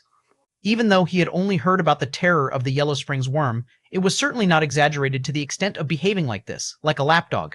Li Shu himself was somewhat unexpected, increasingly suspecting that the Yellow Springs worm's behavior might be linked to the demon spirit larva. As Li Shu was contemplating, the Yellow Springs worm moved again, but this time, instead of climbing onto Li Shu's body, it circled around him. Li Shu watched, puzzled. Previously, the places the Yellow Springs worm crawled over left behind some frost, and it was no different this time, except the frost was distinct. The Yellow Springs worm's body was transparent like crystal, openly visible without any blood or bone inside. Yet, this time, it left behind a frost the color of fresh blood where it crawled. The blood frost drew a circle around Li Shu, and with every short distance it covered, its body shrank a bit smaller, until when it completed the circle, it had shrunk to less than half its original size. What is this? Could it be some kind of imprisoning skill? Li Shu pondered, remaining still. After drawing the complete blood circle, the Yellow Springs worm stopped in front of Li Shu, its large silkworm-like body standing upright, twisting in a peculiar manner. Old Luo, what's going on here? Li Shu asked the evil Luo King. The evil Luo King was clearly also at a loss, responding with some suspicion. From its appearance, it doesn't seem to be using a skill. Instead, that blood frost seems to be its own energy essence. It looks like some kind of sacrificial ritual. Sacrificial ritual? I'm not its parent. Why would it be worshipping me? Li Shu watched as the Yellow Springs worm repeatedly lowered and raised its body, performing these actions several times, really resembling a worshipping ritual. How would I know? I've never seen a Yellow Springs worm before. All I know is just hearsay, the evil Luo King muttered before adding, I'm beginning to suspect now that the stories I've heard might not be entirely accurate. Maybe this Yellow Springs worm isn't a fragment of the unparalleled demon spirit. Otherwise, for such a proud existence, how could it let its fragment do such a thing? That was as good as saying nothing, Li Shu frowned. While they were talking, it seemed the Yellow Springs worm had finished its ritual, its body ceasing those strange motions. Li Shu kept a wary eye on the Yellow Springs worm, trying to see what it would do next when he suddenly noticed a speck of red light within the worm's body. At the moment the red light appeared, the blood circle it had drawn before also illuminated simultaneously, surrounding Li Shu with a blood-red glow. The Yellow Springs worm's body rapidly shrank, disappearing in the blink of an eye, seemingly merging into the scarlet halo. Simultaneously with the disappearance of the Yellow Springs worm, the scarlet halo rose from the ground, moving with incredible speed. Li Shu instantly unleashed all his light energy, leaping into the air like a flash of lightning. 981, Chapter 981, 378, Bloodline 2. His speed was fast, but the speed of the blood-colored aura was even faster. Just as Li Shu's toes left the ground, the blood-colored aura had already risen to his neck, instantly constricting around it. The light of truth blossomed in Li Shu's hands as he attempted to grasp the constricting blood-colored aura, yet he caught only empty air. The aura passed through the blood armor like a phantom and then vanished. Li Shu immediately dispelled the blood armor and took out a mirror to inspect himself. He noticed a red blood mark encircling his neck, as if someone had drawn a red line around it with ink. Aside from the moment the blood-colored aura contacted his skin, when Li Shu felt a chill, there was now no sensation at all. "Old Luo, what's going on?" Li Shu asked as he touched the bloodline on his neck. The bloodline seemed embedded in his flesh, so his fingers could not feel its presence. "Don't ask me, I truly don't know," replied the evil Luo King helplessly. Li Shu didn't know whether it was a blessing or a curse. Earlier, he hadn't sensed any hostility from the Yellow Springs worm, and he vaguely felt a strange reaction from the demon spirit larva inside him. Otherwise, the Yellow Springs worm wouldn't have performed that peculiar ritual so easily. The demon spirit larva's reaction was also odd. Previously, its reactions made Li Shu feel hunger. This time was utterly different. It seemed to stir with expectation yet also displayed some hesitation, a craving layered with doubt. Li Shu had initially thought that when the Yellow Springs worm acted, the demon spirit larva would too. However, even after the bloodline appeared on his neck, the larva remained inactive and sank back into silence. Could it be that my judgment was wrong? That the demon spirit larva isn't interested in the Yellow Springs worm? Li Shu mused to himself. Li Shu attempted to cut open the skin where the bloodline was with the Fire Lotus sword to remove it. But after the wound healed, the bloodline reappeared on the new skin, as if it were a natural part of him. Li Shu tried various methods to remove the bloodline, all in vain. However, it seemed to have no impact on his body, not even a hint of energy fluctuation, as if it were merely an ordinary tattoo. Given the circumstances, Li Shu decided to observe the situation further, estimating that the solution must start with the demon spirit larva. Fortunately, Li Shu realized that the Yellow Springs worm's intent wasn't to kill him, otherwise it would have already acted. Since there was no immediate impact, Li Shu chose to ignore it for now, recalling the Divine Position demon spirit materials he had seen and planning to start a spree of hunting Divine Position demon spirits to obtain the Divine Position gemstones. Before departing, Li Shu visited his small vault and found the Cat's Eye gemstone still there, as expected. He retrieved the Cat's Eye gemstone and summoned Zhu Xiaoyun. "I give you the Cat's Eye. From now on, whether you stay or go is up to you," Li Shu said, handing the Cat's Eye gemstone to Zhu Xiaoyun after he arrived. "The long-held aspiration of numerous generations in my family has finally come to fruition. Thank you, Commander. From now on, whether living or dead, I, Zhu Xiaoyun, will belong to the technician group," Zhu Xiaoyun said with a complex expression as he accepted the gemstone. "It's just a gemstone. It doesn't warrant such sentiments. I plan to travel to the Celestial Sea soon. I don't know if it's a blessing or a curse, or if I will return alive. These are merely external things, never on my mind, so there's no need for such a gesture," Li Shu responded lightly. Zhu Xiaoyun laughed. "Commander, what kind of person do you take me for? Some people think that if you have 100, giving me 99 is generous. If you have 10,000, giving me 100 is insignificant. I don't think that way. No matter how much you have, it's hard-earned by your efforts. You've given me what I needed, and I'm grateful for that. I'm not someone who doesn't repay kindness. As long as you're still the commander of the technician group, I'll always be one of its members." "What if I'm no longer here?" Li Shu asked softly. "Then I'll hold up the technician group for you until you come back," Zhu Xiaoyun replied. "In that case, I do have a request I hope you can help with," Li Shu said thoughtfully. "The commander's task is my task. Just tell me and I'll do my utmost. Never shirk responsibility. But first, I must return the Cat's Eye to my family. It's too important to them, so I hope the commander can understand," Zhu Xiaoyun said frankly. Li Shu nodded. "If I can't return from the Celestial Sea, I hope you can take care of Zai Zai and raise her." "Isn't Miss Ming-Er taking good care of her?" Zhu Xiaoyun asked, puzzled. "If I don't return, I don't want Zai Zai to have any ties with Changsheng Tian anymore, or any members of Changsheng Tian to see her. Do you understand?" Li Shu explained. "I understand. You have my word. If you can't come back, I'll leave Changsheng Tian with Zai Zai, go to a place where no one can find her, and raise her as my own daughter," Zhu Xiaoyun said sternly. "Then I can rest easy." Li Shu nodded slightly. After Zhu Xiaoyun left, Li Shu called upon Afei to accompany him to the trial gate. Before heading to the Celestial Sea, he hoped Afei could acquire some self-preservation ability. 982, Chapter 982, 378, Bloodline 3. After passing the trial with Afei and arriving at the land of trial, Afei suddenly stared at Li Shu and asked, "Do you already know who has control over my fate?" Li Shu didn't mean to hide anything and nodded. Although I can't be certain that it's that person, even if it isn't him, the person you'll face in the end will still be him. I'm not his match right now, and neither are you. Guan Jinghao from Space City, a Fei asked directly. Yes. Li Shu recounted the story of Guan Jinghao creating clones, then sighed. Given Guan Jinghao's character, he probably wouldn't deign to personally kill your parents, such ordinary people. It's most likely the work of his clones. Got it, let's go. A Fei didn't ask anything further. Li Shu took a Fei to find the divine position demon spirit, giving her some resources he couldn't use himself to help her improve her strength as much as possible. Li Shu had a vague premonition that his journey to the Celestial Sea might trigger a great upheaval, hoping that a Fei and the others could survive the turmoil. In the laboratory of the Magic Armor Research Institute, a demon armor resembling a gown was connected to a dense network of light threads, which were continuously transmitting light energy into the armor, making the light energy on the armor grow stronger and almost illuminating it entirely. Old Guan, the values of the demon armor are fluctuating wildly. Should we continue? Several senior researchers watching the values kept reporting back, looking very anxious. Continue. Old Guan remained unmoved, stating firmly. Old Guan, with such violent fluctuations, if we continue, there could be great risks. If something goes wrong, your years of hard work would be destroyed, and it would be very difficult to gather these materials again, Professor Shu reminded from the side. Old Guan's gaze remained fixed on the nearly illuminated demon armor as he said, It's precisely because those materials can't be replaced that I have to take the gamble. If I don't, we'll never know the result. Do you think if we try again, we won't encounter the same problems? Moreover, when could we ever gather so many demon cores again for another attempt? That's true. I just think it would be a great pity if it were destroyed. You've dedicated your life to this demon armor, Professor Shu said. Old Guan laughed defiantly. As long as I'm not dead yet, it's not my whole life. If it's destroyed, so be it. We'll just start over again. If I lack even this level of resolve, what business do I have doing scientific research at all? Having heard this, Professor Shu hesitated no longer and laughed. You're right. Without failure, we can never know where the mistakes are. Let's do it. Under their direction, the Institute's many researchers continued working tirelessly, with various instruments flashing and the values on the meters fluctuating rapidly. Bang! Suddenly, one of the light threads connected to the demon armor snapped. Everyone's expression changed dramatically as Zimin Guan and Professor Shu hurriedly directed adjustments, hoping to stabilize the situation. But before the situation could stabilize, the light threads began snapping again and again, with one breaking after another. The light energy transmission fiber isn't strong enough. Even though it was made from materials of the divine position demon spirit, it still can't withstand such strong light energy, Professor Shu shouted. Stop the experiment. Zimin Guan decisively ordered the experiment to be stopped, sitting down with a bit of defeat. Stopping the experiment meant failure, and this experiment had nearly exhausted the Institute's reserves.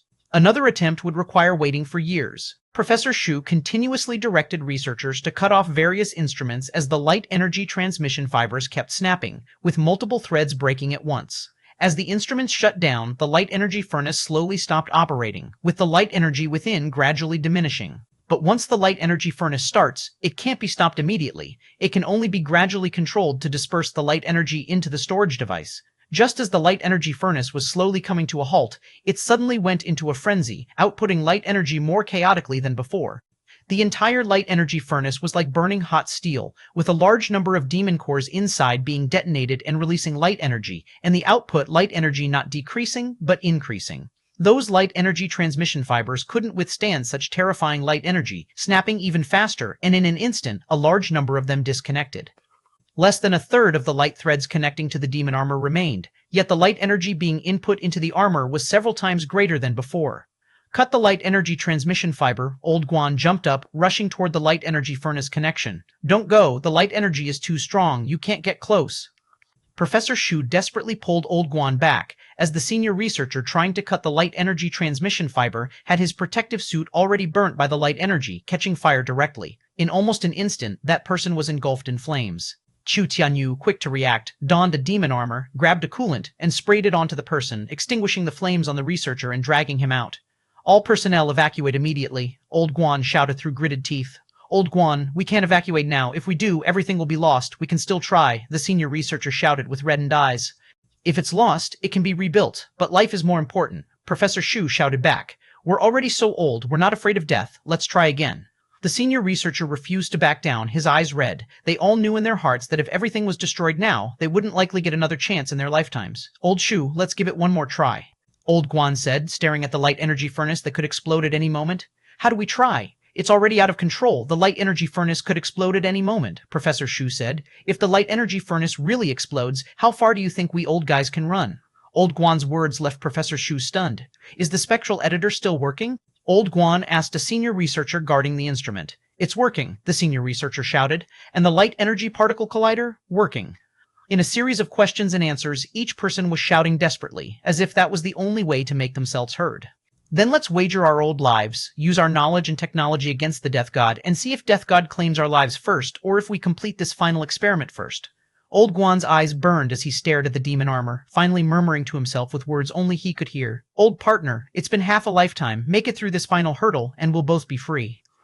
2SSS 983, Chapter 983, 379. Micro City Lishu had seen all sorts of cities, but a city like this he truly encountered for the first time. The entire city was just a little bigger than a football field. The city gate tower wasn't even as high as Lishu's calf, let alone the buildings inside, most of which were much lower than the gate tower. While the city was small, it wasn't too small. Much larger and more exquisite than a child's sandcastle. Most buildings had brick and wood structures with beautifully painted eaves and beams. But if one were to say it was big, that wouldn't be right either. Li Shu's foot was about the same size as a house inside, making him feel either like he had arrived in a land of tiny people or had become a giant himself. There were thousands upon thousands of houses inside the city, yet strangely, not a single silhouette could be seen, as if it were a city of sand models. Li Shu looked carefully at the city gate, where two demon text characters were carved, which presumably meant Micro City, though this was merely Li Shu's translation based on its meaning. The actual name should be far more elegant than Li Shu's translation. This is Micro City, truly a city as its name suggests, Ah Fei said, observing the miniature city before them. This should indeed be the place. The divine position demon spirit is within this Micro City. Li Shu spoke as he walked towards the city gate. In front of the city gate was a plaza paved with stone slabs flanked by gardens on both sides. A stone road led straight to the city gate, with a stone bridge in the middle, beneath which flowed a blue-green moat. Once Li Shu and Ah Fei stepped onto the stone road, the further they walked, the larger the buildings seemed to grow. By the time they reached the stone bridge, everything around them had returned to normal size. As the two stepped onto the stone bridge, reaching its highest point, they suddenly noticed that the previously empty-looking micro city was now bustling with people, with a lively throng coming and going through the city gate. Despite knowing from the data about Micro City's wonders, Li Shu couldn't help but marvel. This Micro City really is nature's marvel, so ingeniously constructed that I can't discern whether we've shrunk or if the city has grown. I think it's probably us who've shrunk, Ah Fei said. Perhaps. Once inside, follow my instructions. Those micro people generally don't attack humans, but be sure not to violate any of their taboos, Li Shu advised. The people within Micro City appeared human, but in fact, they were a type of magical being called demon spirits. These micro people generally didn't possess high levels, but according to the records, Micro City housed two divine position level micro people, the king and queen of Micro City. However, Li Shu wasn't there to kill their king and queen. His target wasn't within Micro City, but rather beneath it. Beneath Micro City lay a divine position level demon spirit, which was the true target Li Shu came to eliminate this time. As for the micro people, although they were demon spirits themselves, they looked indistinguishable from humans. Plus, they wouldn't seek to kill humans as long as their taboos aren't breached. If peaceful coexistence is possible, Li Shu had no desire to become their enemy. And of course, another reason was the mighty king and queen of Micro City, described in the president's records as formidable divine positions, yet no documentation existed about their powers. After entering the Micro City, it was festively decorated, as if celebrating some holiday. Street shops were festooned with red lanterns, surrounded by hawkers, with nearly everyone appearing jubilant.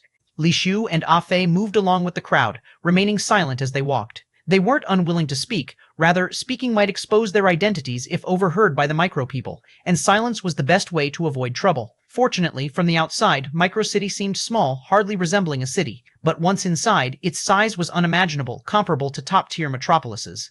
The population was vast, and mutual unfamiliarity was common, so no one gave particular notice to two strangers. The journey proceeded smoothly, and the two, while walking, observing, soon found themselves in the city's central area. It was even more bustling here, with many micro-children setting off fireworks and firecrackers. It was exactly like a human city. As they moved down the street, suddenly a person appeared before them, blocking Ah Fei's way, speaking energetically, gesturing vigorously.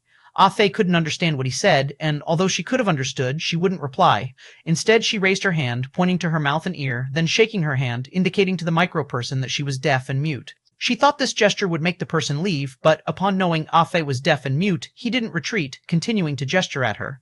Ah Fei's head started to ache. She wasn't actually deaf or mute and hadn't learned sign language, unable to decipher his gestures, so she turned to Li Shu. Li Shu's head was spinning too. He had learned demon text, but while the micro people's written language was demon text, their spoken language wasn't demon speech, having borrowed Demon Kingdom's writing but retained their native tongue for speaking.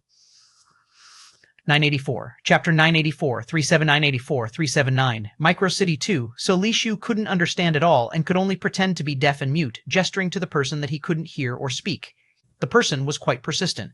Seeing that Li Shu and Fei couldn't understand his sign language, he gestured for them to wait a moment and quickly ran into a nearby shop. Li Shu and Fei wanted to take this opportunity to leave quickly, but the person was too fast. They had only taken a few steps when he returned to block their way again, holding paper and a pen. Fei knew what he wanted to do but could only look at Li Shu for help. She hadn't systematically learned the demon text and at most could only recognize a few common symbols. Li Shu gave her a reassuring look, as if to say, "Trust me with everything." The person was quite deft, quickly writing a line of text and then showed the paper to Fei. Li Shu couldn't understand their spoken language, but he recognized the demon text. Although their usage might differ slightly from that of the Demon Kingdom, the general meaning was not too different. Li Shu could deduce what the Micronian was writing based on the context. Fei could only look to Li Shu, and Li Shu's expression became somewhat strange. Li Shu hesitated for a moment, took the paper and pen from the person's hand, and then wrote a few words in the demon text. He imitated the Micronian's writing style and habits, writing quite adeptly. In fact, if Li Shu hadn't deliberately made some simple changes, he could have written exactly like the person. The Micronian was surprised to see Li Shu's demon text, looking back and forth between Li Shu and Fei, as if in disbelief, before taking the paper and pen again to write a few more lines. Fei could only watch helplessly from the side as the two communicated through writing, unable to do anything. This feeling was quite unpleasant, making Fei feel as though she was an illiterate fool. Of course, what Fei cared about wasn't this. She was concerned that every time Li Shu finished writing, the Micronian would look at her with increasingly odd eyes. It wasn't suspicion, but a kind of strange expression that Fei had never experienced or seen before. She really wanted to know what Li Shu wrote, but unfortunately, the demon text was right in front of her, and she couldn't understand it at all. Li Shu and the Micronian exchanged many words in writing. Eventually, the Micronian seemed to have a sudden realization, bowed to Fei, gibbered a bunch of words, scratched his head, sighed deeply at Fei, and then left. The person looked back every few steps, seemingly reluctant to leave, which made Fei even more puzzled, not knowing what was going on. She was burning with curiosity inside, but couldn't say anything, and could only continue walking with Li Shu. After passing through the city center, Li Shu led Fei down a narrow alley. Strangely enough, even though it was close to the bustling city center, this alley was dilapidated and deserted. From the entrance to the end, not a single soul could be seen. This is it. The divine position demon spirit we are looking for is suppressed underneath that big house in front. We can enter from there, Li Shu spoke in a low voice as they walked. Even though there shouldn't be anyone here, it was still better to be cautious. What were you talking about with that person earlier? Fei was evidently still thinking about the earlier incident. He said you are very beautiful and have a good aura, and he wanted to invite you to become an idol star, Li Shu said. Inviting a deaf mute to become an idol star? Fei thought Li Shu was spouting nonsense, looking at him with distrustful eyes. Yep, that's exactly what I told him. How can a deaf mute become an idol star? Guess what he said? Li Shu said as he pushed the mansion's gate, finding it locked from the inside and unable to move. He's not going to say that I can live off my looks alone, just standing there doing nothing and still earn money, right? Fei said, curling her lips. You're really smart. That's almost exactly what he said. How could I believe such nonsense? Of course, I declined on your behalf, but he was truly sincere, definitely thought you were the one. You saw how he kept looking back when he left, that reluctant look. He was probably really taken with you, Li Shu said. Fei frowned at Li Shu. His words were indeed sound, but for some reason she felt something was amiss. Li Shu definitely wasn't telling the whole truth, at least some things were being hidden from her. However, Fei had no evidence, and considering the timing, she said nothing more. A faint glow flashed from Li Shu's finger, slipping through the gap in the door. He then gently pushed, and the locked door opened easily. The courtyard inside was a mess, covered with thick dust. The stone tables and benches were toppled over, and several dead small trees were laden with dust, suggesting the courtyard had been abandoned for decades without visitors.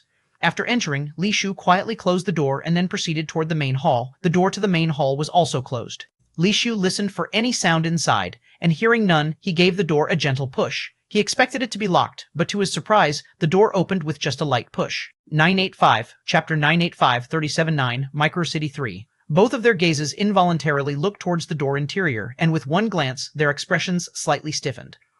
A person was unexpectedly inside the hall, bending over to light a lamp. Upon seeing Li Shu and Fei, his expression mirrored theirs, filled with astonishment, even forgetting to light the lamp oil with the match in his hand. The key point was, Li Shu and Fei knew this person. He was the very one who earlier blocked them on the street, the Microman. This was a bit awkward. Fei and Li Shu exchanged a glance, intending to silence him. "Stop right there." The person suddenly called out in a low voice, causing Fei and Li Shu, who were about to act, to freeze. He spoke in human language, which not only Li Shu understood, but Fei understood as well. "So, you're also one of us." "Earlier you pretended to be deaf and mute and really fooled me," the person exclaimed with an ouch, shaking his hand vigorously, burned by the match. "You two are really daring, coming to Micro City without understanding Microman language. If exposed, it's a dead end. No one can save you," he said, lighting an oil lamp on the table with another match. Li Shu and Fei stared at him, momentarily unable to discern whether he was a Microman, Demon Kingdom inhabitant, or Earth human, thus remained silent. He seemed quite talkative, pursing his lips and saying, "What are you pretending for? No Micromen will come here. As long as there's no big disturbance, it's safe." The person lifted the oil lamp, shining it toward the wall inside the room. "You're here for the miniature map, aren't you?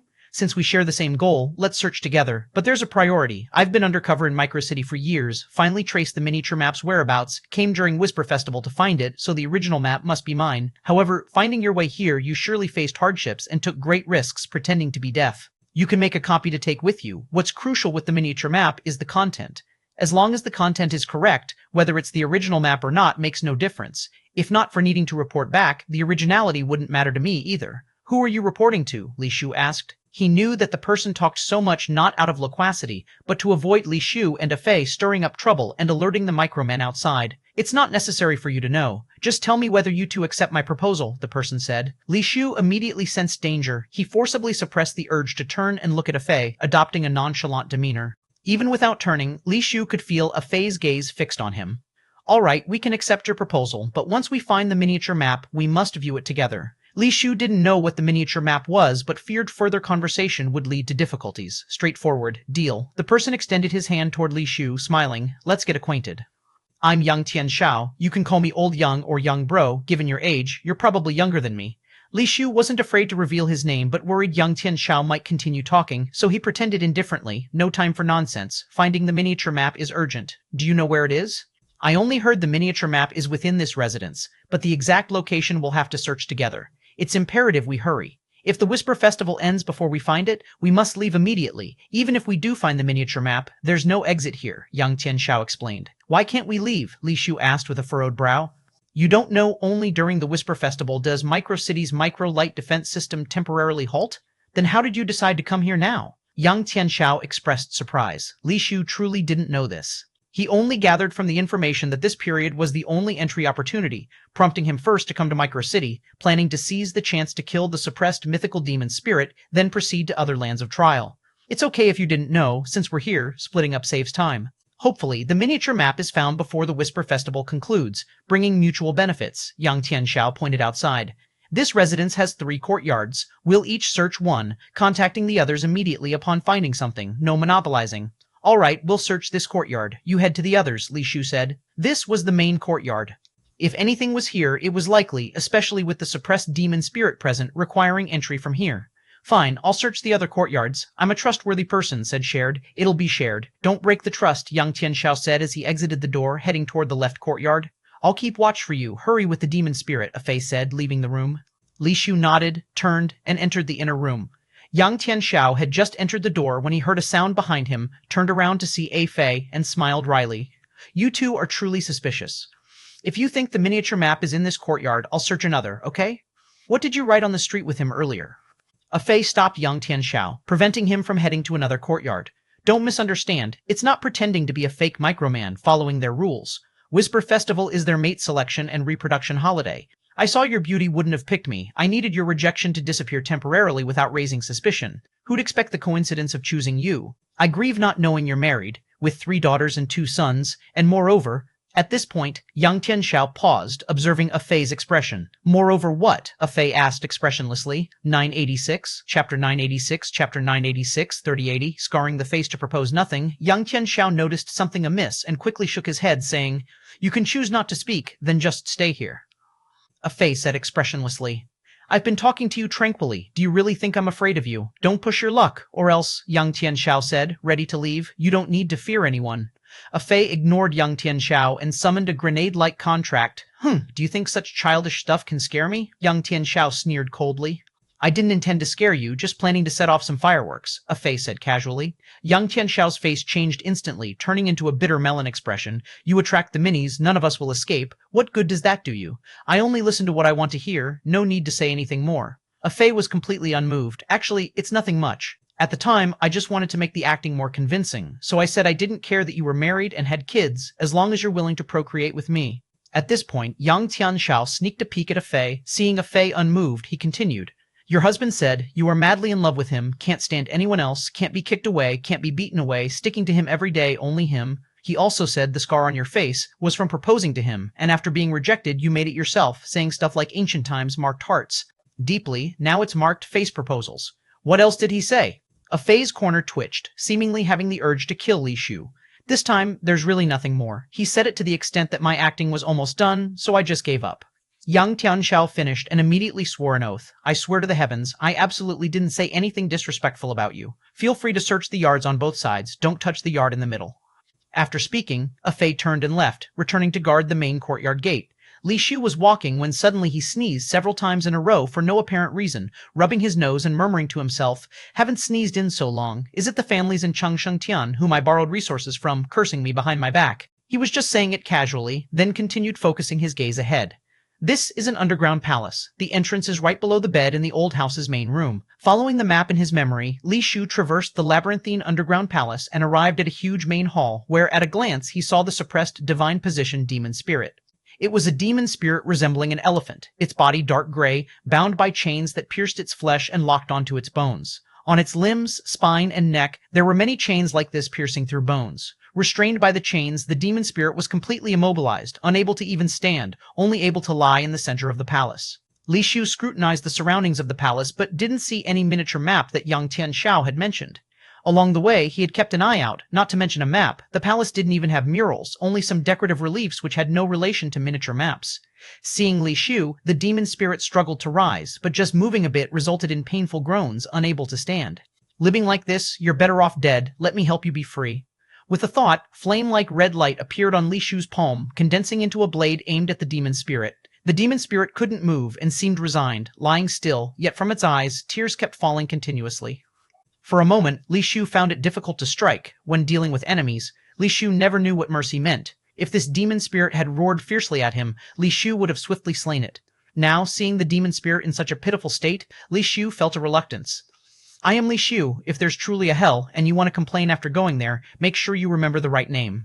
Li Shu certainly wouldn't let it go. The reason for coming here at this time was because this divine position demon spirit was supposed to be the easiest divine position level to kill. As long as his attack broke its defense, the demon spirit would have no chance to resist. Where else could he find such an easy divine position demon spirit to kill? Li Shu raised his palm, about to slash at the demon spirit's neck, when suddenly his gaze froze, and his slashing hand stopped. It wasn't because Li Shu was feeling compassionate, but because as he stared at the demon spirit, he suddenly realized that the demon spirit's gray-black wasn't its skin color, but numerous minute demon texts.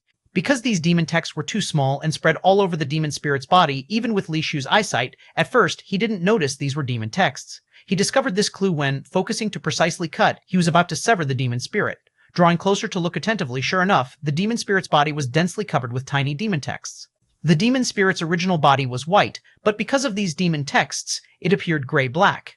Who on earth did such a thing, engraving demon texts all over a divine position demon spirit's body? Could this be the miniature map Yang Tianxiao mentioned? Li Shu began carefully examining. Chapter 987, Chapter 987, 3080, Carved Face Proposal, Part 2. As he observed for a while, Li Shu discovered that the demon text began at the forehead of the demon spirit, connecting from start to finish to form a complete demon text. Li Shu temporarily abandoned the idea of slaying the demon spirit. If he damaged the demon text, it would not be good. It was better to remember the entire demon text first. Li Shu studied the content of the demon text as he looked, and his expression gradually turned peculiar. To his surprise, the demon text engraved on the demon spirit's body was an interpretation of truth. The so-called interpretation of truth explains the content of a certain truth. This interpretation is called micro, and expounds on the essence of the light of the micro. If someone possessing the light of the micro were to read this interpretation of truth, their understanding of the light of the micro could immediately advance several levels, potentially reaching perfection, or even using this interpretation to break through to becoming unparalleled.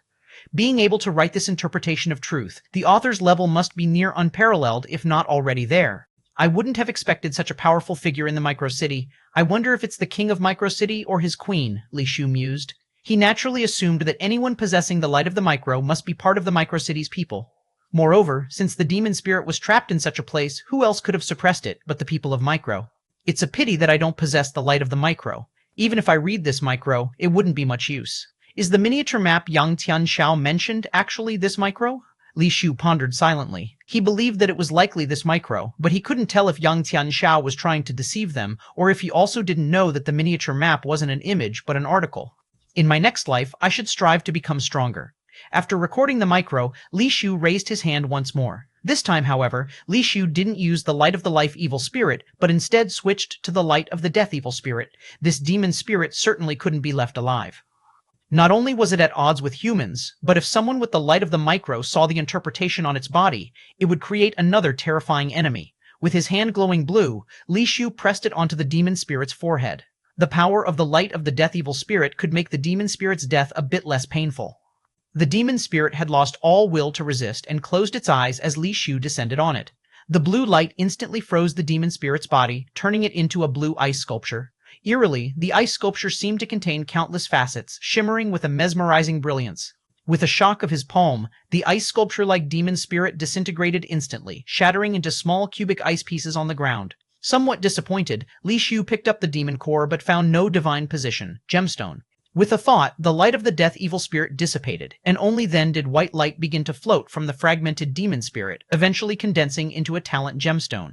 While the talent gemstone is good, what I need now is a divine position gemstone, Li Shu said as he absorbed the talent gemstone.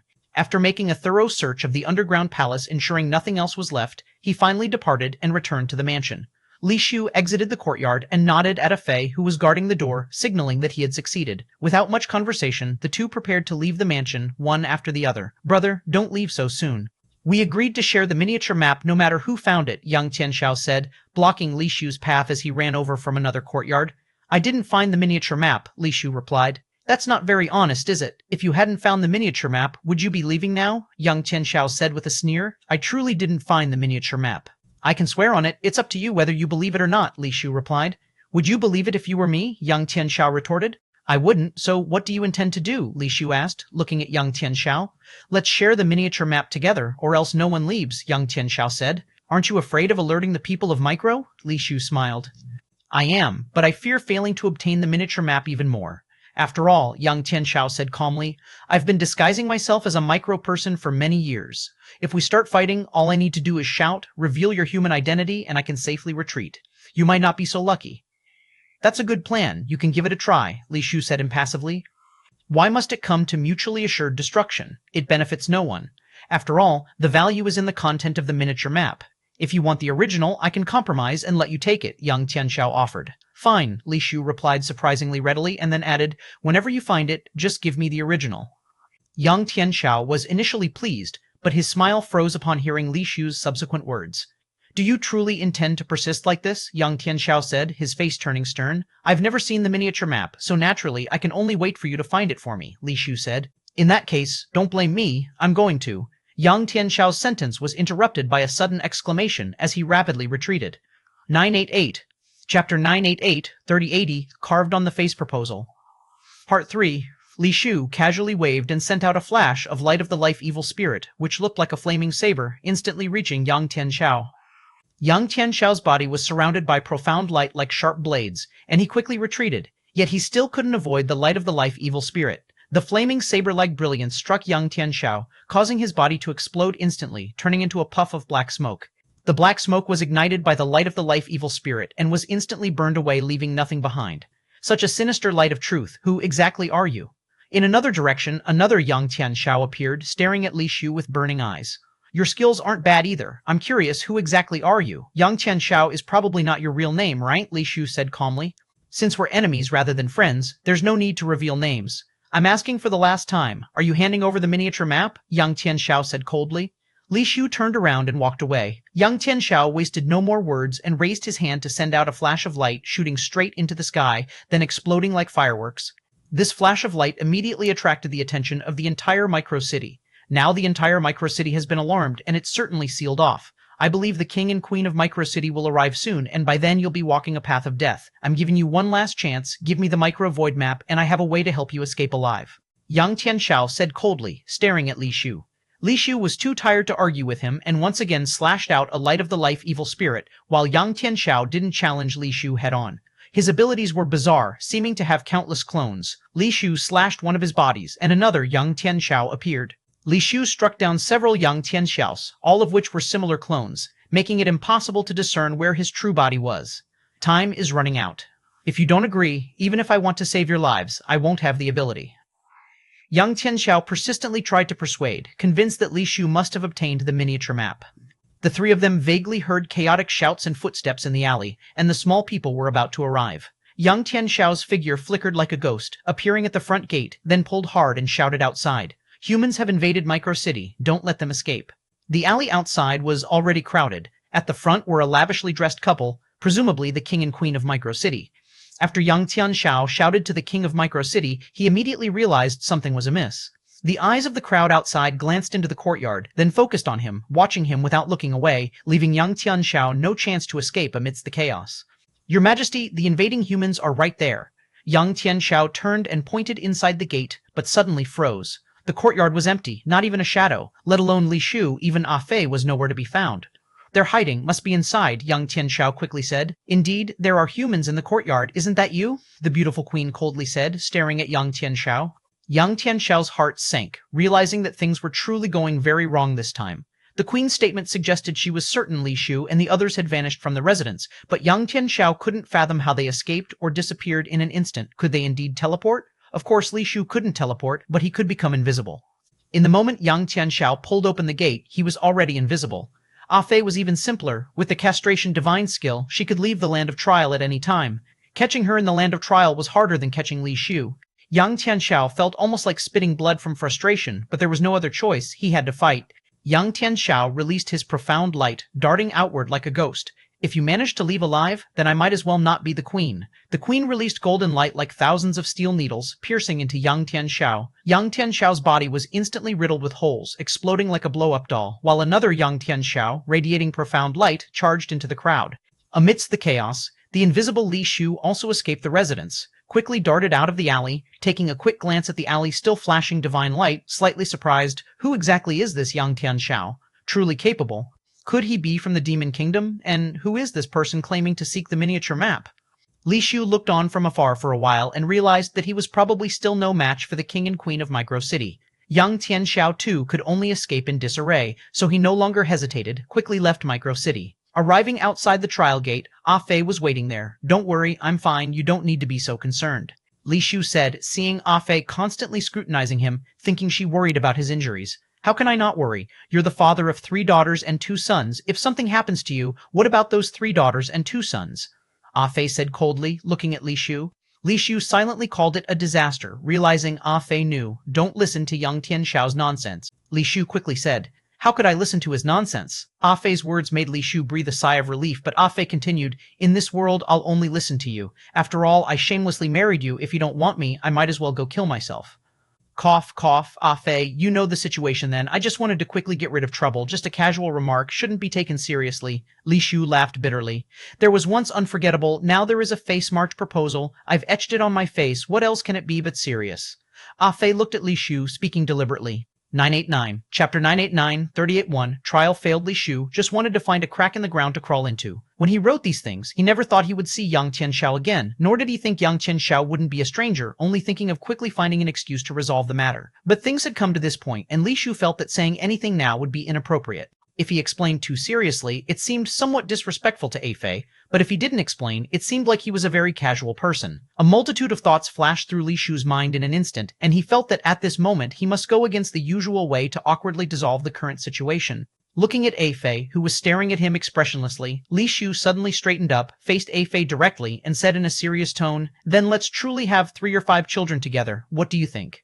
Afei was taken aback for a moment, then, somewhat embarrassed and annoyed, said, "Who wants to have 3 or 5 children with you? Get lost." Afei said this and turned around to leave, ignoring Li Shu.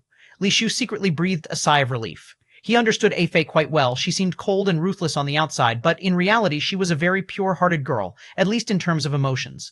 Others could offer her a little kindness, and she could return it tenfold.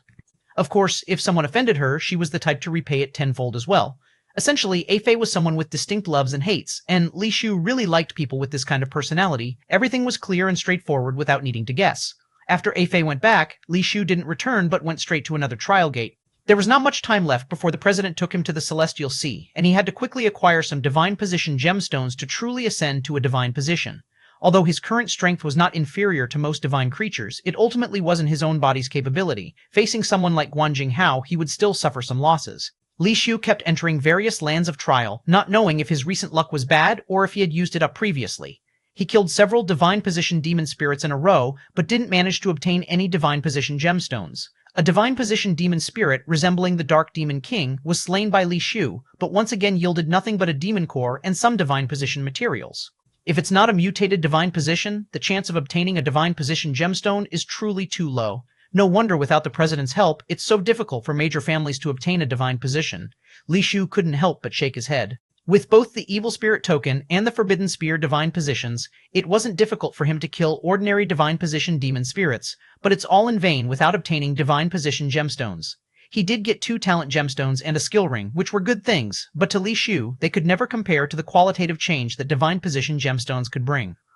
I don't even know how many divine position gemstones it will take to ascend to a divine position. Now, let alone a few, I can't even get one. This is not going to work. It seems I need to focus on mutated divine position demon spirits. Li Shu felt he must change his previous plan. Previously, he chose some easier-to-kill divine position demon spirits, only thinking to increase the chance of obtaining divine position gemstones through quantity. Now it seems that this path is not feasible. Li Shu recalled the data on mutated demon spirits, but in fact, there wasn't much information about mutated demon spirits in those data. Excluding the Blazing Demon King and the Icebonian Spirit Beast, there was actually only one mutated divine position demon spirit left for Li Shu to choose from, called the Sharpshooter. This mutated demon spirit Li Shu hadn't originally considered killing, because according to the records, the Sharpshooter was like a bug of a demon spirit. The Sharpshooter was a humanoid demon spirit and also had innate magic weapons. More terrifyingly, he had not just one magic weapon. Exactly how many, the records didn't clearly state, only speculating that there should be at least 2. One is a long-range weapon that can directly shoot and kill enemies from 1,000 miles away. There had been quite a few trial takers who, after stepping into the Sharpshooter's territory, didn't even see what the Sharpshooter looked like before getting shot in the head. The data especially noted that among those who were shot in the head was a trial taker who already possessed a divine position. That divine position level trial taker also didn't see where the Sharpshooter was or what he looked like. The other weapon is a massive destructive one. Once, a trial taker attempted to use the demon spirit sea tactics to force the Sharpshooter out. During that time, the trial taker invited numerous celestial sea strongmen, having them forcibly push hordes of demon spirits into the Sharpshooter's area. The outcome was a terrifying light bullet exploding like an atomic bomb, annihilating tens of thousands of demon spirits. Overall, the Sharpshooter is definitely a very terrifying divine position level demon spirit. According to the analysis of the person who wrote the data, it's likely a mutated demon spirit. With extremely long-range attack methods and large-scale attack capabilities, the key is no one knows how much more ability the Sharpshooter has. Such an extremely dangerous demon spirit, Li Shu originally didn't want to mess with him.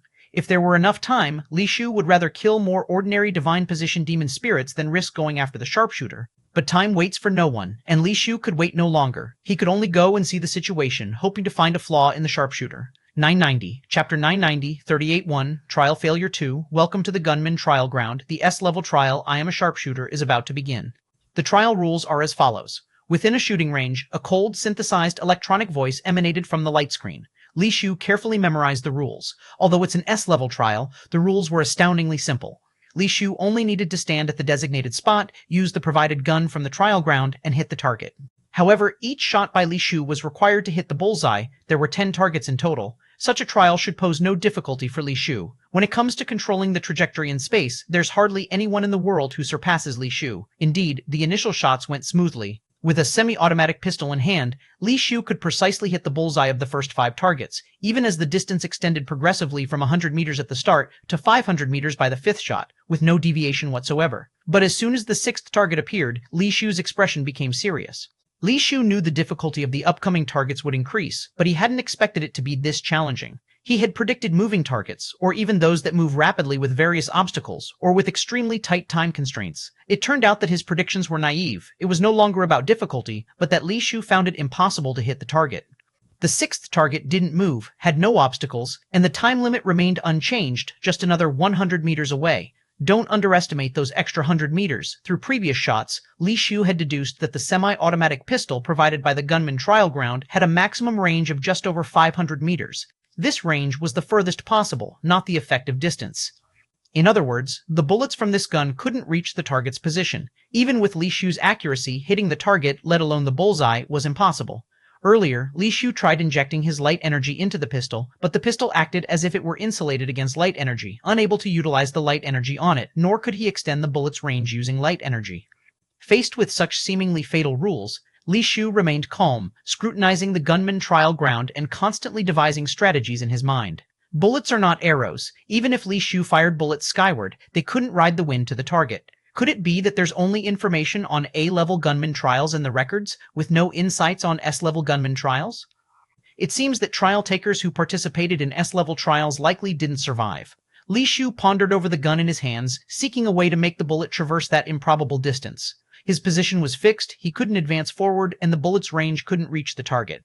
Unlike arrows, bullets have a fixed kinetic energy and cannot be supplemented, so there's no way to have the second bullet catch up and supply energy to the first one. After much thought, Li Shu concluded there's probably only one solution. Li Shu glanced at the countdown that was almost over, then focused his gaze on the first 5 targets. The 5 earlier targets, despite being hit, remained in place and weren't retracted. The targets consisted of a target sheet hung between 2 poles. Li Shu noted that the top ends of the poles had a protruding segment. With his gaze fixed on the target, Li Shu moved his feet, then suddenly tossed the automatic pistol like a boomerang. The pistol spun through the air towards the first target, astonishingly hooking onto the pole, spinning upon it. A bang rang out. The pole trapped the trigger, firing a bullet, which incredibly hit the bullseye of the 6th target. The recoil from firing the bullet ejected the pistol from the pole, but unfortunately it landed near the target due to insufficient force. Li Shu had done all he could. There was truly no way to retrieve the pistol back to his hand. Without a new pistol, he would fail this trial. But besides this, Li Shu indeed had no other methods. The bullets and pistol were entirely unaffected by light energy, offering no additional tactics. Li Shu had contemplated every possibility. Hitting the bullseye wasn't difficult, yet having the pistol return was unachievable. They surely wouldn't prevent me from having a pistol for the subsequent trials, right? Li Shu felt that even for an S-level trial, surely there would be some way to survive, since the trial's purpose wasn't to kill. S-level gunman trial failed, trial taker elimination in progress. The cold electronic voice suddenly emitted from the light screen, shocking Li Shu. How could the trial not be completed? Apart from losing grip on the pistol, there's simply no other way to extend the reach beyond 500 meters to hit the 600 meters distant target.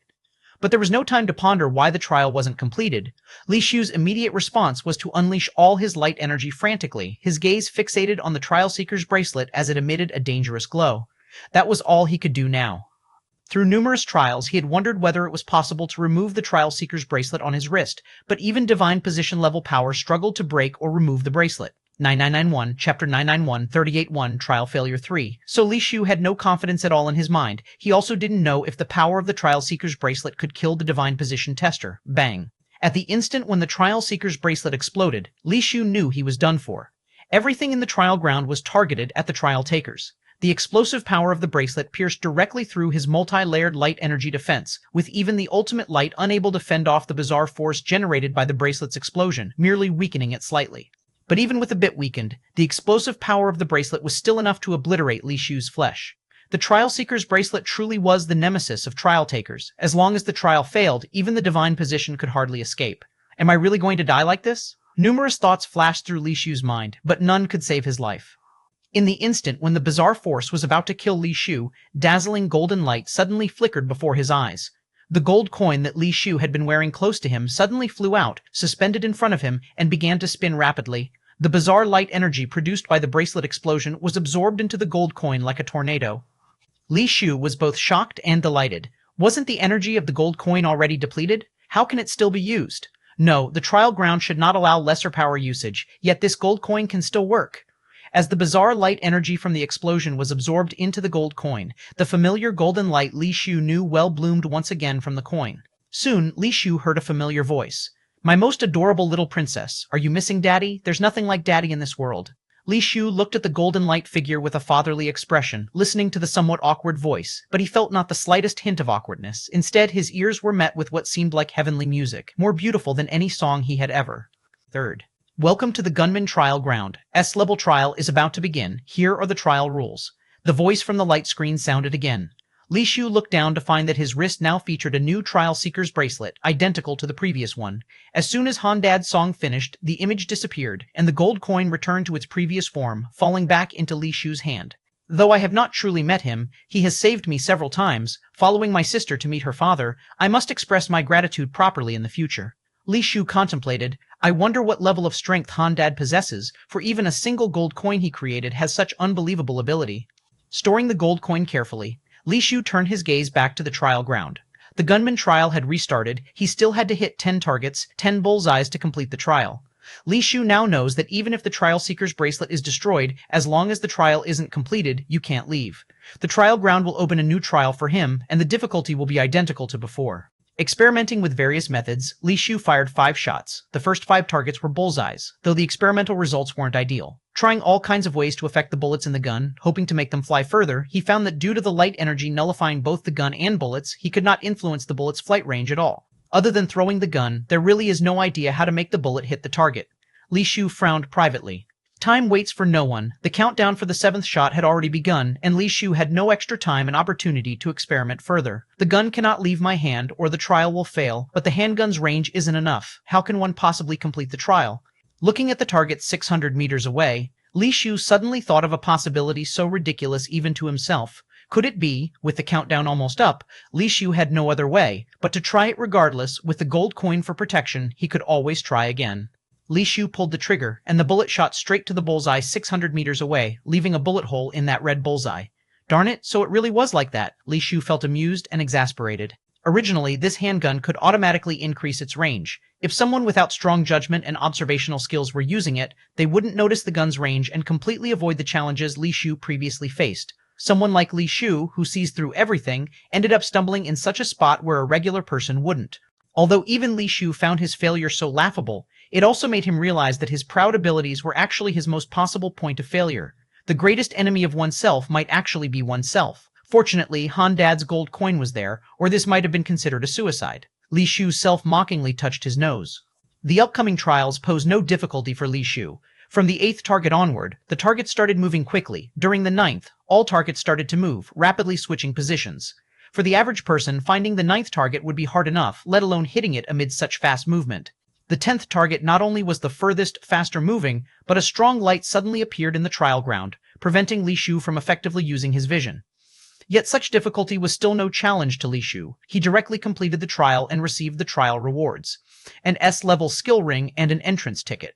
Curiously, upon approaching the stone table, Li Shu didn't find the shadow of lesser power here, only the longevity lamp standing alone. Li Shu had encountered similar situations before and was too lazy to investigate, choosing instead to follow the longevity lamp into the land of trial. 992.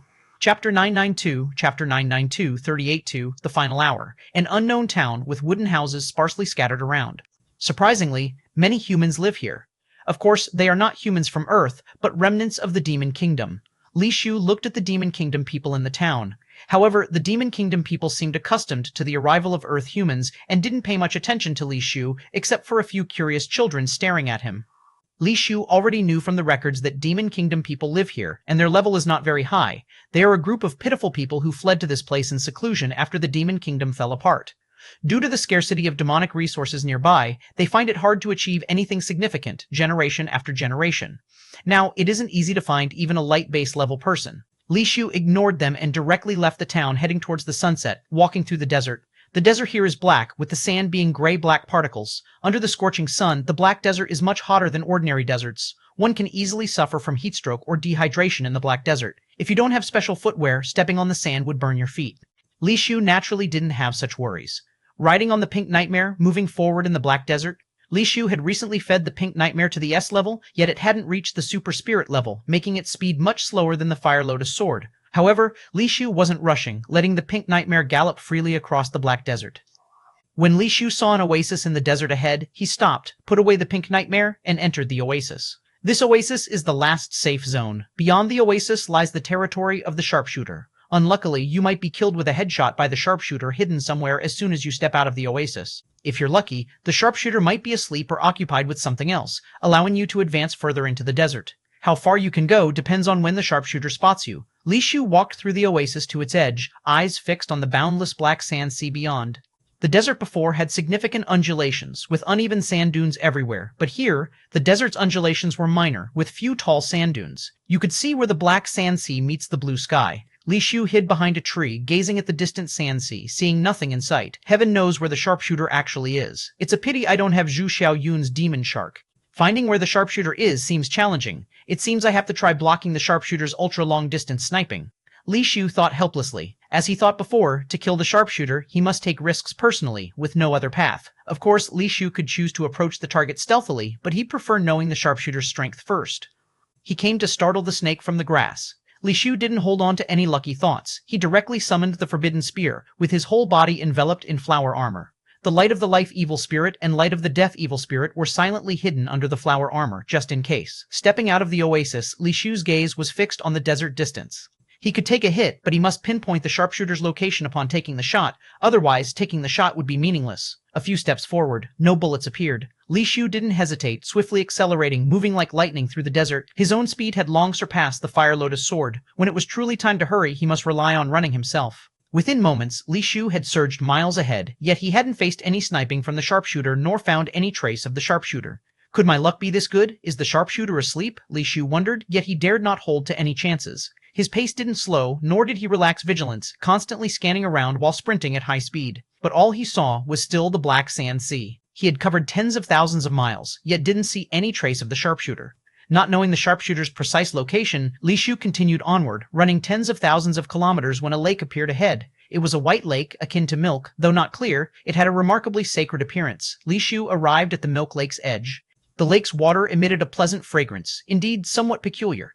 However, what surprised Li Shu wasn't the mysterious milk lake, but the fact that there was an island in the center of the milk lake. On the island was built a wooden house, with a humanoid spirit standing before the house, fully robed in black, donned a hat, and veiled in black cloth, with a pair of crimson eyes staring at him. Li Shu immediately realized that this must be the sharpshooter. He had obviously spotted Li Shu long ago, but for whatever reason, hadn't chosen to snipe him like he had done with previous trial takers. There were tens of thousands of kilometers between here and the oasis. If the sharpshooter truly had ultra-long-range sniping capabilities, Li Shu wouldn't stand a chance. He couldn't see the sharpshooter from such a distance.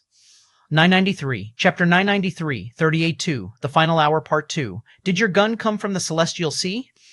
The sharpshooter scrutinized the forbidden spear in Li Shu's hand and asked. His human speech was impeccable. Li Shu immediately realized that the sharpshooter didn't shoot him, surprisingly, because of the forbidden spear in his hand. Correct. Li Shu nodded and replied. In that case, I'll give you a chance for a fair duel. The sharpshooter's figure flickered and he appeared in front of Li Shu. The wind blew the black cloak, lifting a corner of it, and only then did Li Shu notice that the sharpshooter had two holsters hanging at his waist. The two black revolvers in the holsters were the same style as Li Shu's forbidden spear.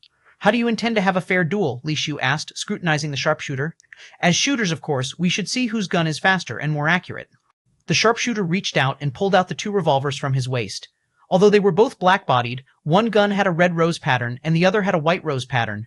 The sharpshooter pointed the red rose gun to the sky and fired directly. A red light bullet immediately shot up into the sky. When the bullet lands on the sand, you and I will shoot at the same time and let fate decide life and death, the sharpshooter said. All right. Li Shu stared at the sharpshooter, without looking at the light bullet falling from the sky, his fingers gripping the trigger of the forbidden spear. At such close distance, whoever fires first gains the upper hand. Just a moment too slow, and there's hardly a chance to pull the trigger. The sharpshooter still had one gun pointed to the sky, while the muzzle of the other gun was aimed at Li Shu. At the moment the light bullet hit the sand, almost simultaneously, Li Shu and the sharpshooter fired. Light bullets erupted from the gun barrels, almost simultaneously hitting each other's forehead. Li Shu's forbidden bullet hit the sharpshooter's forehead, knocking his hat off and revealing a head full of gray-white hair. Li Shu's forehead also showed a white rose mark. Why didn't you use real deadly bullets? The sharpshooter asked as he stared at Li Shu. How could I dare to use such bullets on you, President? Li Shu put away the forbidden spear and said calmly. The sharpshooter hesitated slightly, then smiled as he pulled down his veil and said curiously, How did you find out? I thought my disguise was quite convincing. Even my aura simulated that of the sharpshooter, yet you still saw through it. No matter how you change, you can't alter the unique aura you carry. I recognized you the moment I saw you. Otherwise, why would I agree to play such a childish duel game? Besides, I'd begun to suspect why my luck was so good, and the sharpshooter spared me alone. I didn't believe I was that special. Li Shu pouted and said, President, what's the meaning of this? Just wanted to see how far you've progressed, whether you're qualified to replace me in battle. The president said with a smile. Am I qualified? Li Shu asked. Almost. The president nodded. So still a bit lacking? Li Shu asked again. The president smiled without answering. I forgot to tell you earlier, it will take some more time before we reach the celestial sea at sea, so you must depart in advance. The time left for you is already limited. How long do I have? Li Shu frowned. At most, I can give you 7 days, the president said. Li Shu walked directly to the president and extended his hand. What do you mean by this? The president was somewhat confused by Li Shu's actions, looking at him questioningly. The sharpshooter was probably killed by you. What about the loot he dropped? Li Shu said. I killed him. Why should I give it to you? The president said with a pout. The duel at Celestial Sea is yours as well. Why should I fight on your behalf? Li Shu said, still extending his hand. That's reasonable. The president surprisingly showed no anger and gave Li Shu a demon core and a skill ring. What about the divine position gemstone? Li Shu caught the items and frowned. There is no divine position gemstone. Do you think they're that easy to obtain? Killing 100 divine position demon spirits, with luck, you might get 1 or 2 divine position gemstones, and if unlucky, you might get none. I only killed 1 sharpshooter. It's quite normal not to get a divine position gemstone. The president said with a smile. Isn't the mutated demon spirit guaranteed to drop a divine position gemstone? Li Shu refused to believe the president's words. Who said the sharpshooter was a mutated demon spirit? The resource stated it was suspected, but in reality, the sharpshooter wasn't a mutated demon spirit. The president sighed and said, I also wished he was a mutated demon spirit, but unfortunately he wasn't. You can blame your bad luck. I'm risking my life to fight for you. You can't even give me 1 divine position gemstone?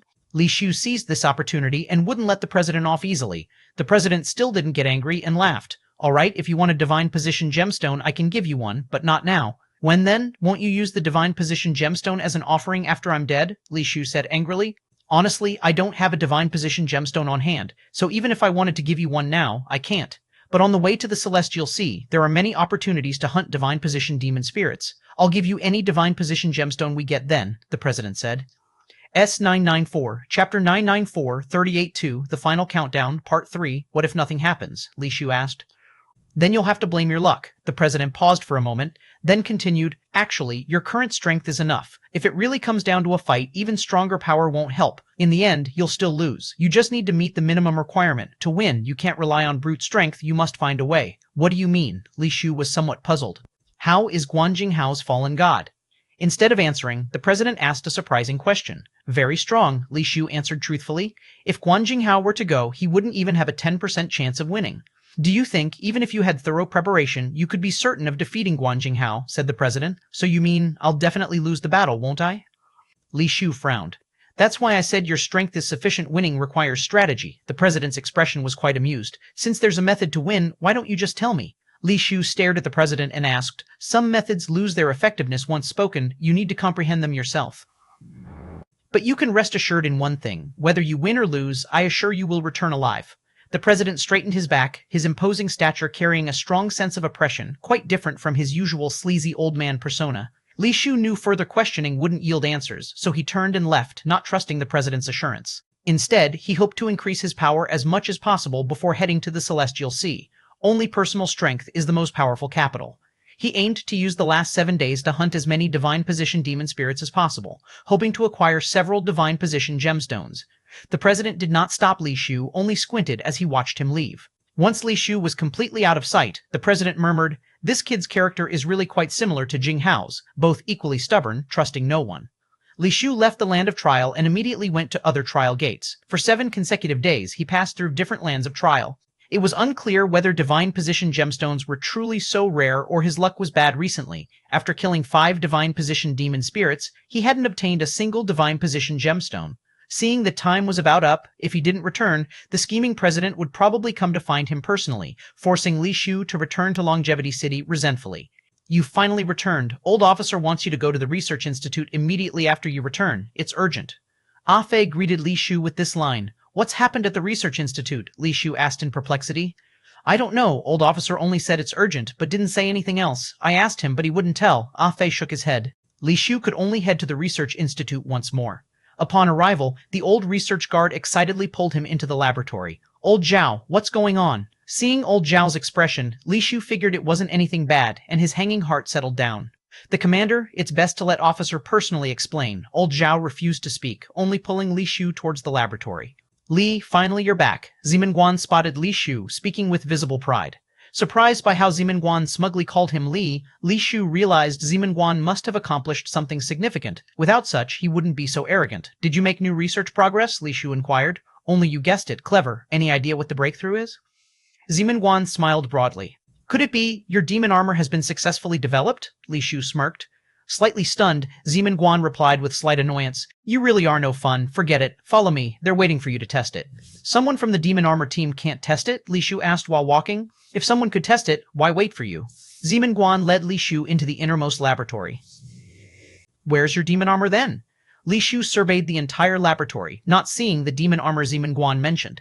Sometimes, even you can't tell. Zimenguan proudly tossed something to Li Shu. Li Shu caught it and saw it was a bracelet.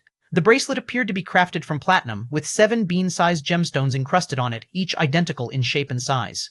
Li Shu had seen not 10,000 but 8,000 high-grade gemstones, yet he couldn't discern the type of these 7 stones, definitively not any he'd previously encountered. Is this the demon armor? Li Shu stared at the small gemstone bracelet, finding it hard to believe it was a piece of demon armor.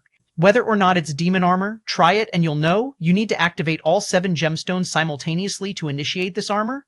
Old officer omitted one fact. They had previously tested it with others, but even the strongest magic armor master in the team could barely activate the first gemstone. Time was tight for Li Shu, so without more words, he slipped the gemstone bracelet onto his wrist, and as instructed by Zimenguan, began activating the demon armor. Professor Shu and the group of researchers stood at the doorway observing, with some leaning against the glass to peek inside, all appearing quite tense. They had staked their lives on this demon armor, yet no one managed to activate it. Aside from Li Shu, the strongest magic armor master could only activate the first gemstone. The remaining 6 required increasingly high spiritual sense. If Li Shu couldn't activate them, regardless if the demon armor was successfully developed, it would still be a waste. Li Shu initially tried, but under normal conditions couldn't activate a single gemstone. Professor Shu and others were extremely nervous seeing Li Shu fail to activate even one gemstone the first time, tense enough to have their hearts at their throats. But subsequently, they witnessed the gemstones on the bracelet begin to light up one after another, and in a blink, all 7 stones shone brightly, with the bracelet undergoing a magical transformation. One by one, light threads emerged from the bracelet, seemingly alive, weaving over Li Shu's body. 995, Chapter 995, 38.3, The Strongest Demon Armor. What the heck is this thing? Li Shu exclaimed, looking down at the demon armor he was wearing, his eyes twitching. He wouldn't be considered a true OCD patient, nor did he have particularly high aesthetic standards. He could accept ordinary designs, even those ragged clothes with ease. But now, this set of demon armor made Li Shu feel like his spirit was covered with a layer of embarrassing grime. This demon armor wasn't the traditional armor style. It looked more like a set of clothing, except everything was connected, including the shoes, hat, and goggles. Li Shu could accept these. Even if you handed him a set of props from a masked knight, he'd take it calmly. But no matter how you design it, it should look like a male style, right? What's the deal with it being similar to a Pretty Soldier or Balala the Fairy's style? Admittedly, the demon armor didn't expose the thighs. The whole body was covered, but it clearly featured over-knee boots and long gloves. What's that about? To say it's similar to a Pretty Soldier is a bit much. At least it doesn't have a skirt. The lower part is boots and a tight-fitting suit, with an outer protective skirt that's indistinguishable from a real skirt, and the tight-fitting suit between the skirt and boots looks exactly like that thing, and there's even a scarf-like thing around the neck. The only solace for Li Shu was that the hat style somewhat resembled a motorcycle helmet. Overall, this demon armor looked like a female version of a masked superhero outfit. Pure white demon armor appeared in different shades of white from various angles, giving a very peculiar feeling. Li Shu looked in the mirror, immediately dismantled the demon armor, allowing it to revert to bracelet form. Why'd you take it off so fast? We haven't even started testing yet. The old man hurriedly stepped forward and said, Old man, I've already verified for you that the demon armor can be used. The rest is for you to figure out. Li Shu simply couldn't go out wearing such a feminine demon armor. How the heck am I supposed to study it if no one but you can activate it? The old man was quite frustrated. There's nothing I can do about it. You made me swear never to touch this demon armor. Li Shu quickly responded. The old man knew Li Shu didn't take that oath seriously. Otherwise, he wouldn't have been so willing to test the demon armor initially. Li Shu, let's have a private chat. The old man knew where the issue lay, patiently pulled Li Shu into his office, closed the door, and pulled down the blinds. Old man, I really can't help you, Li Shu wanted to say more, but was interrupted by a gesture from the old man. The old man looked at Li Shu seriously and said, "Do you know why this demon armor ended up looking like this?" "How would I know? I remember before it was a half-finished product that looked like a more masculine formal outfit. How did it turn into this?" Li Shu responded. "When we completed this demon armor, it was extremely dangerous." The old man slowly recounted the situation at the time. Li Shu, hearing how both the demon armor and the light energy furnace almost exploded, could imagine how bad things were. If light energy of that magnitude exploded, the whole research institute would be destroyed instantly, and even Longevity City would be affected. "I'm already at this age. If I die, I die. After all, this is my creation. Dying for my own creation, I have no regrets. But if something had indeed gone wrong, everyone at the institute would have gone down with me, a result I couldn't accept. I didn't want everyone dead and owe so many unpayable debts. Fortunately, someone stepped up at that time." The old man's expression became very heavy as he spoke. "Even you couldn't handle it. Who had such ability?" Li Shu was curious. With the situation almost out of control, and the light energy furnace about to collapse, Hua Mei stepped in, using her demon armor and body to support the collapsing light energy furnace, forcing it to hold until the demon armor took shape and all light energy was infused. The old man sighed. In the end, the demon armor was completed, but Hua Mei lost her life. Hua Mei? Li Shu was stunned. He remembered Hua Mei. She was a magic armor master who came from Wansheng Town and was one of the few with special spiritual sense. Li Shu had previously approached her, hoping she would stand by his side and help consolidate the technician team. But Hua Mei had refused then, leaving Li Shu with a mediocre impression of her, thinking she was just another ordinary magic armor master without too much distinction. Unexpectedly, Hua Mei sacrificed herself to help the old man complete the demon armor, so different from the Hua Mei he remembered. Thanks to Hua Mei's sacrifice, we were able to complete this demon armor. Otherwise, when the light energy furnace collapsed, everything would have ended. We could never gather so many materials to try again. To be honest, some of the materials you previously gave me, I secretly kept for the demon armor's creation, and those materials are almost impossible to find replacements for. 919.6, Chapter 996, 38.3, The Strongest Demon Armor, Part 2. The old official sighed deeply and continued. "You didn't see Hua Mei's tragic condition at the time. Her demon armor was damaged, and her flesh was stuck to the light energy furnace. When she was finally pulled off, her body was already scorched. In fact, I don't know why the demon armor has changed to its current form, but I think maybe it's because Hua Mei used her life to complete this set of demon armor. This set has acquired spirituality, which is why it looks like it does now. Why did she do that?" Li Shu really couldn't figure out why someone like Hua Mei would do such a thing. The old official said solemnly, "When Hua Mei charged forward, she already knew she might not come back alive, so she said a few words at that time." "What did she say?" Li Shu asked. "She said you are the benefactor of the fishmen of Wansheng Town and also the hope of the magic armor master. With you and this demon armor, there is a chance for the magic armor master to truly stand at the same height as the trial taker. Only then does Wansheng Town and the fishmen have a hope of not being inferior," the old official slowly stated. "Is it necessary?" Li Shu closed his eyes and sighed slightly. "For you, it's not necessary, but for Hua Mei, who comes from the fishmen, she is willing to sacrifice everything for this." The old official calmly looked at Li Shu and said, "I've already said everything that needs saying. Whether you're willing to use this set of demon armor is up to you." Li Shu closed his eyes and recalled Hua Mei's appearance. But he hadn't really looked at Hua Mei's appearance carefully, and he had never really kept her in mind. Now he couldn't even remember what she looked like, only vaguely recalling she seemed to be a rather delicate woman. After a long while, Li Shu opened his eyes and said, "Let's continue." The old official nodded slightly. "Then let's continue. The rest is easy. The most important thing now is for you to try to see if this set of demon armor can enter the trial ground." Li Shu said nothing more. Compared to Hua Mei, who, for the fishmen of Wansheng Town, didn't even care about her own life, him wearing a somewhat strange set of demon armor was really insignificant. Wearing the bracelet, Li Shu and the group of researchers went to Wansheng Town and soon arrived in front of a trial gate. Li Shu looked at the old official and Professor Shu. Both of them nodded at him. Li Shu reactivated the gemstone bracelet, donned the demon armor, and then walked towards the trial gate, which had been opened by the researchers with gemstones. After Li Shu entered the trial gate, the old official and the others watched the slowly closing gate nervously. If they succeeded, this would be a historic moment. If they failed, they would have to start over again, not knowing how long it would take to have another opportunity like this to approach success. At the age of people like the old official and the others, it's probably difficult to wait for that day in their lifetime. Li Shu appeared in the trial ground. He looked down at his own body and was instantly overjoyed. Success!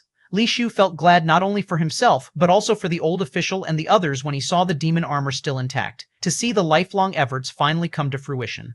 The old official really achieved it. This is a groundbreaking result, worthy of being recorded in history. As the trial began, Li Shu instinctively tried to control the demon armor. The light on the demon armor lit up, actually carrying Li Shu's body and flying out. This shock to Li Shu was significant.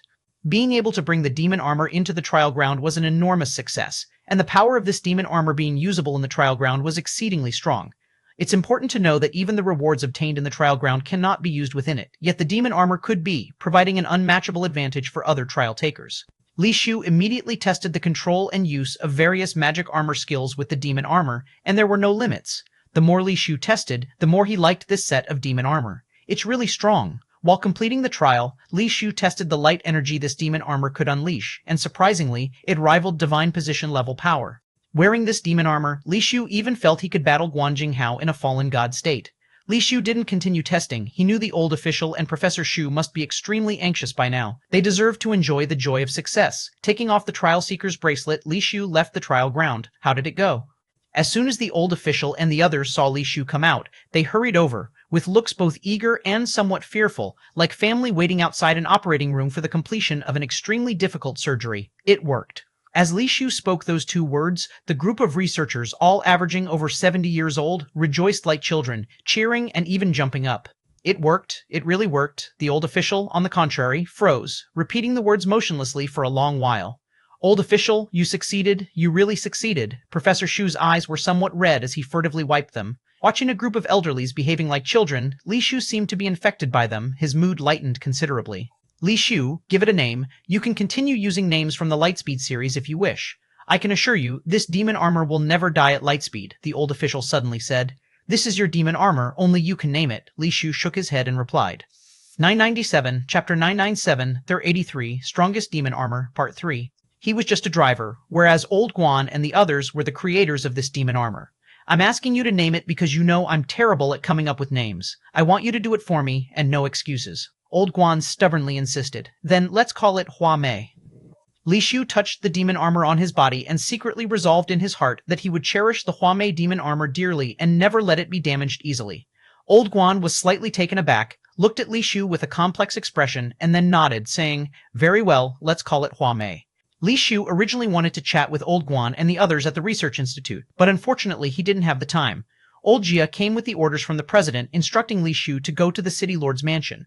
Li Shu knew it was time to head to the Celestial Sea, so he had to bid farewell to Old Guan and the others and follow Old Jia to the City Lord's mansion.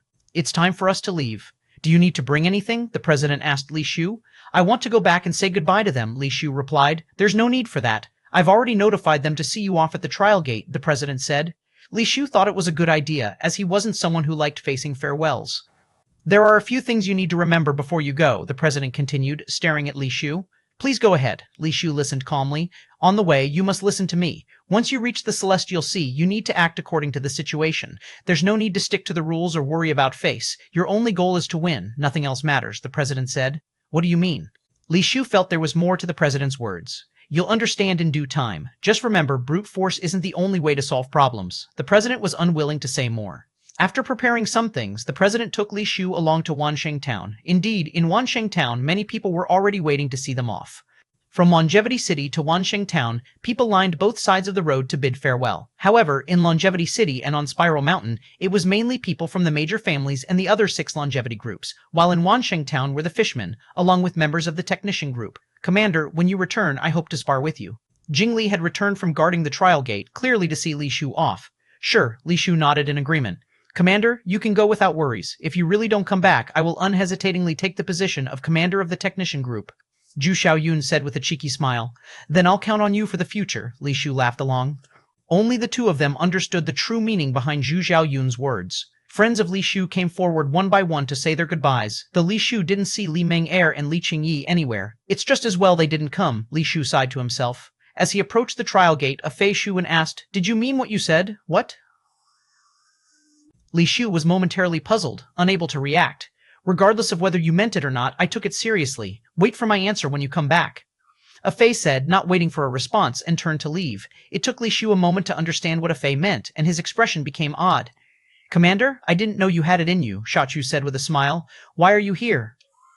Li Shu was slightly taken aback. Sha Chu should have been in the City of Light at this time, and Li Shu hadn't informed her about his departure for the Celestial Sea. It was clear someone had tipped her off, though he didn't know who. With me here, don't worry, Chu Jun said as she came out from behind Sha Chu. Li Shu frowned inwardly. Almost everyone close to him had shown up. If the president had notified them, it was certainly intriguing. Wan Chao-kun arrived with Wan Chao-shin and Bai Yi to see off Li Shu. They first paid respects to the president and then chatted briefly with Li Shu. Fourth brother, don't worry. This journey will definitely end with good fortune emerging from misfortune, Bai said with a grin. Wan Chao-kun didn't say much, only urging Li Shu to be cautious. His brows showed worry, though he was reluctant to express it. The 6 commanders and Vice President Han Minghui also came to see them off, primarily for the president, but also for Li Shu. Unexpectedly, after paying respects to the president, Han Minghui also approached Li Shu, smiling as she said, "Make sure you come back. Don't worry. I promised you something, and I'll keep my word," Li Shu said. Han Minghui said seriously, "I do want that thing, but even without it, I hope you can come back alive." Why? Li Shu was genuinely surprised. "Without you, Longevity City would be a bit duller," Han Minghui said with a teasing smile, though it was hard to tell if she was serious. After saying his goodbyes, Li Shu and the president walked to the trial gate together. The president didn't instruct anyone to open the gate with the trial badge. "Are we waiting for someone?" Li Shu asked curiously. "Yes, they should be here soon," the president said calmly.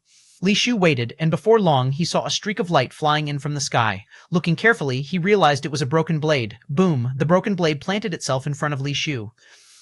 He looked at it and then shouted in the direction it came from. "Old Dao, what do you mean by sending me off with a broken blade? Are you cutting ties with me? Break your head. I don't like sending people away. The blade is like its person. If there's anything to say, come find me when you return."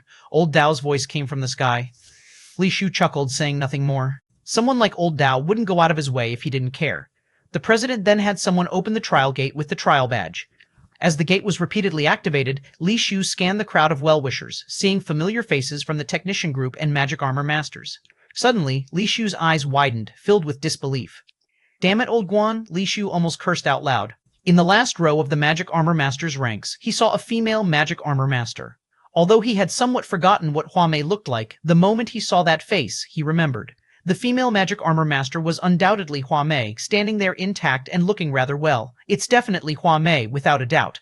Li Shu glared fiercely at old Guan, who had already turned his face away, refusing to meet Li Shu's gaze. Li Shu wanted to say more, but the president had already pulled him through the trial gate. E998, Chapter 998, 384, Dragon Ship. This trial gate, Li Shu had never entered it before, nor had he seen any information about it. In fact, it had always been in a closed state, not allowing the trial taker to enter. After Li Shu appeared in the trial ground, he immediately understood why it had to be closed. The trial ground, resembling an ancient Roman Colosseum, had half of it collapsed. The light screen in midair seemed as if it had been smashed by something, with the remaining half crackling with sparks like a flickering sign. Within the remaining half of the screen, there was a distinct black vortex, resembling the vortex of an admission ticket being opened. Li Shu was somewhat shocked. The trial ground was almost indestructible, and humans inside it seemed like manipulated toys.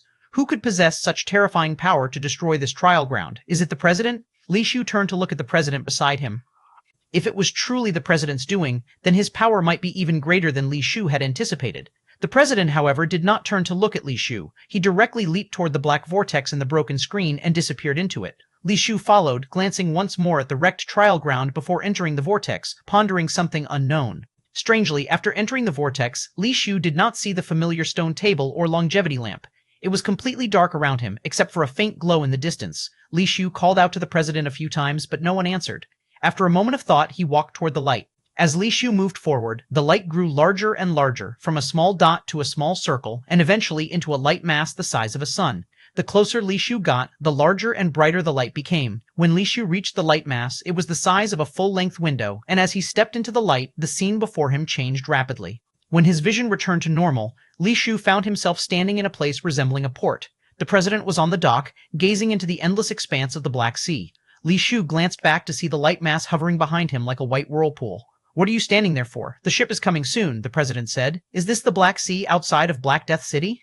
Li Shu asked as he joined the president, gazing into the void-like depths of the sea. "That's right, it's the same sea. Although it's a bit farther to get to the Celestial Sea from here, it's more convenient," the president said, squinting at the sea. Li Shu didn't know what the president meant by more convenient, but seeing that the president had no intention of explaining, he didn't ask further. However, as far as Li Shu's eyes could see, there was no sign of any ship, and he wondered from where the ship the president mentioned was coming. Once on the ship, there are 3 conditions you must not do. First, if someone knocks on the door, you absolutely must not open it. Second, do not eat anything on the ship. Third, you must not touch anything I forbid you to touch, the president said. Understood.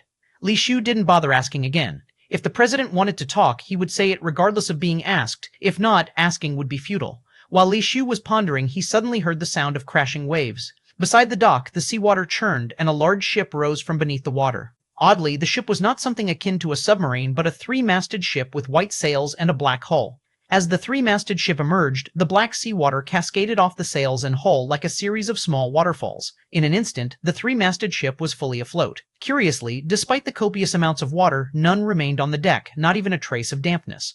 "Old fellow, hurry aboard. The Longevity is about to set sail." A peculiar person, dressed in tattered clothes and with gray-white hair, shouted to the president from the bow of the ship.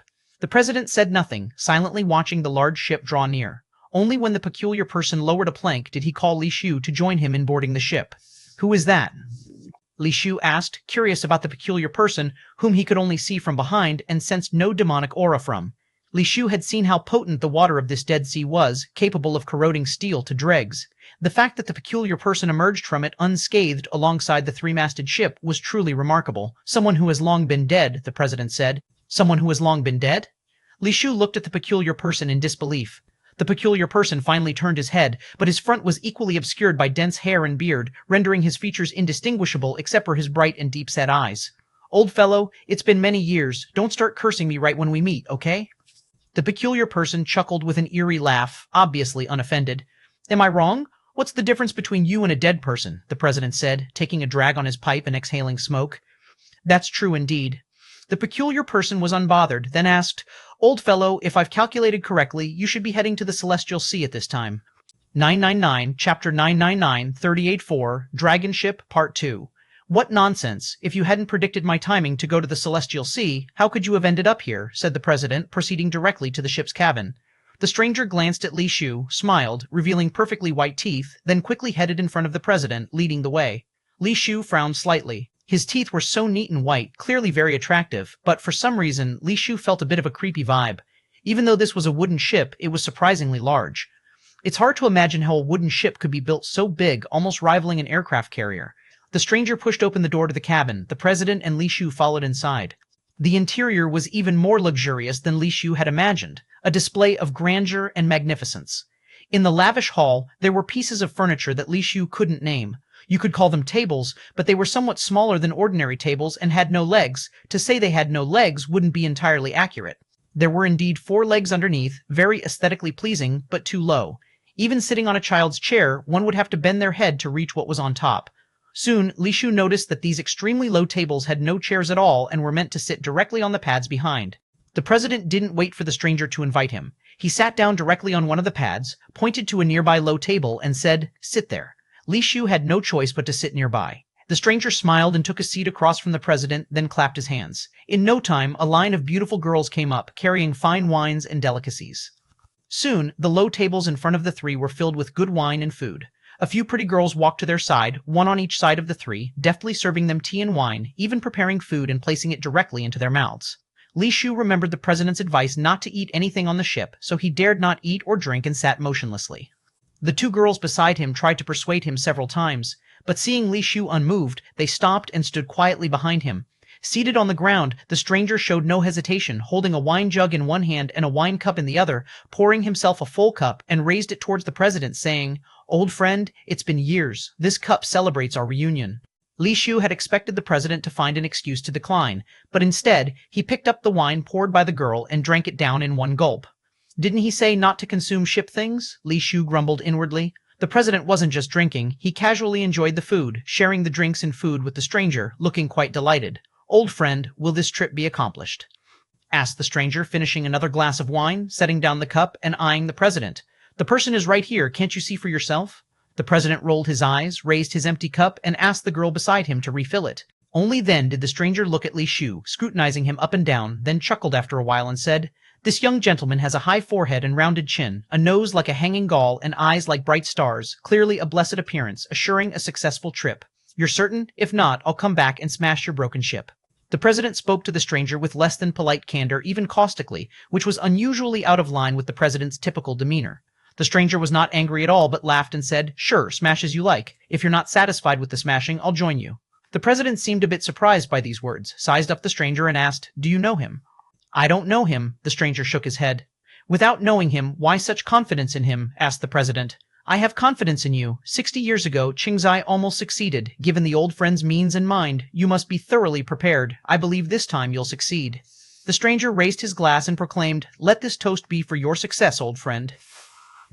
You indeed have sharp vision, seeing things clearly." The president smiled, raising his wine cup, and drank it all. Li Shu sat aside, unable to eat or drink, listening to their conversation without any substance. They were speaking in riddles, clearly not intending for Li Shu to understand what was talked about, leaving it quite boring. "I'm going for a walk."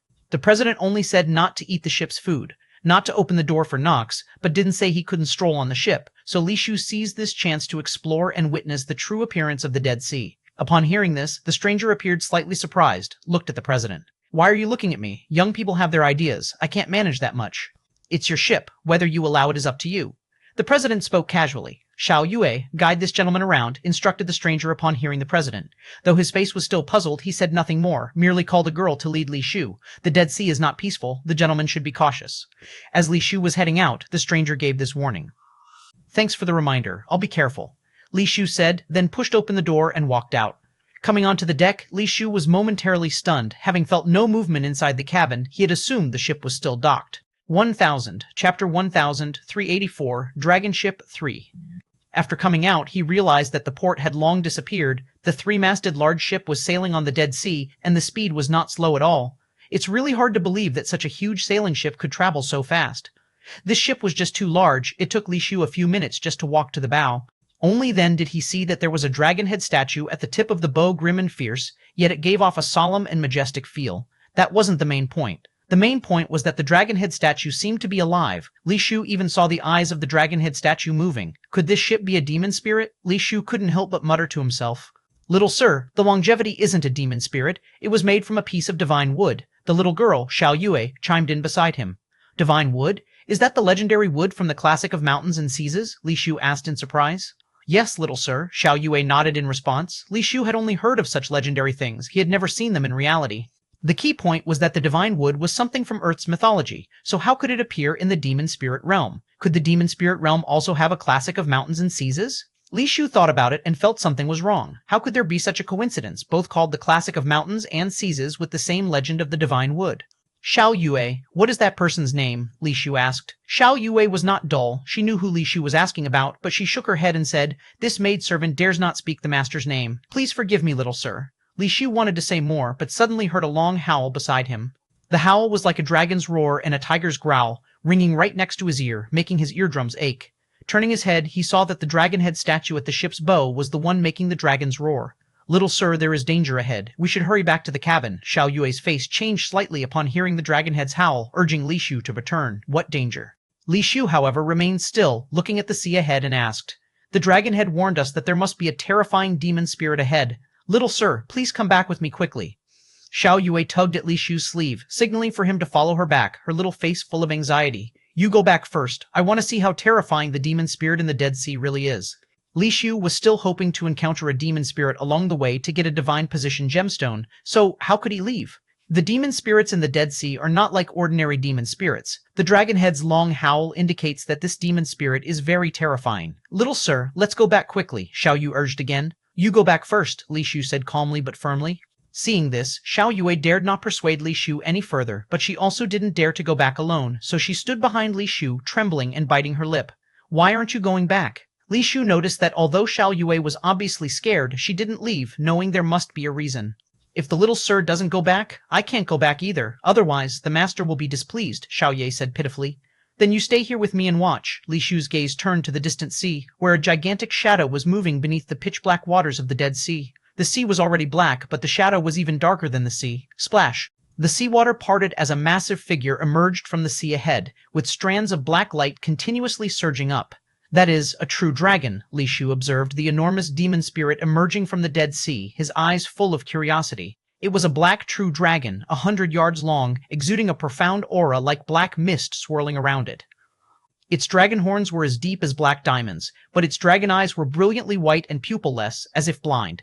Encountering the Dragon King just upon leaving the sea, this is not a good omen. The president and the strange person appeared on top of the cabin unnoticed. The strange person sighed as he looked at the black dragon. "Is this little black dragon the one from back then?"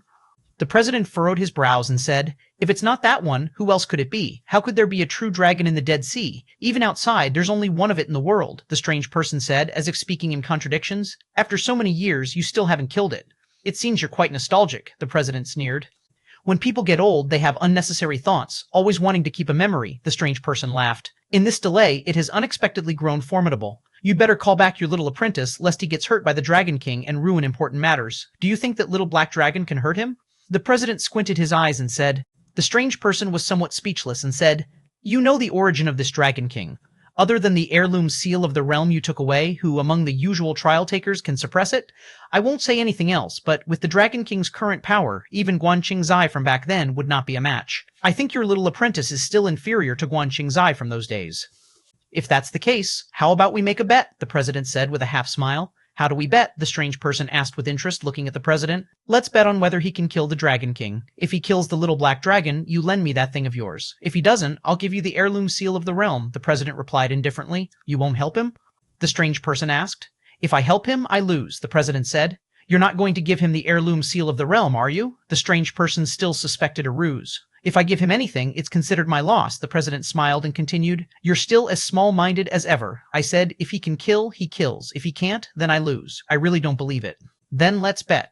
The strange person assessed the president, ultimately unable to hold back. The strange person had long seen that Li Shu wasn't a divine position, which is why he said he wasn't as good as Guan Qingzai. Someone who wasn't even a divine position, how could they possibly kill the Dragon King?